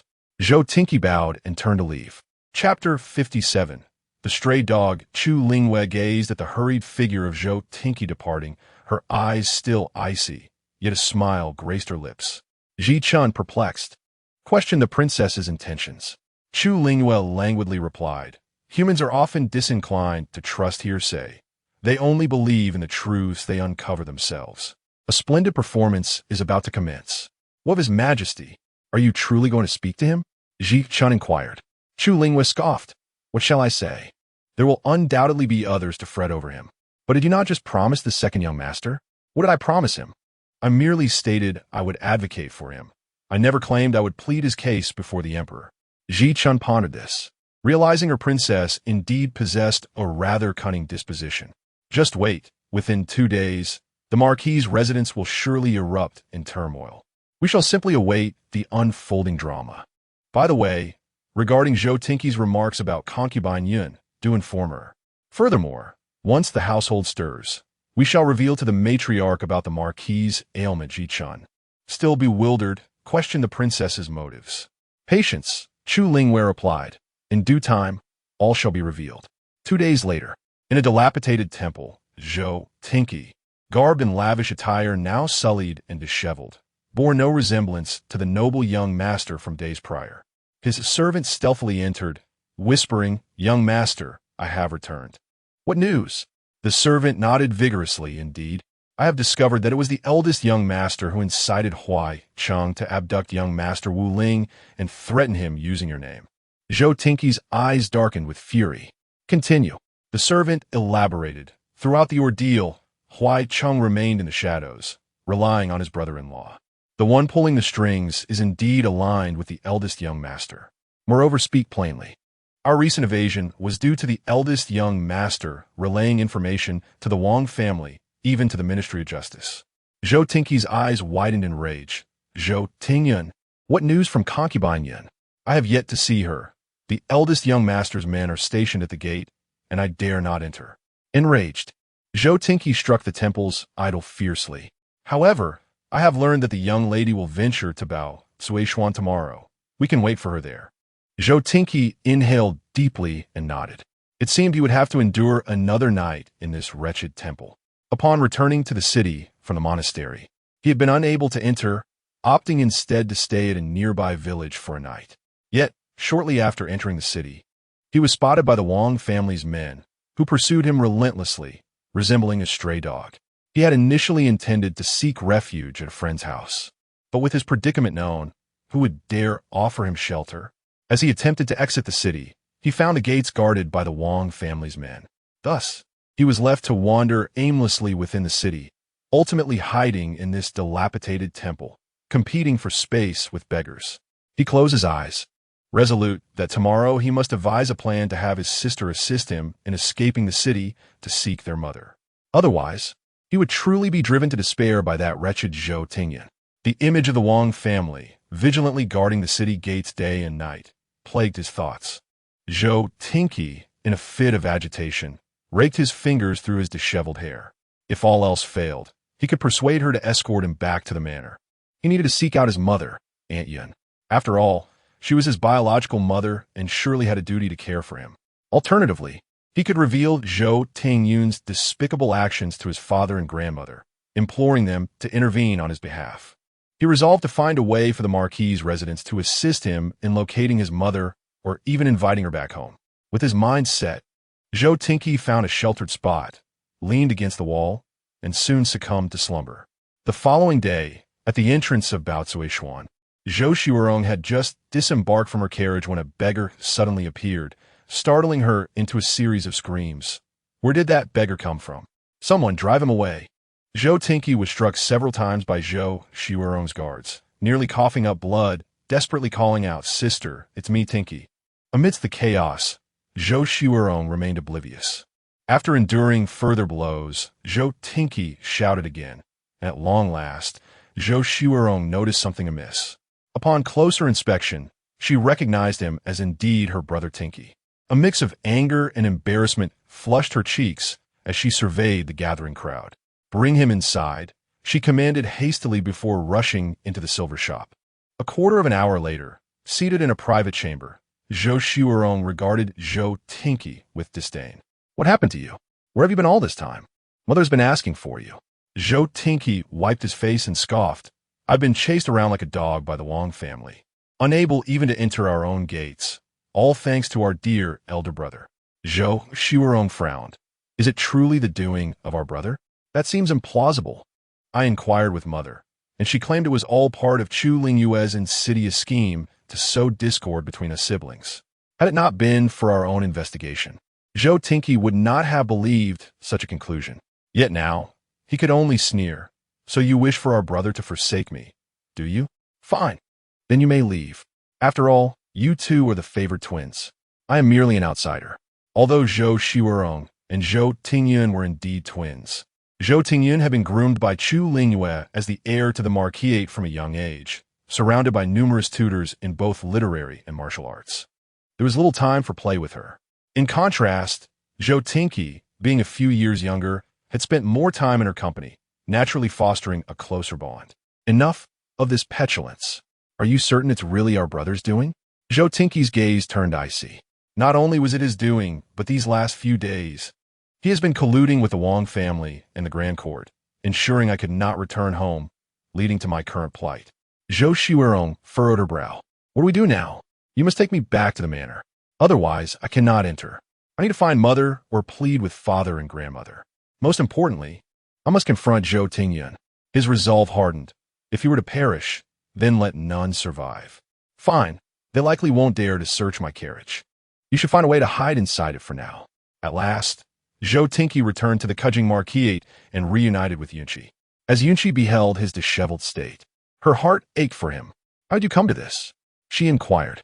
Zhou Taochuan recounted the information he had uncovered, observing the flicker of emotions across Yunqi's face. He coldly remarked, "So, mother has been aware of this matter all along, has she not?" Yunqi sighed. "I shall verify this matter. If it proves true, I will certainly impose punishment upon your elder brother." "Punishment?" Zhou Taochuan retorted, his voice tinged with incredulity. "He has nearly lost his life, and you speak of mere punishment?" Yet, he retained his composure, recognizing that provoking Yunqi would yield no benefit for him. He chose silence, merely hoping for her assistance. Yunqi reassured him. "In a couple of days, this situation will be resolved. For now, you must lie low. Where am I to hide?" Zhou Taochuan nearly spat the words through gritted teeth. "Remain within the estate. You may take refuge in my courtyard, or with your grandmother, or perhaps in Chu Lingyu's quarters."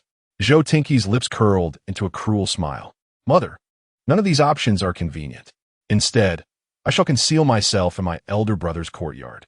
After all, he is my brother and a man. It would be more suitable. Moreover, with your presence, he should no longer direct any malice toward me. Should he?" Chapter 58. Fratricide. Yunqi recalled that she had previously warned Zhou Taochuan, and thus felt reassured that no harm would befall him. She nodded and personally escorted Zhou Tinky to Zhou Tingyun's courtyard. The young servant beside Zhou Tingyun appeared as though he had seen a ghost upon seeing Zhou Tinky. However, upon noticing Yun Qi, he dared not utter a word. This was partly due to the fact that the temporary head of the household was currently Aunt Yun, as instructed by the matriarch. Additionally, the eldest son had also emphasized the importance of showing respect to Aunt Yun. Upon returning from drinking with the second son of the Wang family, Zhou Tingyun, upon hearing the news, hurried to see Huai Cheng. Huai Cheng, trembling, lowered his head. Zhou Tingyun remained silent, and with a swift kick, sent Huai Cheng stumbling, nearly toppling to the ground. Zhou Tingyun, still seething with anger, contemplated striking again, but halted upon witnessing the astonished expression on the young servant's face. He suppressed his fury, coldly ordering Huai Cheng, "Come in." Once inside, Zhou Tingyun delivered a resounding slap across Huai Cheng's face. "Weren't you supposed to keep a close watch? You were to ensure that the Wang family captured him. How is it that he has returned and even managed to infiltrate our courtyard?" His voice was low, yet his expression was fierce. Huai Cheng immediately fell to his knees, pleading, "Eldest master, I truly did not know. I have been keeping a close watch on the second son these past few days. Should he dare to show himself, I would have informed the Wang family immediately. Investigate. I want to know how he managed to enter the manor." Zhou Tingyun commanded. "Yes," replied Huai Cheng before leaving.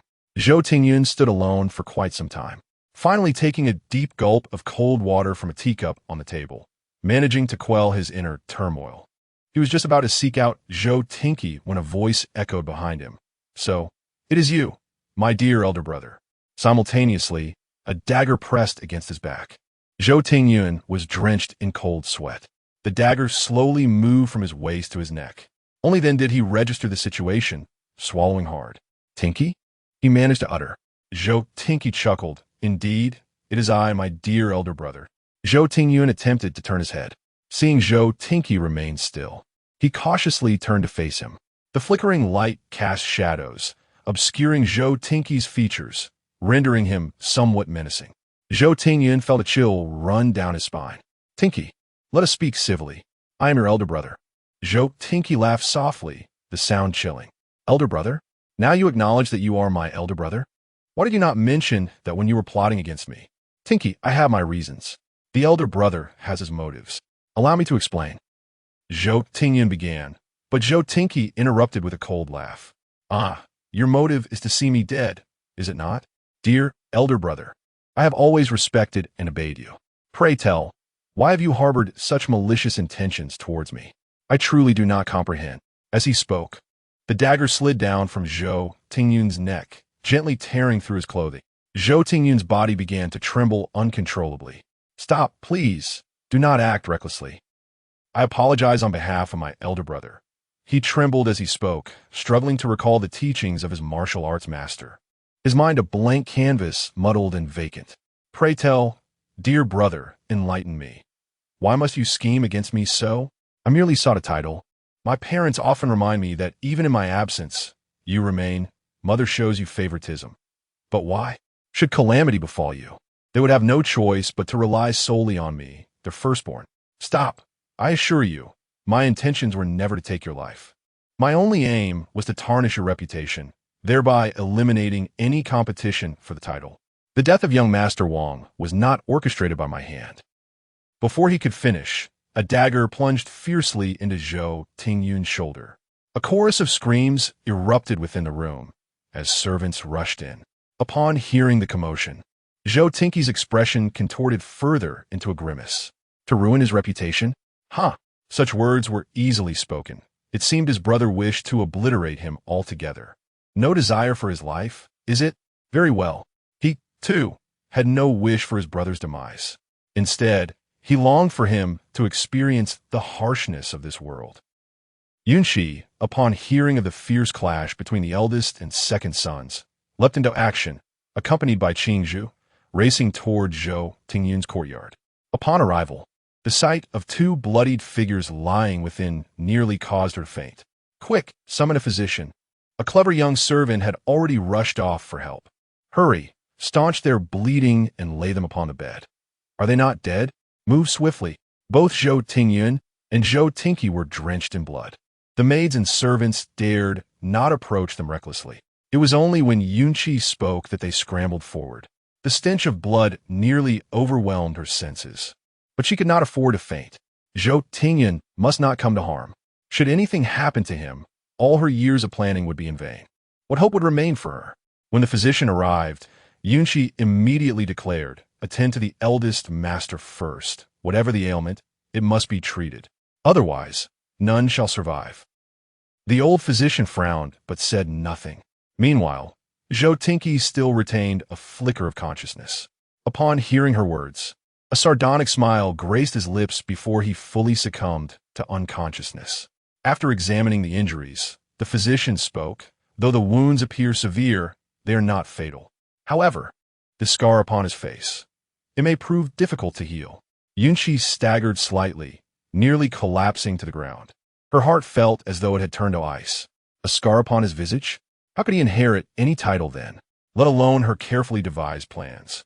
Changyi caught her, guiding her to a chair, whispering words of comfort. "Aunt, he is not gravely harmed. This is indeed fortunate." Yunqi sat, dazed and disheartened for what felt like an eternity. The old physician had finished examining Zhou Tinky, who bore wounds even more grievous than those of Zhou Tingyun. Although Zhou Tingyun's martial arts lessons were not particularly effective, he still possessed some skills in combat, rendering his strikes somewhat formidable. Zhou Tinky not only suffered a broken leg, but also endured some internal injuries. Changyi noticed Yunqi remained in a daze and instructed the other maids to attend to the injured and fetch medicine, ensuring everything was conducted in an orderly fashion. After a considerable time, Yunqi seemed to regain her senses and coldly commanded, "The events of this evening must not be disclosed to anyone. Should anyone dare to speak of it, they shall face dire consequences. We shall assert that the two young masters were subjected to disciplinary measures by me." Changyi furrowed her brow. "However, given your current status, if a concubine disciplines the legitimate son, it could lead to severe reproach." Yunqi frowned, acknowledging the truth in her words. "Then we shall state that it was the matriarch who imposed the discipline. I will inform her shortly. Moreover, the matter of the eldest young master's injuries must remain confidential. Immediately procure several masks for him. From now on, he shall venture out wearing a mask." Chapter 59. Jiang Yinxing at the Songhe courtyard. A fierce altercation erupted between the two young masters, resulting in one sustaining grave injuries while the other was left disfigured. Qing Sang discreetly informed the old matriarch of the incident, who nearly swooned in rage. With her son gravely ill, her last hopes rested upon these two young men. How could that wretched Yunqi be so incompetent? First, Zhou Tinky killed the eldest son of the Wang family, a family connected to the favored consort. Now, her son lay bedridden, and she had only heard her son praise Yunqi's exceptional abilities. She thought she could rely on Chu Lingyu's support, as Zhou Tingyi was nominally her son. Thus, she allowed Yunqi some leeway, not anticipating that the conflict would escalate into fratricide. Fuming with indignation, the old matriarch stormed into Zhou Tingyun's courtyard, delivering a resounding slap to Yunqi's face. Unsatisfied, she struck again, exclaiming, "Is this how you handle matters? Is this how you manage affairs?" Yunqi's face swelled rapidly from the blows. She had never endured such humiliation in her life, save for twice, both at the hands of the old matriarch. With eyes cold as poison, she glared at her. The old matriarch, irritated by the gaze, struck her once more, declaring, "You wretched girl, you can't even handle such trivial matters. What good are you?" Yunqi swallowed her anger, bowed her head, and spoke softly, "There will soon be good news regarding Tingyi. I only just learned of the situation between Tingyun and Tingyi." The old matriarch had visited her two grandsons and inquired in detail about their conditions. With the situation as dire as it was, she could only order that they be well cared for and insisted that this matter be kept from the marquis. Without lingering, she returned to her quarters. Recently, old Madame Zhang had fallen gravely ill, leaving old Madame Tian, a trusted companion of many decades, to attend to the old matriarch. However, she lacked the confidence that old Madame Zhang had earned from her years of loyal service. On their way back, old Madame Tian sighed. "The situation with the marquis is not favorable either. His condition has worsened in recent days. I heard from Qiuchuan that he can hardly lift his hands. While Yin claims to be caring for him, she scarcely shows her face. The old matriarch's expression darkened. That vixen, relying on her. She hesitated, reframing her words, relying on the Marquis's favor. She dares to be so arrogant. Matriarch, you must consider your own position, old Madame Tian suggested. The old matriarch furrowed her brow. What do you mean? With the Marquis's illness, alas, even the imperial physician is at a loss. It seems we cannot depend on him any longer. You once had the two young masters to rely on, but now. I just spoke with the old physician, and the second young master has suffered severe internal injuries. Even if he recovers, his health will likely be compromised, making it difficult for him to have offspring. As for the eldest master, with his face marred, it seems the Zhou family has more branches than just ours. The old matriarch was both alarmed and enraged. She felt a surge of anger, yet she was acutely aware that what Granny Tian had said was, in fact, the unvarnished truth. Given the current predicament of Ting Qi, even if Yin Qi and Chu Lingyu managed to resolve the situation, the child's future was irrevocably tarnished. With her frail constitution, she would essentially be regarded as a discarded pawn by a family of noble standing like the Ho residents. Moreover, the unfortunate fact that Ting Yun had sustained facial injuries compounded the tragedy.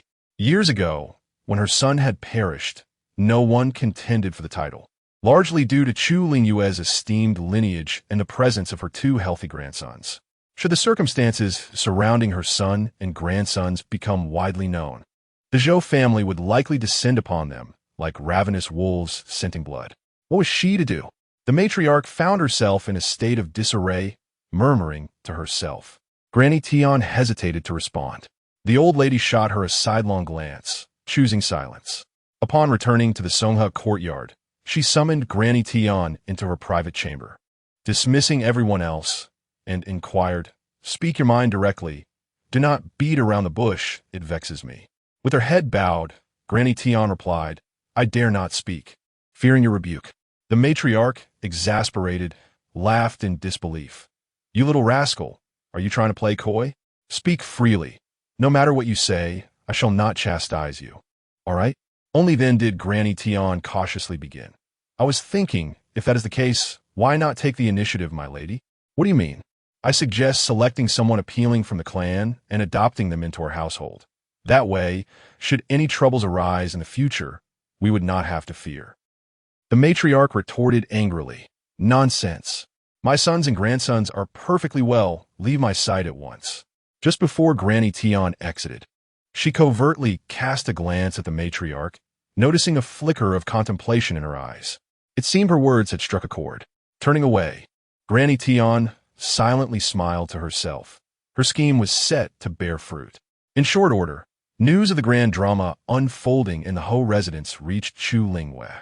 Ji Chun was aware that Zhou Tingyun and Zhou Tingyi's identities were questionable, yet the situation had yet to be fully clarified. What if they made an error? She cautiously suggested, "Your Highness, should we intervene in this matter?" Chu Lingyu's demeanor remained unperturbed. No need. At that moment, Shi Qing returned, bearing tidings from the palace.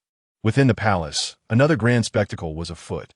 The Wang concubine had once colluded with officials from the Astronomical Bureau, asserting that the first prince's destiny clashed with that of the empress, claiming that should they remain in proximity, calamity would surely ensue. Upon uncovering the truth, the emperor had cast her into the cold palace, and now, having lost her influence, the Wang family found themselves imprisoned as a consequence of their involvement in this affair. Chu Lingyu scoffed. Was it not Li Xiang's faction that instigated this? Otherwise, they would not have dredged up events from years past to serve their agenda. Indeed, is there evidence? There is. The information and evidence have been submitted to the emperor. A prime minister meddling in the affairs of the imperial harem. One can imagine that even the most magnanimous of emperors would find such conduct intolerable. Even the most rational of individuals would not contemplate the undeniable guilt of concubine Wang at this moment. Instead, their attention would be drawn to the unsettling intrusion into the palace, which has thrown His Majesty's harem into disarray. One cannot help but wonder if this signifies a future where the assassination of His Majesty becomes an effortless endeavor. Enough. Leave me be. I wish to rest. Yes. In the shadows, as Chu Lingyu settled on her bed, the snowball, which had been nestled beside her, suddenly perked up its ears and sprang towards the window. Meow, mother. Mother, there is someone outside. Someone outside. Simultaneously, the sound of a scuffle echoed from beyond the window. Startled, Chu Lingyu sat up abruptly. Almost instinctively, she donned her outer garment and retrieved a dagger from beneath her pillow, gripping it tightly. With swift steps, she approached the window and flung it open. The snowball leaped back into her arms. Mother, mother, it's Jiang Yinxing. Chu Lingyu lifted her gaze, and indeed, a familiar yet somewhat altered figure stood before her. It was none other than Jiang Yinxing. Chapter 60. The orchid hairpin Shiqing, Shueshin, cease at once. Chu Lingyu admonished sharply. In the next moment, both Shiqing and Shueshin halted without hesitation. Simultaneously, Jiang Yinxing turned to face her, their gazes locking. After more than 10 years, Jiang Yinxing was no longer the spirited youth he once was. His countenance was resolute, his expression stern, and he bore the weight of life's tribulations. Chu Lingyu's cool gaze lingered on him briefly before shifting to Shiqing. Is Duke Jiang? Withdraw and prepare tea. I shall converse with Duke Jiang in the courtyard. Understood. Chu Lingyu's actions had already drawn the attention of Zhichuan, who inquired softly. Chu Lingyu had no intention of concealing the matter. She succinctly explained and instructed Zhichuan to make arrangements. After issuing her orders, she turned back to Jiang Yinxing. Duke Jiang, please wait a moment. I shall join you shortly. Jiang Yinxing regarded her intently, offering a subtle nod before turning to leave. He hailed from the Pinghuai Duke's residence. The old duke had passed away over a decade ago, leaving the title to Jiang Yinxing. In their youth, Chu Lingyu and Jiang Yinxing had shared a close bond. However, during a grave illness in her childhood, Jiang Yinxing had departed for the frontier, leading to a prolonged estrangement between them. They had not crossed paths since. Reflecting on the Black Cavalry Command, Chu Lingyu cast a complex gaze towards the night outside. Jiang Yinxing was the leader of the Black Cavalry, designated by the late emperor as her final safeguard. She ought to place her utmost trust in him.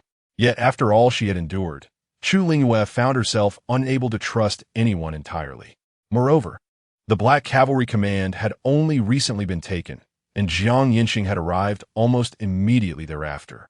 It was worth noting that even at a breakneck pace, the journey from the frontier to the capital would require 5 or 6 days of relentless travel.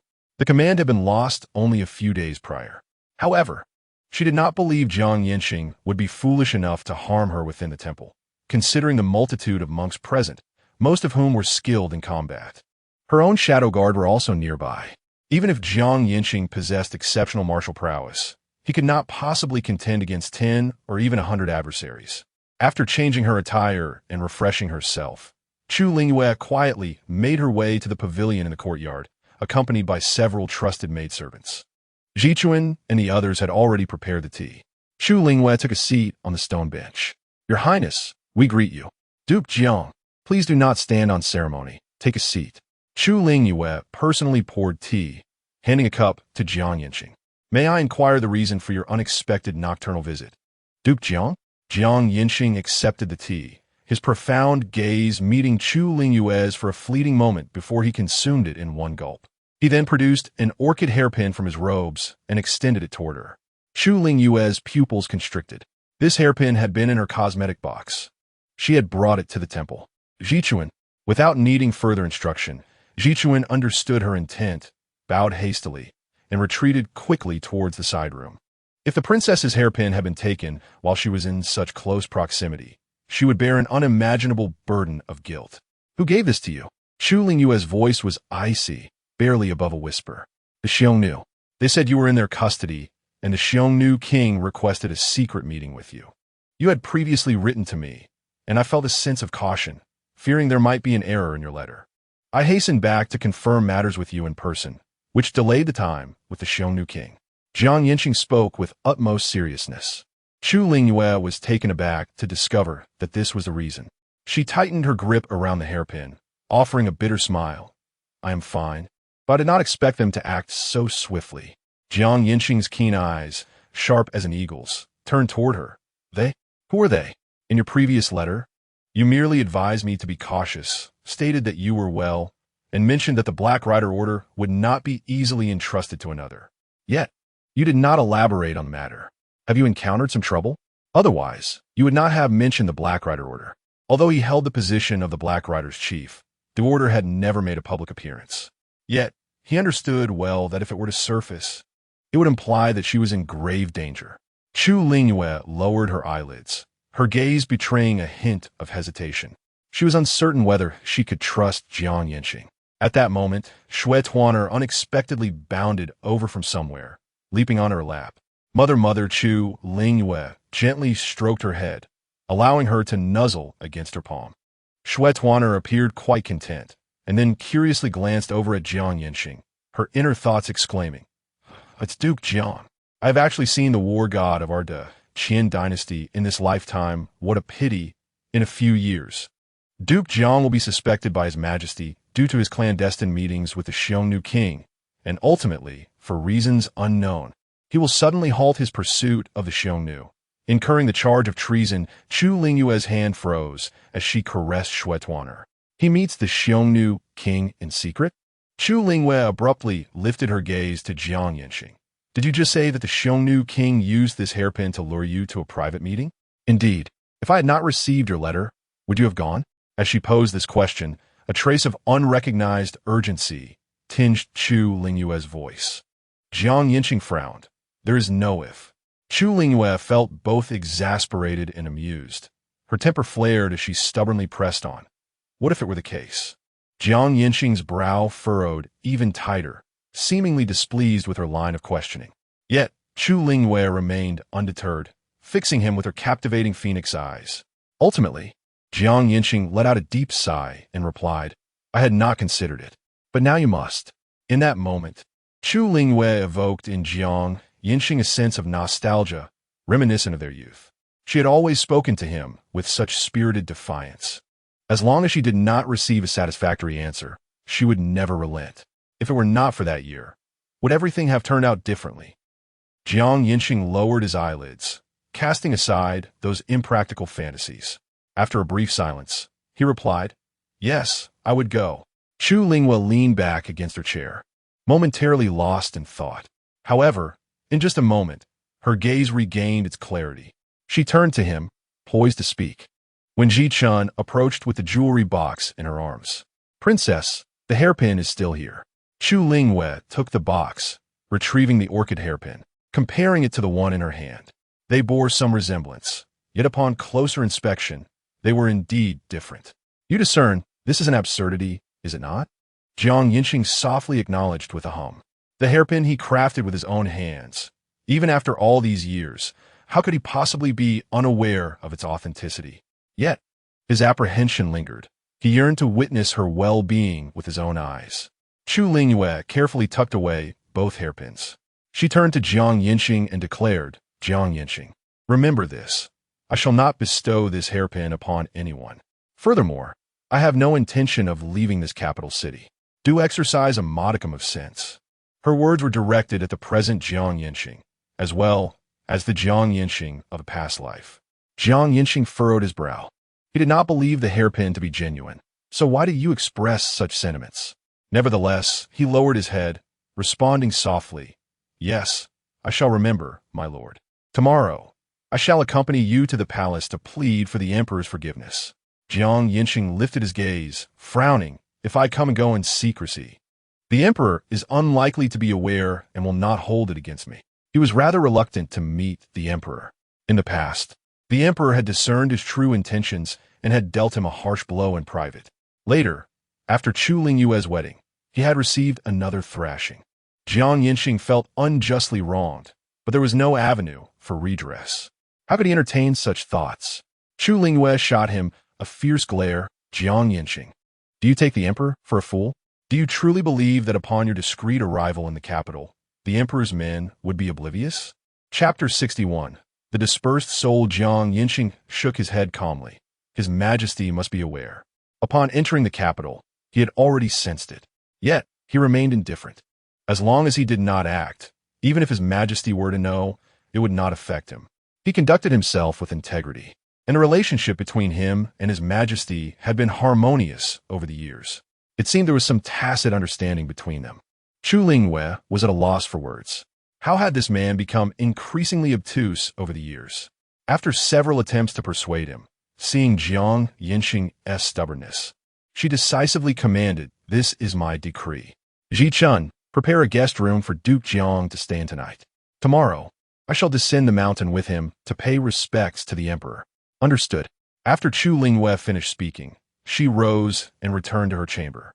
Once she had walked far enough, Jiang Yinxing finally lifted his gaze to her retreating figure, a hint of a helpless smile gracing his lips.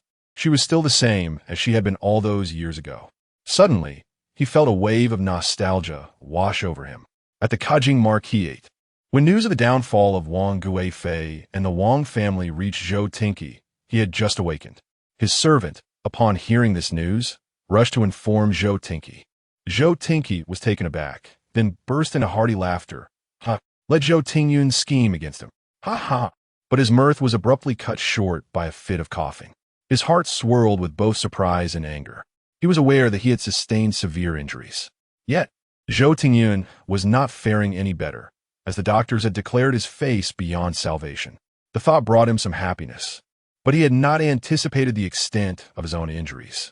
Ultimately, he coughed up blood. Alarmed, the servant hurried off to summon a doctor. After a flurry of chaos, calm was finally restored. Zhou Taochuan pressed his hand against his chest, breathing heavily. The hatred in his eyes deepened. He had clearly heard the doctor's words. He must avoid anger and emotional distress, take his medicine diligently, and rest for at least 6 months before reassessing his condition.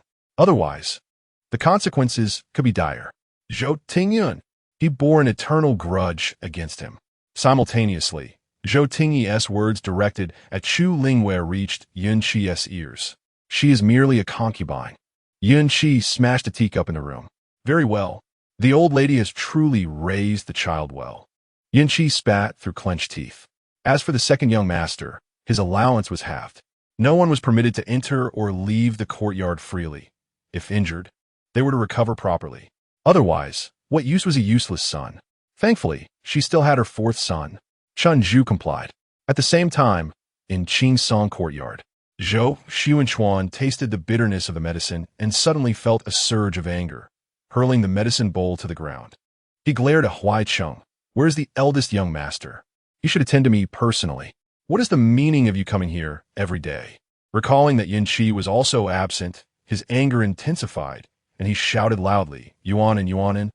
As he called out, he felt a tightness in his chest, nearly losing his voice in the process. Panic set in. Yuanin hurried into the room. "My lord, I am here. What is the matter?" Although Zhou Taochuan's limbs had lost their dexterity and his body felt devoid of strength, his mind was remarkably lucid at that moment. The last time he took the medicine, he recovered swiftly, returning to his usual self. Why, then, had this round of medication persisted without improvement, but rather exacerbated his condition? He still placed his trust in the physician. He could not conceive that a doctor would dare to harm a nobleman of his stature. Should he be harmed, Chu Lingyu would be the first to seek vengeance against the physician. The issue must lie with what he ingested or some other substance. The only distinction this time was that he was attended to by Huai Cheng and Zhou Taochuan. His trust in Zhou Taochuan had significantly waned, especially since he had previously resorted to violence against him. With this thought, he grasped Yuanin's hand tightly, struggling to articulate. Bind him, he gestured toward Huai Cheng, and summoned the physician to investigate. Yuan was taken aback. "My lord, do you mean to say that my medicine or food is problematic?" Yuan furrowed his brow, contemplating whether his lord was overreacting. Yet, out of the corner of his eye, he caught a glimpse of Huai Cheng's ashen face, and alarm surged through him. He quickly called for help to bind Huai Cheng and confine him to the woodshed, ensuring someone kept watch over him, lest he perish. He then instructed someone to summon the physician. The physician arrived promptly this time. He took Zhou Taochuan's pulse, his brow furrowing deeply. "How has the condition worsened? Is there any discomfort, my lord?" Zhou Taochuan felt an urge to curse. "Discomfort? I feel unwell all over. My limbs are weak. I can scarcely lift them. Today, Even speaking has become a struggle. It feels as though I'm lying in bed, awaiting death. Day by day, within mere days, he felt as though he had aged into a frail elder. Yuanan. How the physician examined the medicine, the food, and everything in the room. Yuanan nodded, reassuring Zhou Taochuan, "Do not fret, my lord. I shall convey your concerns to the physician." After this, he detailed Zhou Taochuan's suspicions to the physician, even bringing forth the medicine for scrutiny. The physician examined the medicine closely, shaking his head. "There is no issue with the medicine." Zhou Taochuan erupted with agitation. "How can that be? No issue? No. There must be a problem." Yuanan hastily sought to calm him. After a considerable time, Zhou Taochuan finally settled, breathing heavily in silence. Yuanan requested the physician to inspect everything in the room thoroughly. No issues were found. As it coincided with mealtime, the physician, without prompting, began to examine the dishes. Still, no problems were detected. Yuanan's heart sank. He understood the implication of his lord's thoughts. If he had been poisoned, there remained a glimmer of hope for recovery. However, if it were merely an illness, given his current state, it would likely deteriorate further, leaving no hope whatsoever. The physician, no longer young, was also exhausted from the ordeal, panting heavily. Yuanan, concerned that the physician might grow irate from fatigue, quickly urged him to sit and rest, pouring him a glass of water. Although the water was previously brought in by Huai Cheng and placed on the table, Yuanan was vigilant, not perceiving any issues. "Yuan Tai, please take a moment to sip some water. You are aware of our Lord's condition. I hope for your understanding." Yuan Tai stroked his short beard thoughtfully and nodded. "I can understand indeed." He took the cup of tea Yuanan offered and brought it to his lips. However, as soon as his lips touched the water, his expression changed dramatically. Yuan Tai abruptly set the cup down. Yuanan, noticing this change, also turned pale. "Yuan Tai, is there a problem with the water?" Yuan Tai affirmed, "Yes, it contains a substance known as the soul-dissolving powder." Yuan's heart sank. What would happen if it were ingested? The soul-dissolving powder, though it sounded fearsome, was not inherently toxic. Yuanan looked at Yuan Tai in astonishment. "What do you mean by that?" "This substance has only one effect. It exacerbates and intensifies the existing ailment." Zhou Taochuan, lying on the bed, overheard every word clearly. In a voice laced with hatred, he exclaimed, "Huai Cheng! It must be him. Yuanan, investigate." Chapter 62. His son actually wants to kill him. What more is there to investigate? After Yuan sent the imperial physician away, he hurried down to drag Huai Cheng out of the woodshed, not daring to act on his own accord, and brought him directly before Zhou Taochuan. "My lord, that water was handled by Huai Cheng." Although he had kept a close watch throughout, he had seen no evidence of Huai Cheng tampering with anything. Nonetheless, this detail was superfluous at the moment. Zhou Taochuan recalled that he had been fed water by Huai Cheng every day for some time. Did that mean the water he had consumed contained a lethal spirit-splitting powder? Anger surged within Zhou Taochuan, causing him to cough violently. "Interrogate him." Yuanan kicked Huai Cheng, demanding quickly, "Tell me who instigated you." Huai Cheng knelt on the ground, his eyes devoid of spirit, incessantly bowing his head. "It has nothing to do with me. I did nothing. I implore you, my lord, see the truth." If it wasn't him, could it possibly be him? The water had only passed between the two of them. Yuan delivered another fierce kick to Huai Cheng. "Confess at once, or we shall resort to torture." Yet, Huai Cheng obstinately refused to admit anything. Yuan ordered him to be dragged out and beaten. In the end, he confessed to the act, but refused to reveal the mastermind behind it, merely stating that his lord's reprimand had left him discontented, prompting him to poison. No one believed this tale. As a mere servant, where could he possibly acquire such a lethal poison? Moreover, judging by his demeanor, he hardly seemed the type to dare poison his lord. Seeing that no progress was being made in the interrogation, Zhou Taochuan gritted his teeth and uttered a chilling ultimatum. "Tell him, if he remains silent, his parents shall accompany him to the underworld. At least they will have company on the journey." Yuan shuddered but quickly regained his composure, responding in a low voice.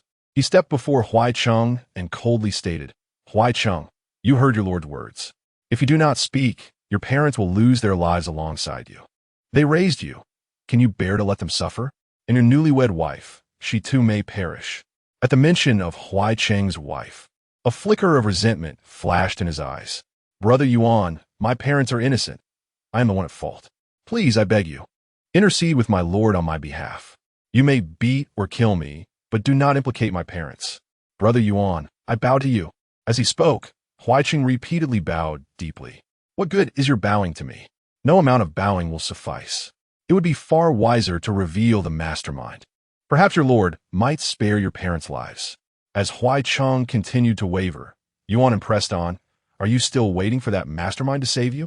Do you believe that is even a possibility? It is feared that the one who directed you may struggle to ensure their own safety. Huai Cheng appeared utterly despondent. Yuan decided to stoke the flames further, commanding someone to fetch Huai Cheng's parents. Upon hearing this, Huai Cheng could no longer hold back and named Zhou Taochuan. Zhou Taochuan, upon hearing this, was so enraged that he spat blood. This ungrateful wretch truly wished for his demise. His eyes rolled back, and he fainted on the spot. Yuan was taken aback, panicking and not daring to act independently. He hurried to summon a physician and promptly informed the matriarch. Such an act by the eldest son was not something he could simply report to Lady Yun. If Lady Yun wishes to conceal the matter, she might well seek a scapegoat. In Songha Courtyard, the matriarch has been increasingly despondent in recent days. Her son is gravely ill, her two grandsons are at each other's throats, and the noble title of the Ho residence is on the verge of lacking an heir. Each of these calamities strikes the matriarch's heart like a thunderous blow. Recently, she has often recalled the words of Mama Tian, the title of the Kajing Marquisate. Even if for the sake of pride, she cannot allow it to fall into neglect. However, it is utterly inconceivable for her to transfer it to the Zhou family. She remembers that child. Rather than let the title dissipate, it would be better to pass it to that child. At the very least, as she mused, Mama Tian rushed into the room, her expression fraught with alarm. Matriarch, dire news has arisen. The matriarch furrowed her brow, feeling rather weary, and thought, what more could be worse? The worst has already transpired. Speak, what is it? She urged, her voice tinged with impatience. Mama Tian lowered her head and recounted Yuan An's earlier words. The matriarch, incensed, rose abruptly from her chair. Wretched child.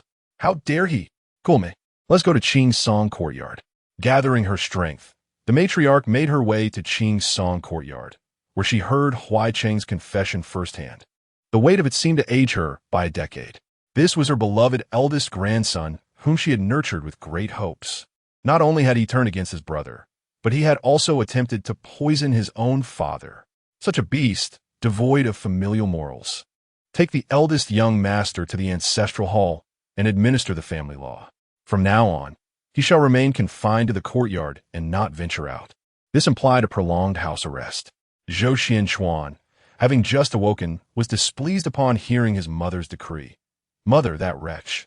He sought to kill me. To kill your son? To kill him. Mere confinement will not suffice.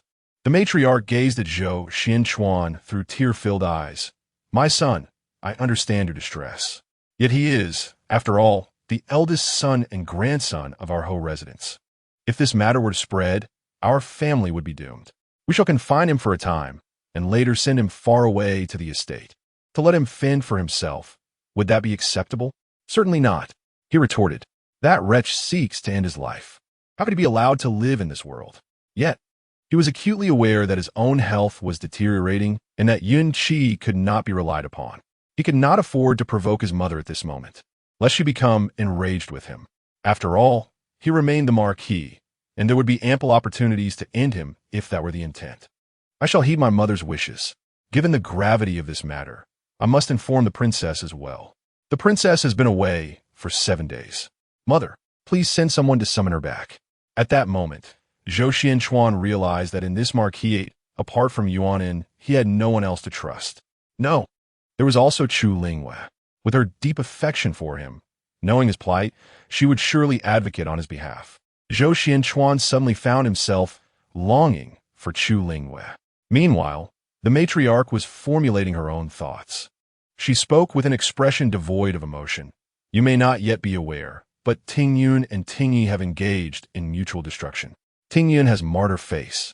While Tingyi has ruined her body, and for the remainder of her life, she will likely be confined to her bed, with offspring now rendered impossible. Zhou Taochuan rolled his eyes back, nearly succumbing to unconsciousness. The reason he felt so resolute in demanding severe punishment for Zhou Tingyun was that he understood. Even if the eldest son were incapacitated, he still had a second son. The Zhou family, the esteemed Duke of Kajing, still had heirs. Yet now, that wretched Zhou Tingyun has preemptively rendered Tingyi incapacitated. How dare she? After enduring much, Zhou Taochuan spat out another mouthful of blood. The old matriarch, upon witnessing this, had her eyes flicker momentarily. She instructed Yuan and to diligently attend to the Duke and uttered a few words of concern before turning to leave. As Zhou Taochuan coughed up blood, he lifted his gaze to the departing figure of the old matriarch, feeling a profound desolation within his heart. Has my mother forsaken me as well? Yuan quickly summoned the princess back to the residence, and also called for Lady Yin to come over. Chapter 63 Encounter with an assassin. Yin Qi swiftly arrived at Qingsong courtyard. Zhou Taochuan's gaze towards her gradually turned cold. Did I not instruct you to attend to my needs these past few days? Where have you been? Yin Qi forced a bitter smile and settled beside Zhou Taochuan's bed. There was an incident with Ting Yi. He was injured, and I went to see him. Zhou Taochuan scoffed. Their brothers are at each other's throats. Is this truly worthy of your affection? Yin Qi was taken aback, a flicker of fierce light flashing in her eyes. This matter had been explicitly cautioned against. She had instructed them not to inform Zhou Taochuan. Yet, he had learned of it regardless. My lord, children can sometimes be thoughtless, and, as parents, we must guide them patiently. One cannot simply discard them for their mistakes. They are not mere objects. Moreover, they were deceived by others. Yin Qi explained. Zhou Taochuan abruptly interjected. Zhou Tingyun attempted to poison me, seeking my demise. Yin Qi froze. What? This cannot be true, can it? My lord, you must be mistaken. What he instructed Huaicheng to do has been acknowledged. If you insist on teaching, then what do you propose we do now? Zhou Taochuan felt a surge of pent-up frustration, as if newfound strength coursed through him. Yin Qi's expression shifted, anger rising within her. Tingyun has gone too far. I shall teach him a lesson. Let us punish his salary, apply family discipline, and even administer a beating. Shall we not avenge you, my lord? Zhou Taochuan's heart brimmed with disappointment. Had it been Chu Lingyu, she would not have acted thus. Regardless of her son's actions, she would not show such blatant favoritism nor disregard his feelings. She would likely impose sufficient punishment before sending Zhou Tingyun to the frontier for tempering, rather than resorting to such trivial measures. As he gazed at Yin Qi before him, regret welled within Zhou Taochuan. What had blinded him all these years? Why had he dared to commit such treachery for Yin Qi? Yet, how had she treated him in his time of need? In stark contrast, the kindness of Chu Lingyu rose vividly in his mind. Zhou Taochuan increasingly wished to avoid Yin Qi. Enough, return where you came from. I am weary and need to rest. Yin Qi observed the shifting expressions on his face, yet she paid them no heed. Zhou Taochuan had become a mere shadow of his former self. Over the past few days, she had discreetly summoned trusted physicians to the estate. Soon, this marquis would be nothing more than a living corpse. Moreover, he would only grow weaker, gradually succumbing to death. Such a useless being, if not for his status still holding some value, she would be the first to send him to his end. Had he not ruined her plans? Would she have to endure such hardship? Must she live in hiding with him? Just a little longer. It would not be many days hence. Without hesitation, Yin Qi departed. Zhou Taochuan's sense of loss and anger intensified, mingling with an undercurrent of grievance. He exhaled wearily. Yuan, please inquire at Zhao Hua courtyard whether the princess has instructed anyone to prepare soup for me. I desire some soup. Understood. The soup was personally delivered by Madame Hua. The princess had instructed that it be kept warm at all times, ready to be sent over at a moment's notice whenever the prince desired to drink it. After all, Nafu had plenty of leftover bones to gnaw on every day. This lad was becoming increasingly finicky, and his temper had grown more volatile lately. He would leave thick saliva and bite marks on his bones, guarding the remnants jealously. Each day, she could only stealthily pilfer a few pieces while feeding him, all the while receiving suspicious glances in return. Zhou Taochuan, touched, grasped Madame Hua's hand, repeatedly expressing his gratitude for Yue's kindness towards him. Madame Hua watched as Yuan and served Zhou Taochuan the soup, then turned and naturally picked up some peach blossoms nearby, remarking, "These are fragrant and soothing. After you drink the soup, my lord, take a good rest, and your health will surely improve day by day." Zhou Taochuan felt a surge of warmth in his heart. It was truly his Yue who cared for him, always thinking of him. Pujizi Temple. Chu Lingyu rose early that morning. She planned to return directly to the palace. Martial officials were not permitted to enter the capital without a decree, and Jiang Yanxing was not suited to appear in public. She arranged for her aides to take Jiang Yanxing through a less traveled path to her carriage. Waiting for her there, after enjoying her breakfast, Chu Lingyu instructed Ji Chun to carry some pastries and board the carriage. She personally placed the pastries on a small table in front of Jiang Yanxing, saying, "Have a bite to satisfy your hunger." He typically did not favor such sweet delicacies. However, when he met Chu Lingyu's clear, cold gaze, he swallowed back the words of refusal that almost escaped his lips. Without hesitation, he reached out and picked up a piece of pastry, only to discover, to his surprise, that it did not possess the cloying sweetness he had anticipated. Instead, it was imbued with a subtle fragrance of fruits and vegetables, rendering it quite palatable. Jiang Yanxing was momentarily taken aback, instinctively glancing up at Chu Lingyu, but all he could see was her delicately sculpted profile.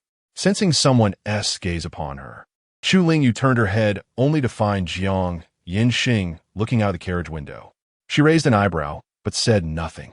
The carriage glided smoothly forward, and silence enveloped them. Suddenly, the carriage jolted violently to a halt. Chu Lingyu furrowed her brow, and Ji Chun immediately lifted the curtain to assess the situation. "Princess, there are assassins, and their numbers are considerable." Chu Lingyu raised her eyebrows in surprise. This was an unexpected turn of events, yet she felt no fear. With 8 skilled shadow guards present, along with a significant number of protectors, she was confident. Almost simultaneously, Shiqing and Shui Xian entered the carriage and positioned themselves in front of Chu Lingyu for her protection. Meanwhile, Jiang Yanxing furrowed his brow, gripping his sword tightly with one hand while the other pulled back the window curtain to peer outside. There were indeed many assailants, no fewer than 50, and they appeared to be highly skilled. It seemed they had come prepared. "Your guards and shadow guards may not be sufficient to fend them off. We must leave. Allow me to escort you." Jiang Yanxing spoke almost immediately.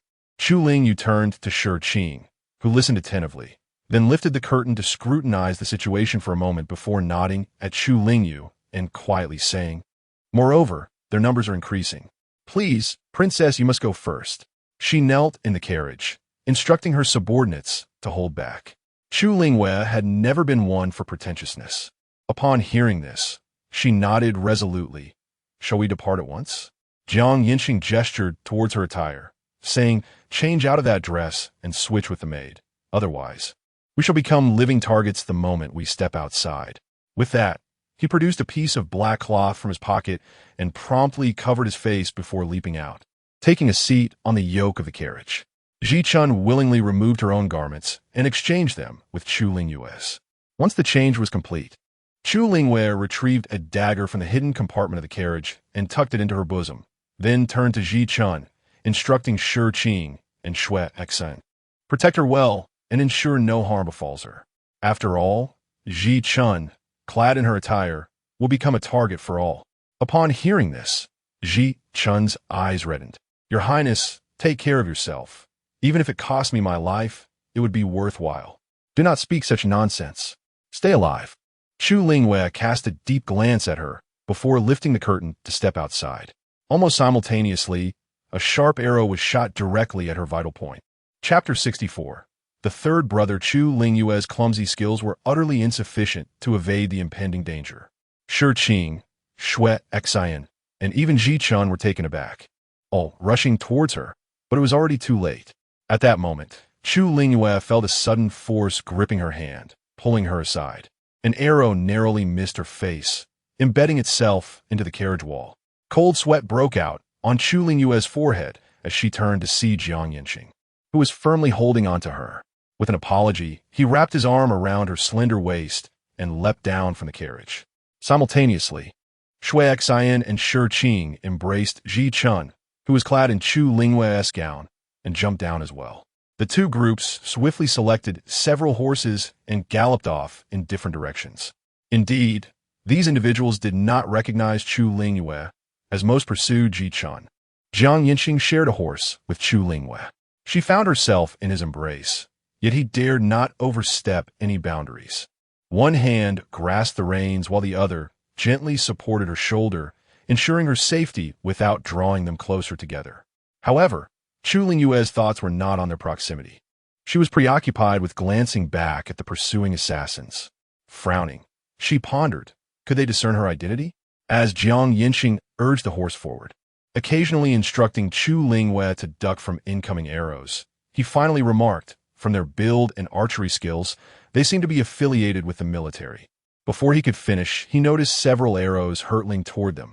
In a split second, he threw himself over Chu Lingyue, tightly embracing her waist, and rolled them both beneath the horse to evade the arrows, before swiftly returning to the saddle.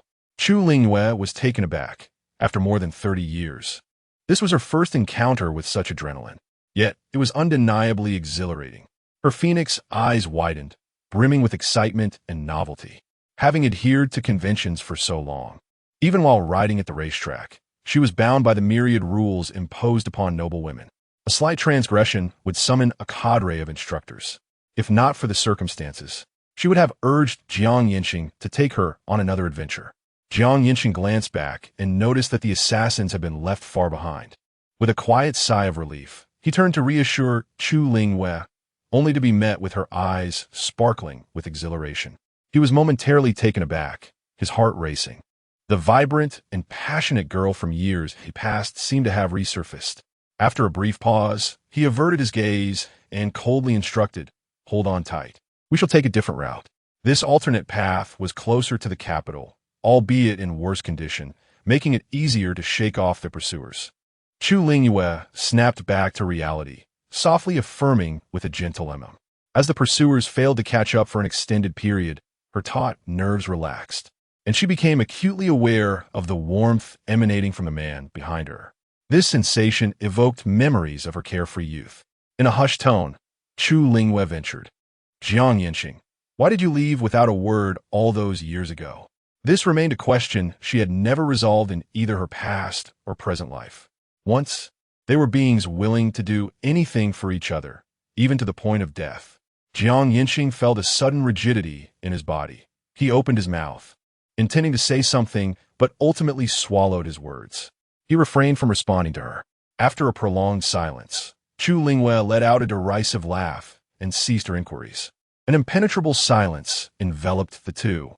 Several hours later, within the palace, Chu Lingyue and Jiang Yinxing knelt before Chu Jingxing. Upon noticing Chu Lingyue's disheveled state, Chu Jingxing furrowed his brow and personally assisted her to her feet. "What has caused you to appear in such a condition?" he inquired, casting a reproachful glare at Jiang Yinxing.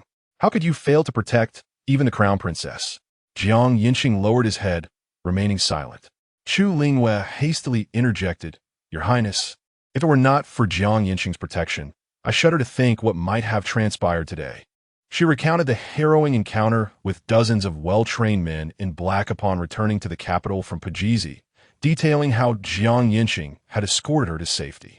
Jiang Yinxing timely supplemented, "Those individuals are indeed highly trained. In my estimation, they seem to have emerged from the military." Chu Jingxing was taken aback. The presence of so many skilled fighters in the outskirts of the capital had gone unnoticed by his men. Were they all incompetent? Moreover, they might have connections to the military.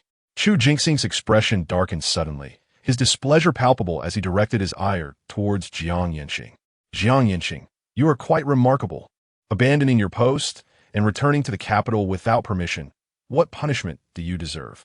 Jiang Yinxing pressed his lips tightly together, maintaining his posture of kneeling without offering an explanation. Chu Lingyue, observing the scene, could hardly contain her amusement.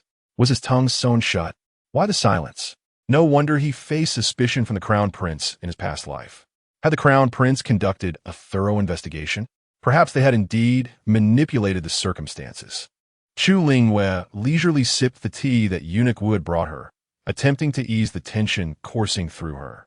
Noticing the impending confrontation between the two men, she finally spoke. The king of the Xiongnu enticed him into a private meeting using an orchid hairpin he had gifted me in previous years.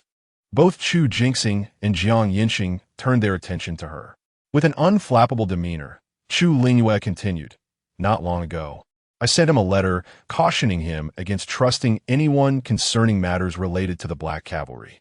Sensing something amiss and fearing a conspiracy, he ordered the Xiongnu king detained while hastening back to meet with me personally." Chu Jingxing immediately comprehended the situation. Amusement and exasperation mingled within him as he kicked Jiang Yinxing playfully. "Have you lost your voice? Is there something you cannot disclose?" "You, Yinxing, if you were not so reticent, things might have turned out differently back then." Jiang Yinxing interrupted Chu Jingxing's remarks. "Your Majesty, it is best not to dwell on past events. What course of action should we take regarding the current predicament?" Chu Jingxing, unconcerned, reached out and helped Jiang Yinxing to his feet. "The king of the Xiongnu's invitation for a private meeting likely aims to sow discord between us as rulers. Let's perhaps turn the tables." As they were about to deliberate on matters of state before her eyes, Chu Lingyu hastily interjected, "Your Highness, might it be more prudent to discuss these national affairs with Duke Jiang at a later time? I have something of importance to convey. Previously, members of the Zhou family approached me in stages to inquire about the orchid hairpin, and they seem intent on obtaining it. I suspect this matter is closely tied to them." Zhu Jinxing noted understood. As for Yun Qi's identity, we have only uncovered that she is the daughter of the Yun family from years past. Nothing extraordinary. No significant leads have emerged from Zhou Taochuan. However, it appears Yun Qi has cultivated a rapport with the Jin family. Chu Lingyu frowned. The Jin family? The same Jin family from Jinzhou Academy? Indeed. Suddenly, Chu Lingyu recalled, "Isn't that Jin family aligned with my third elder brother?" Her third elder brother, Prince Xian, named Chu Jinxian, was known for his simple-hearted nature. He was not only Chu Lingyu's brother, but also the son of her maternal aunt, Consort Liang. During the times when Consort Liang and her mother were alive, they shared a close bond. Chu Lingyu could not fathom why Chu Jinxian would resort to such drastic measures against her. At that moment, Jiang Yinhang spoke up, presenting a broken arrowhead to Chu Jingxing. "Your Majesty, please take a look. The answer shall reveal itself after your examination." Chapter 65. The princess is severely injured. What does this mean? Chu Lingyu failed to comprehend his words. However, Jiang Yinxing offered no explanation, merely gesturing for them to observe something. With a look of suspicion, Chu Jingxing took the broken arrow shaft from him. He examined it closely, yet could discern no significance. The arrowhead and the broken shaft bore no markings. "Explain," Chu Jingxing commanded, uninterested in playing guessing games. Jiang Yinxing glanced at him and replied coolly, "Look at the wood of this arrow shaft." After scrutinizing the shaft for some time, both Chu Jingxing and Chu Lingyu still could not identify any peculiarities. They turned in unison to Jiang Yinxing, their expressions clearly indicating a readiness to retaliate should he remain silent. Jiang Yinxing, observing their identical expressions, appeared at a loss for words. This type of wood is known as lanmu, renowned for its exceptional strength and resilience, making it the ideal material for arrow shafts. Chu Jingxing wore a perplexed expression, as if questioning why he had never heard of such wood before. If such wood exists, why have you not reported it for military use? He inquired. Jiang Yinxing, maintaining a serious demeanor, explained, "This wood is exclusively found in Jianzhou and Yongzhou. These territories are governed by the Duke of Jing and the Duke of Kong, respectively. The Duke of Jing is our generation's imperial uncle, the younger brother of the late emperor, who, due to his favored status, was dispatched to his fief early on, fearing that the late emperor would not tolerate this younger son. The Duke of Kong, meanwhile, is your second royal brother, who enjoyed considerable favor from the late emperor and was even considered as a potential heir, until the late Empress Dowager intervened. The audacious act of infiltrating the outskirts of the capital to assassinate Chu Lingyu was a blatant affront to Chu Jingxing as the reigning emperor. The intent could not be clearer. Do you know which province this originates from? The two provinces are adjacent. It is indeed difficult to ascertain. Jiang Yinqing replied with his head bowed. I am but a simpleton. Chu Lingyu, however, appeared contemplative. Brother, it seems to me that those cloaked figures did not genuinely wish for my demise. Had they truly sought my life, they could have simply surrounded my carriage with dozens, even hundreds, of black-clad men. I would have had no chance of escape, yet they chose to flee instead.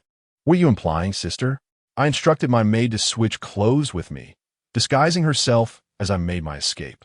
I would be grateful if you could send someone to investigate the situation of my maid and the hidden guards.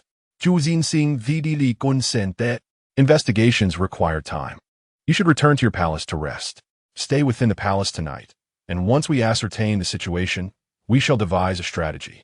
The palace where Chu Lingyu resided prior to her marriage remained intact. Feeling utterly exhausted, she did not hesitate to agree, nodding in acknowledgement. Then I shall take my leave. Go, and later I shall join Yinqing to seek you out. Realizing they intended to deliberate on significant matters, Chu Lingyu recalled the affair involving Minister Li and subtly brought it up, merely stating it was news she had recently acquired. This incensed Chu Jingxing, causing him to smash the inkstone in frustration. Only then did Chu Lingyu turn and depart. Outside the city, on a certain hillside, the leader, clad in black attire and adorned with a silver mask, spoke in a chilling tone. What is the situation? Princess Changyi has sustained severe injuries. My subordinates are monitoring the situation and have observed her shadow guards assisting her in scaling the wall into the residence of Duke Kajing, at which point they ceased their pursuit. The leader chuckled. Then it seems this matter is settled. Inform the others. We shall act tonight. Understood. Noticing that his subordinate lingered after delivering the message, the leader furrowed his brow and inquired, Is there anything else? At that moment, a maid and a guard who accompanied Princess Changyi managed to escape. The leader waved his hand dismissively. Just a maid of no consequence. When she calls for help, do you think they will be able to find us? Let her be. The subordinate fell silent, respectfully bowed, and withdrew. The leader gazed towards the capital, then up at the azure sky, murmuring softly, a change in the weather is imminent. The subordinate beside him also glanced skyward. Despite the clear blue skies, it seemed as though a storm was approaching. At the residence of Duke Kajing, the news of Princess Changyi's assassination attempt and her grave injuries spread like wildfire. Yunqi had long stationed someone by the courtyard wall, watching as Shiqing and Shui Xian assisted Chu Lingyu into the estate. Madam, I have heard that Princess Changyi is gravely injured and in a coma. Should we not proceed to Zhaohua courtyard? Qingzhu asked, her voice tinged with excitement. Yunqi was well aware of the plans at hand. She shook her head. There must be a multitude of guards around her. This is not the opportune moment. We shall wait until nightfall. Many of her shadow guards are injured, and most of the protectors remain behind. Several of her maidservants have perished. Chu Lingyu poses little threat. In Zhaohua courtyard, Ji Chun was indeed gravely injured, though not entirely unconscious. Shiqing and Shui Xian had also sustained injuries. Initially, they intended to hide with Ji Chun, but they soon realized that no matter which direction they fled, they encountered throngs of assassins. The only route free of danger led back to the residence of Duke Kajing. After deliberation, they decided to return, cunningly disheveling Ji Chun's hair to obscure her features and feigning her unconsciousness. Upon scaling the wall into the estate, they sensed the presence of lurking figures. Upon entering Zhaohua courtyard, they promptly instructed Granny Hua to expel everyone else. Granny Hua, having learned of Chu Lingyu's severe injuries, was initially struck with terror.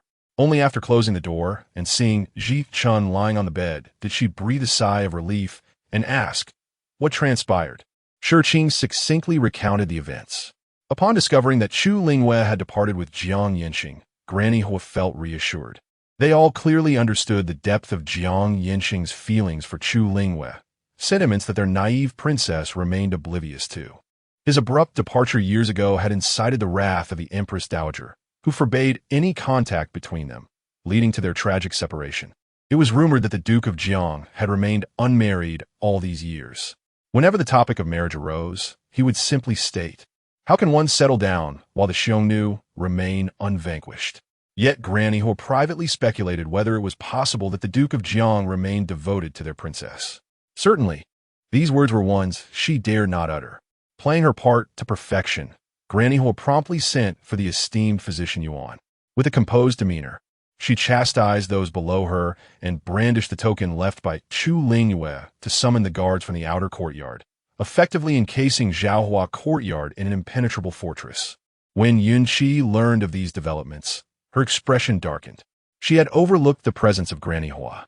Initially believing that the individuals surrounding Chu Lingyu had suffered a significant blow, she assumed that their return to the manor would result in chaos.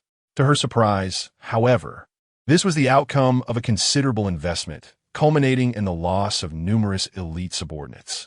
Should she falter again, it was likely that the individual would no longer concern themselves with her affairs. Narrowing her eyes, Yunqi resolved that this matter must come to fruition. As dusk descended, she summoned Qingzhu and Qingsang to accompany her to Zhaohua courtyard. The guards at the entrance, however, barred her entry. With a worried expression, Yunqi implored, "I have heard that the princess has been injured, and I wish to see her. Given the numerous affairs at the manor, I dare not take matters into my own hands. I have many matters I wish to consult with the princess about regardless of her entreaties." The guards remained steadfast in their refusal. A flicker of annoyance crossed Yunqi's eyes, and she contemplated whether to have Qingsang assist her in stealthily scaling the wall into the courtyard. Just then, Granny Hua emerged, her tone icy as she permitted Yunqi to enter. Once inside the courtyard, she instructed Qingzhu and Qingsang to wait outside, allowing only Yunqi to proceed into the room. Naturally, Yunqi seized this golden opportunity, readily agreeing. Upon entering the inner chamber, she feigned a desire to speak privately with the princess, dismissing the attendants. Gazing at the unconscious Chu Lingyu upon the bed, a sardonic smile curled at the corners of Yunqi's lips as she caressed the medicinal powder in her possession, preparing to advance. Suddenly, she felt a sharp pain at the back of her head, darkness engulfed her, and she fell backward. Chapter 66, Masks. Identity Exchange. Chu Lingyu gazed down at the fallen Yunqi, discarding the stick in her hand.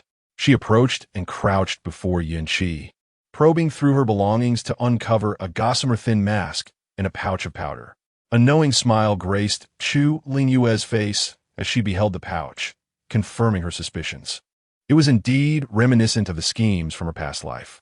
Jiang Yinxing observed the scene with a frigid demeanor, pointing at the woman on the ground and inquiring, "What shall we do with her?" With an icy expression, Chu Lingyu replied, "Bind her, silence her, and stow her away in the hidden chamber. Oh, and leave her accessories behind." Jiang Yinxing complied. Chu Lingyu gestured for Chen Guang to assist Jit Chun in exiting through a smaller door on the opposite side of the room. She then leisurely donned a mask, revealing a face strikingly similar to her own, albeit with a hint of illness etched upon it. "Chu Lingyu Chuka Sopti." Jiang Yinxing's brow furrowed deeper as he remarked, "I shall deal with those two maidens and the woman from earlier. Why not simply eliminate her?" "Chu Lingyu Sai En Mimati Sa." "Because I wish to draw out the one behind her." Jiang Yinxing fell into silence. After a long pause, he finally spoke, "I must return to the border. The Xiongnu king is still waiting." Chu Lingyu nodded in acknowledgement. "Yes, take care. By the way, I had a fake black cavalry order made and taken away. Your royal brother has informed you of this, hasn't he?" On the day it was taken, she had made sure to communicate with Chu Jingxing. Jiang Yinxing nodded once more. Chu Lingyu waved her hand. "Then be on your way. Tread carefully." Jiang Yinxing cast a lingering glance at her, finally murmuring, "Should you encounter any insurmountable troubles, just send me word." Turning back to him, Chu Lingyu let out a derisive laugh. "Send you word? Will you abandon your post to rescue me?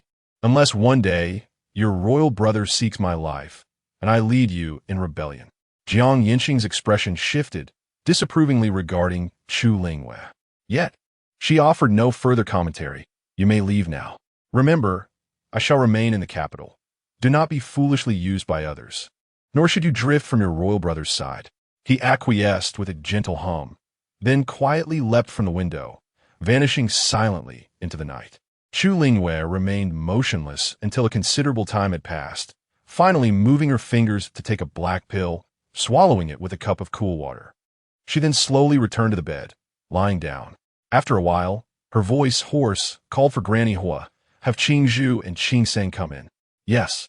After a prolonged wait, Qingzhu and Qingsang finally heard their names called, their hearts lifting with joy as they exchanged glances before entering with Granny Hua. Without allowing them to speak, Chu Lingyu promptly sent Granny Hua away. As expected, once the room was vacated, Qingsang tentatively called out, Madam, Chu Lingyu Juke Sopti. It is I. What has happened to your voice? It sounds so hoarse and unpleasant. Chu Lingyu spoke softly. My voice differs greatly from that of the princess. It would be wiser to seize this opportunity and claim I have injured my throat. That should suffice to deceive them. Qingzhu smiled. Madam, your foresight is commendable. Just as she was about to approach and attend to Chu Lingyu as was customary, Chu Lingyu waved her hand. Both of you should return. Remaining here in Zhaohua courtyard would attract too much attention. And concerning my own disappearance, Qingzhu harbored some suspicion regarding Chu Lingyu's refusal of her service.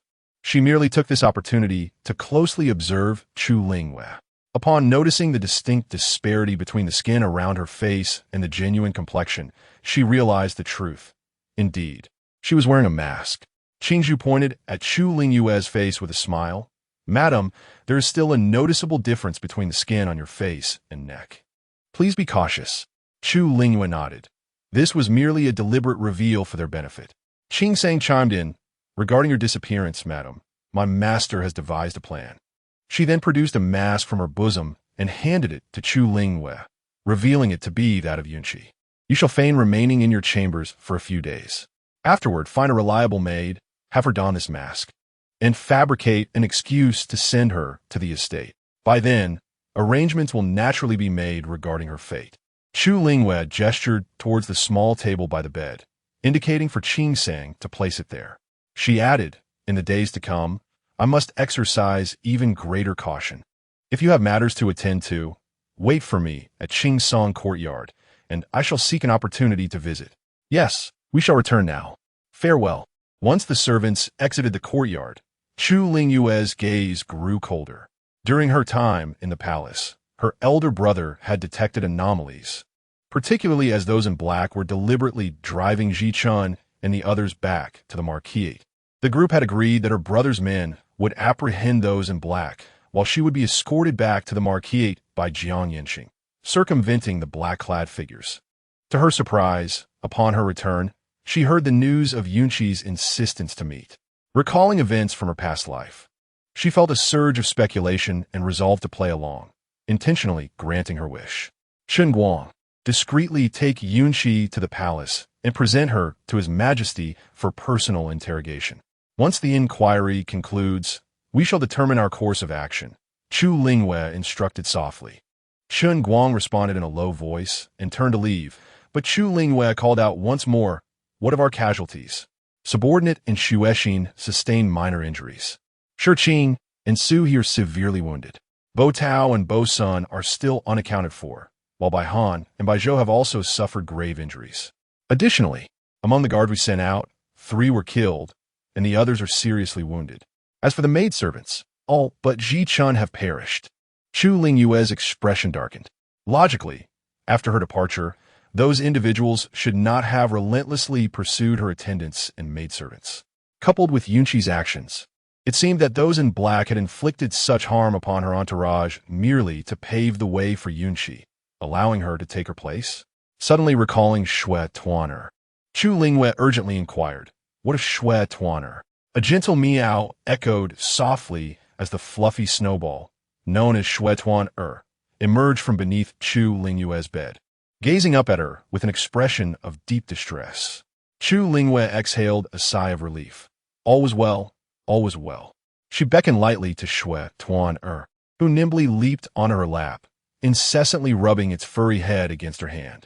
Meow, meow, oh, beloved mistress, I am so frightened, so frightened. Woe is me. I fear I shall never see you again, this child. A pang of guilt surged through Chu Lingyu. In the urgency of the moment, she had completely forgotten about it.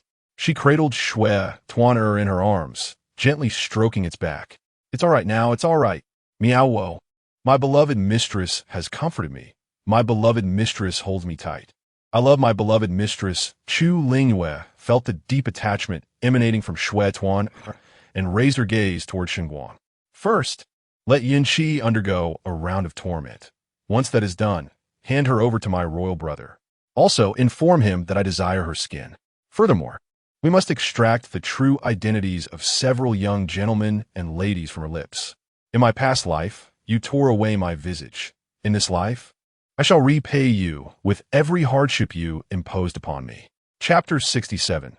The child. The news of the Long Princess awakening and retaining Aunt Yun to attend to her ailments spread rapidly throughout the Marquis's residence.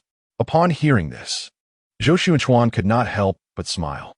He knew, deep down, that Yu cherished him above all. Her previous visit to the temple was undoubtedly a result of her anger towards him. Look at this. Despite her grievous injuries, she still kept Yunqi by her side to serve her, which only elevated his standing. The sight of such harmony between wife and concubine brought him immense joy. Alas, in his current state of illness, he regretted not being able to visit the Zhaohua courtyard. All of this was the fault of Zhou Taochuan. That wretched child. He had nurtured and cherished him, even considering passing the title to him.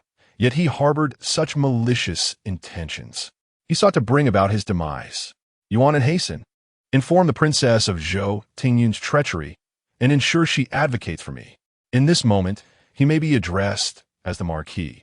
Yet in truth, apart from Yuan, no one heeded his words. They only listened to the old matriarch and Chu Lingyu. Even Yunqi's opinions held more weight than his. Contemplating this, Zhou Taochuan felt a surge of rage and an overwhelming sense of helplessness. Simultaneously, the old matriarch's courtyard received this information as well. However, her concern lay elsewhere. The Long Princess was gravely injured. Would she recover? Granny Zhang shook her head, stating, "Old servant could not ascertain. I only heard of her severe injuries and that Aunt Yun remained by her side.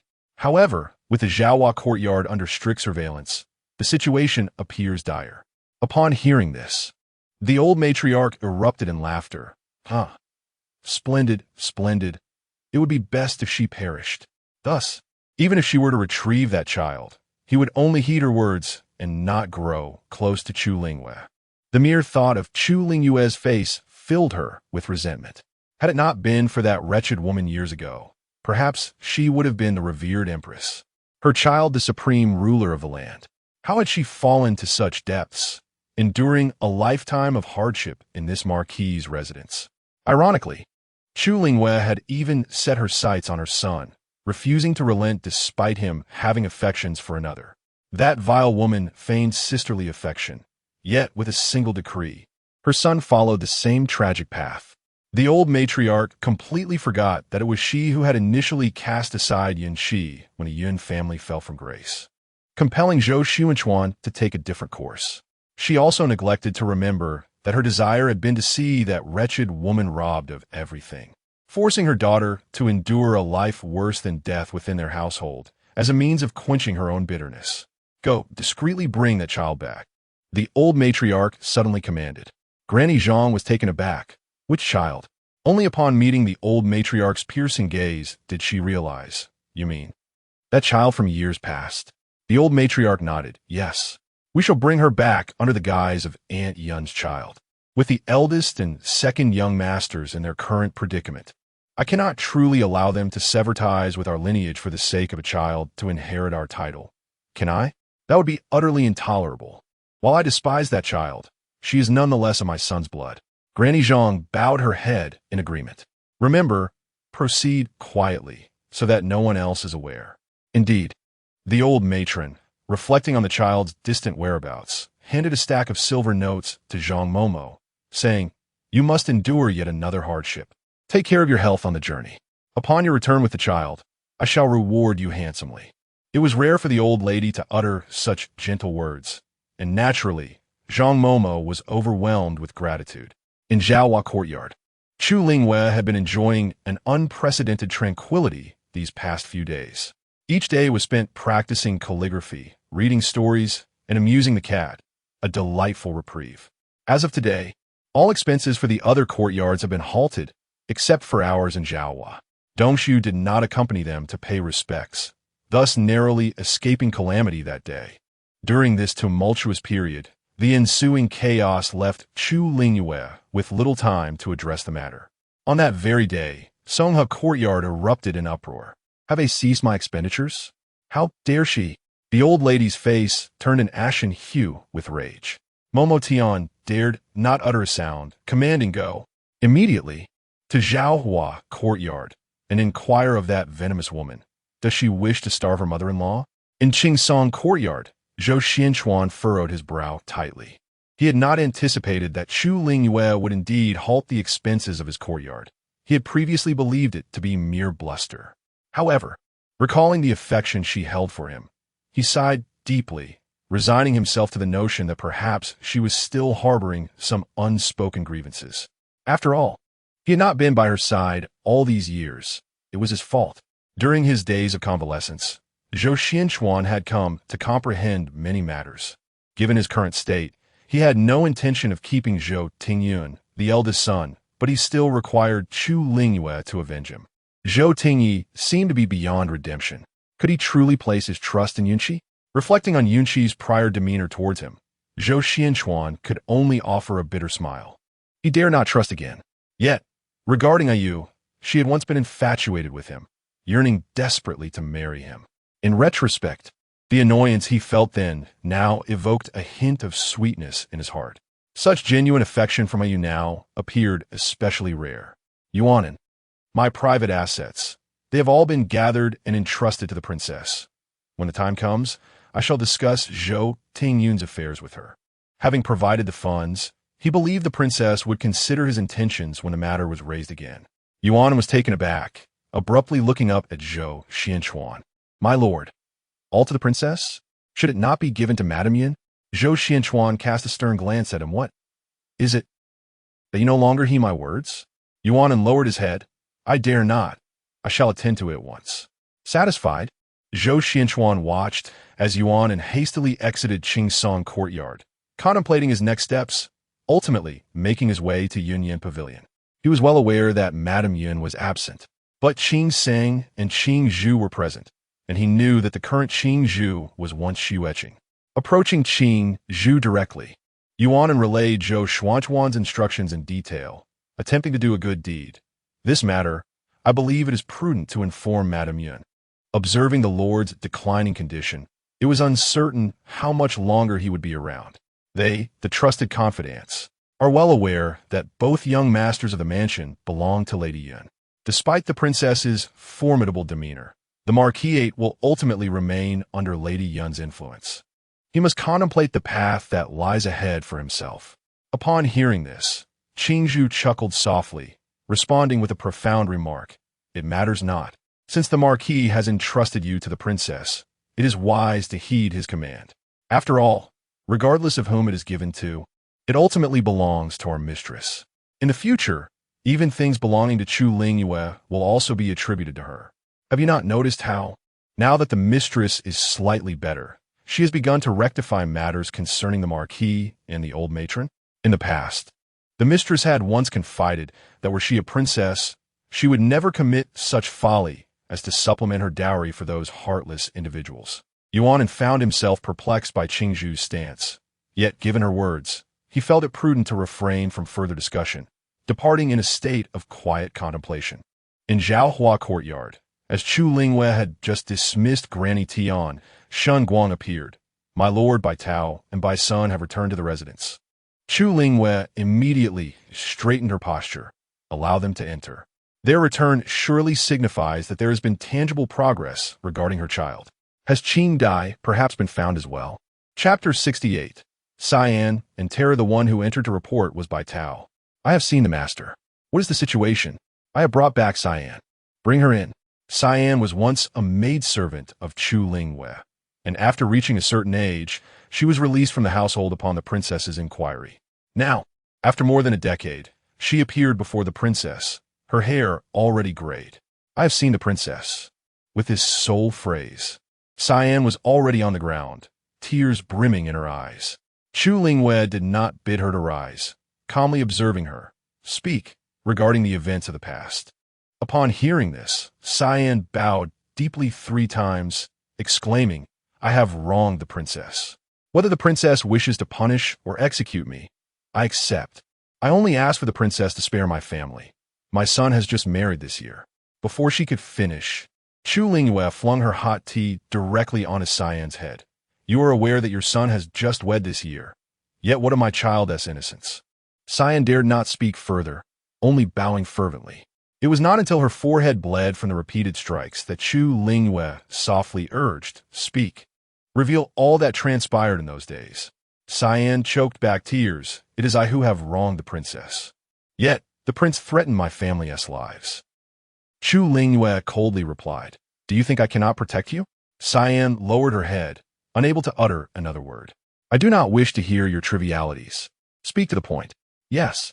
Back then, when you were giving birth, the Marquis sought me out, promising great rewards." Cyan's eyes were filled with sorrow. When Zhou Taochuan found her, he had promised that if she aided him this one time, he would find a way to bring her to his side as a concubine. At that time, she was already in her prime, yet the princess had not guided her on her future path. She felt anxious and unsettled, not wishing to end up like Zhou Wei, simply married off to the son of a steward. She yearned for prominence, to be a master in her own right. Furthermore, the prince had assured her that there would be no harm to the princess's child. He merely intended to introduce another child into the mix. That night, others were either dismissed by the prince under various pretexts, or were his own men left behind in secrecy. Even old Madame Hua, after inquiring if the princess wished for sweet soup, cheerfully went to prepare it herself. In the end, she managed to send Zhou Wei away as well. The prince entered with a food box, within which lay a newborn. He proclaimed, "The princess has given birth to twins. This is the son born to her." She nodded in agreement with the midwife. When old Madame Hua returned, she echoed the same words. No one harbored any suspicion. Later, the old lady declared that since they were twins born at nearly the same time, the brother would better protect his sister. Thus the boy was deemed the eldest son. The matter was settled. Yet the Marquis failed to fulfill his promise and instead sought to eliminate her, to silence her. She initially intended to confess to the princess, but was unexpectedly asked for her opinion regarding her future. She immediately declared that she had found a mutual beloved, the shopkeeper from outside. To embellish her claim, she even wove a beautiful tale of love. At that time, having just given birth to twins, Chu Lingyu appeared content with her life as a wife and mother, and readily agreed. The very next day, she visited the shop and made arrangements with the shopkeeper, swiftly obtaining Chu Lingyu's consent to marry him. Not long after, she feigned illness and successfully persuaded her husband to resign from his duties at the shop, while also orchestrating the redemption of her only sister, bringing her back to her husband's hometown in the north. She believed that this matter had come to a close. However, it was unexpected when the princess's shadow guard sought her out recently, inquiring about the truth of that past. Aware of her impending doom, she pleaded with the princess not to harm her family. Upon hearing all of this, Chu Lingyu furrowed her brows tightly. "Are you saying that Zhou Taochuan is my biological daughter?" "Indeed, I would never dare to speak such words lightly." With her slender fingers tapping rhythmically against the edge of the table, Chu Lingyu narrowed her eyes, her expression inscrutable. Qingdai was so certain. Yet the previous information indicated that all 3 children belonged to Yunqi. What then had gone awry? It seemed that the crux of the matter lay with Yunqi. Take her away and ascertain the truth of her words. Bai Tao respectfully complied, as Dong Su led him and Qingdai out of the courtyard. It was at this moment that Yuan sought an audience with Chu Lingyu. Upon catching sight of Qingdai, his pupils constricted. He recognized her, of course. Though he had been quite young at the time, he had been beside the Marquis, aiding in various errands. Later, Qingdai had left in haste, causing the Marquis to erupt in anger. Now, Qingdai had returned to meet the princess. This was not good. Yuan turned to leave, but Dong Su had already spotted him. Observing his uneasy expression, Dong Su signaled Bai Tao to lead Qingdai away first. She then approached Yuan and, with a gentle smile, "Brother Yuan, do you wish to see the princess? She has just awakened. At this moment, she should still be awake. Please follow me." Yuan was in a state of turmoil, unable to find an excuse to refuse, and thus reluctantly followed her inside. His mind raced with thoughts. Did the princess uncover the events of that year? Why was Qingdai here? Back then, the Marquis had tasked him and his father with every effort to search for Qingdai, yet they had ultimately found nothing. The mere thought of the consequences should the princess learn the truth sent beads of sweat forming on Yuan's back. "What is it?" Chu Lingyu immediately discerned the guilt etched upon Yuan's face. Leaning against the headboard, her demeanor remained calm. Yuan's eyes darted around, searching for an alternative excuse to deflect. Yet in the presence of Chu Lingyu, he dared not be reckless. Ultimately, he revealed the private possessions that Zhou Taochuan had instructed him to deliver. "These are the Marquis's private possessions. He asked me to bring them to the princess." Yuan bowed his head respectfully as he spoke. Chu Lingyu signaled Dongshu to retrieve the items from Yuan's possession. Upon a cursory glance, she confirmed they were indeed the private assets she had discovered belonging to Zhou Taochuan. She raised an eyebrow and flipped through the contents, finding a substantial amount, converted into silver. It could easily be valued at 50 to 60,000 taels. Such fortune delivered to her doorstep was certainly welcomed. "I am aware of the Marquis's intentions. You may withdraw now, as I wish to rest." Yuan, unfazed, called out to Dongshu as she was leaving, discreetly inquiring whether the person just now was Qingdai. "I observed a resemblance to the Qingdai of yesteryear." Dongshu lowered her eyes and replied with unwavering composure, "Brother Yuan has a discerning eye. It was indeed Sister Qingdai. She and her husband are traveling south to visit relatives and pass through the capital to pay their respects to the princess, bringing along some local specialties." Yuan felt a wave of relief wash over her. So that was the case. She and T had the chance to greet Sister Qingdai beforehand. Dongshu smiled. There will be plenty of opportunities in the future. Yuan felt increasingly at ease. "Then I shall return to inform the Marquis, and there is no need for further send-off." Dongshu watched Yuan's retreating figure, a cold glimmer in her eyes. Chapter 69. The fisherman gains upon returning to the residence. Dongsu learned from Chu Lingyu the words spoken by Yuan earlier. Chu Lingyu raised an eyebrow and remarked, "Let it be. Once we ascertain the truth of what Qingdai has said, we shall handle it with finesse." "Indeed. Has there been any response from His Majesty?" Yunqi delivered the message several days ago. "None yet. Should I inquire?" "That won't be necessary. First, swiftly dispose of the properties belonging to the Marquis, convert them into cash, and store it at the estate. A portion should be reinvested into properties. Within my fief. Yes, I shall dispatch someone to attend to this matter immediately." In the Qing Song courtyard, Yuan recounted the encounter with Qingdai, leaving Zhou Taochuan nearly breathless with shock.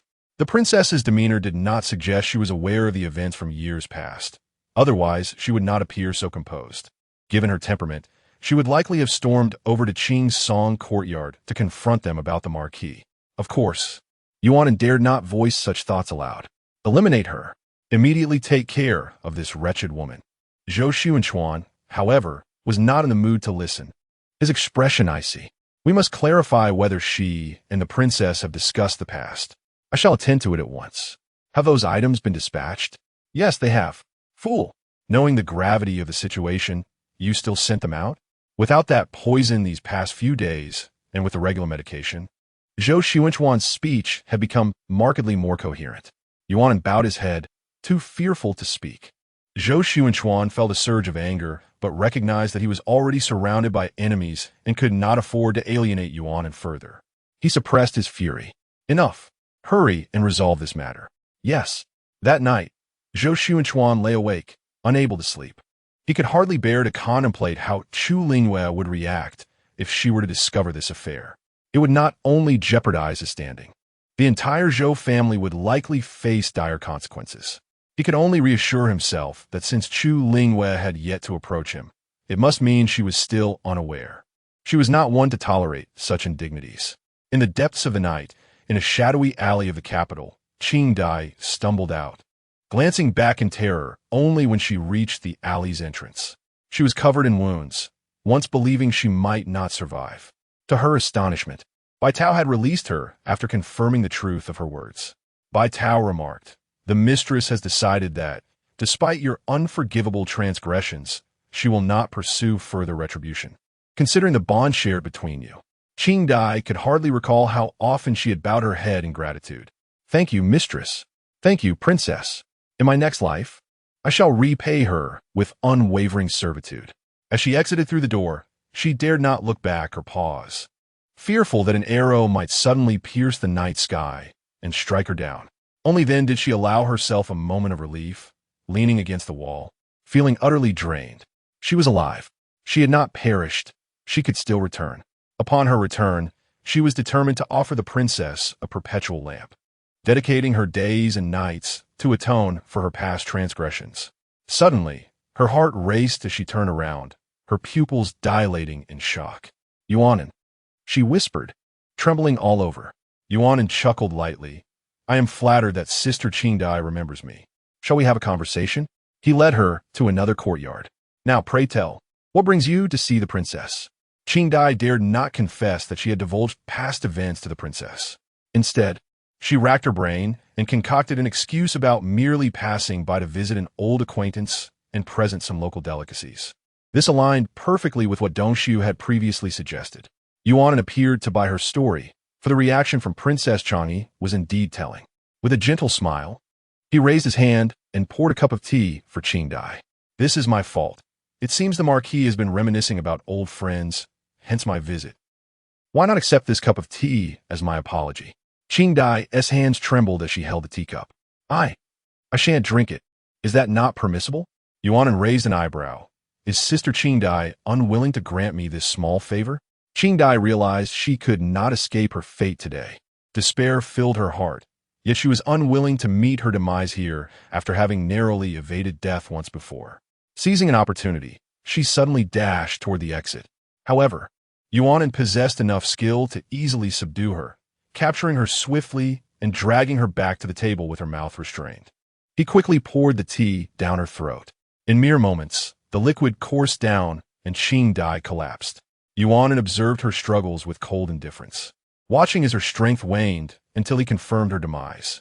Only then did he quietly exit the room, scanning the surroundings until he found no one, before silently making his way toward the Marquis' residence. It was only after Yuan had vanished that Bai Tao made his appearance. He kicked Qingdai to confirm her state before disappearing into the darkness. Bai Tao had been aware of Yuan and search for Qingdai since early on, which explained his earlier conversation with her, allowing her to leave. Since their master had instructed him to be more cunning, he would reap the benefits. Meanwhile, Chu Lingyu was still mired in contemplation regarding whether Zhou Taochuan was truly her biological daughter when she arrived. "Mother, how could you bear to punish my elder brother, who is gravely injured? And what of Tingyi? How did he sustain such serious wounds? Who harmed him? Is he not your son? Why have you returned and ignored them, failing to avenge them?" Zhou Taochuan was engulfed in confusion. She could not comprehend how their once harmonious family had fallen into disarray. She blamed her mother. With their father ill and her elder brother and second brother injured, even their grandmother was ailing. Her mother pretended to be severely injured and summoned her own mother to attend to her ailments. It was all too exhausting. Yet, she could not uncover the true nature of their plight. Chu Lingyu found Zhou Taochuan's voice grating, but permitted her entry nonetheless. After a moment's thought, she decided to dismiss everyone else, leaving Zhou Taochuan alone. "Mother, Shuirong, it's me." Chu Lingyu softened her voice. Zhou Taochuan was taken aback, unable to comprehend. After a moment's thought, Chu Lingyu imitated Yin Qi's manner and said, "Child, do you not recognize your own mother?" Zhou Taochuan immediately covered her mouth, her expression one of astonishment. "Mother, is it really you?" Her demeanor then transformed into one of vivacity and excitement. "Mother, how did you become like this?" Upon finishing her sentence, she again appeared anxious about being overheard, covering her mouth once more. She approached the door and window, ensuring no one was eavesdropping. Once satisfied that all was well, she walked over to Chu Lingyu and, with a hint of playfulness, whispered, "Mother, did the plan you spoke to me about succeed? Will you be a princess now?" Does this mean that I can have whatever I desire? Throughout, she had not once inquired about her own mother. A glimmer of coldness flickered in Chu Lingyue's eyes as she lowered them, gently patting Zhou Xiwerong's head. Of course. Just refrain from being so loud. This matter is for you to know. Do not mention it to your elder brother or second brother. Of course. I am closest to you, mother. But what happened to elder brother and second brother? How did they get hurt at the same time? I asked grandmother, but she refused to tell me. By the way, mother, I wish to marry Xiao Heming. You will grant me this, won't you? Chapter 70. Has she confessed? The handmaidens and matrons surrounding Zhou Xiwerong were all chosen by the old madam. Though she appeared astute, the old madam was, in fact, quite fond of flattery and occasionally rather muddled.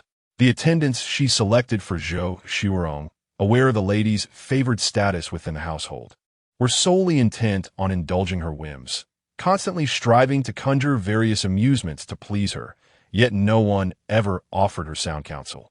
Moreover, these individuals schemed to assist Zhou Xiwerong in concealing matters from Chu Lingyu. In her past life, Zhou Xiwerong had insisted on marrying Xiao Heming, which brought to light her misguided belief that she could reform a wayward son through her unwavering love. A notion she derived from tales where reckless youths transformed into virtuous men for the sake of the heroine. Coupled with Xiao Heming's striking appearance, she was convinced that she would be the one to guide him back to righteousness. Chu Lingyu was resolute in her desire to prevent her daughter from leading a life of ruin. She attempted to introduce Zhou Xiwerong to a family of impeccable reputation. Yet the marriage led to chaos, and ultimately, Zhou Xiwerong sought a divorce, returning home in the year of her demise. Reflecting on those bygone days, Chu Lingyu closed her eyes. Xiao Heming, are you aware of his true nature? She spoke softly. Naturally, her daughter knew. He was the heir of the esteemed Weixin Marquisate. Zhou Xiwerong's eyes sparkled at the mention of Xiao Heming. Chu Lingyu lowered her gaze. His reputation. Mother, we cannot dwell on such matters. Besides, even if he were truly of such character, I believe I can transform him for the better. Zhou Xiwerong asserted with unwavering confidence. A flicker of sardonic amusement crossed Chu Lingyue's eyes, though her tone remained gentle. Very well, as long as you are content. My dear, I only hope you can realize your aspirations. However, the matter of the proposal cannot rest solely upon us, can it? Zhou Xiwerong's face flushed with a hint of shyness. Mother, you needn't concern yourself with this. In due time, I shall have Xiao Heming come to our residence to propose. You need only refrain from rejecting him. Chu Lingyue's eyes lowered. It seemed Zhou Xiwerong had already formed an alliance with Xiao Heming prior to this. Very well. As long as the Xiao family initiates the proposal, I shall readily acquiesce. Chu Lingyu et ponde de si vin. Zhou Xiwerong was so elated she nearly leapt with joy. Mother, you are indeed the best, far superior to a princess. No, mother, you shall be a princess henceforth. Then, mother, could you possibly assist me in obtaining the title of county princess? Chu Lingyu, that venomous woman, appeared to dote on her daughter. Yet in reality, she cared little for her. A lengthy stream of grievances flowed from Zhou Xiwerong, perhaps pent up for far too long. Chu Lingyue's lips curled into a smile, her expression growing increasingly radiant. Very well, I shall grant your wishes. You are my daughter, and I naturally desire your happiness. After nurturing you for over a decade, I once feared that you might not recognize me. My heart. Zhou Xiwerong nestled against Chu Lingyue's side. Mother, rest assured, grandmother has always told us since we were little that you are our true mother. Chu Lingyu is merely a fade. The affection of our father does not reside with her. Were it not for her status as a princess, the position of matriarch in our marquisate would never be afforded to her. Moreover, these years, grandmother has taken us to pay homage and meet with you, solely to ensure that our bond does not grow distant. Mother, my elder brother and second brother hold the deepest affection for you. Chu Lingyue's hands, which hung by her sides, clenched tightly, her veins bulging in agitation. No wonder it is so. It is all becoming clear. Mother, please do not emulate Chu Lingyue's pettiness, assuming we harbor any dislike towards you. Before she could finish her sentence, Chu Lingyue's hand struck Zhou Xiwerong's face. Mother, Zhou Taochuan's expression was one of utter dismay. Chu Lingyu, with an icy demeanor, instructed, "The eldest lady speaks inappropriately. Return and transcribe the Heart Sutra 100 times." Mother. Zhou Taochuan's face was painted with disbelief. Upon seeing Dongshu enter, she seemed to grasp something. Indeed, in the next moment, Chu Lingyu beckoned her over and whispered in her ear, "Do not reveal our secret. Return. I shall manage these matters for you." Zhou Taochuan then smiled through her tears and departed joyfully. Dongshu and Granny Hua exchanged bewildered glances at Zhou Taochuan's demeanor. "Your Highness, why is the eldest lady so cheerful after being struck?" Chu Lingyu recounted Zhou Taochuan's previous attitude. Dongshu frowned. She had overheard Qingdai's words earlier and could not help but voice her concern. If the eldest lady truly is your child, allowing her to behave thus would ruin her for life. Chu Lingyu leisurely adjusted her skirt, her expression frosty. A wolf that cannot be nurtured is better left alone. She lacks even the most basic sense of gratitude. Dongshu dared not speak further and bowed her head, saying, "His Majesty has summoned you to the palace. Eunuch Wu is already waiting in the courtyard." Chu Lingyu was taken aback and straightened her posture. Since when did he arrive? He just arrived when the maidservant entered. Did Eunuch Wu say anything? He merely conveyed the emperor's orders. Do not disturb anyone. This was a directive for her to enter the palace discreetly. Chu Lingyu wasted no time, rising to her feet. "Let us depart now. No one must see us." "Yes, the maidservant understands." Chu Lingyu allowed only Chen Guang and Xue Xian to accompany her, excluding everyone else. In the palace, upon Chu Lingyu's entrance into the hall, Chu Jingxing waved for Yun Qi to be brought in. Yun Qi collapsed on the floor, her body a gruesome sight, clearly having endured severe torment. Chu Lingyu cast a calm glance her way. "Have you confessed everything?" Her resolve is strong. She only divulged today that her benefactor is Prince Xian. The Lanmu was acquired from the hands of Prince Jing simply to conceal her true identity. Furthermore, she claims that the 3 children in your household are your biological offspring, and she was merely deceiving them. Chu Jingxing recounted slowly. Chu Lingyu instinctively wanted to retort, "Impossible." Her understanding of Prince Xian surpassed even that of the emperor. He had always been taciturn and earnest, wholly devoted to mastering craftsmanship.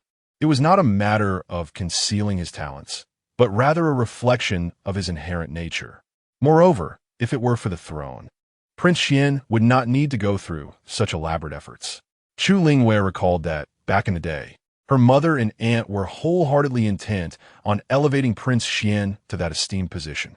It was Prince Xian himself who chose to relinquish it, declaring his awareness of not being suited for such a role. He had always maintained a close friendship with Chu Jingxing and, at that time, proposed Chu Jingxing as a candidate, asserting that both his talents and intellect far exceeded his own by 100-fold.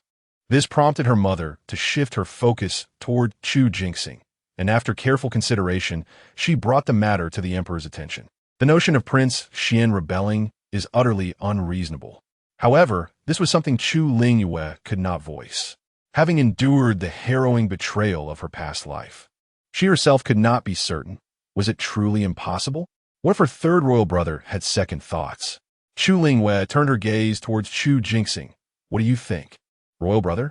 A trace of derision flickered at the corner of Chu Jingxing's lips. "This woman takes us for fools. She claims she believes anyone but Prince Xian. That is inconceivable." A glimmer of irritation flashed in Yunqi's eyes. The royal family is devoid of compassion. She had always understood this. Even if he did not believe, he would undoubtedly sow a seed of doubt in his heart. That alone sufficed. She had not anticipated that Chu Jingxing would be so resolute in his certainty that it was not Chu Jinxian. It was truly outrageous. Chapter 71. The child is gone? The flicker of annoyance in Yun Qi's eyes was entirely captured by Chu Lingyu. After a moment of contemplation, she seized a ruler from Chu Jingxing's desk, approached Yun Qi, and squatted down before her. With a swift motion, the ruler struck Yun Qi's face, leaving an instant red mark. A cry of anguish escaped Yun Qi's lips. A subtle smile graced Chu Lingyu's face as she inquired, "Now, tell me, whose child is Zhou Taochuan?" Yun Qi turned her head away, refusing to meet her gaze, and replied calmly, It is your highnesses, or do you think I possess the audacity to swap children right under your watchful eyes? In response, Chu Lingyu delivered another sharp blow with the ruler. Yun Qi let out a pained cry, shielding her face with her hands. Tell me, Chu Lingyu taunted, if I were to mar your visage beyond recognition, do you think Prince Jing would still cherish you? At this, Yun Qi's pupils constricted, her complexion shifting momentarily as she lowered her gaze, avoiding Chu Lingyu's scrutiny. Unperturbed, Chu Lingyu continued, such a pity, you have borne him so many children, toying with Zhou Taochuan like a fool. Chu Lingyu spoke with deliberate ease, observing as Yun Qi's body went rigid in response. What nonsense are you spouting? Do not think you can extract information from me. With another swift strike of the ruler, Chu Lingyu urged, speak up, and you shall spare yourself the suffering. Your face need not be ruined. Yet Yun Qi remained silent. Chu Lingyu frowned, a flicker of impatience crossing her features, and she continued to strike with the ruler. Once she had finished, she called out to Eunuch Wu, Eunuch Wu, kindly fetch me a bronze mirror. Wu Gonggong immediately understood and turned to fulfill her request. Moments later, he returned with a glass mirror from the west. Your Highness, this is a glass mirror from the west, far brighter and clearer than a bronze one. Would you find it useful? Chu Lingyu accepted the mirror, examined it briefly, and with a smile, held it up before Yun Qi. Behold your current appearance. Ah, what a beautiful face you possess, such a pity. Tell me, if I were to deny you treatment, would your face be left unscathed? Upon seeing her reflection in the glass, Yun Qi teetered on the brink of madness. She knew that Chu Lingyu spoke the truth. At that moment, genuine terror flickered in the depths of her eyes. Even if she were captured now, Yun Qi felt no fear. She understood that both Chu Lingyu and Chu Jingxing sought to uncover the forces behind her. Thus, they would not hastily end her life. Days had passed, and the one person she had hoped would rescue her had yet to arrive, either unaware of her plight or indifferent to her fate. Regardless of the reason, her hopes were all but extinguished. However, her subordinates had conveyed a message. If she could endure just a bit longer, salvation would come. She was convinced that she would not perish. Yet, if her face were truly to be destroyed, what future would remain for her? Tingyun's face was already marred. She had previously contemplated taking matters into her own hands once everything had reached a conclusion. But if her own visage was also ruined, what hope would they have left? Upon witnessing her continued silence, Chu Lingyu refrained from further conversation and swiftly struck with the ruler once more. Yun Qi, while shrieking, attempted to evade the blows. I said, stop. Tingyun is my child. When was she switched? There was no switch. It was Zhou Taochuan. He took Tingyun away, stating you had given birth to twins. You only bore a daughter. This aligned closely with what Qing Dai had previously conveyed. Chu Lingyu rose, discarding the ruler, and with a sharp glance, pointed to a young eunuch nearby. You come here. The young eunuch hurriedly approached, bowing respectfully to Chu Lingyu. She gestured towards the ruler on the ground. Pick it up. If she does not speak the truth, strike her until she does. Until she confesses. Yes, your servant obeys. The young eunuch, eager to impress, picked up the ruler and, without a moment's hesitation, struck Yun Qi across the face. Did you hear? Remember, you must tell the truth, or else your face will be ruined. Yun Qi let out a series of anguished cries. A dazzling smile graced Chu Lingyu's lips. Now, tell me, whose child is Zhou Taochuan? Yours. The young eunuch discreetly glanced at Chu Lingyu's expression, and, before she could finish, he struck again. Ah, Chu Lingyu, maintaining a gentle smile, urged, speak honestly now. Is yours, truly yours? I have stated that you originally bore a daughter, and it was Zhou Taochuan who took Tingyun away, pretending she was a twin. I am telling the truth. Then why does Zhou Taochuan call you mother? Chu Lingyu's demeanor grew cold. I was just saying nonsense. But she believed it. She is truly your daughter. Really? Chu Lingyu's brow furrowed deeply. And what is Zhou Tinky? He is your son. Indeed your son. I'm truly speaking the truth.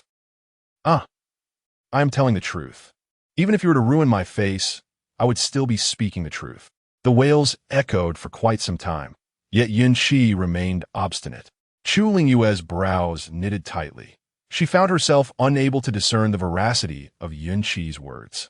Beside her, Chu Jingxing watched with a pained heart. Sister, if her tongue is so stubborn, then let us cut it out. If we cannot derive a conclusion, we shall cease our inquiries. We can confirm our blood ties by our own means, and if that does not suffice, as per what our elder brother knows, there exists a remedy in the western regions known as the Fanning secret medicine, capable of verifying blood relations. Chu Lingyu juke lai di, nodding in agreement as she clapped her hands. Then let us prolong this. Strip her of her facade, but do not allow her an easy death. Let the torment be gradual. The eunuchs exchanged glances, gauging Chu Jingxing's expression. He waved his hand, signaling them to comply.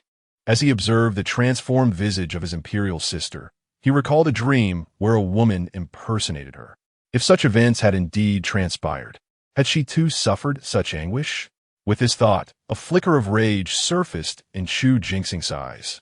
He beckoned for Old Wu to approach and whispered a few words to him. Old Wu nodded in acknowledgement and withdrew. 100 miles outside the capital, at Luo's manor. What did you say? Repeat that.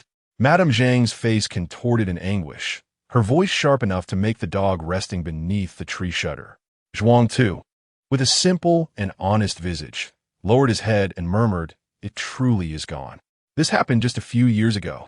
At that time, we even sent a letter to the capital, but no one paid it any heed. We were left in a quandary, and all we could do was bury the person. Madame Zhang was acutely aware of her lady's current predicament and understood the high hopes the lady held for this child. Now, to be told that the child was lost, that they had passed away years ago, how could she report this upon her return? How had this happened? How could it be so? Had everything not appeared well until now? They had even visited a few years back. Zhuang too lowered his head even further. Your return was a matter from 10 years ago. The child passed away 5 years ago, suffering from a high fever at night. We couldn't summon a doctor and could only resort to folk remedies for treatment. By the next day, before the doctor could arrive, the child was gone. Madame Zhang's eyes rolled back, and she fainted on the spot. Chapter 72. The young master Madame Zhang awakened once more, her mind racing back to previous events. Nearly succumbing to unconsciousness again, the nearby maid, frightened, hastily patted her back and pressed her acupressure point, terrified that something might be amiss with her as well. Madam, please do not let anything happen to you. If anything were to occur, those beneath us would have to bear the wrath of the matriarch. Initially, it was thought to be a favorable task. Her mother had spent silver to bring Madame Zhang out, hoping to gain favor in front of the matriarch. Little did they know they were unaware of the identity of the person Madame Zhang was meant to receive, but it was evidently of great significance.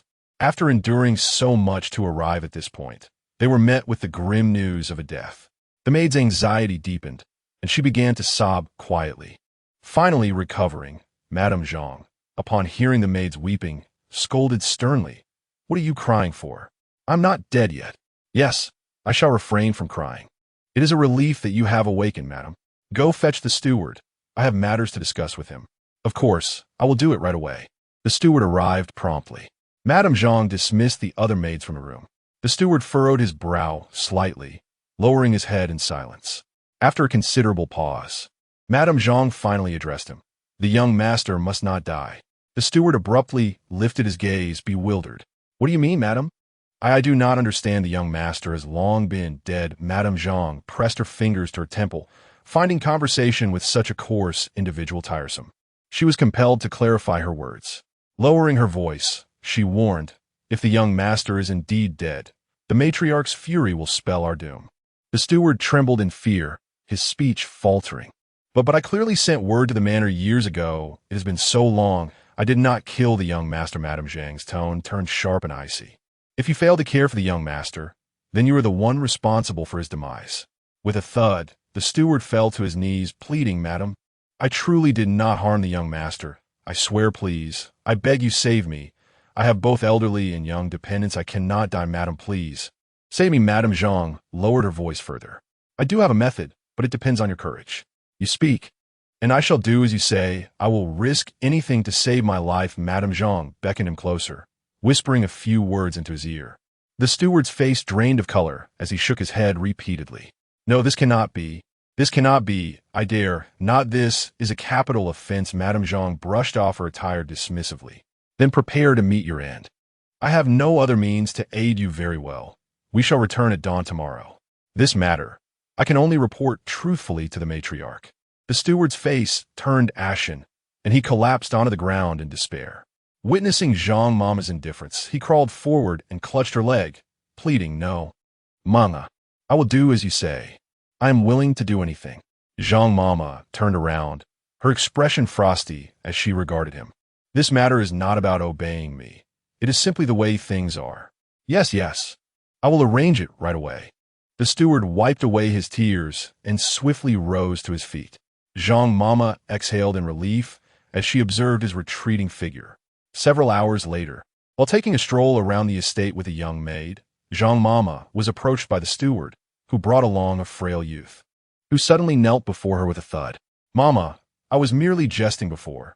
This is the young master." The boy remained expressionless, motionless before the scene.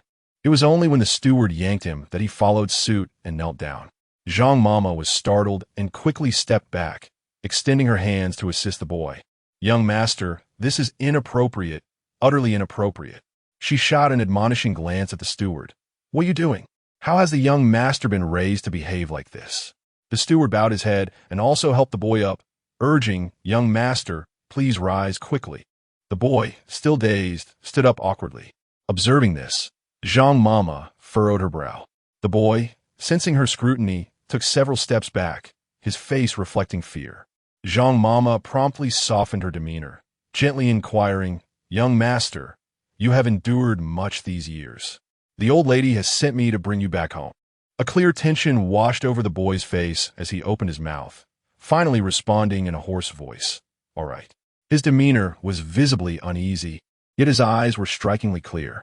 Zhang Mama's gaze darkened as she instructed the young maid to escort the boy inside to gather his belongings. Once they were alone, she turned to the steward, her expression grave. "How did you find such a simpleton? How am I to report this to the higher-ups?" The steward wiped the sweat from his brow and replied, "This child is not foolish. He simply prefers silence and avoids speaking. If we found someone too clever, they might expose us, and we would not survive it." Zhang Mama scoffed, finding someone like this. He would be terrified upon entering the manor and would likely reveal everything. The steward whispered to Zhang Mama, "No, this boy is rather special." Zhang Mama furrowed her brow. "What do you mean?" "This child is of similar age to the young master. He, too, has endured a lonely existence, having wandered to our estate in his early years. He is not foolish, but rather stubborn. He has always insisted that his family would come to take him back, and he has waited for years. I told him that someone from his family would come for him, and he believed it." Zhang Mama's eyes flickered with intrigue. "Does he know about the young master?" "Mama, you are overthinking it. Consider this.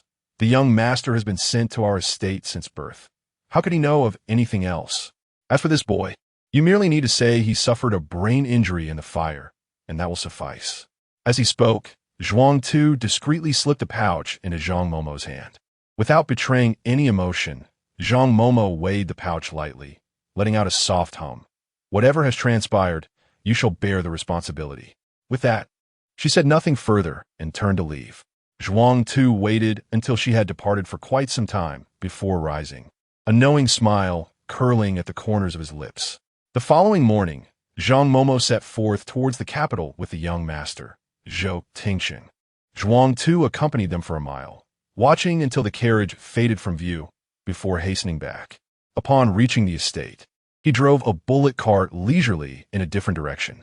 He made his way directly to the small courtyard of a farmhouse, located 5 miles away. Gently, he knocked 3 times on the door. "Enter," came a clear voice from within.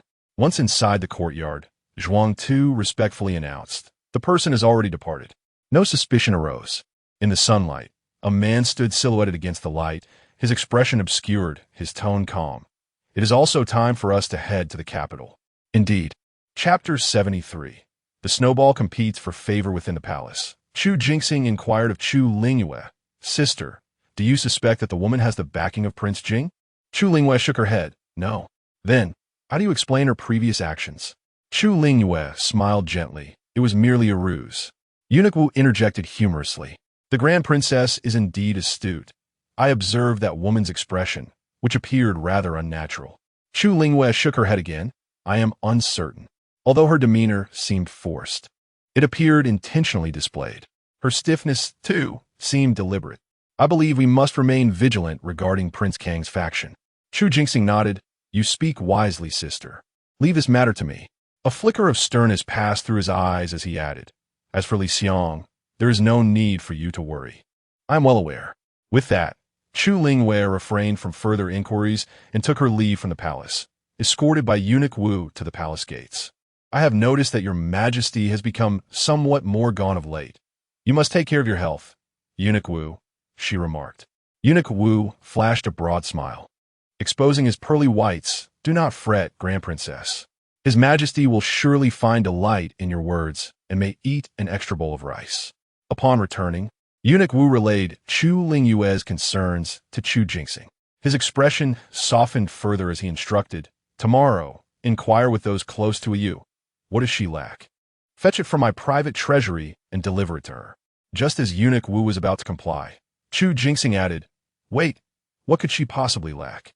Perhaps she has been heartbroken over matters of the heart recently.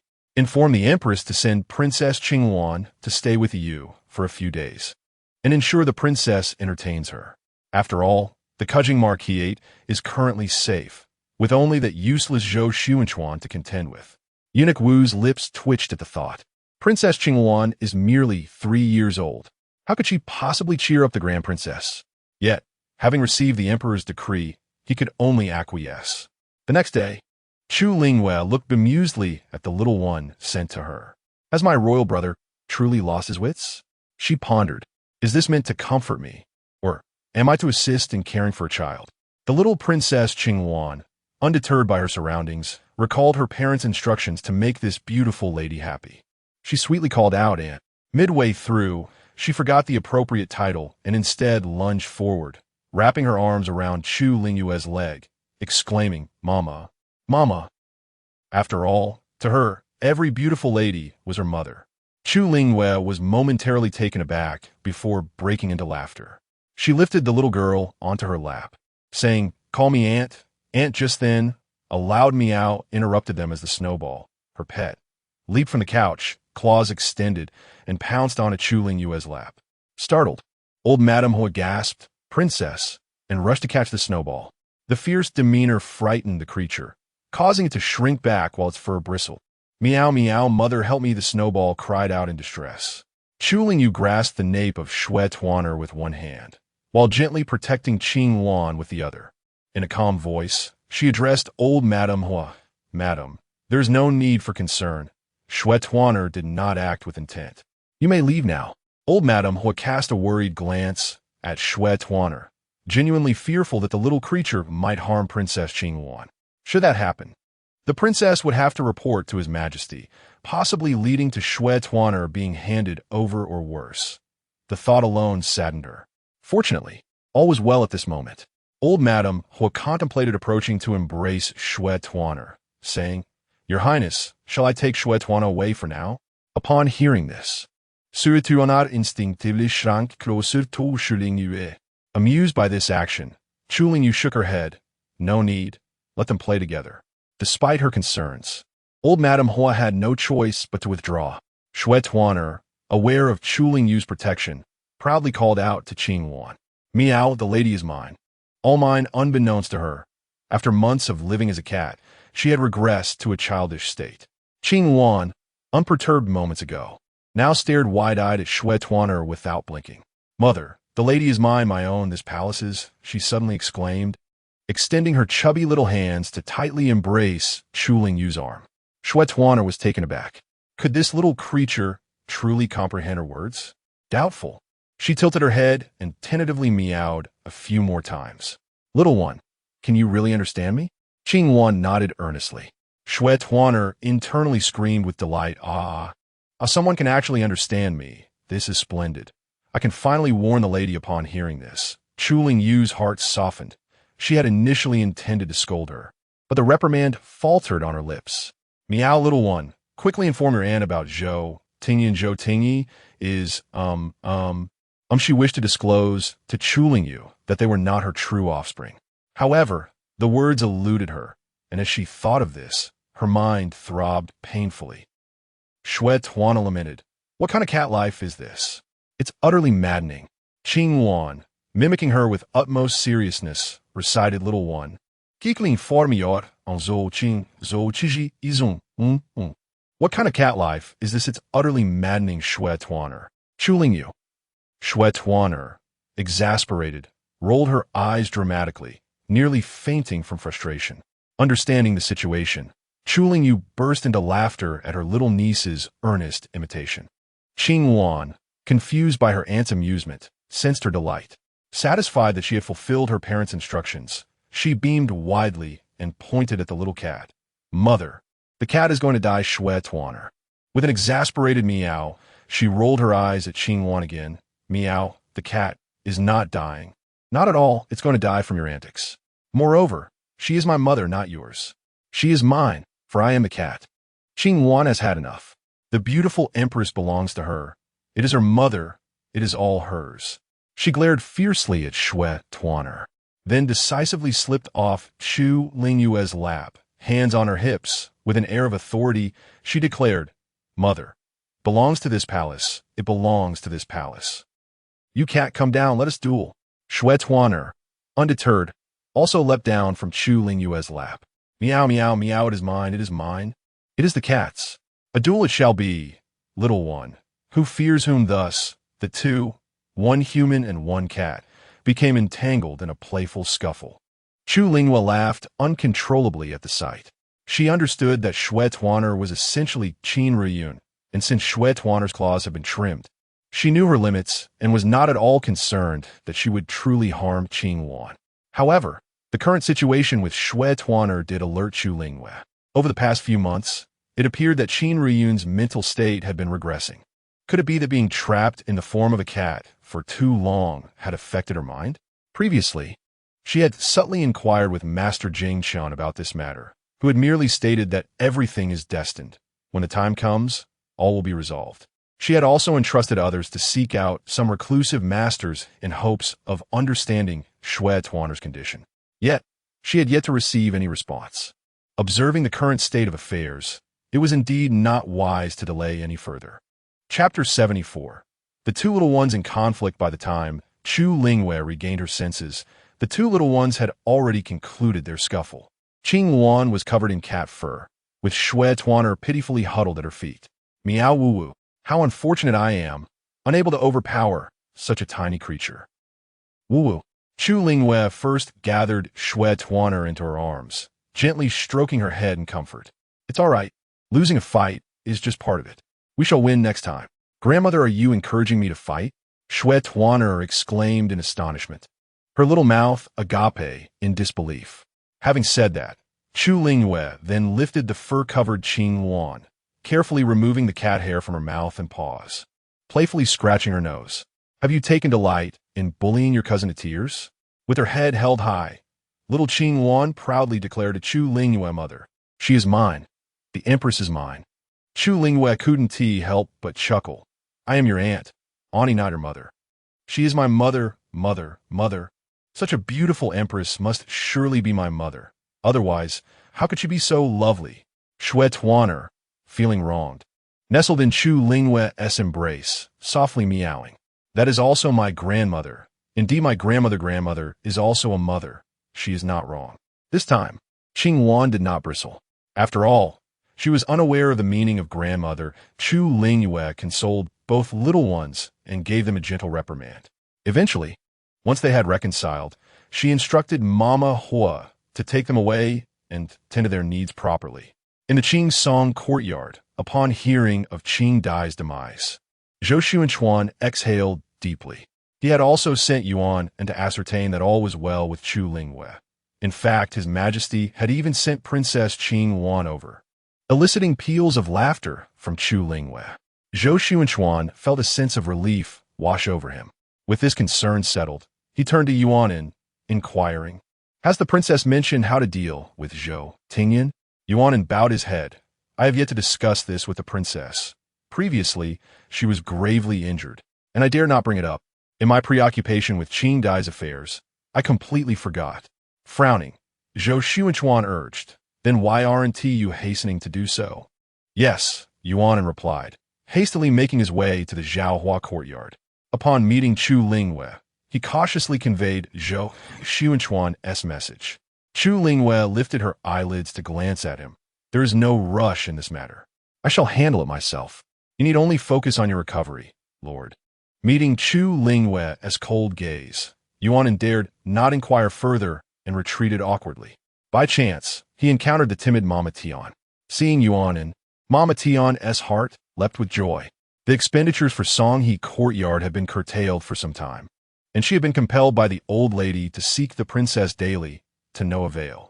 The staff in the princess's courtyard had remarked that the palace was devoid of funds, and they were living off the princess's dowry. With no options left, the old lady had to resort to using her hidden private funds. Watching the silver flow out like water without any income, the old lady grew anxious. Yet, the princess remained elusive to her. The individuals below either lament the princess's lingering injuries or remark upon her lack of vitality, yet she remains unseen. Whenever she inquires about the household expenses, she is met with scornful ridicule. She has grown weary of the mockery and wishes to advise the matriarch to seek out the marquis, but the matriarch, still harboring affection for her son, insists that he is already ailing and should not be troubled further by such matters. Now, upon encountering Yuan, Aunt Tian hastily relayed the entirety of the situation. She could no longer endure this way of life. Initially, the matriarch had shown interest in the matter of heirs, believing that if successful, she might reap some benefits. However, observing the matriarch's recent change in demeanor, it seemed she had lost all inclination. Aunt Tian grew increasingly anxious, contemplating whether it would be better to redeem herself swiftly and leave the residence with her son to enjoy a better life. Upon hearing this, Yuan could only manage a bitter smile. He merely promised to mention it to the marquis later, thus sending Aunt Tian on her way. The household expenses had only been restored because the marquis had surrendered his private assets. Nevertheless, he intended to bring it up. Zhou Taochuan furrowed his brow at Yuan's words. I can hardly manage my own affairs. Since mother still possesses private funds, let her utilize them for now. He recalled that his mother had previously claimed that 200,000 taels was all her available silver, since there were still resources at her disposal. Why come to him lamenting her poverty? He was devoid of any personal assets and relied on Chu Lingyu for vengeance. Thus, he could not afford to offend her. Hearing this, Yuan lowered his head, murmuring a soft acknowledgement before withdrawing. On that day, a significant incident transpired at Zhaohua courtyard. Concubine Yin had clashed with the Grand Princess and subsequently with Princess Chingwan, even descending into a frenzy that culminated in the shattering of the Grand Princess's most cherished porcelain vase. Infuriated, the Grand Princess chastised her and ordered her banished to the countryside. This uproar reverberated throughout the estate. Qingzhu and Qingsang were the first to arrive at Zhaohua courtyard. Exchanging glances, delight flickered in their eyes. They wept and pleaded for concubine Yin. The onlookers regarded them with cold disdain, perceiving the two girls as exceedingly foolish. They had previously engaged in similar antics and had been soundly punished by the princess. Why, then, would they repeat such folly? Had they not learned their lesson? Yet, remarkably, this time Chu Lingyu took notice of them. You too, it seems you possess a certain loyalty. Very well, come and serve in my courtyard. Qingzhu's heart soared at the realization that her mistress was seizing this opportunity to bring them closer. She hurriedly stepped forward to express her gratitude, beaming with joy. The other maids and servants stood in stunned silence. So, this was the scheme behind the two girls' actions? How cunning! Chu Lingyu waved her hand, instructing Dongxu to escort them away and assign them tasks. Qingsang attempted several times to speak, but Qingzhu discreetly restrained her. Until nightfall, Qingsang seized an opportunity to slip into Chu Lingyu's chamber, exclaiming in delight, "They say Zhaohua courtyard is heavily guarded, yet it seems hardly so." Qingzhu let out a cold snort. That is because Our Lady had everything arranged in advance. Otherwise, why didn't you come to Zhaohua courtyard earlier? Qingsang pouted and fell silent. She had indeed visited before, but on her first attempt, she had nearly been caught and had to flee in a panic, never daring to return. However, Qingzhu's blatant disregard for her feelings left her somewhat displeased. Yet now that Yunqi had become a princess, it was possible that she wielded some influence. Qing Sang understood the need to temper her behavior and refrain from her previous antics. After a brief exchange of banter, they realized that Chu Lingyu had remained silent throughout. Qingzhu shot Qing Sang a fierce glare and then respectfully inquired, "Is our master well?" Qing Sang had no choice but to mirror the gesture. Chu Lingyu spoke in a calm tone. "You two are currently the ones I trust the most in this entire marquisate. If you are to turn against each other, then I see no reason for either of you to remain by my side. Go wherever you believe you ought to be." Both Qingzhu and Qing Sang fell silent, kneeling in contrition. After a long pause, Chu Lingyu waved her hand, granting them permission to rise. Qingzhu then said, "Master, they inquired about your previous visit to the palace. Did Chu Jingxing discover it? Furthermore, they wish to meet with you in person. There are matters that need to be discussed directly." Chapter 75. Meeting the one behind the scenes, Chu Lingyue's movements momentarily paused, but after a few breaths, she resumed her composure. She gently nodded. "Yes, when?" "Tomorrow night, at 1/4 past the hour of the high," came the reply. "And the location?" "Still the usual place." Qing Sang's gaze flickered. Qingzhu suddenly turned and smiled at her. "That person is warned that if anyone else interferes in this matter, he will not be so courteous. Moreover, regarding Minister Li, it is said that he is recently struggling to maintain his own position. Sister Qing Sang, you should consider your master's interests." Qing Sang's expression darkened. Chu Lingyu lightly hummed in acknowledgement, choosing to remain silent. Qing Sang abruptly looked up at Chu Lingyu with suspicion. "Why do I feel that Aunt Yun and Princess Changyi are becoming increasingly alike?" Chu Lingyu met her gaze with no hint of guilt, a faint cold smile gracing her lips. Qing Sang, "Do you wish for me to be discovered as someone other than Chu Lingyu?" Yet Qing Sang was unfazed. "No, I merely harbor doubts." "Are you truly Aunt Yun?" Upon hearing this, Qingzhu also raised her head, a flicker of doubt crossing her face. Chu Lingyu leisurely adjusted her wide sleeves, her jade-like arm revealing a fleeting glimpse of a crimson birthmark. With a smile that was both enigmatic and teasing, she looked at Qingzhu. "What do you think?" As Qingzhu caught sight of the birthmark, her confusion dissipated. It was the most distinctive feature of her lady. However, Qing Sang spoke again. "Such a prominent mark. Who can say is not a deception?" With a deep sigh, Chu Lingyu replied, "Qing Sang, I am aware that the situation with Minister Li is precarious, and you are anxious. Yet you cannot continuously question my identity. If you do not trust me, then you may leave. There is no need for you to remain here. I have Qingzhu by my side, and that suffices." At her words, Qing Sang dared not provoke further and lowered her head. Qingzhu repeatedly expressed her loyalty, assuring that she would never doubt her lady. After a prolonged silence, Chu Lingyu gently spoke. "Qing Sang, you must think this through. I do not intend to intimidate you, but rather to speak the truth. I am immensely grateful for your assistance during these days. Rest assured, should you choose to depart, I will clarify the situation to your master, and he will not make things difficult for you. However, if you all decide to stay, such behavior is unacceptable." At this juncture, Chu Lingyue's voice sharpened. The individuals from Zhaohua Courtyard are astute and exceedingly familiar with Chu Lingyu. I cannot afford a moment's negligence, as I hope to learn to imitate her more closely, thereby ensuring our safety. I do not wish for any of you to question my identity, thereby arousing suspicion among the people of Zhaohua Courtyard. Furthermore, the relationship between Chu Lingyu and Chu Jingxing is not as cold as we perceive. In fact, it is quite intimate. I discovered this only upon entering the palace, and now Chu Jingxing has even sent Princess Qingwan to me. As for whether he has grown suspicious, I cannot ascertain. At this point, Chu Lingyu paused before continuing, her tone growing more foreboding.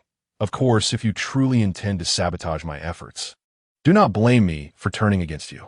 Qing Sang had never witnessed such a side of Chu Lingyu, feeling a mix of astonishment and a hint of trepidation rising within her.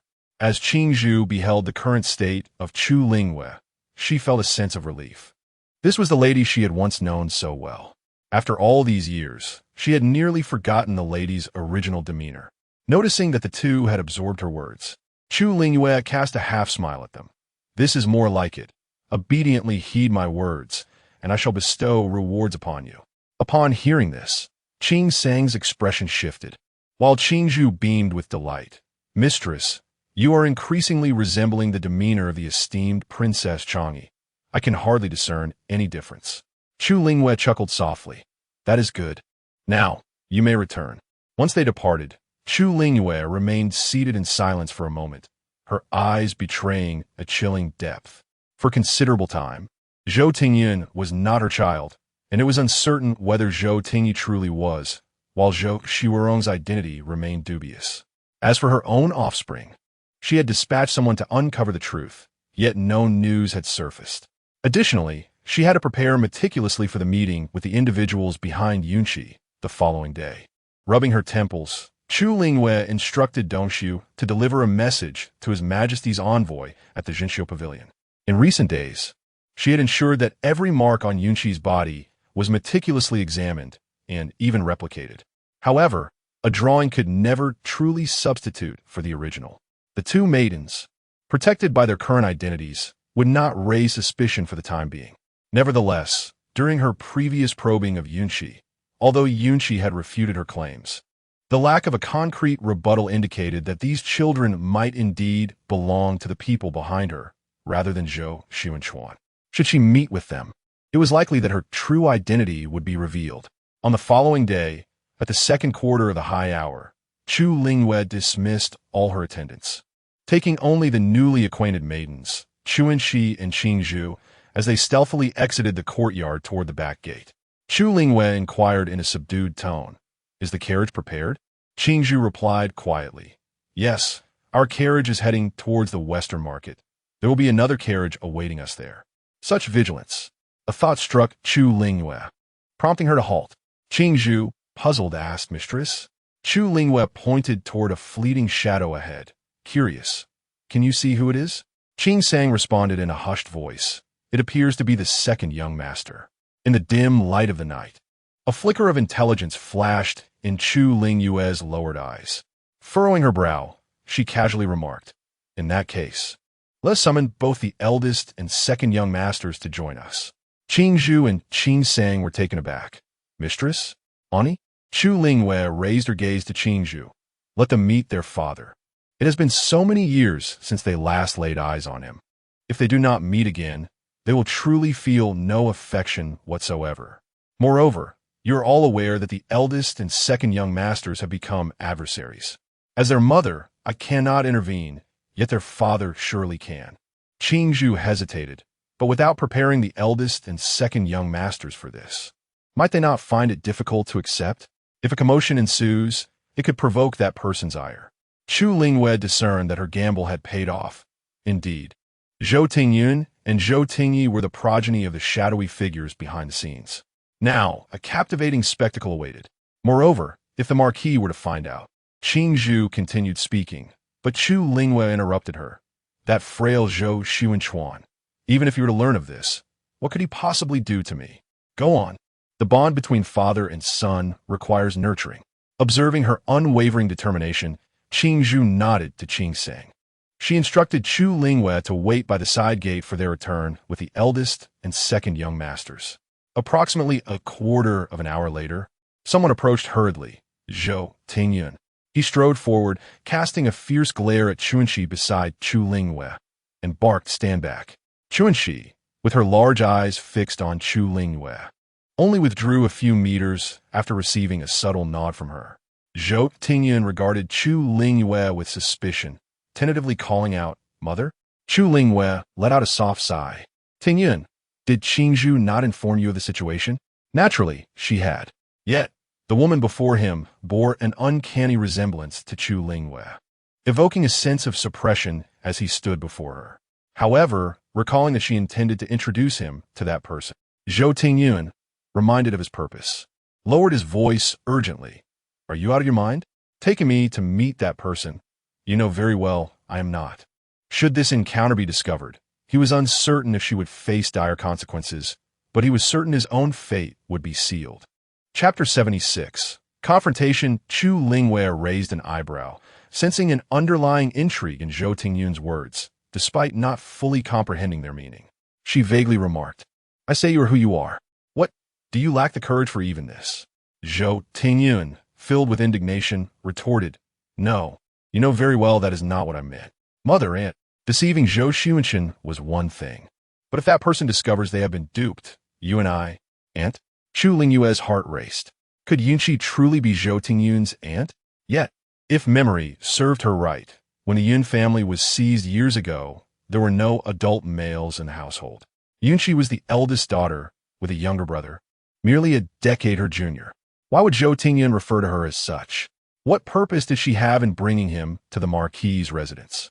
Before Chu Lingyu could probe further, Qingzhu and Qingsang arrived with Zhou Tingyi. Zhou Tingyi coughed repeatedly, his eyes filled with malice upon seeing Zhou Tingyun.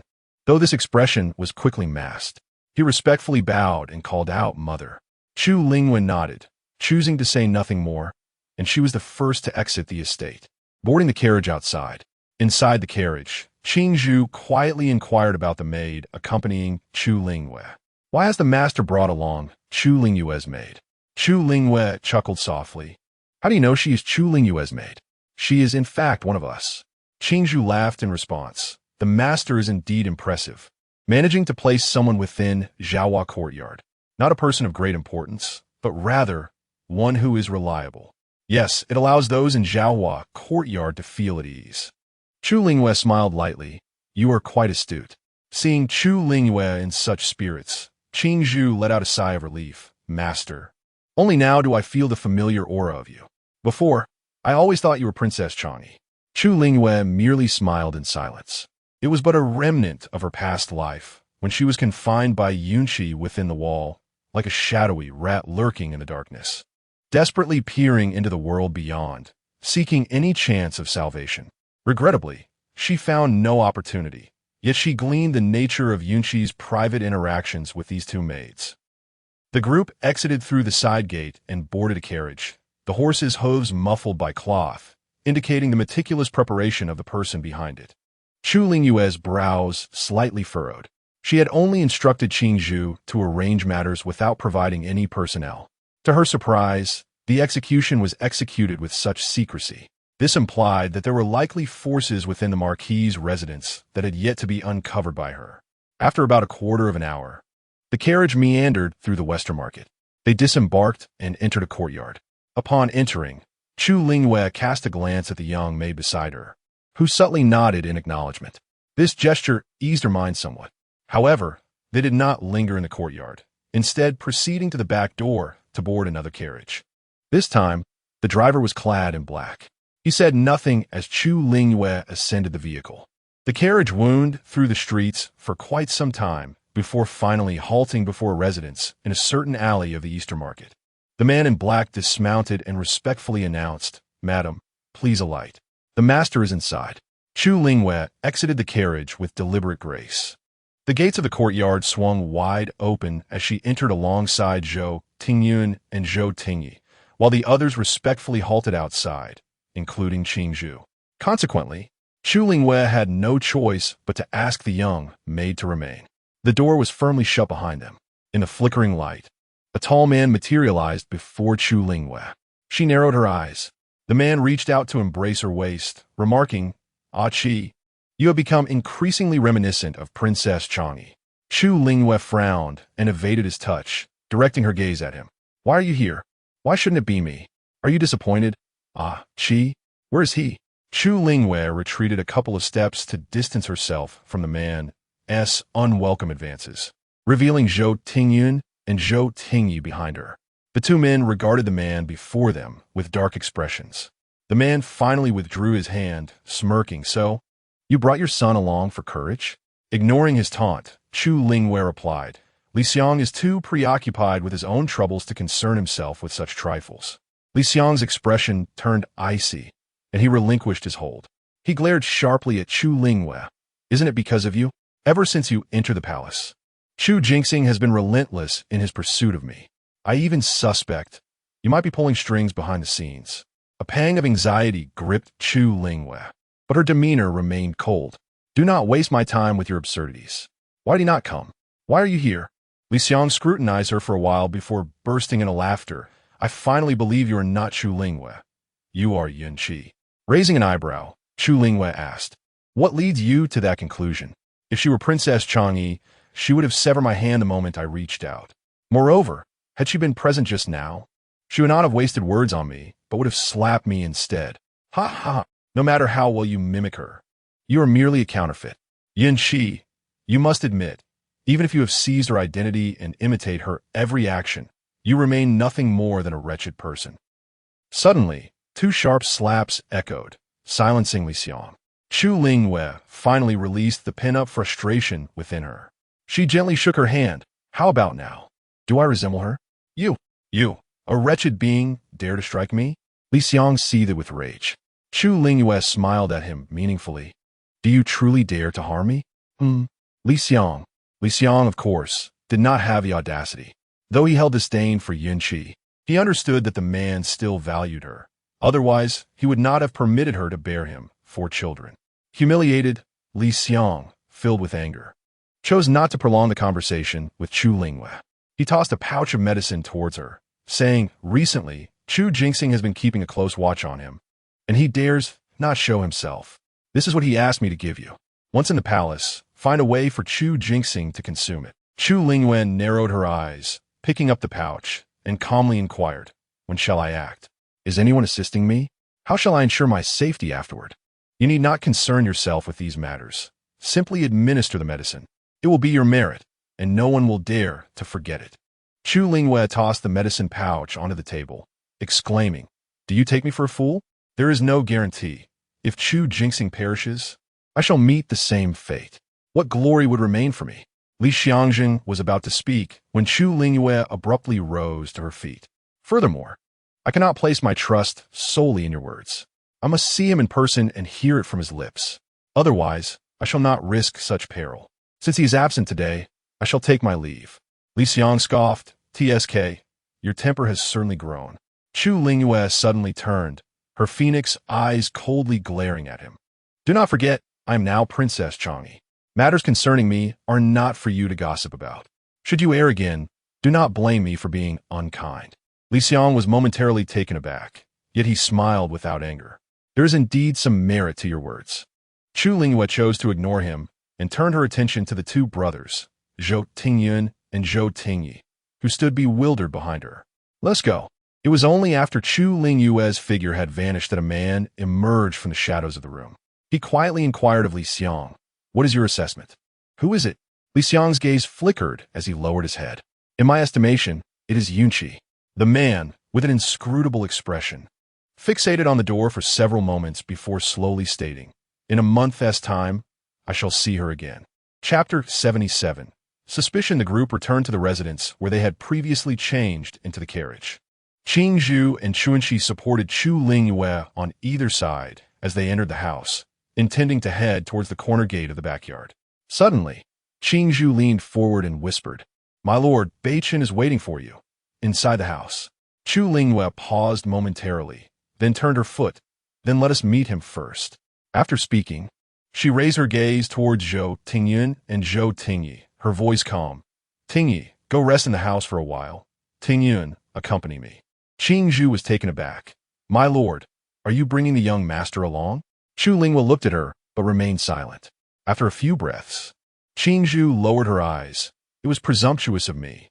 You have already clarified the young master's identity before. It is only right to introduce him to our people. Chu Lingyu's expression grew more obscure. It appeared that Yunqi, aside from having support from that individual behind the scenes, also possessed considerable power of her own. She had underestimated her.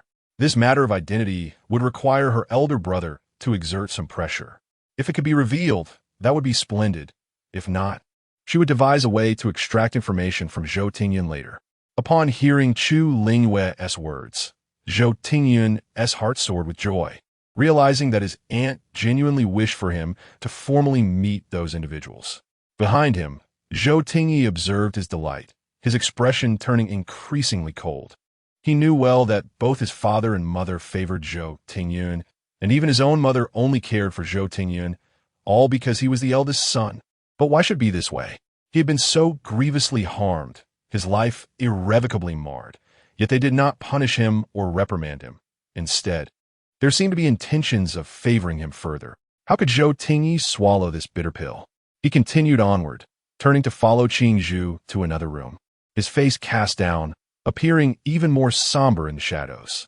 At this moment, he found himself missing Chu Lingyu, the woman whom they claimed had usurped his mother's title, yet was utterly unremarkable aside from her royal status.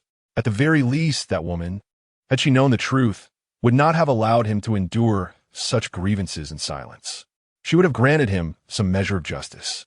Why was he the son of that lowly woman, Yunqi? He should rightfully be the second son of Chu Lingyu. Indeed, he was the second son of Princess Changyi. Chu Lingyu. Now, that Val Yunqi had appropriated his mother's identity. But where had his mother gone? She could not have vanished without a trace. No, he must find her, expose Yunqi's schemes. In doing so, he would become his mother's only trustworthy son. She would surely go to great lengths to procure a renowned physician to heal him and ensure he inherited the marquisate. This was the plan. And as for Zhou Tingyu, he must take vengeance with his own hands. How could he bring him down? He needed to ponder, to reflect. In another side chamber, Chu Lingyu gazed at the unfamiliar man before her, her brow slightly furrowed. My subordinate, Beichun, has met the master. Before he could finish, upon seeing Chu Lingyu's face, Beichun's pupils contracted, and he immediately rose from his half-kneeling position, drawing his sword and pointing it at Chu Lingyu. Who are you? Xueqing, who is she? Why have you brought her here? Qingzhu found herself in a perplexing situation. Please put it down, put it down. Beichun, is this truly the master? You must be mistaken. How could she be the master? A master does not resemble this. Do you take me for a fool? Beichun remained steadfast. Chu Lingyu neither retreated nor yielded, observing the unfolding scene with a cold gaze. Indeed, in the next moment, Qingzhu hesitantly spoke. Master, perhaps you could remove your mask, allowing Beichun and the others to feel at ease? A sardonic smile graced Chu Lingyu's lips as she leisurely took a seat on a nearby chair, her tone icy. If I refuse, will you bind me and inspect for yourselves? Qingzhu instantly knelt. I dare not, my lady. I trust you, but they do not, and I find myself utterly powerless. Doubts had indeed arisen within them, prompting this entire charade. Thankfully, she had long been prepared. Chu Lingyu, exasperated, exclaimed, Indeed, you people are remarkable. Are you the masters, or am I? Have I not sacrificed enough over the years for this? It was you who urged me to assume Chu Lingyu's identity, to masquerade as her. Now that I have succeeded, you turn back and question my authenticity. Very well, splendid indeed. Qingzhu Beichun, take heed. This is the final warning. Should there be another occurrence, I shall no longer concern myself with this chaotic mess. You may do as you please. At this point, Chu Lingyu raised her voluminous sleeves to obscure her face, deftly manipulating her features for a few moments before lowering them to reveal a visage identical to Yunqi's. Is this satisfactory? Fury was evident upon her countenance. Both Qingzhu and Beichun lowered their heads, kneeling before Chu Lingyu, no longer daring to question her. Chu Lingyu once again veiled her face with her sleeves, swiftly donning the mask anew. Nearby, Zhou Tingyan looked on in astonishment. After a brief silence, Chu Lingyu coldly declared, Enough, rise. Beichun, do not tell me you came merely to question my identity. I would not dare, my lady. My actions are dictated by the esteemed gentleman. The elders have instructed me to convey to you that, since we have seized the initiative and identity, we must act swiftly. Furthermore, the eldest son must be informed of these matters and plan accordingly. Chu Lingyu's expression turned frigid as she gestured towards Zhou Tingyan, who had remained silent since entering. I have brought the eldest son. There is no need for further circumlocution. Beichun then bowed deeply to Zhou Tingyan, his demeanor more respectful than towards Chu Lingyu. Zhou Tingyan sensed this shift, observing Yunqi and Beichun with a contemplative gaze. Thus, he pondered, is he in truth the most significant one? Why then does he allow himself to be constrained and controlled by Yunqi? Of course, such thoughts flickered through Zhou Tingyan's mind like a flash of lightning, and he dared not dwell on them. Beichun approached Yunqi with the dual aims of confirming her identity and urging her to act swiftly. With the objective achieved, there was no reason to linger. Chu Lingyu regarded Beichun's departing figure, lost in thought. The next day, at noon, Chu Lingyu was playfully engaging with Qingwan and Zuetriner when Dongshu hurriedly entered, whispering that the second young master had stealthily made his way to Guanyunki's courtyard, only to discover that it was Princess Changyi who was there. Chu Lingyu raised an eyebrow, her gaze shifting thoughtfully as she quietly instructed Dongshu a few words. Dongshu quickly departed to carry out her orders. Several hours later, Chu Lingyu separated the two little ones, who had become entangled in a playful mess, gently wiping their hands and faces while smiling. Come, let us stroll in the garden. Since her serious injury, she had not ventured into the garden for quite some time. The two little ones cheered with delight. Meanwhile, Zhou Taochuan had finally located Guanyunki's estate, initially believing that this Yunqi must be his mother, Chu Lingyu. However, he was utterly unprepared for the revelation that the residents of the estate informed him that Yun Ani had taken her own life the very night she arrived, and she had long since been buried. She is dead? How could this be? She was his mother, the once favored Princess Changyi. How could she simply be gone? He found it impossible to accept. In a frenzy, he scoured the estate, finding nothing. Dejected, he returned home, only to catch sight of Zhou Taochuan sneaking towards the garden, prompting him to hastily follow. Chapter 78. A free gift of a son in the garden. Chu Lingyu cradled Zhou Taochuan in one arm, while holding Princess Qingwan's hand with the other, her demeanor relaxed. Zhou Taochuan furrowed his brow, pondering the purpose of his mother's summons. Her tranquil appearance suggested a lack of urgency in her request. Instead of attending to her, he thought it more prudent to persuade Zhou Taochuan to cease his incessant machinations against him. What was it but a mere act of poisoning? After all, the man was nearing death. He was merely hastening his escape from suffering. Ever since he learned he was not Zhou Taochuan's son, Zhou Taochuan felt no reservations. As for Huai Cheng, who had been slain by Zhou Taochuan, Zhou Taochuan deemed him unworthy of lamentation, having betrayed him. Chu Lingyu spoke calmly. That individual refuses to meet with me. You should reach out and test the waters. Zhou Taochuan retorted disapprovingly. Have you lost your mind? Me? How could he possibly recognize me? How could he agree to see me? Chu Lingyu replied with certainty. You are his son. He will undoubtedly be aware of your existence. Taochuan, you must understand that even without those hidden cards, your identity as his son provides a significant advantage worth contesting. Zhou Taochuan fell silent, comprehending her words. Their undertaking was fraught with peril and uncertain in success. Yet, if he were indeed that man's son, if he succeeded, Zhou Taochuan could rise in stature, potentially grasping power through this very avenue. The more he contemplated, the more exhilarated he became. Initially reluctant to embrace his identity as that man's son, he now found himself embracing the notion. Mother, shall you arrange this for me? A smile graced Zhou Taochuan's face. Chu Lingyu cast him a sidelong glance. If he refuses to see me, do you genuinely believe he would be inclined to meet you at my behest? Then what am I to do? Zhou Taochuan was at a loss. Chu Lingyu replied coolly, that depends on your own initiative. Taochuan, remember, the more exceptional your performance, the more he will value you. Zhou Taochuan, deep in thought, took his leave in haste. Hidden in a corner of the garden, Zhou Taochuan was engulfed in astonishment. Then, he became animated. Zhou Taochuan was not his father's son. Ha ha! So, he had gone to such lengths for a title. Indeed, it made sense. Such a revelation would explain his reckless abandon. Don't think for a moment he was unaware. Zhou Taochuan had poisoned their father. Though his mother and grandmother had striven to conceal it, he had discovered the truth. It was evident that Zhou Taochuan had long been aware of his lineage. A flash of resentment crossed Zhou Taochuan's eyes as he quietly took an alternate route to exit the garden. Once he was out of sight, Chu Lingyu turned back, casting a deep glance in the direction Zhou Taochuan had departed. Princess Qingwan and Zhou Taochuan, having failed to catch a single butterfly, approached Chu Lingyu, tugging at her hand. Aunt, butterfly, butterfly. After several days, Princess Qingwan finally corrected her form of address, albeit reluctantly, which led her to quarrel with Zhou Taochuan. Chu Lingyu snapped back to reality, smiling as she patted her head, then turned to beckon the maidservants waiting in the distance, signaling them to assist in capturing butterflies.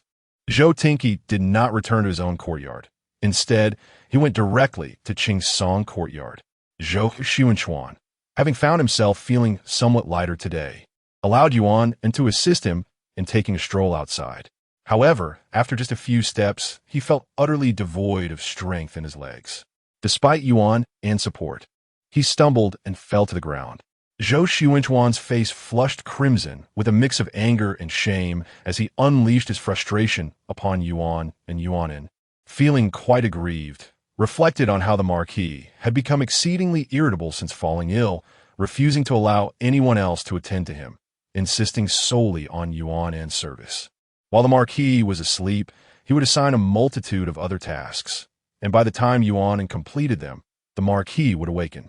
During this period, he had not enjoyed a single good night's sleep and often faced scoldings. If it weren't for having followed the Marquis since childhood, he would have long since fled, rather than remain in Qingsong courtyard. Yet, despite his grievances, he understood that with his current status, unless he left the estate, he would find no acceptance in any courtyard. How he wished he could find a place in one of the young master's residences. Just as this thought crossed his mind, he saw the second young master hastily enter. Yuanin, along with a servant, helped Zhou Taochuan to his feet and settled him into a chair before stepping forward to pay his respects to Zhou Tinky. Zhou Tinky was taken aback to see his father in such a dire state. Although he and his father had shared a degree of closeness in the past, having not grown up directly under his care, their emotional bond was limited. Witnessing Zhou Taochuan's current condition, Zhou Tinky felt a profound sense of disappointment in his father's apparent helplessness. He needed to urgently discuss the matter of Zhou Tingyun's origins with him, preferably before his father passed away. Just as Zhou Tinky was about to speak, he was overtaken by a fit of coughing. Yuan's heart sank at the sight. Could this second young master still serve as his pillar of support? Nevertheless, he dared not show any disregard. He inquired after Zhou Tinky's well-being and instructed a maid to prepare tea. After a lengthy bout of coughing, Zhou Tinky finally gestured that it was unnecessary, stating he had merely come to check on his father and had another matter to discuss. Upon hearing this, Yuan quickly waved for everyone to leave. He intended to withdraw as well, but was halted by Zhou Taochuan. Ever since Zhou Tingyun had poisoned him, he had become wary of trusting anyone. Speak. What is it you wish to discuss?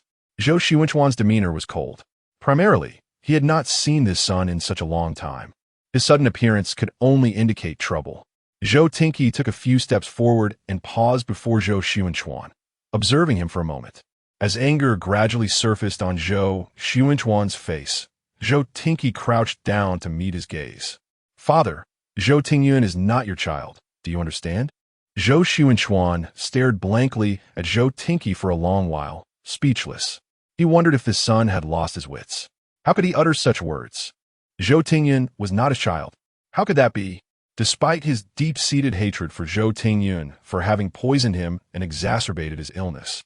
However, he could not bring himself to believe that Yunxi would betray him, nor could he accept that Zhou Tingyun was not his son.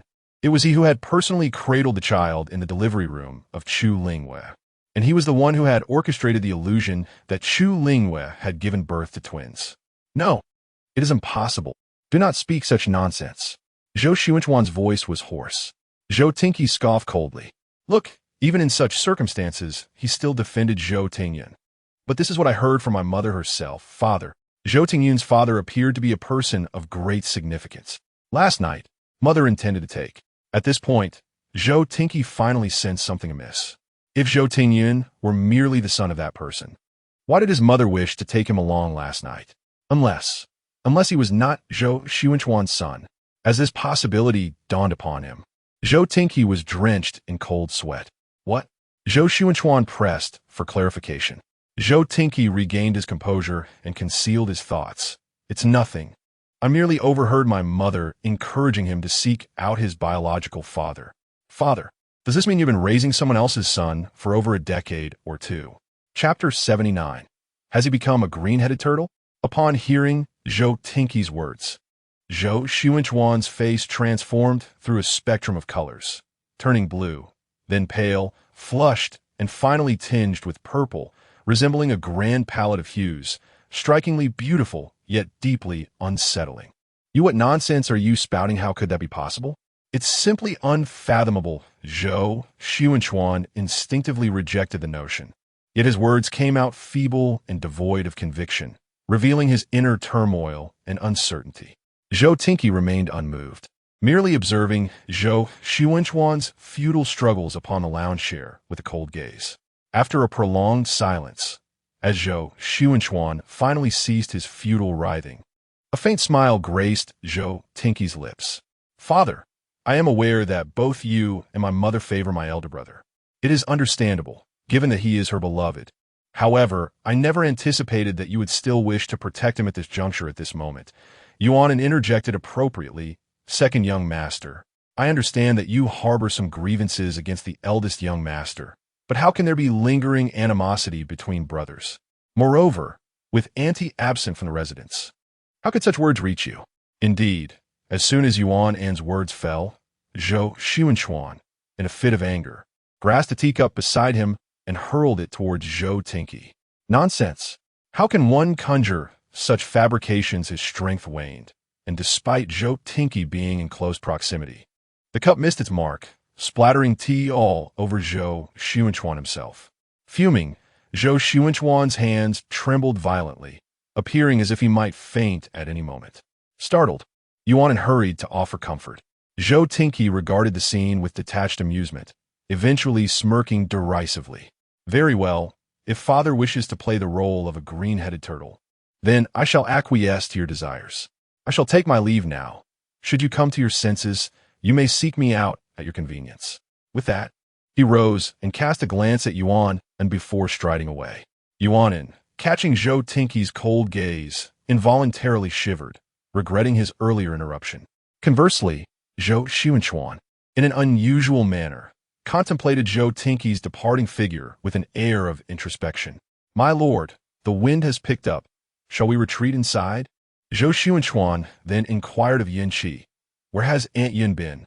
It has been several days since I last saw her." He was aware that previously, Chu Lingyu had summoned Aunt Yin to serve in the Zhaohua courtyard, but the subsequent events remained a mystery, with no one daring to inform him. Yuan hesitated, fearing Zhou Taochuan's wrath might lead him to confront the princess. Given the current state of affairs, if Zhou Taochuan were to cause a scene, it could provoke the princess's ire, making their lives in Qingsong courtyard even more arduous. Realizing Yuan An's reticence hinted at concealed matters, Zhou Taochuan's frustration mounted, leading to a fit of coughing. Fearing for his own safety, Yuan hurried to soothe him, persuading Zhou Taochuan to enter the house first, promising to divulge the details once they were inside. Reluctantly, Zhou Taochuan consented. Upon entering, he immediately grasped Yuan An's hand. Although his grip lacked strength, Yuan dared not pull away, anxious not to cause him distress. "My lord, I will tell you everything shortly, but you must brace yourself for what you are about to hear." Zhou Taochuan nodded in acknowledgement. Yuan recounted the incident wherein Yin Qi inadvertently offended Chu Lingyu and Princess Qingwan, leading to Chu Lingyu sending her to the estate. "I was merely concerned that you might worry for Aunt Yin, which is why I refrained from mentioning it to you," he added. "Is that all?" Zhou Taochuan furrowed his brow, puzzled by Yuan and Ness' response. "Isn't the master particularly fond of Aunt Yin?" Indeed, Zhou Taochuan waved his hand, dismissing Yuan, wishing to be alone for a while. As he watched Yuan withdraw, Zhou Taochuan's expression darkened. Ever since his health had deteriorated due to Zhou Tingyun's underhanded actions, his dissatisfaction with Yin Qi had grown considerably. The punishment of being sent to the estate seemed trivial to him. However, Zhou Tinky's earlier words had sown a seed of doubt in his heart, which began to thrive ominously. Could it be that Yin Qi would truly betray him? Reflecting upon their more than a decade together, Yin Qi's tenderness and beauty had filled his days. Yet, her recent aloofness and indifference loomed like a dark beast, crushing those cherished memories into oblivion. The thought of the influential figure Zhou Tinky had mentioned gnawed at him, and the visage of the person behind Yin Qi darkened his countenance further. Indeed, she had once soothed him with words that she was earning silver for that esteemed individual, and he had believed her. But had she truly aided him in that regard? The enterprises attributed to Yin Qi appeared commendable, yet could they genuinely entice that powerful figure? unless Yunqi was wholly devoted to him. Or perhaps their so-called child was actually the offspring of Yunqi and that influential individual. The more he pondered, the more convinced he became of this unsettling possibility, his eyes reddening with anguish. Zhou Taochuan's earlier remark, suggesting that if his father was willing to play the role of a green-headed turtle, echoed incessantly in his mind. He instinctively covered his ears, yet the notion took root ever more firmly. After a brief span of time, Zhou Taochuan could no longer suppress his voice, instructing Yuan and to summon Zhou Taochuan. Yuan hesitated, but Zhou Taochuan, feigning ignorance, urged him to hasten. Meanwhile, Zhou Taochuan returned to his quarters, locking himself away. During his walk back from Qingsong courtyard, he had been consumed by the troubling thought of whether he too was that individual's son. He feared confronting his mother, dreading either a confirming or denying answer. Regardless of the outcome, he was resolute in not letting Zhou Taochuan escape retribution. And who was that person after all? What strategies could he employ to secure the greatest advantage for himself?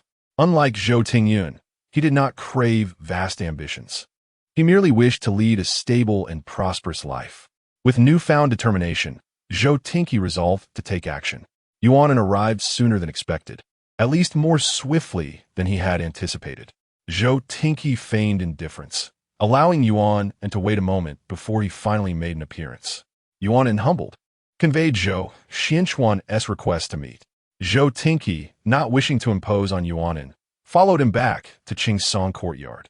Is everything you said true? What proof do you possess? Zhou Taochuan asked directly. As soon as he finished speaking, he furrowed his brow again. Wait, you are lying. Zhou Taochuan said nothing, merely gazing at him, listening as he spoke to himself. Yuan has informed me that Yunqi was cast aside by you to the countryside.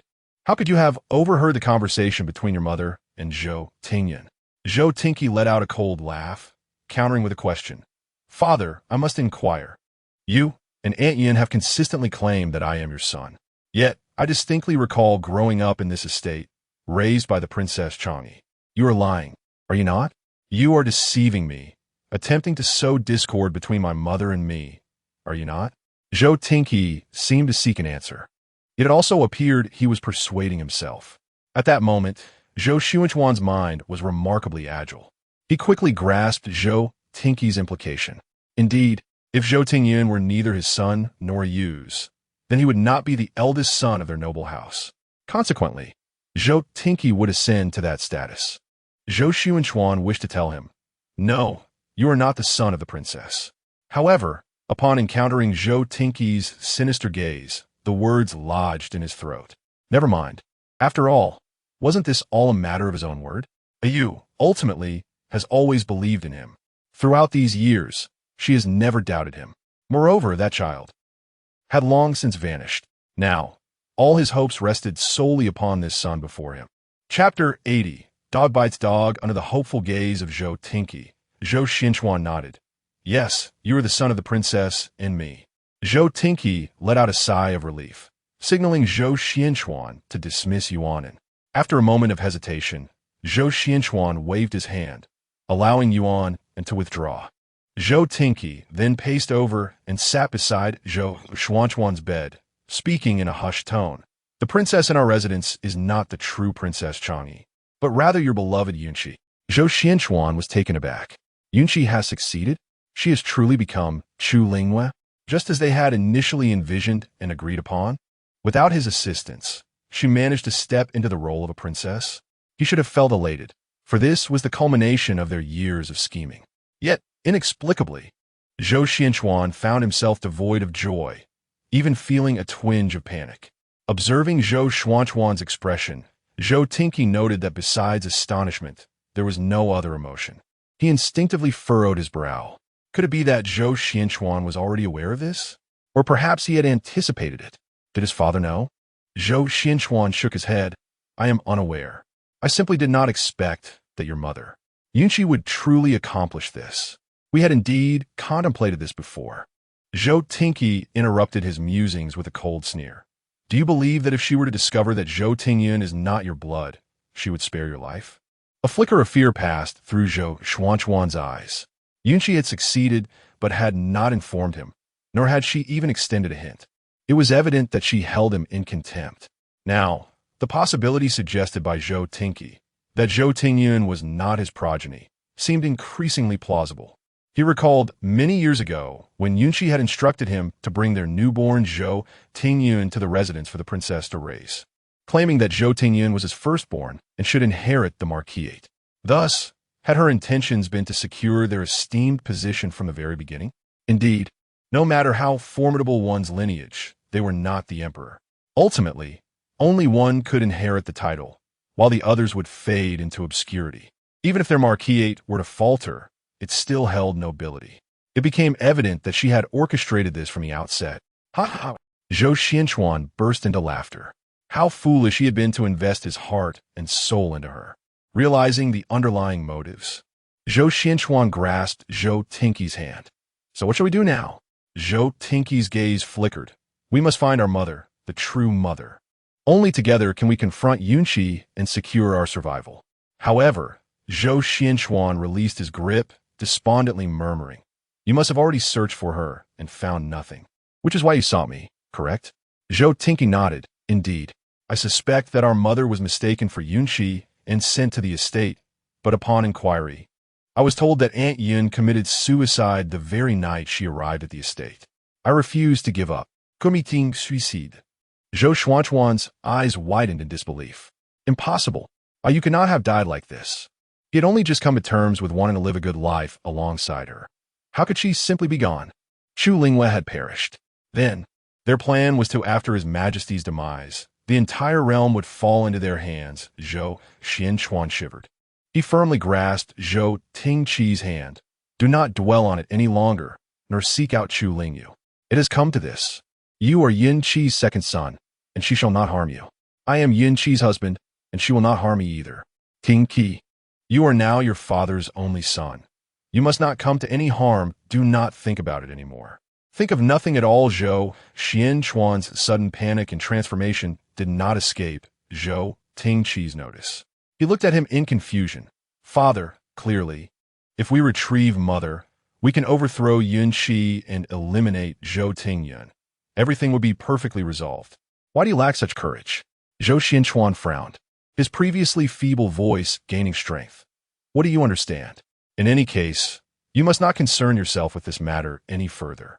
You should focus on being the second son. Do not meddle in anything else, father. What is truly happening? You are a marquis. Mother is the current princess, and His Majesty should be my uncle. Why do you fear a concubine?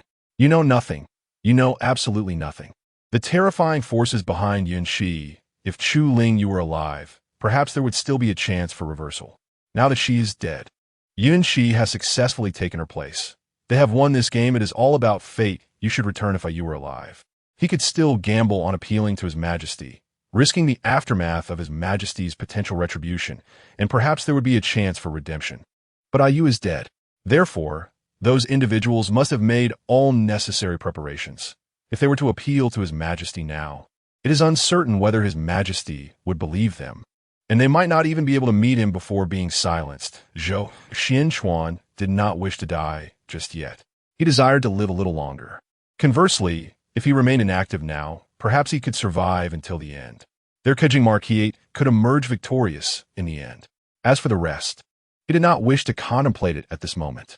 Zhou Tingqi did not anticipate such conclusion. He felt an overwhelming sense of unwillingness. He could control nothing now. His only thought was to eliminate Zhou Tingyun first. He could not allow him to gain any advantage from that individual after all. He had already become a worthless being in this life. No matter how powerful his biological father was, he could not escape the fate of being rendered useless. What more could he hope for? A flicker of resentment flashed in Zhou Tingqi's eyes. He sighed deeply and asked Zhou Taochuan, "Very well. I shall heed Father's wishes. However, Father, I have a humble request. I beseech you to grant it. You see, regardless of the circumstances, you are still Zhou Tingyun's father. Could you summon him? I wish to ask him directly, for even without blood ties, we have grown up together as brothers. Why must he harm me so? If I do not clarify this matter, I fear I shall never overcome this hurdle in my life. I implore Father to grant me this." Zhou Tingqi's face was filled with despair. Zhou Taochuan reflected on his current situation, feeling a deep sense of empathy. Moreover, he likely had only this one son, who was already a disappointment. Very well, I shall comply. I will have Yuan and prepare food and wine tonight, and I will summon him over. You should also join us. Thank you, father. The conversations unfolded word for word in Chu Lingyu's ears. She scoffed. She did not believe that Zhou Tinky would merely inquire about a few celebrations. Let's observe their dog-eat-dog spectacle unfold. Meanwhile, Qingwan, who had been joyfully playing with Shui Tuaner, suddenly turned her head with curiosity towards Chu Lingyu. Annie, does Na Fu fight? On the side, don't you? Noticing the smudge on the little princess's face, laughed while wiping it away with a handkerchief. Na Fu is taking a deep slumber, quite well indeed. Understanding Qingwan's inquiry about the dogfighting, Chu Lingyu waved her hand with a smile. Auntie is not referring to Na Fu. Auntie speaks of other dogs. Qingwan became even more intrigued. Are there other dogs in Auntie's residence? I have never seen them. Chu Lingyu smiled knowingly. Indeed, there are quite a few. However, dear Qingwan is still young, and those dogs are rather unruly. They cannot play with you just yet. Chapter 81. Poisoning. When Zhou Tingyun received the invitation from Qing Song courtyard, he was momentarily taken aback. His newly assigned servant, Huaijin, wore a troubled expression and murmured, "Should we not go? It could be a trap." Huaijin, having grown up alongside Zhou Tingyun, had previously been unable to become the true confidant of the young master due to the presence of Huaiqing. Now that Huaiqing was no longer around, he felt compelled to demonstrate his loyalty. The young master and the marquis had their own matters, of which their loyal subordinates were well aware. However, Zhou Tingyun remained unconcerned. He possessed a clear understanding of the current dynamics within the household. Although Zhou Xianquan was unwell, he was still lucid enough to recognize the situation. Currently, the authority within the estate lay with Yunqi, Zhou Tingyun's mother. In fact, Zhou Tingyun believed that Zhou Xianquan ought to curry favor with him instead. That night, Zhou Tingyun arrived as promised. Upon seeing the exquisite food and wine laid out on the table, he knew he had made the correct assumption. When he noticed Zhou Tinky, he raised an eyebrow and greeted him with a smile. "You are here too, second brother." A fleeting shadow crossed Zhou Tinky's eyes, and he responded with a sarcastic smile. "Elder brother is quite punctual," Zhou Tingyun replied. "That pales in comparison to your eagerness. Seeing you like this, I almost thought father had passed away, and you rushed here to claim his inheritance." As Zhou Tingyun's remarks became increasingly audacious, Zhou Xianquan furrowed his brow and admonished, "Enough of that. Let us sit down and eat. I know that recently there's been some misunderstanding among us brothers. Today, Tinky wishes for us to sit down and have a discussion, lest we become enemies instead of brothers." Cough. After delivering this lengthy speech, Zhou Xianquan could not help but cough, struggling for breath. Zhou Tinky promptly patted his back, warming Zhou Xianquan's heart. Indeed, he was his own flesh and blood. Casting a sidelong glance at Zhou Tingyun, who had not even raised an eyebrow, Zhou Xianquan felt a bitter amusement. If he was not his own kin, he was certainly cold-hearted. The three took their seats at the table. Zhou Tinky was the first to raise his glass and apologize to Zhou Tingyun, expressing regret for his earlier impulsiveness and uttering many words of reconciliation. After finishing, he tilted his head back and downed the drink in one gulp. Noticing that Zhou Tingyun had not sipped his wine, he chuckled. "Elder brother is not afraid I might have poisoned it, is he?" With the conversation having reached that juncture, and having witnessed Zhou Tinky pouring from the same vessel, Zhou Tingyun no longer harbored doubts. He raised his glass, smiled, and drank it down. However, as he set the cup down and met Zhou Tinky's enigmatic gaze, a chill ran down his spine.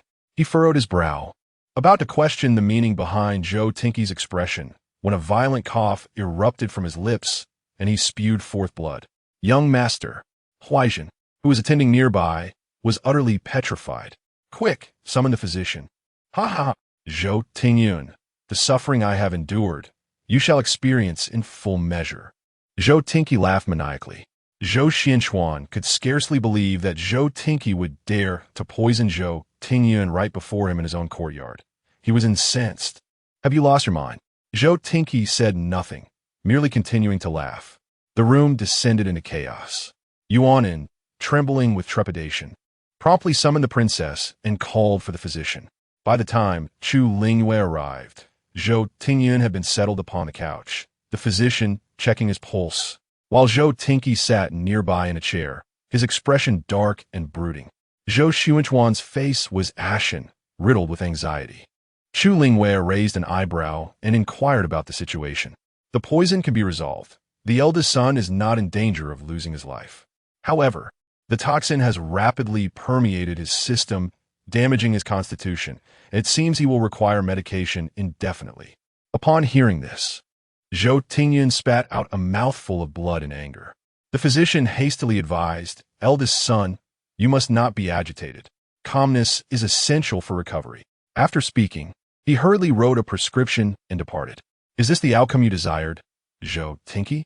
Zhou Taochuan coldly lifted his gaze, saying, "My elder brother inflicted such suffering upon me. I merely wish for him to share my torment. After all, we are blood brothers. This pain must be endured together, mustn't it? You, I shall kill you." "Mother." Zhou Taochuan turned to Chu Lingyu. She, with an expressionless demeanor, addressed the two. "Brotherly strife is quite the spectacle. Both of you are confined to your quarters for 3 months, prohibited from entering or leaving. Furthermore, your resources will be halved as a form of punishment." "Mother, how could you be so harsh? I find myself in agreement with her. Did I not spare you last time? Why should it be that only you benefit from this? Take them away." Once the room was cleared, Zhou Taochuan hesitantly began, "Chi, I truly had no knowledge of this matter. Although it transpired in Qingsong courtyard, it was all Tinky's idea." Chu Lingyu sighed deeply. "You have come to know?" "Yes. It was Tinky who confided this to me." "What have you done, Taiyu?" "No," to Chu Lingyu. "Have you killed her?"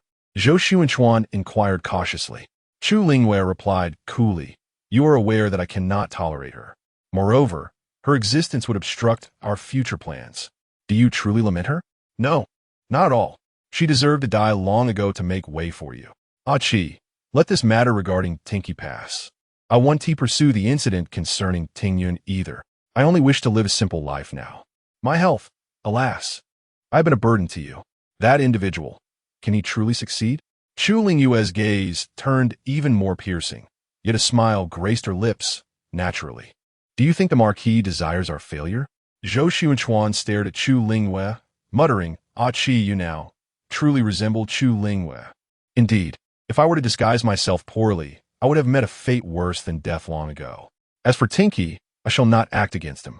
However, should he continue to brazenly harm Tingyun, I fear that individual will not let him off lightly. After all, Tingyun is his eldest son. Zhou Taochuan was taken aback by Yunqi's audacity in speaking so freely about the matter. He had assumed she would keep it hidden for a lifetime. You yes, do you not? Zhou Taochuan swallowed hard, struggling with his emotions. Chu Lingyu's smile grew increasingly gentle. "You know I have never lied to you." Zhou Taochuan endured as best he could, but the feelings of grievance, anger, and resentment could no longer be contained at that moment. He swung his hand toward Chu Lingyu in a fit of rage. "You deceitful wretch.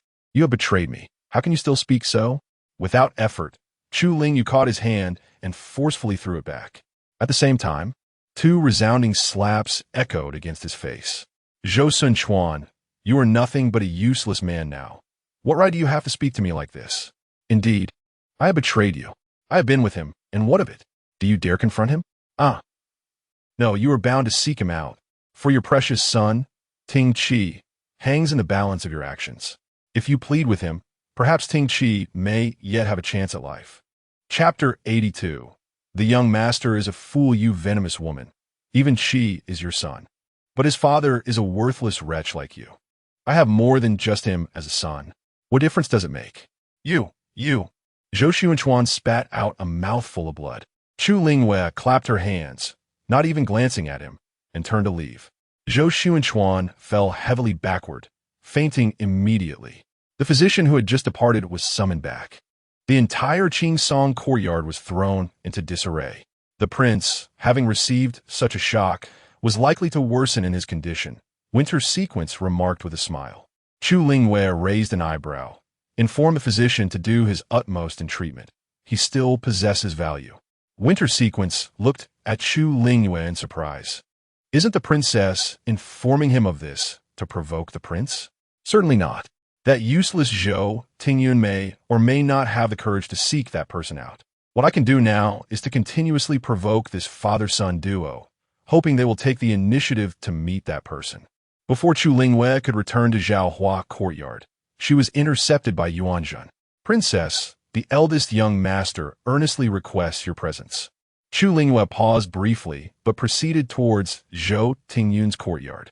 What is it you seek? Mother, did you not say you wanted me to meet that individual? Zhou Taochuan swallowed the words about avenging her that lingered on his lips. He vividly recalled Yun Qi's warning from their last encounter. Yes, she was his aunt, his only kin. Yet, Zhou Taochuan was her son and possibly that man's biological child. He was gambling, wagering that Yun Qi would not abandon him just yet. But the man was unaware of his true identity and hoping for an opportunity. Only then could he eliminate Zhou Taochuan and exact his revenge. Otherwise, who else could claim vengeance for him? Chu Lingyu had watched Zhou Taochuan grow up. She had once believed in him wholeheartedly. Now, however, she was aware of his true nature and easily saw through his facade, even deciphering his thoughts. With a hint of suspicion, Chu Lingyu regarded him. In your current state, how can you go out? Let us wait until you have recovered. A flicker of malice crossed Zhou Taochuan's eyes. The physician had declared his body ruined. How could he ever recover? Mother, you said that man is peculiar. It is my duty to test him for you. My health is not an issue. I only ask that you do not restrict my movements. Chu Lingyu feigned a display of emotion. Oh, my child, you are indeed considerate, unlike Tinky, who is always causing trouble. Alas, Tinky is simply naive. Do not hold it against him. Rest assured, I shall never treat you unfairly. Zhou Taochuan knew. He had anticipated this. A mere promise of fair treatment sufficed to obscure everything else. He silently scoffed while maintaining a facade of compliance, vowing to serve her well. Chu Lingyu casually offered a few more platitudes and even promised to send a skilled guard to Zhou Taochuan before taking her leave. Recently, she had requested several unfamiliar guards and maids from the emperor, all under the pretense of secretly nurturing her own forces. As soon as she departed, Zhou Taochuan smashed the object beside him in frustration. For several consecutive days, there had been no sign of activity from Zhou Taochuan and Zhou Xuanchuan. Even Dongxiu began to feel anxious. Would they not take the bait? Chu Lingyu playfully teased the pause of Shui Tuaner. Patience is essential when fishing.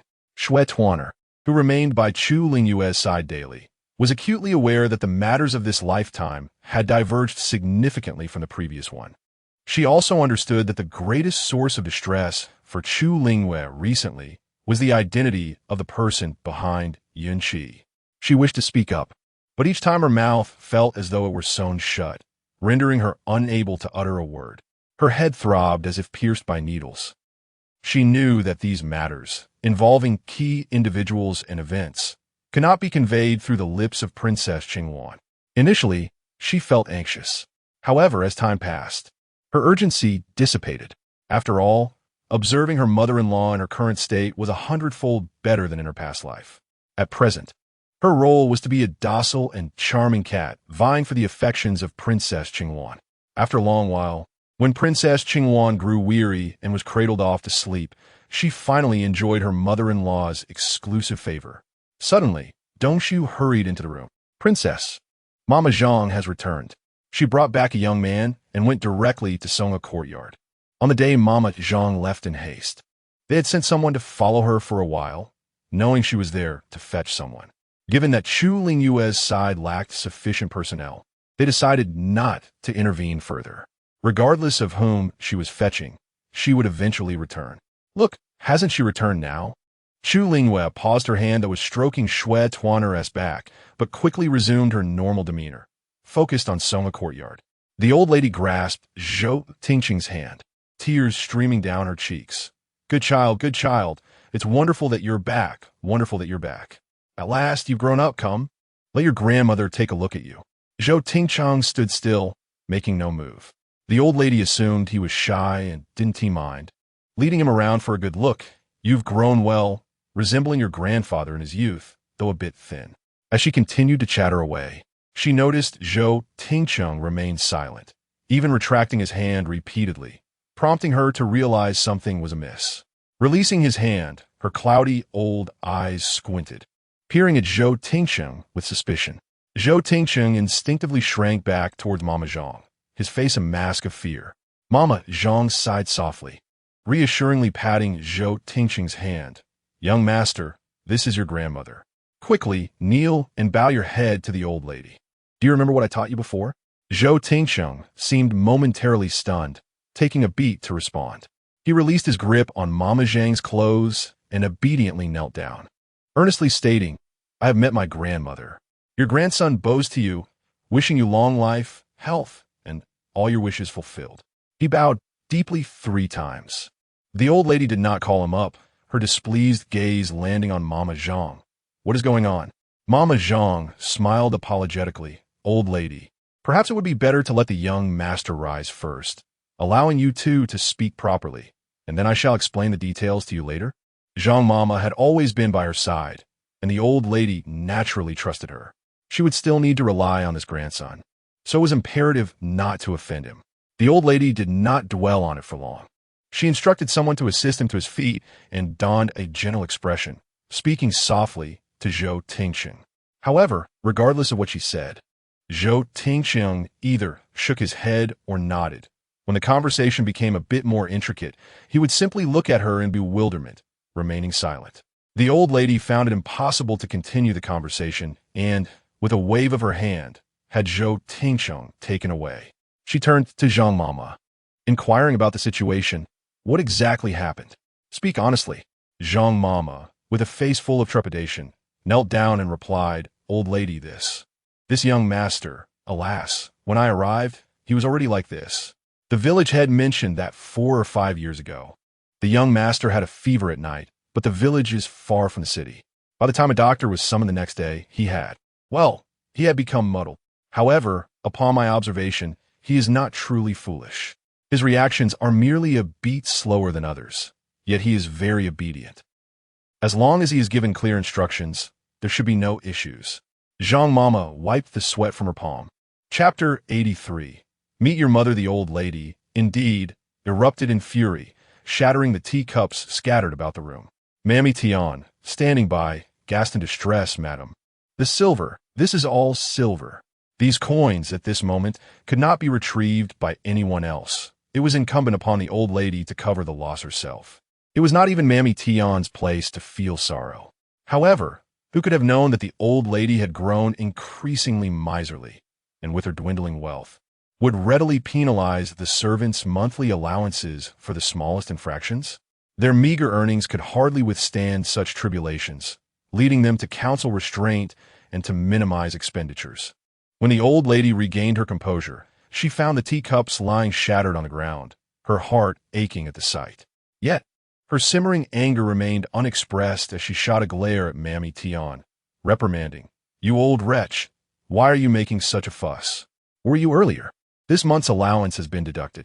Mammy Tian, with a mix of strength and resignation, interrupted, "Madam, I have already had next month's allowance deducted." If it were not for her bond still being in the old lady's possession, she would abandon this troublesome duty without a second thought. She was nearly prepared to pay out of her own pocket to serve the old lady. A flicker of embarrassment crossed the old lady's face, quickly replaced by indignation. "Get out. Leave Mammy Zhang." Mammy Tian exited with a sense of relief. Mammy Zhang, observing this exchange, was taken aback. Just moments ago, Mammy Tian had been so eager to curry favor with the old lady. Now she appeared disinclined to serve her. The old lady offered no explanation, but instead inquired about the young master. "Tell me in detail about that child's situation." Mammy Zhang's heart raced as she recounted the events from start to finish. The estate head is not a virtuous man. At first, in an attempt to conceal the young master's somewhat simple-mindedness, he even attempted to claim the child was no longer alive. "It was only through my diligent inquiries that I uncovered the truth, compelling him through threats and persuasion to confess." As she spoke, she discreetly observed the old lady's expression, which darkened with displeasure, yet did not erupt into outburst. The old lady called for someone to handle the estate head. Deeming the matter settled, Mammy Zhang exhaled softly, feeling a weight lift from her shoulders. Thus, everything would no longer concern her. Indeed, she understood the old lady's intentions in bringing the young master back, despite his current state of simplicity. Please summon the princess to Songha courtyard. Do not mention her injuries. I saw her in the garden just days ago. Surely she can stroll through the garden, yet remains unable to visit this old woman. The mere mention of Chu Lingyu stirred a sense of dissatisfaction within the old lady. Mammy Zhang naturally complied with the request. In Zhaohua courtyard, Chu Lingyu regarded Mammy Zhang with an impassive expression. What is it? Mammy Zhang bowed respectfully, noting that the princess's authority seemed even more pronounced after their brief separation. The old lady wishes to discuss important matters with you. Please visit Songha courtyard. Having previously been rebuffed by the princess on numerous occasions, old Madame Zhang, fearful of another rejection, forced a smile and remarked, the old lady has mentioned that the weather has been quite pleasant these days. If her health permits, she would surely accompany you for a stroll in the little garden. The meaning behind Zhang's words was not lost on Chu Lingyu.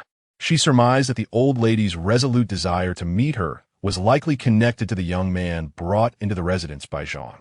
Thus, she indeed needed to pay a visit to the Songha courtyard. Zhang, you may return first. I shall arrive shortly, Chu Lingyu instructed. Upon hearing her acquiescence, Zhang exhaled a sigh of relief and respectfully withdrew. Chu Lingyu lazily rose, allowing Dongshu to select a plain garment for her to change into. She then ordered, inform Zhou Tingyun and Zhou Tingyi about the old lady bringing someone along, but do not elaborate. Let them investigate further on their own. By the time Chu Lingyu arrived at the Songha courtyard, an hour had already elapsed.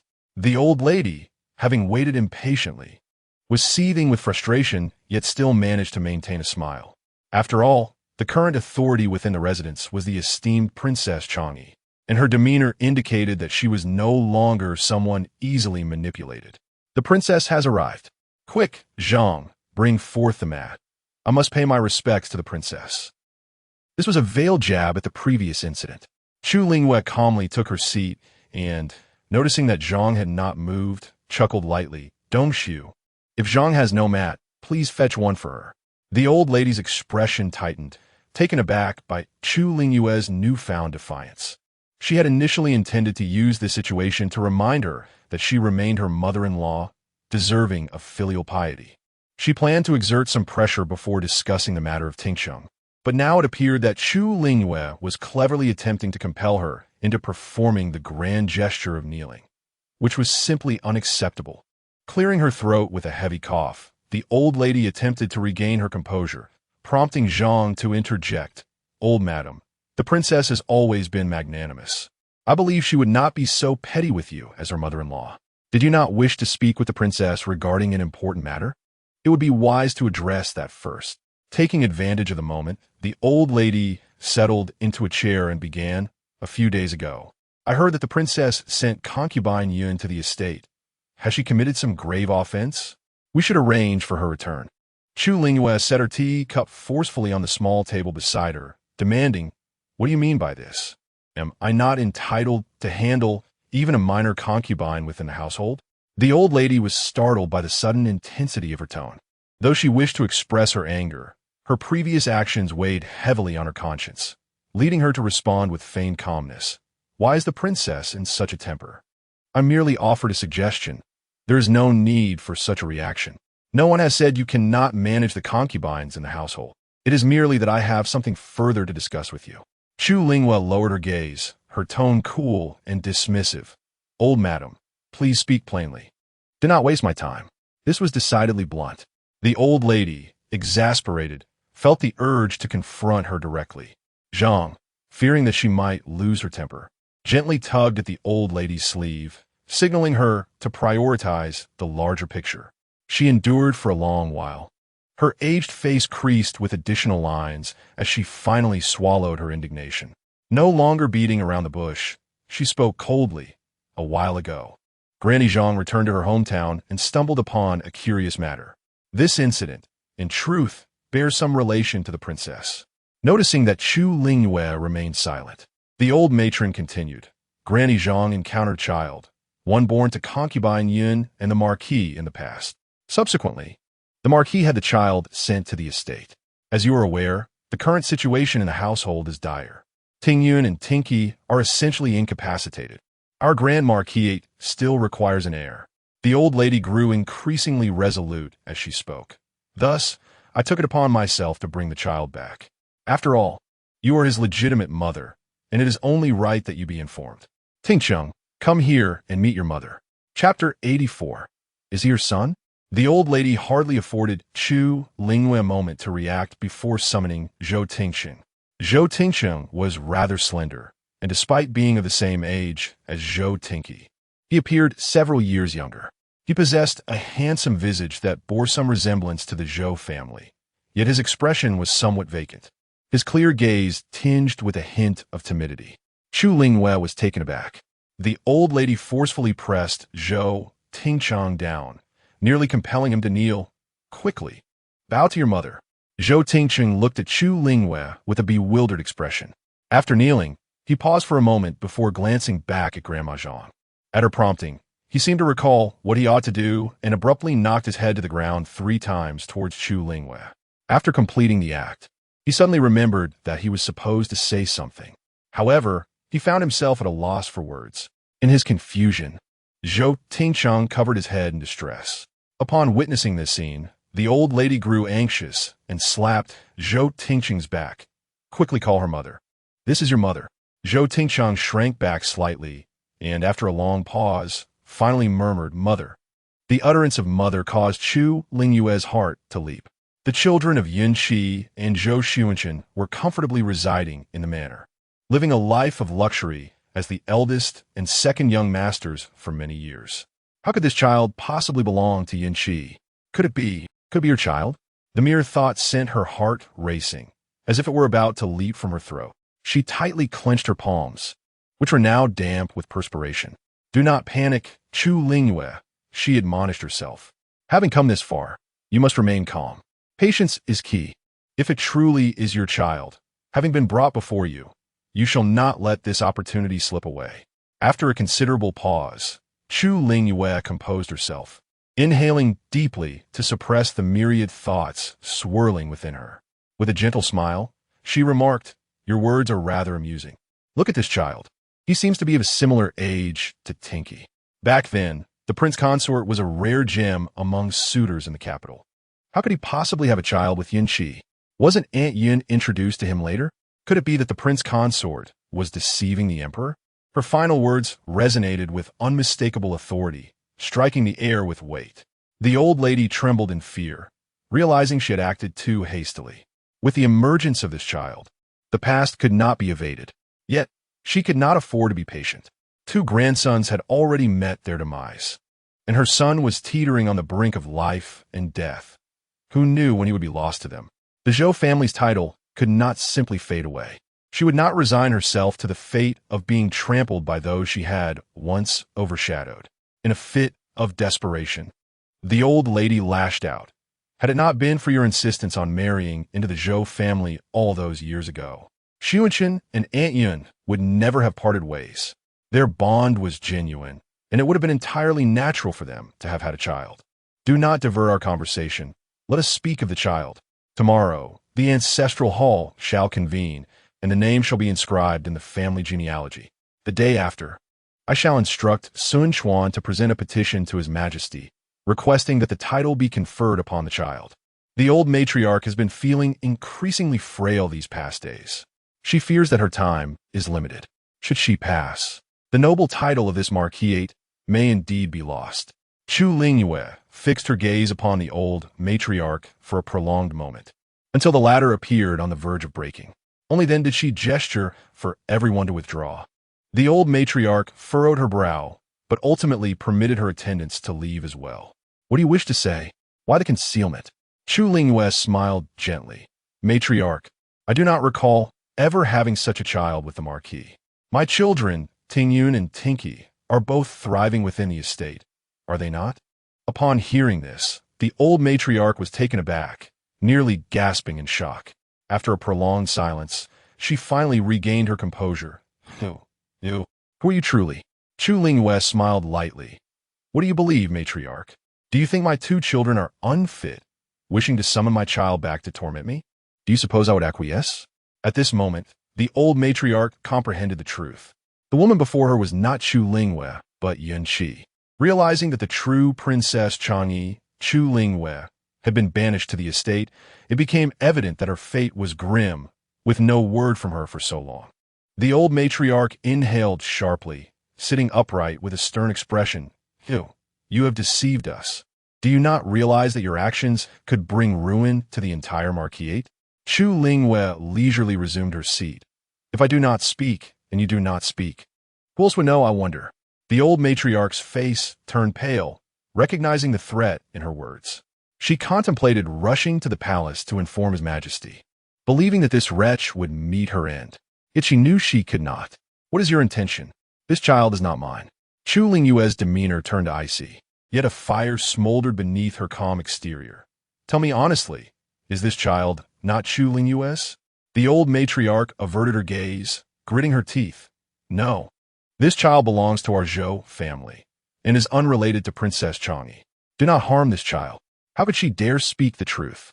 Yun Qi had concocted such a venomous scheme in the past. Who could say what harm might come to this child now? This child had become the sole hope for their Zhou family. Chu Lingyu laughed coldly. You refuse to speak the truth? Very well. I can investigate on my own. Tell me, if I uncover something, will this child remain with me or not? The old matriarch trembled visibly. Chu Lingyu continued. I'm also aware that my two sons cannot inherit the title. I understand your intentions, matriarch. If you would be forthright with me, I would certainly be able to comprehend your position.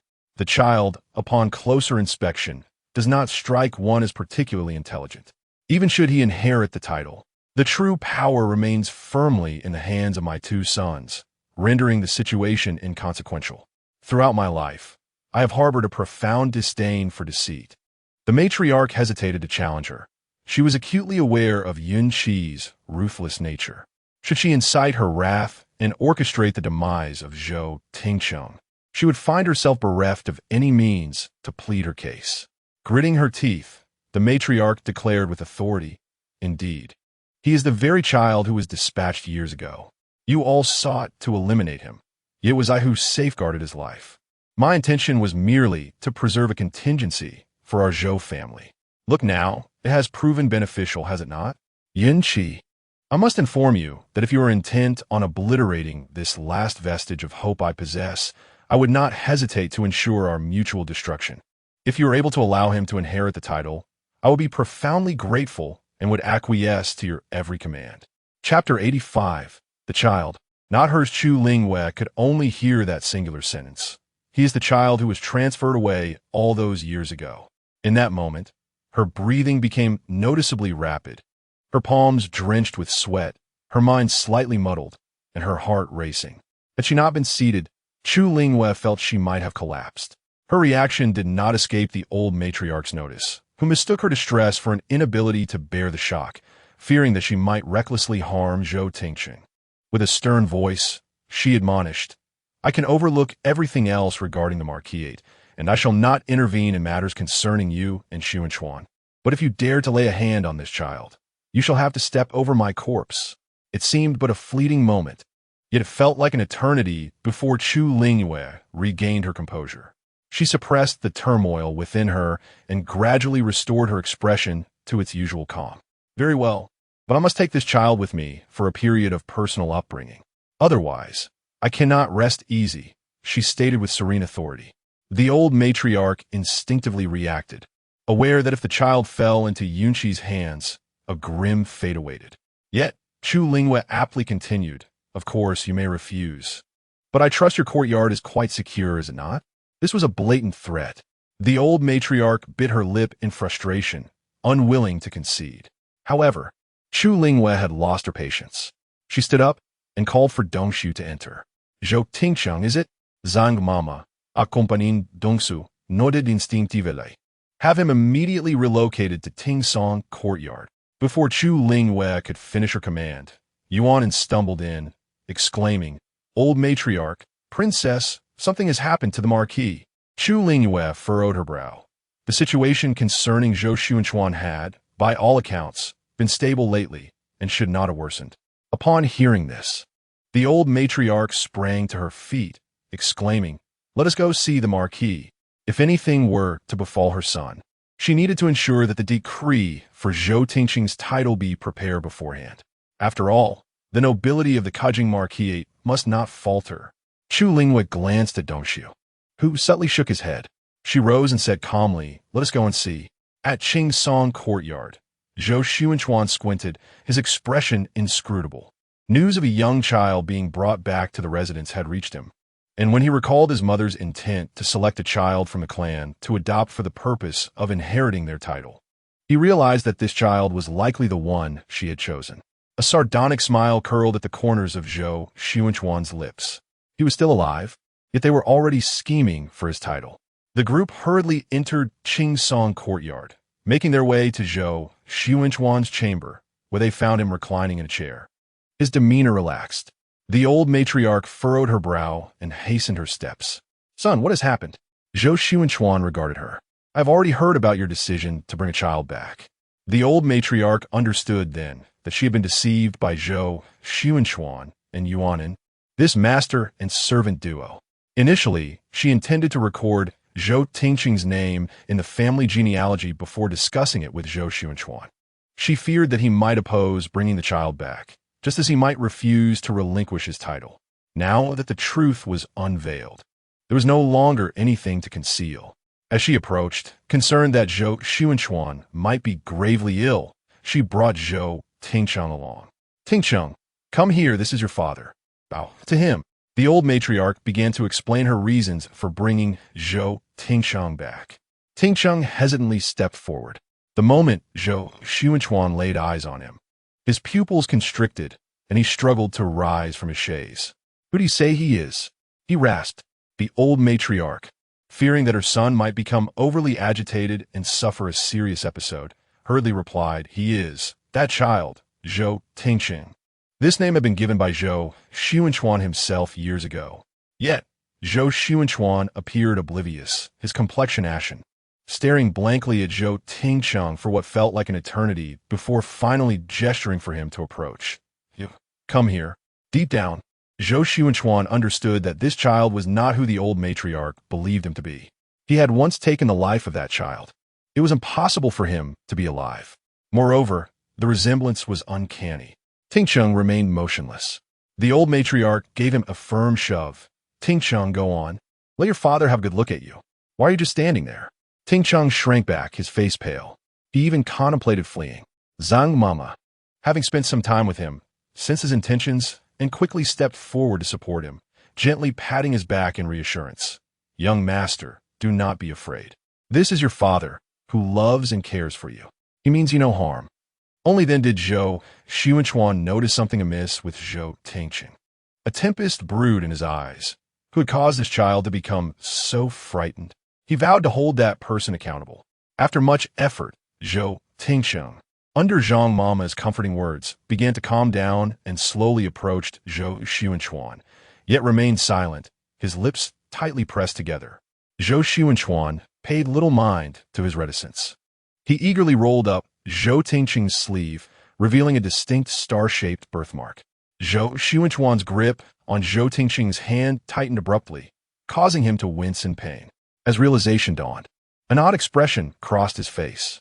This child was indeed his. He had searched for him for so many years without success, and now he was unexpectedly brought before him. How fortunate he was, blessed by the heavens. The old matriarch, feeling anxious as Zhou Taochuan remained silent for an extended period, urged, "My son, look at this child, Tingqing. I had planned to raise him in my courtyard, but the princess wishes to take him back for care. I propose we invite the clan elders tomorrow to the ancestral hall and add this child's name." She did not finish her thought, but Zhou Taochuan interjected. "In a few days, I shall submit a memorial to the emperor, transferring this title to Tingqing." Mother was not mistaken. Neither Tingyun nor Tinky can inherit this title any longer.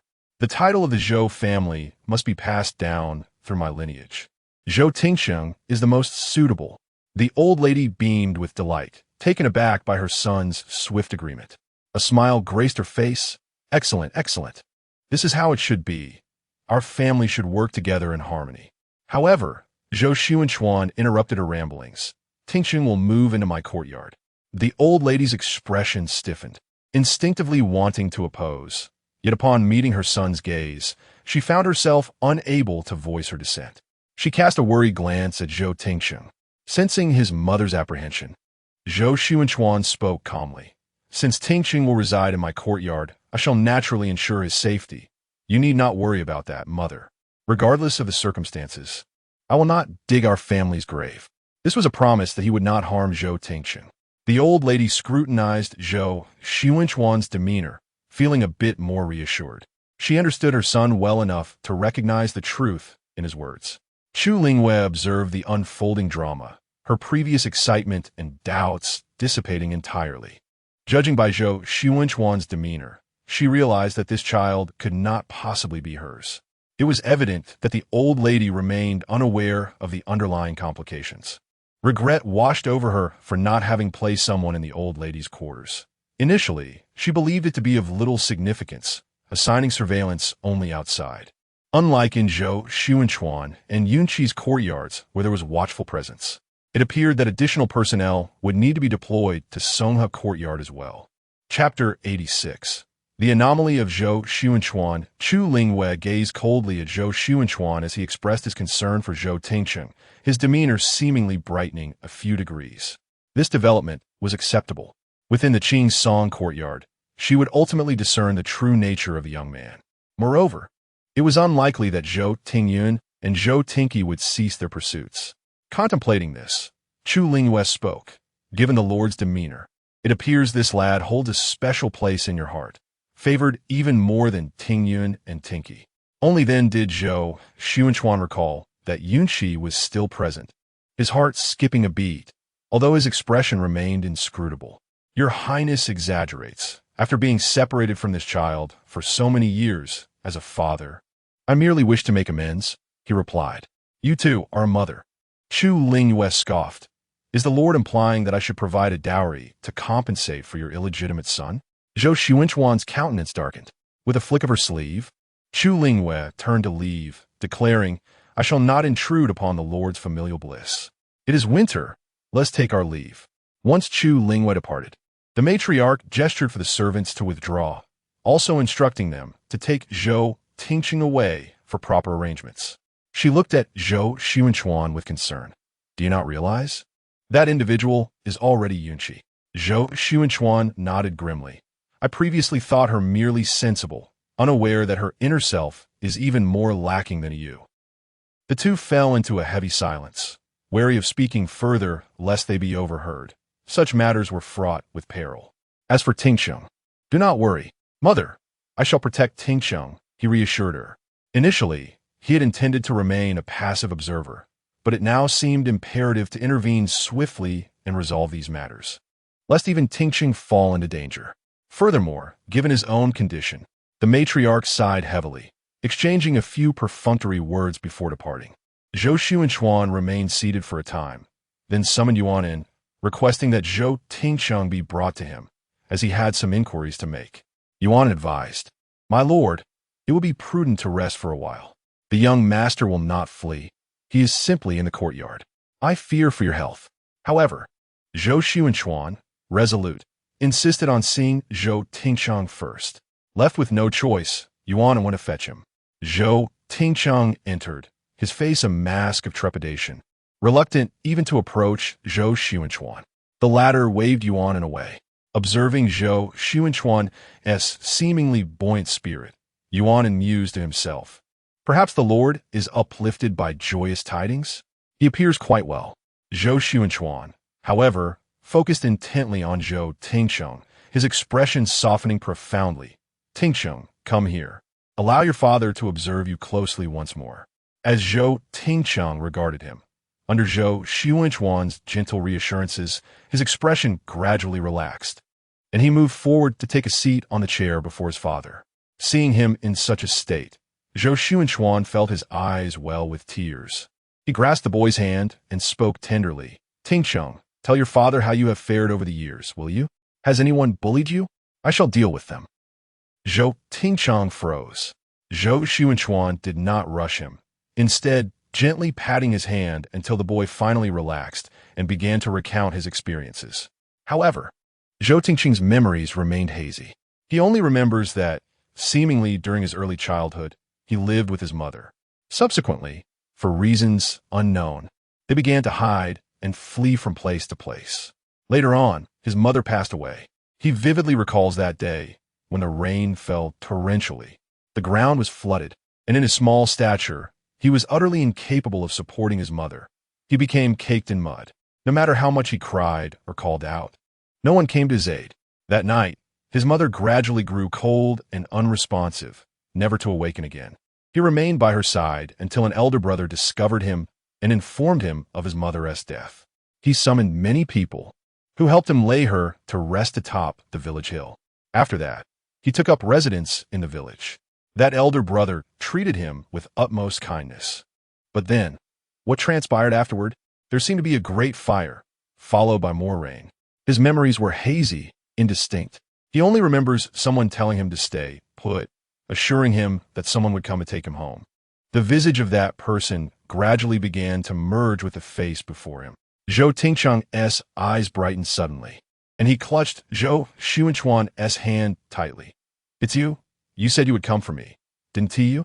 Zhou Taochuan paused for a moment, taken aback by such a declaration. Though he knew he had never uttered those words, he nodded in agreement with the sentiment. Zhou Tingqiang's expression visibly relaxed. He began to recount his experiences in the village, but refrained from mentioning anything prior, especially regarding his mother. This was due to Zhang Mama's repeated warnings that speaking of such matters could bring harm to his mother's memory, preventing her from finding peace even in death.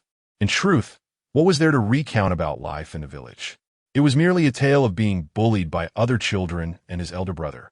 Oh, and Zhang Mama had advised him not to speak of his brother either. Thus, there was little left to say, save for the instances of being mistreated. Zhou Taochuan's eyes reddened as he grasped Zhou Tingqiang's hand tighter, only releasing it when Zhou Tingqiang cried out in pain. Turning back, Zhou Taochuan summoned Yuanin, instructing him to replace everyone from the village immediately. Yuan was taken aback. Zhou Tingqiang, not fully comprehending, instinctively defended, "Don't let them change families. Sometimes they can be quite nice. They provided me with food." As Zhou Taochuan soothed him, he shot Yuan an knowing glance. Yuan, intimidated by his lord's piercing gaze, lowered his head and hurried out. Even as he reached the door, his heart raced. How long had it been since he had seen such a look from his lord? In that moment, he felt as though his lord had regained some semblance of health. All of this was conveyed word for word to Chu Lingyu. She gently tapped the edge of the wooden table. "Investigate. There must be some hidden agenda here. Also, inform the royal physician that I am unwell." Dong Su was startled. "Your Highness, what ails you? Quick, lie down. Do not tell me it is like the last time, leaving behind some hidden injury." Chu Lingyu cast a gentle smile towards Dong Su, who finally realized the situation and blushed as she stepped out to summon the imperial physician. Physician Yuan hurriedly entered the Zhaohua courtyard. Chu Lingyu did not extend her hand for him to take her pulse. Physician Yuan glanced at her in confusion. Upon meeting her scrutinizing gaze, a sudden dread gripped his heart, and he knelt on the ground. "If I have erred in any way, I beseech the princess to enlighten me." It was only when Chu Lingyu noticed the cold sweat beating on his forehead that she spoke calmly. "Do you think the prince's condition will improve significantly?" Physician Yuan was taken aback, looking at Chu Lingyu in disbelief. "Impossible. According to the pulse, it is evidently a case of atrophy, and it has been worsening day by day. How could it possibly improve?" Facing Chu Lingyu's skeptical gaze, Physician Yuan became indignant and retorted, "I have confidence in my medical skills. If the princess doubts my abilities, it would be better to seek a more esteemed physician." Chapter 87. The overprotective guardian. Chu Lingyu chuckled lightly. "There is no need for the esteemed physician to be so agitated. I merely inquired casually. It seems that the prince consort appears remarkably well today. I assumed he had made a full recovery." The esteemed physician firmly asserted, "That is impossible. His condition is at its last gasp." With that, he strode off in a huff, but halfway through, he recalled the purpose of his visit to the Ho residence. He halted abruptly, turned back, and awkwardly proceeded to check Chu Lingyu's pulse. In truth, Chu Lingyu held no deep suspicions regarding the physician. She was merely probing. Observing his behavior alleviated her doubts. She decided to wait and see, as she found Zhou Taochuan's vitality rather exceptional. As for Zhou Tingqing's matter, it required consulting the ancestral records, making it impossible to conceal. Zhou Tingyun and Zhou Tingqi were both fully aware of the situation. Zhou Tingyun, however, was less concerned. His thoughts were no longer on the title of Marquis, but rather on pursuing greater ambitions. Zhou Tingqi, on the other hand, was in a rage, smashing everything in sight. With Zhou Tingyun disfigured and unable to inherit the title, Zhou Tingqi, who remained alive and physically intact, could not fathom why he should be deprived of the same. Should they really seek another to inherit the title? It was rumored that this individual was Zhou Taochuan's illegitimate son. Such a situation was truly repugnant. If they could stoop so low, he would not hold back. After some contemplation, Zhou Tingqi summoned a servant, leaned in to whisper a few instructions. The servant nodded and departed. A cold smile crept across Zhou Tingqi's lips as he rose. Let us visit Qing's Song courtyard to see this dear brother of ours. I hear he is quite simple-minded. Nevertheless, one must witness the truth firsthand, no? Upon receiving news of Zhou Tingqi's visit to Qing's Song courtyard, Zhou Tingyun hurried over. What a wretched fellow he would be if he chose to ignore the commotion. Zhou Taochuan was already aware of Zhou Tingyun and Zhou Tingqi's arrival. Previously, he might have considered deceiving Zhou Tingqi, but with the return of Tingsheng, everything had changed. The coincidence of finding Tingsheng felt like divine providence. He could not relinquish the title that was rightfully his. Moreover, it was only fitting that his son inherit it. As for the others, who could say if Yun Qi and her mysterious benefactor, along with Prime Minister Li, would succeed in their endeavors? He must prepare for all possibilities, after all. Thus, Zhou Taochuan's demeanor toward Zhou Tingqi grew noticeably colder. Zhou Tingqi sensed this shift immediately. His gaze hardened slightly, yet he maintained a gentle facade, smiling as he said, I have heard that our grandmother has found our long-lost brother. I was unaware I had a sibling. It is truly a pity that we have been separated for so many years. Might our father permit us to meet him? Zhou Taochuan hesitated for a moment before nodding. From his previous conversation with Tingsheng, it was evident that Tingsheng was not at all foolish. Rather, he had likely become exceedingly timid after enduring so much. Excessive timidity was hardly a virtue. It is indeed essential to engage in thorough exercise. Moreover, one must learn to confront the responsibilities that come with inheriting a title. When Zhou Tingsheng was called over once more, he visibly flinched upon seeing Zhou Tingyun and Zhou Tingqi. The malice in their eyes was unmistakable. Zhou Taochuan, perceptive as ever, noticed Zhou Tingqing's reaction and gestured for him to approach. After a brief hesitation, Zhou Tingsheng cautiously stepped forward to stand before Zhou Taochuan. Zhou Taochuan introduced him to Zhou Tingyun and Zhou Tingqi. With lips pressed tightly together, Zhou Tingsheng refused to address them. Zhou Tingyun observed the scene with a sardonic smile, remarking to himself that the third brother was indeed a fool, as the rumor suggested. Zhou Taochuan cast a stern glance at Zhou Tingyun, a faint flush of unusual color rising on his pallid face. Tingyun, Tingsheng is your brother. You should not speak of him in such a manner. He is merely timid, not foolish. In apparent response to Zhou Taochuan's words, Zhou Tingsheng finally mustered the courage to address them as elder brother and second brother. A glimmer of satisfaction appeared in Zhou Taochuan's eyes. Zhou Tingyun had never witnessed such an expression on Zhou Taochuan's face before, leaving him momentarily entranced. Deep down, he understood that he was not Zhou Taochuan's biological son, and his attitude towards him had gradually become indifferent. Yet, the longing for a father's acknowledgement, deeply ingrained from his childhood absence, surged within him, inciting a profound jealousy at that moment. Unable to restrain himself, he remarked, given the age of the third brother, he must be nearly the same as the second brother.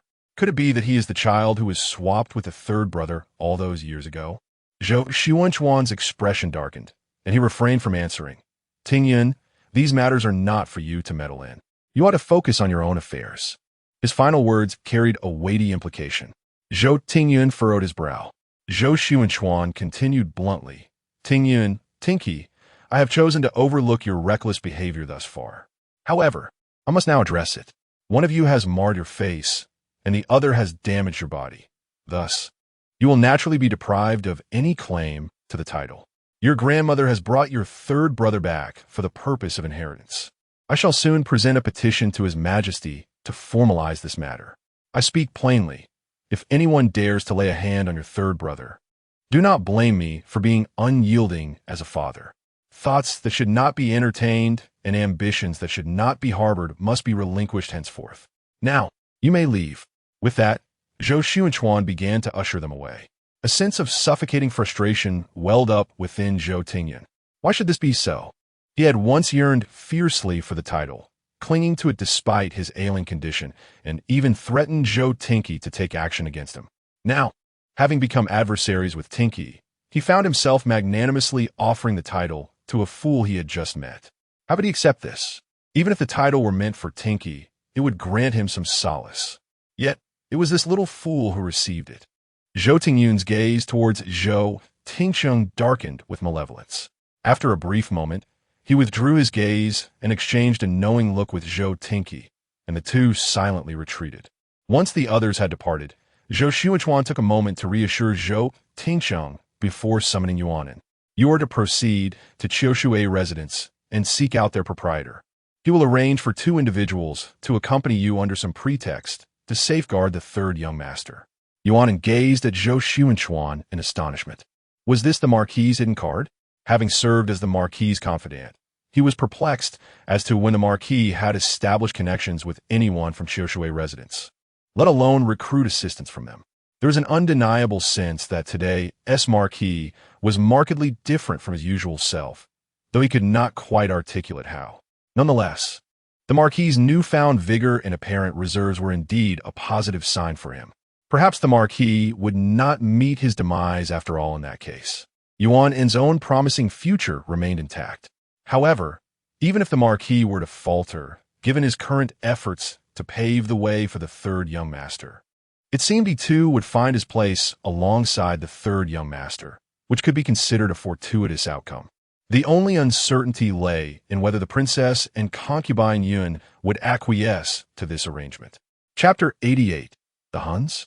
Yuanin proceeded to Qiushui residence, directly ascending to the 2nd floor with the establishment's proprietor. Our people attempted to follow, yet discovered that numerous skilled individuals occupied Qiushui residence. Zhong Su Wei Spa and Chu Lingyu raised an eyebrow, urging him to continue. After approximately half an hour, Yuanin returned to the manor, accompanied by 2 attendants resembling guards, informing Steward Zhou that the Marquis had instructed him to procure them. They were then delivered to the third young master. Chu Lingyu gently tapped the table's edge, pondering for a moment before inquiring of Chen Guang. Is Suhi fully recovered? Chen Guang replied, She's nearly well. Just the other day, she was eager to ask what tasks the master had arranged for her. Chu Lingyu nodded. Tomorrow, have Suhi visit Qiushui residence to investigate further. Understood. The following day, Suhi donned an utterly unremarkable visage and entered Qiushui residence with a young maid in tow. Upon entering, she immediately discerned that the seemingly plain attendants were, in fact, masters of their craft. Instantly, her guard was up. She ordered a pot of tea along with several pastries and leisurely listened to the storyteller weave his tale. However, after only a sip of tea, she shattered her cup in frustration. Upon tasting a pastry, she erupted, What kind of tea is this? I specifically ordered pre-rain Longjing, and yet, I find myself served this inferior brew. How dare you deceive me with such rubbish? The waiter hurriedly approached, profusely apologizing and insisting that it was indeed pre-rain Longjing. Suhi refused to relent. Do you take me for a fool? Are you unaware of what pre-rain Longjing is? Let me assure you, I have seen much in my time. You cannot pass off this inferior tea to me. The waiter, with a forced smile, offered excuses, but Suhi remained unyielding. Ultimately, he proposed fetching a better pot of tea as an apology. Suhi retorted, there it is. The fox's tail has been revealed. You initially claimed this was pre-rain Longjing, yet now you offer a better brew. Are you conceding that this is not pre-rain Longjing after all? None of us are fools here. I came because I had heard of your esteemed tea house, only to find myself deceived. Let us hear from everyone. Are they not being deceitful? The patrons in the hall, many of whom were idly passing the time, turned their attention to the commotion, especially intrigued by the presence of a young woman stirring up trouble. They eagerly joined in, reveling in the spectacle. Under such scrutiny, the waiter could not permit any violence. His face drenched in sweat from anxiety. This young lady was evidently intent on causing a scene. With no recourse left, he finally said, "Miss, please hold on a moment. I shall consult with the proprietor regarding how we may compensate you." Suhi coldly replied, "Since you have said as much, I shall not hide it from you. I am not in need of your few coins. Have your proprietor personally come to apologize and serve me a proper pot of tea. Then this matter will be settled." The waiter regarded Suhi intently before turning to leave. After approximately a quarter of an hour, a middle-aged man clad in a deep indigo robe entered the establishment. He inclined his head respectfully toward Suhi, expressing sincere apologies. "I am truly sorry. The individuals here have not conducted themselves properly, causing the young lady distress. I have come specifically to seek your forgiveness." His demeanor was exceedingly courteous. Sue, with an air of haughty disdain, cast a glance at the innkeeper. "Considering your acceptable attitude, I shall refrain from making a fuss. You," she pointed at the innkeeper, "you may personally serve me a pot of tea, and I shall let this matter rest." The innkeeper smiled and promptly instructed the waiter to brew a fresh pot of fine tea. Once the tea was prepared, the innkeeper graciously poured a cup for Suhi. She accepted it but did not drink, her expression softening slightly. "Very well. In light of your commendable demeanor, I shall overlook this incident. You may leave now." Onlookers could not resist jeering, labeling Suhi as a paper tiger.